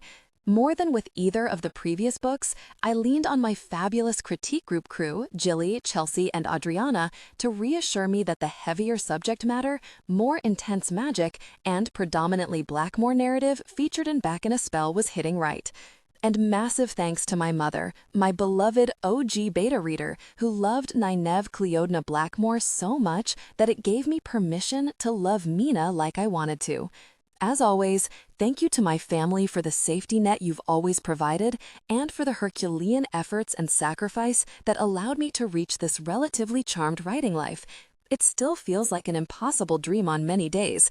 Please know I never take it for granted. Finally, to the Thistlegrove readers who've stuck by me book after book, you are the true heart of these stories. Thank you for your time, your money, your love for these characters, and every single Instagram, Twitter, and TikTok post celebrating these books in visually creative ways I could never hope to mimic myself, because my photos, videos are what they are. You never fail to make my day, and I hope I get to keep surprising you with ancient spells and sleeping goddesses for many books to come. Reader's Guide. Back in a Spell. Lana Harper. Questions for discussion. 1. When we first meet Nina Blackmore, she feels powerless and downtrodden, stuck in an emotional fugue state after having been all but ditched at the altar by her fiancé a year ago. Did her feelings resonate with you, and if so, how? 2. Right before her first date with Morty, Nina has a very unusual experience at Lady's Lake. Did you have any thoughts about what might be happening beneath the water's surface, and how did your expectations fit with what we later discover about the lake? 3. Nina and her brothers have a deeply damaging and complicated relationship with their mother and grandmother. Can you identify with or recognize any of these destructive patterns, or are you more familiar with loving and supportive families like Morty's? 4. Did learning more about the Blackmores and their toxic background shed a different light on Nina's brothers, Gareth and Gawain, for you? Did you find that your perspective on the Blackmores shifted over the course of the story, or did it stay the same? 5. Nina loves Castle Camelot and feels that it's much more of a home to her than Tintagel, the Blackmore's ancestral dominus. What did you think of Castle Camelot after seeing it through Nina's eyes? 6. As a Thistle Grove normie, Morty has a lot of, largely negative, opinions about the ethics of the Oblivion glamour cast over Thistle Grove. To what extent did you agree with him, and could you see Nina's counterpoints as to why the glamour is necessary for the witch community's enduring safety? 7. Nina and Jessa have a very tight-knit relationship. Jessa even moved to Thistle Grove to be closer to her best friend. Do you think Nina's qualms about the fact that Jessa is unaware of her friend's witchy identity are well-founded? Do you think she's letting Jessa down by not trying harder to be more honest with her? 8. Nina's power grows exponentially over the course of the story. What struck you the most about seeing her grapple with her enhanced strength while guiding Morty on his own journey of magical discovery? 9. What did you think of Nina's behavior at Tome's Omens? Do you understand why she chose to take such drastic action, or do you condemn her for it? 10. Why do you think Belisama chose to bind Morty and Nina? Do you think it was ultimately helpful to Nina's development, and possibly to Morty's as well? 11. On the whole, do you think you'd enjoy being the recipient of divine favor the way Nina experienced it? Why or why not? 12. What did you think of the punishments and promotions Emmy Harlow doled out at the Thorns Yule celebration? Would you have chosen similarly or differently? Keep reading for a preview of the next book in the Witches of Thistlegrove series by New York Times best-selling author Lana Harper. In Charm's Way, The Smallest Victories. The Viridian teardrops should have been in bloom by now. That much, at least, I had no trouble remembering. But I'd been trawling the Hallows Hill woods for almost 4 hours, walking the forest in as methodical a grid as one could manage on terrain that tended to shift around you like a daydream if you let your attention wander. And I hadn't spotted even a glimmer of the distinctive, iridescent color that gave the flowers their name. A languid twilight had begun to gather above the rustling treetops, an early summer wash of dusky violets and blues that dipped the already hushed bower in an almost melancholy light, as subdued as a sigh. If anything, I was more likely to spot one of the elusive flowers now than I had been earlier. Viridians unfurled at dusk, revealing glinting amber centers like fireflies, the stamens that contained the magically active pollen I was hunting for. 6 months ago, I wouldn't even have needed to traipse along a grid. I'd been hiking Hallows Hill for pleasure since I was a kid, even when I wasn't on the prowl for floral ingredients for a tincture or brew. Many of the plants that thrive up here were unique, native to Thistlegrove. Which herbs, blooms, lichens, and mosses grew precisely where had once been imprinted on me in an intricate schematic crystallized in my mind.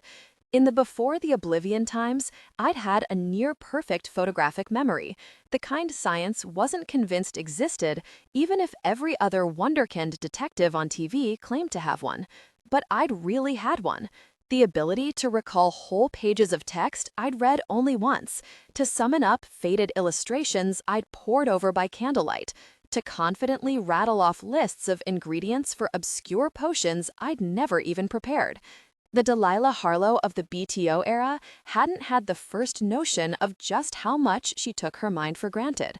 In my bleakest moments, I hated her for that smug complacency almost as much as I hated Nina Blackmore for what she'd done to me. Shaking off the creeping angst, in the months since I'd lost and regained most of my memory, I developed an excruciating tendency to brood over my own misfortune, a waste of productive time if there ever was one. I turned my attention back to the forest floor. Viridian teardrops often grew in little clusters of 3, usually around the exposed root balls of deciduous trees. By this late in May, there should already have been a good crop of them ready for harvest. But Lady's Lake had been a little tempestuous lately. Nina Blackmore's discovery of Belisama's statue at its distant bottom seemed to have stirred up the sleeping avatar, jolted the piece of the goddess that lived in our lake into some semi-elevated state of awareness. Among other things, we now enjoyed spectacular lightning storms crackling just above the lake on an almost weekly basis. Balls of St. Elmo's fire had been seen drifting down Hallows Hill and through the town below, rolling through walls like ghostly electrified tumbleweeds and scaring the entire shit out of Thistlegrove normies. The oblivion glamour cast over the town prevented memory formation of spells cast by Thistlegrove's witches, but it was nowhere near broad enough to cover all the other unusual meteorological phenomena the town reliably served up. Disturbances like that might have seeped into the forest as well, upset its natural growth rhythms, or shifted them. Just as I was about to cut my losses and call it a day, a flash of amber winked in my peripheral vision. I wheeled toward it, a flush of pure joy searing up my throat, like, "See, you've still got it, my bitch." It wasn't a typical cluster trio, only a solitary blossom, and on the smallish side as Viridians came, growing in a nook just by a sycamore space. But its teardrop petals were plump and glossy with health, a gorgeously vivid bluish green. Nestled within, the stamens quivered with a rich dusting of that precious yellow pollen. If I was careful with it, this single flower would be enough to cast a full iteration of Marauder's Misery, one of the anti-theft wards I'd been restoring at Tome's Omens ever since fucking Nina Blackmore undid 3 centuries worth of them in her brief and catastrophic rampage as a demigoddess. Flames and stars, living in this town could be exhausting. I sank down by the tree's base, pebbles and blades of grass pressing imprints into my bare knees. Then I closed my eyes and reached for the flower, cupping my hands around it without touching the petals. Like most magically imbued flora, Viridians couldn't just be plucked by mundane means. They needed to be harvested with the use of a particular preservation spell to keep their potency intact. Magical botany was like that, infinitely fascinating and challenging, and also finicky as shit. Hence why I loved it. It demanded both finesse and expertise, a deep understanding of theories and disciplines that the other Thistlegrove families largely ignored in favor of relying on their natural talents.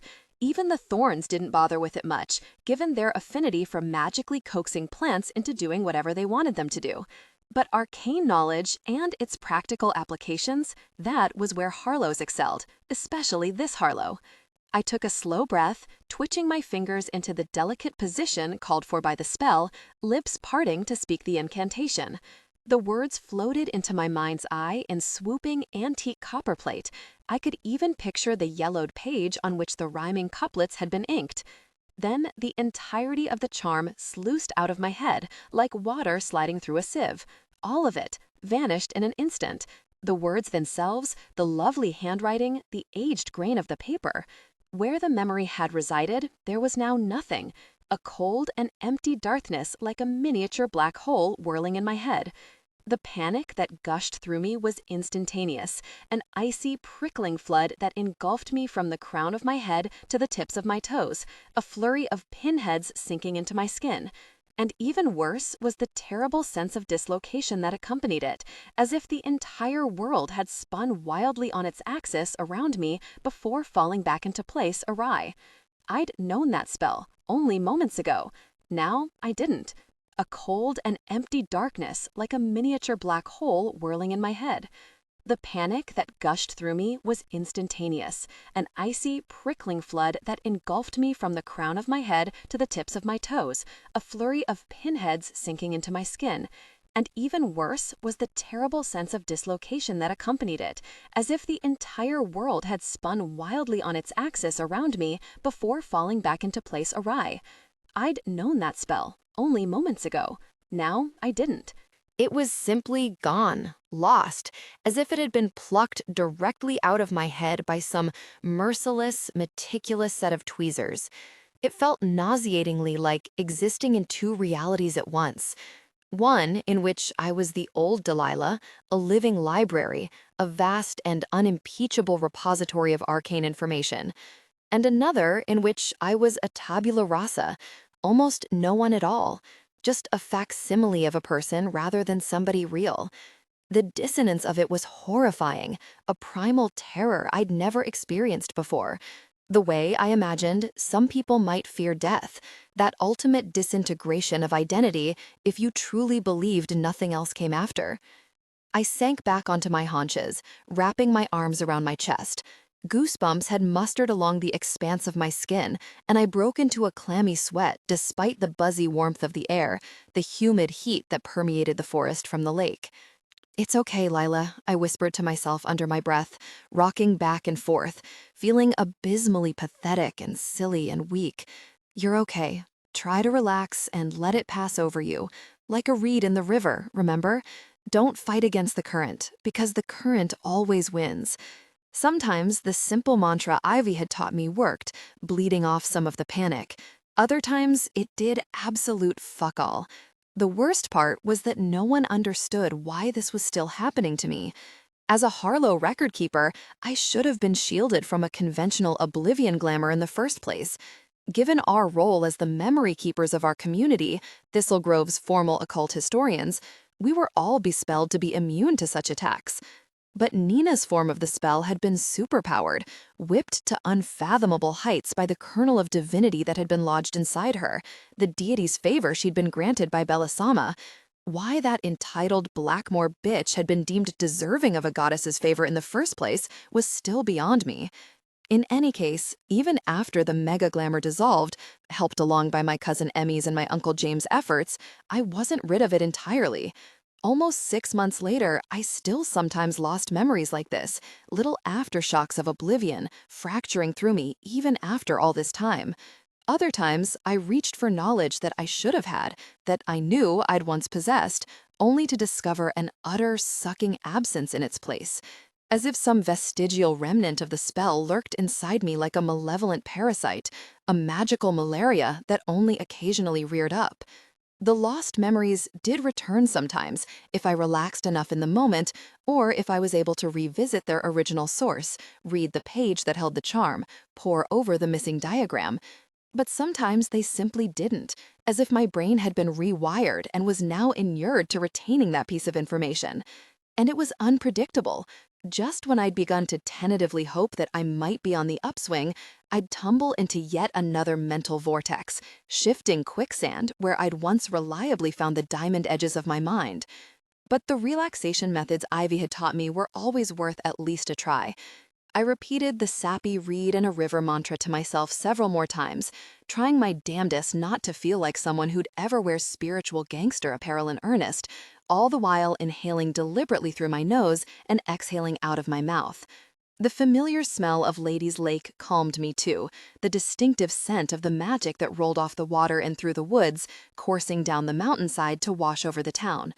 It was the strongest up here, an intoxicating scent like incense, earthy and musky and sweet, redolent of frankincense and myrrh laced with amber.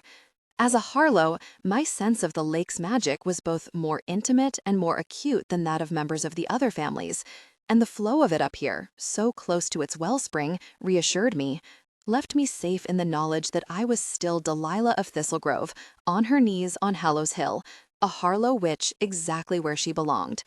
Abruptly, the harvesting charm slid back into my mind, a little frayed around the edges, some of the words blurring in and out of sight, as if my memory were a dulled lens that had lost some of its focus. But it was back, restored, intact enough that I would be able to use it to collect the Viridian.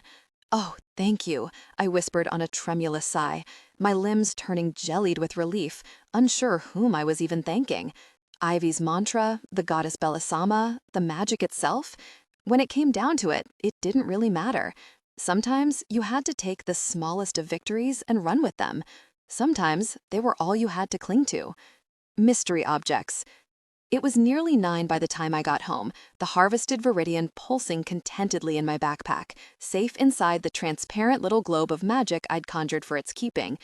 I lived on Feverfew, only a few streets over from Yarrow Street and Tome's Omens, the family occult and indie bookstore that was now largely my charge. Not even a 5-minute walk away, but far enough and residential enough to cushion me from the relentless hubbub of rowdy tourists who overran Thistlegrove almost year-round. Witch crazy visitors were Tomes Omen's bread and butter, but that didn't mean I had to like the noisy bumblefucks or the overly familiar way they pawed my books and artifacts. You'd think tourists itching for a slice of occult history would approach it with more respect. And yet, that was people for you. I paused in front of the renovated colonial that held my second-floor duplex unit, dipping into my cargo shorts pockets in search of my house keys. Protective candles always flickered in my windows, while my woman-about-town landladies below were dark more often than not. The chick's social life was tantamount to an extreme sport. The summer night felt like a bell jar lowered around me, still and almost perfectly silent. A warm hush that pressed sweetly against the skin, disturbed only by the faint, whispery rustle of the elms that lined the street. The air smelled like honeysuckle, which grew abundant around the base of Hallows Hill and drifted around the town in fragrant currents every year as soon as spring began its softening yield to summer. Perfumed peace all around me, just the way I liked it. If I closed my eyes, I could almost pretend to be the only human left alive in the entire neighborhood, the sole survivor of some subtle apocalypse. Sometimes, the idea of that much solitude was disturbingly appealing. I located the correct pocket, still savoring my little triumph up on Hallows Hill as I fished out my key and jogged up the stairs to the porticoed landing, my hiking boots clomping against the concrete steps. I'd successfully snared a memory back from oblivion, something I'd managed only a few other times before. Maybe I was finally getting better. Maybe the remnants of the oblivion were loosening their lingering hold, claws retracting from my mind. Shifting the weight of my backpack to my left shoulder, I lifted the key to slide it into the lock, and promptly forgot what I was doing, or what the serrated, ominous piece of metal in my hand was even supposed to be for. The panic that slammed into me was like barreling face first into a sheetrock wall. My heart battered against my ribs with what felt like bruising force, my hand shaking so hard I couldn't even keep the mystery fucking object, lined up with the lock. Had my life depended on it, a cold blade pressed to the soft flesh under my jaw, I couldn't have divined what the object in my hand was meant to do. The more I thought about it, the more sinister and wrong it felt, until some of that danger seemed to seep like welling blood into the texture of the night around me, tainting it, turning it into the deceptively peaceful prelude of a slasher film. Why would something ever be shaped like this? That strange little circular head at the top, and then the menacingly toothy blade. Was it a very small weapon, maybe? An artifact intended to facilitate some malign spell work? What was I even doing, holding something so clearly forged to nefarious ends without even protective gloves between it and my skin? I dropped my backpack with a thump, careless of the englobed viridian inside, and turned to press my back against the door, sliding down the varnished wood until my butt met the floorboards. My entire body was drenched in icy sweat, and I could hear myself panting, harsh breaths that sounded like they were being dragged by a fishhook out of my throat. I wanted to drop the mystery fucking object more than I'd possibly ever wanted anything.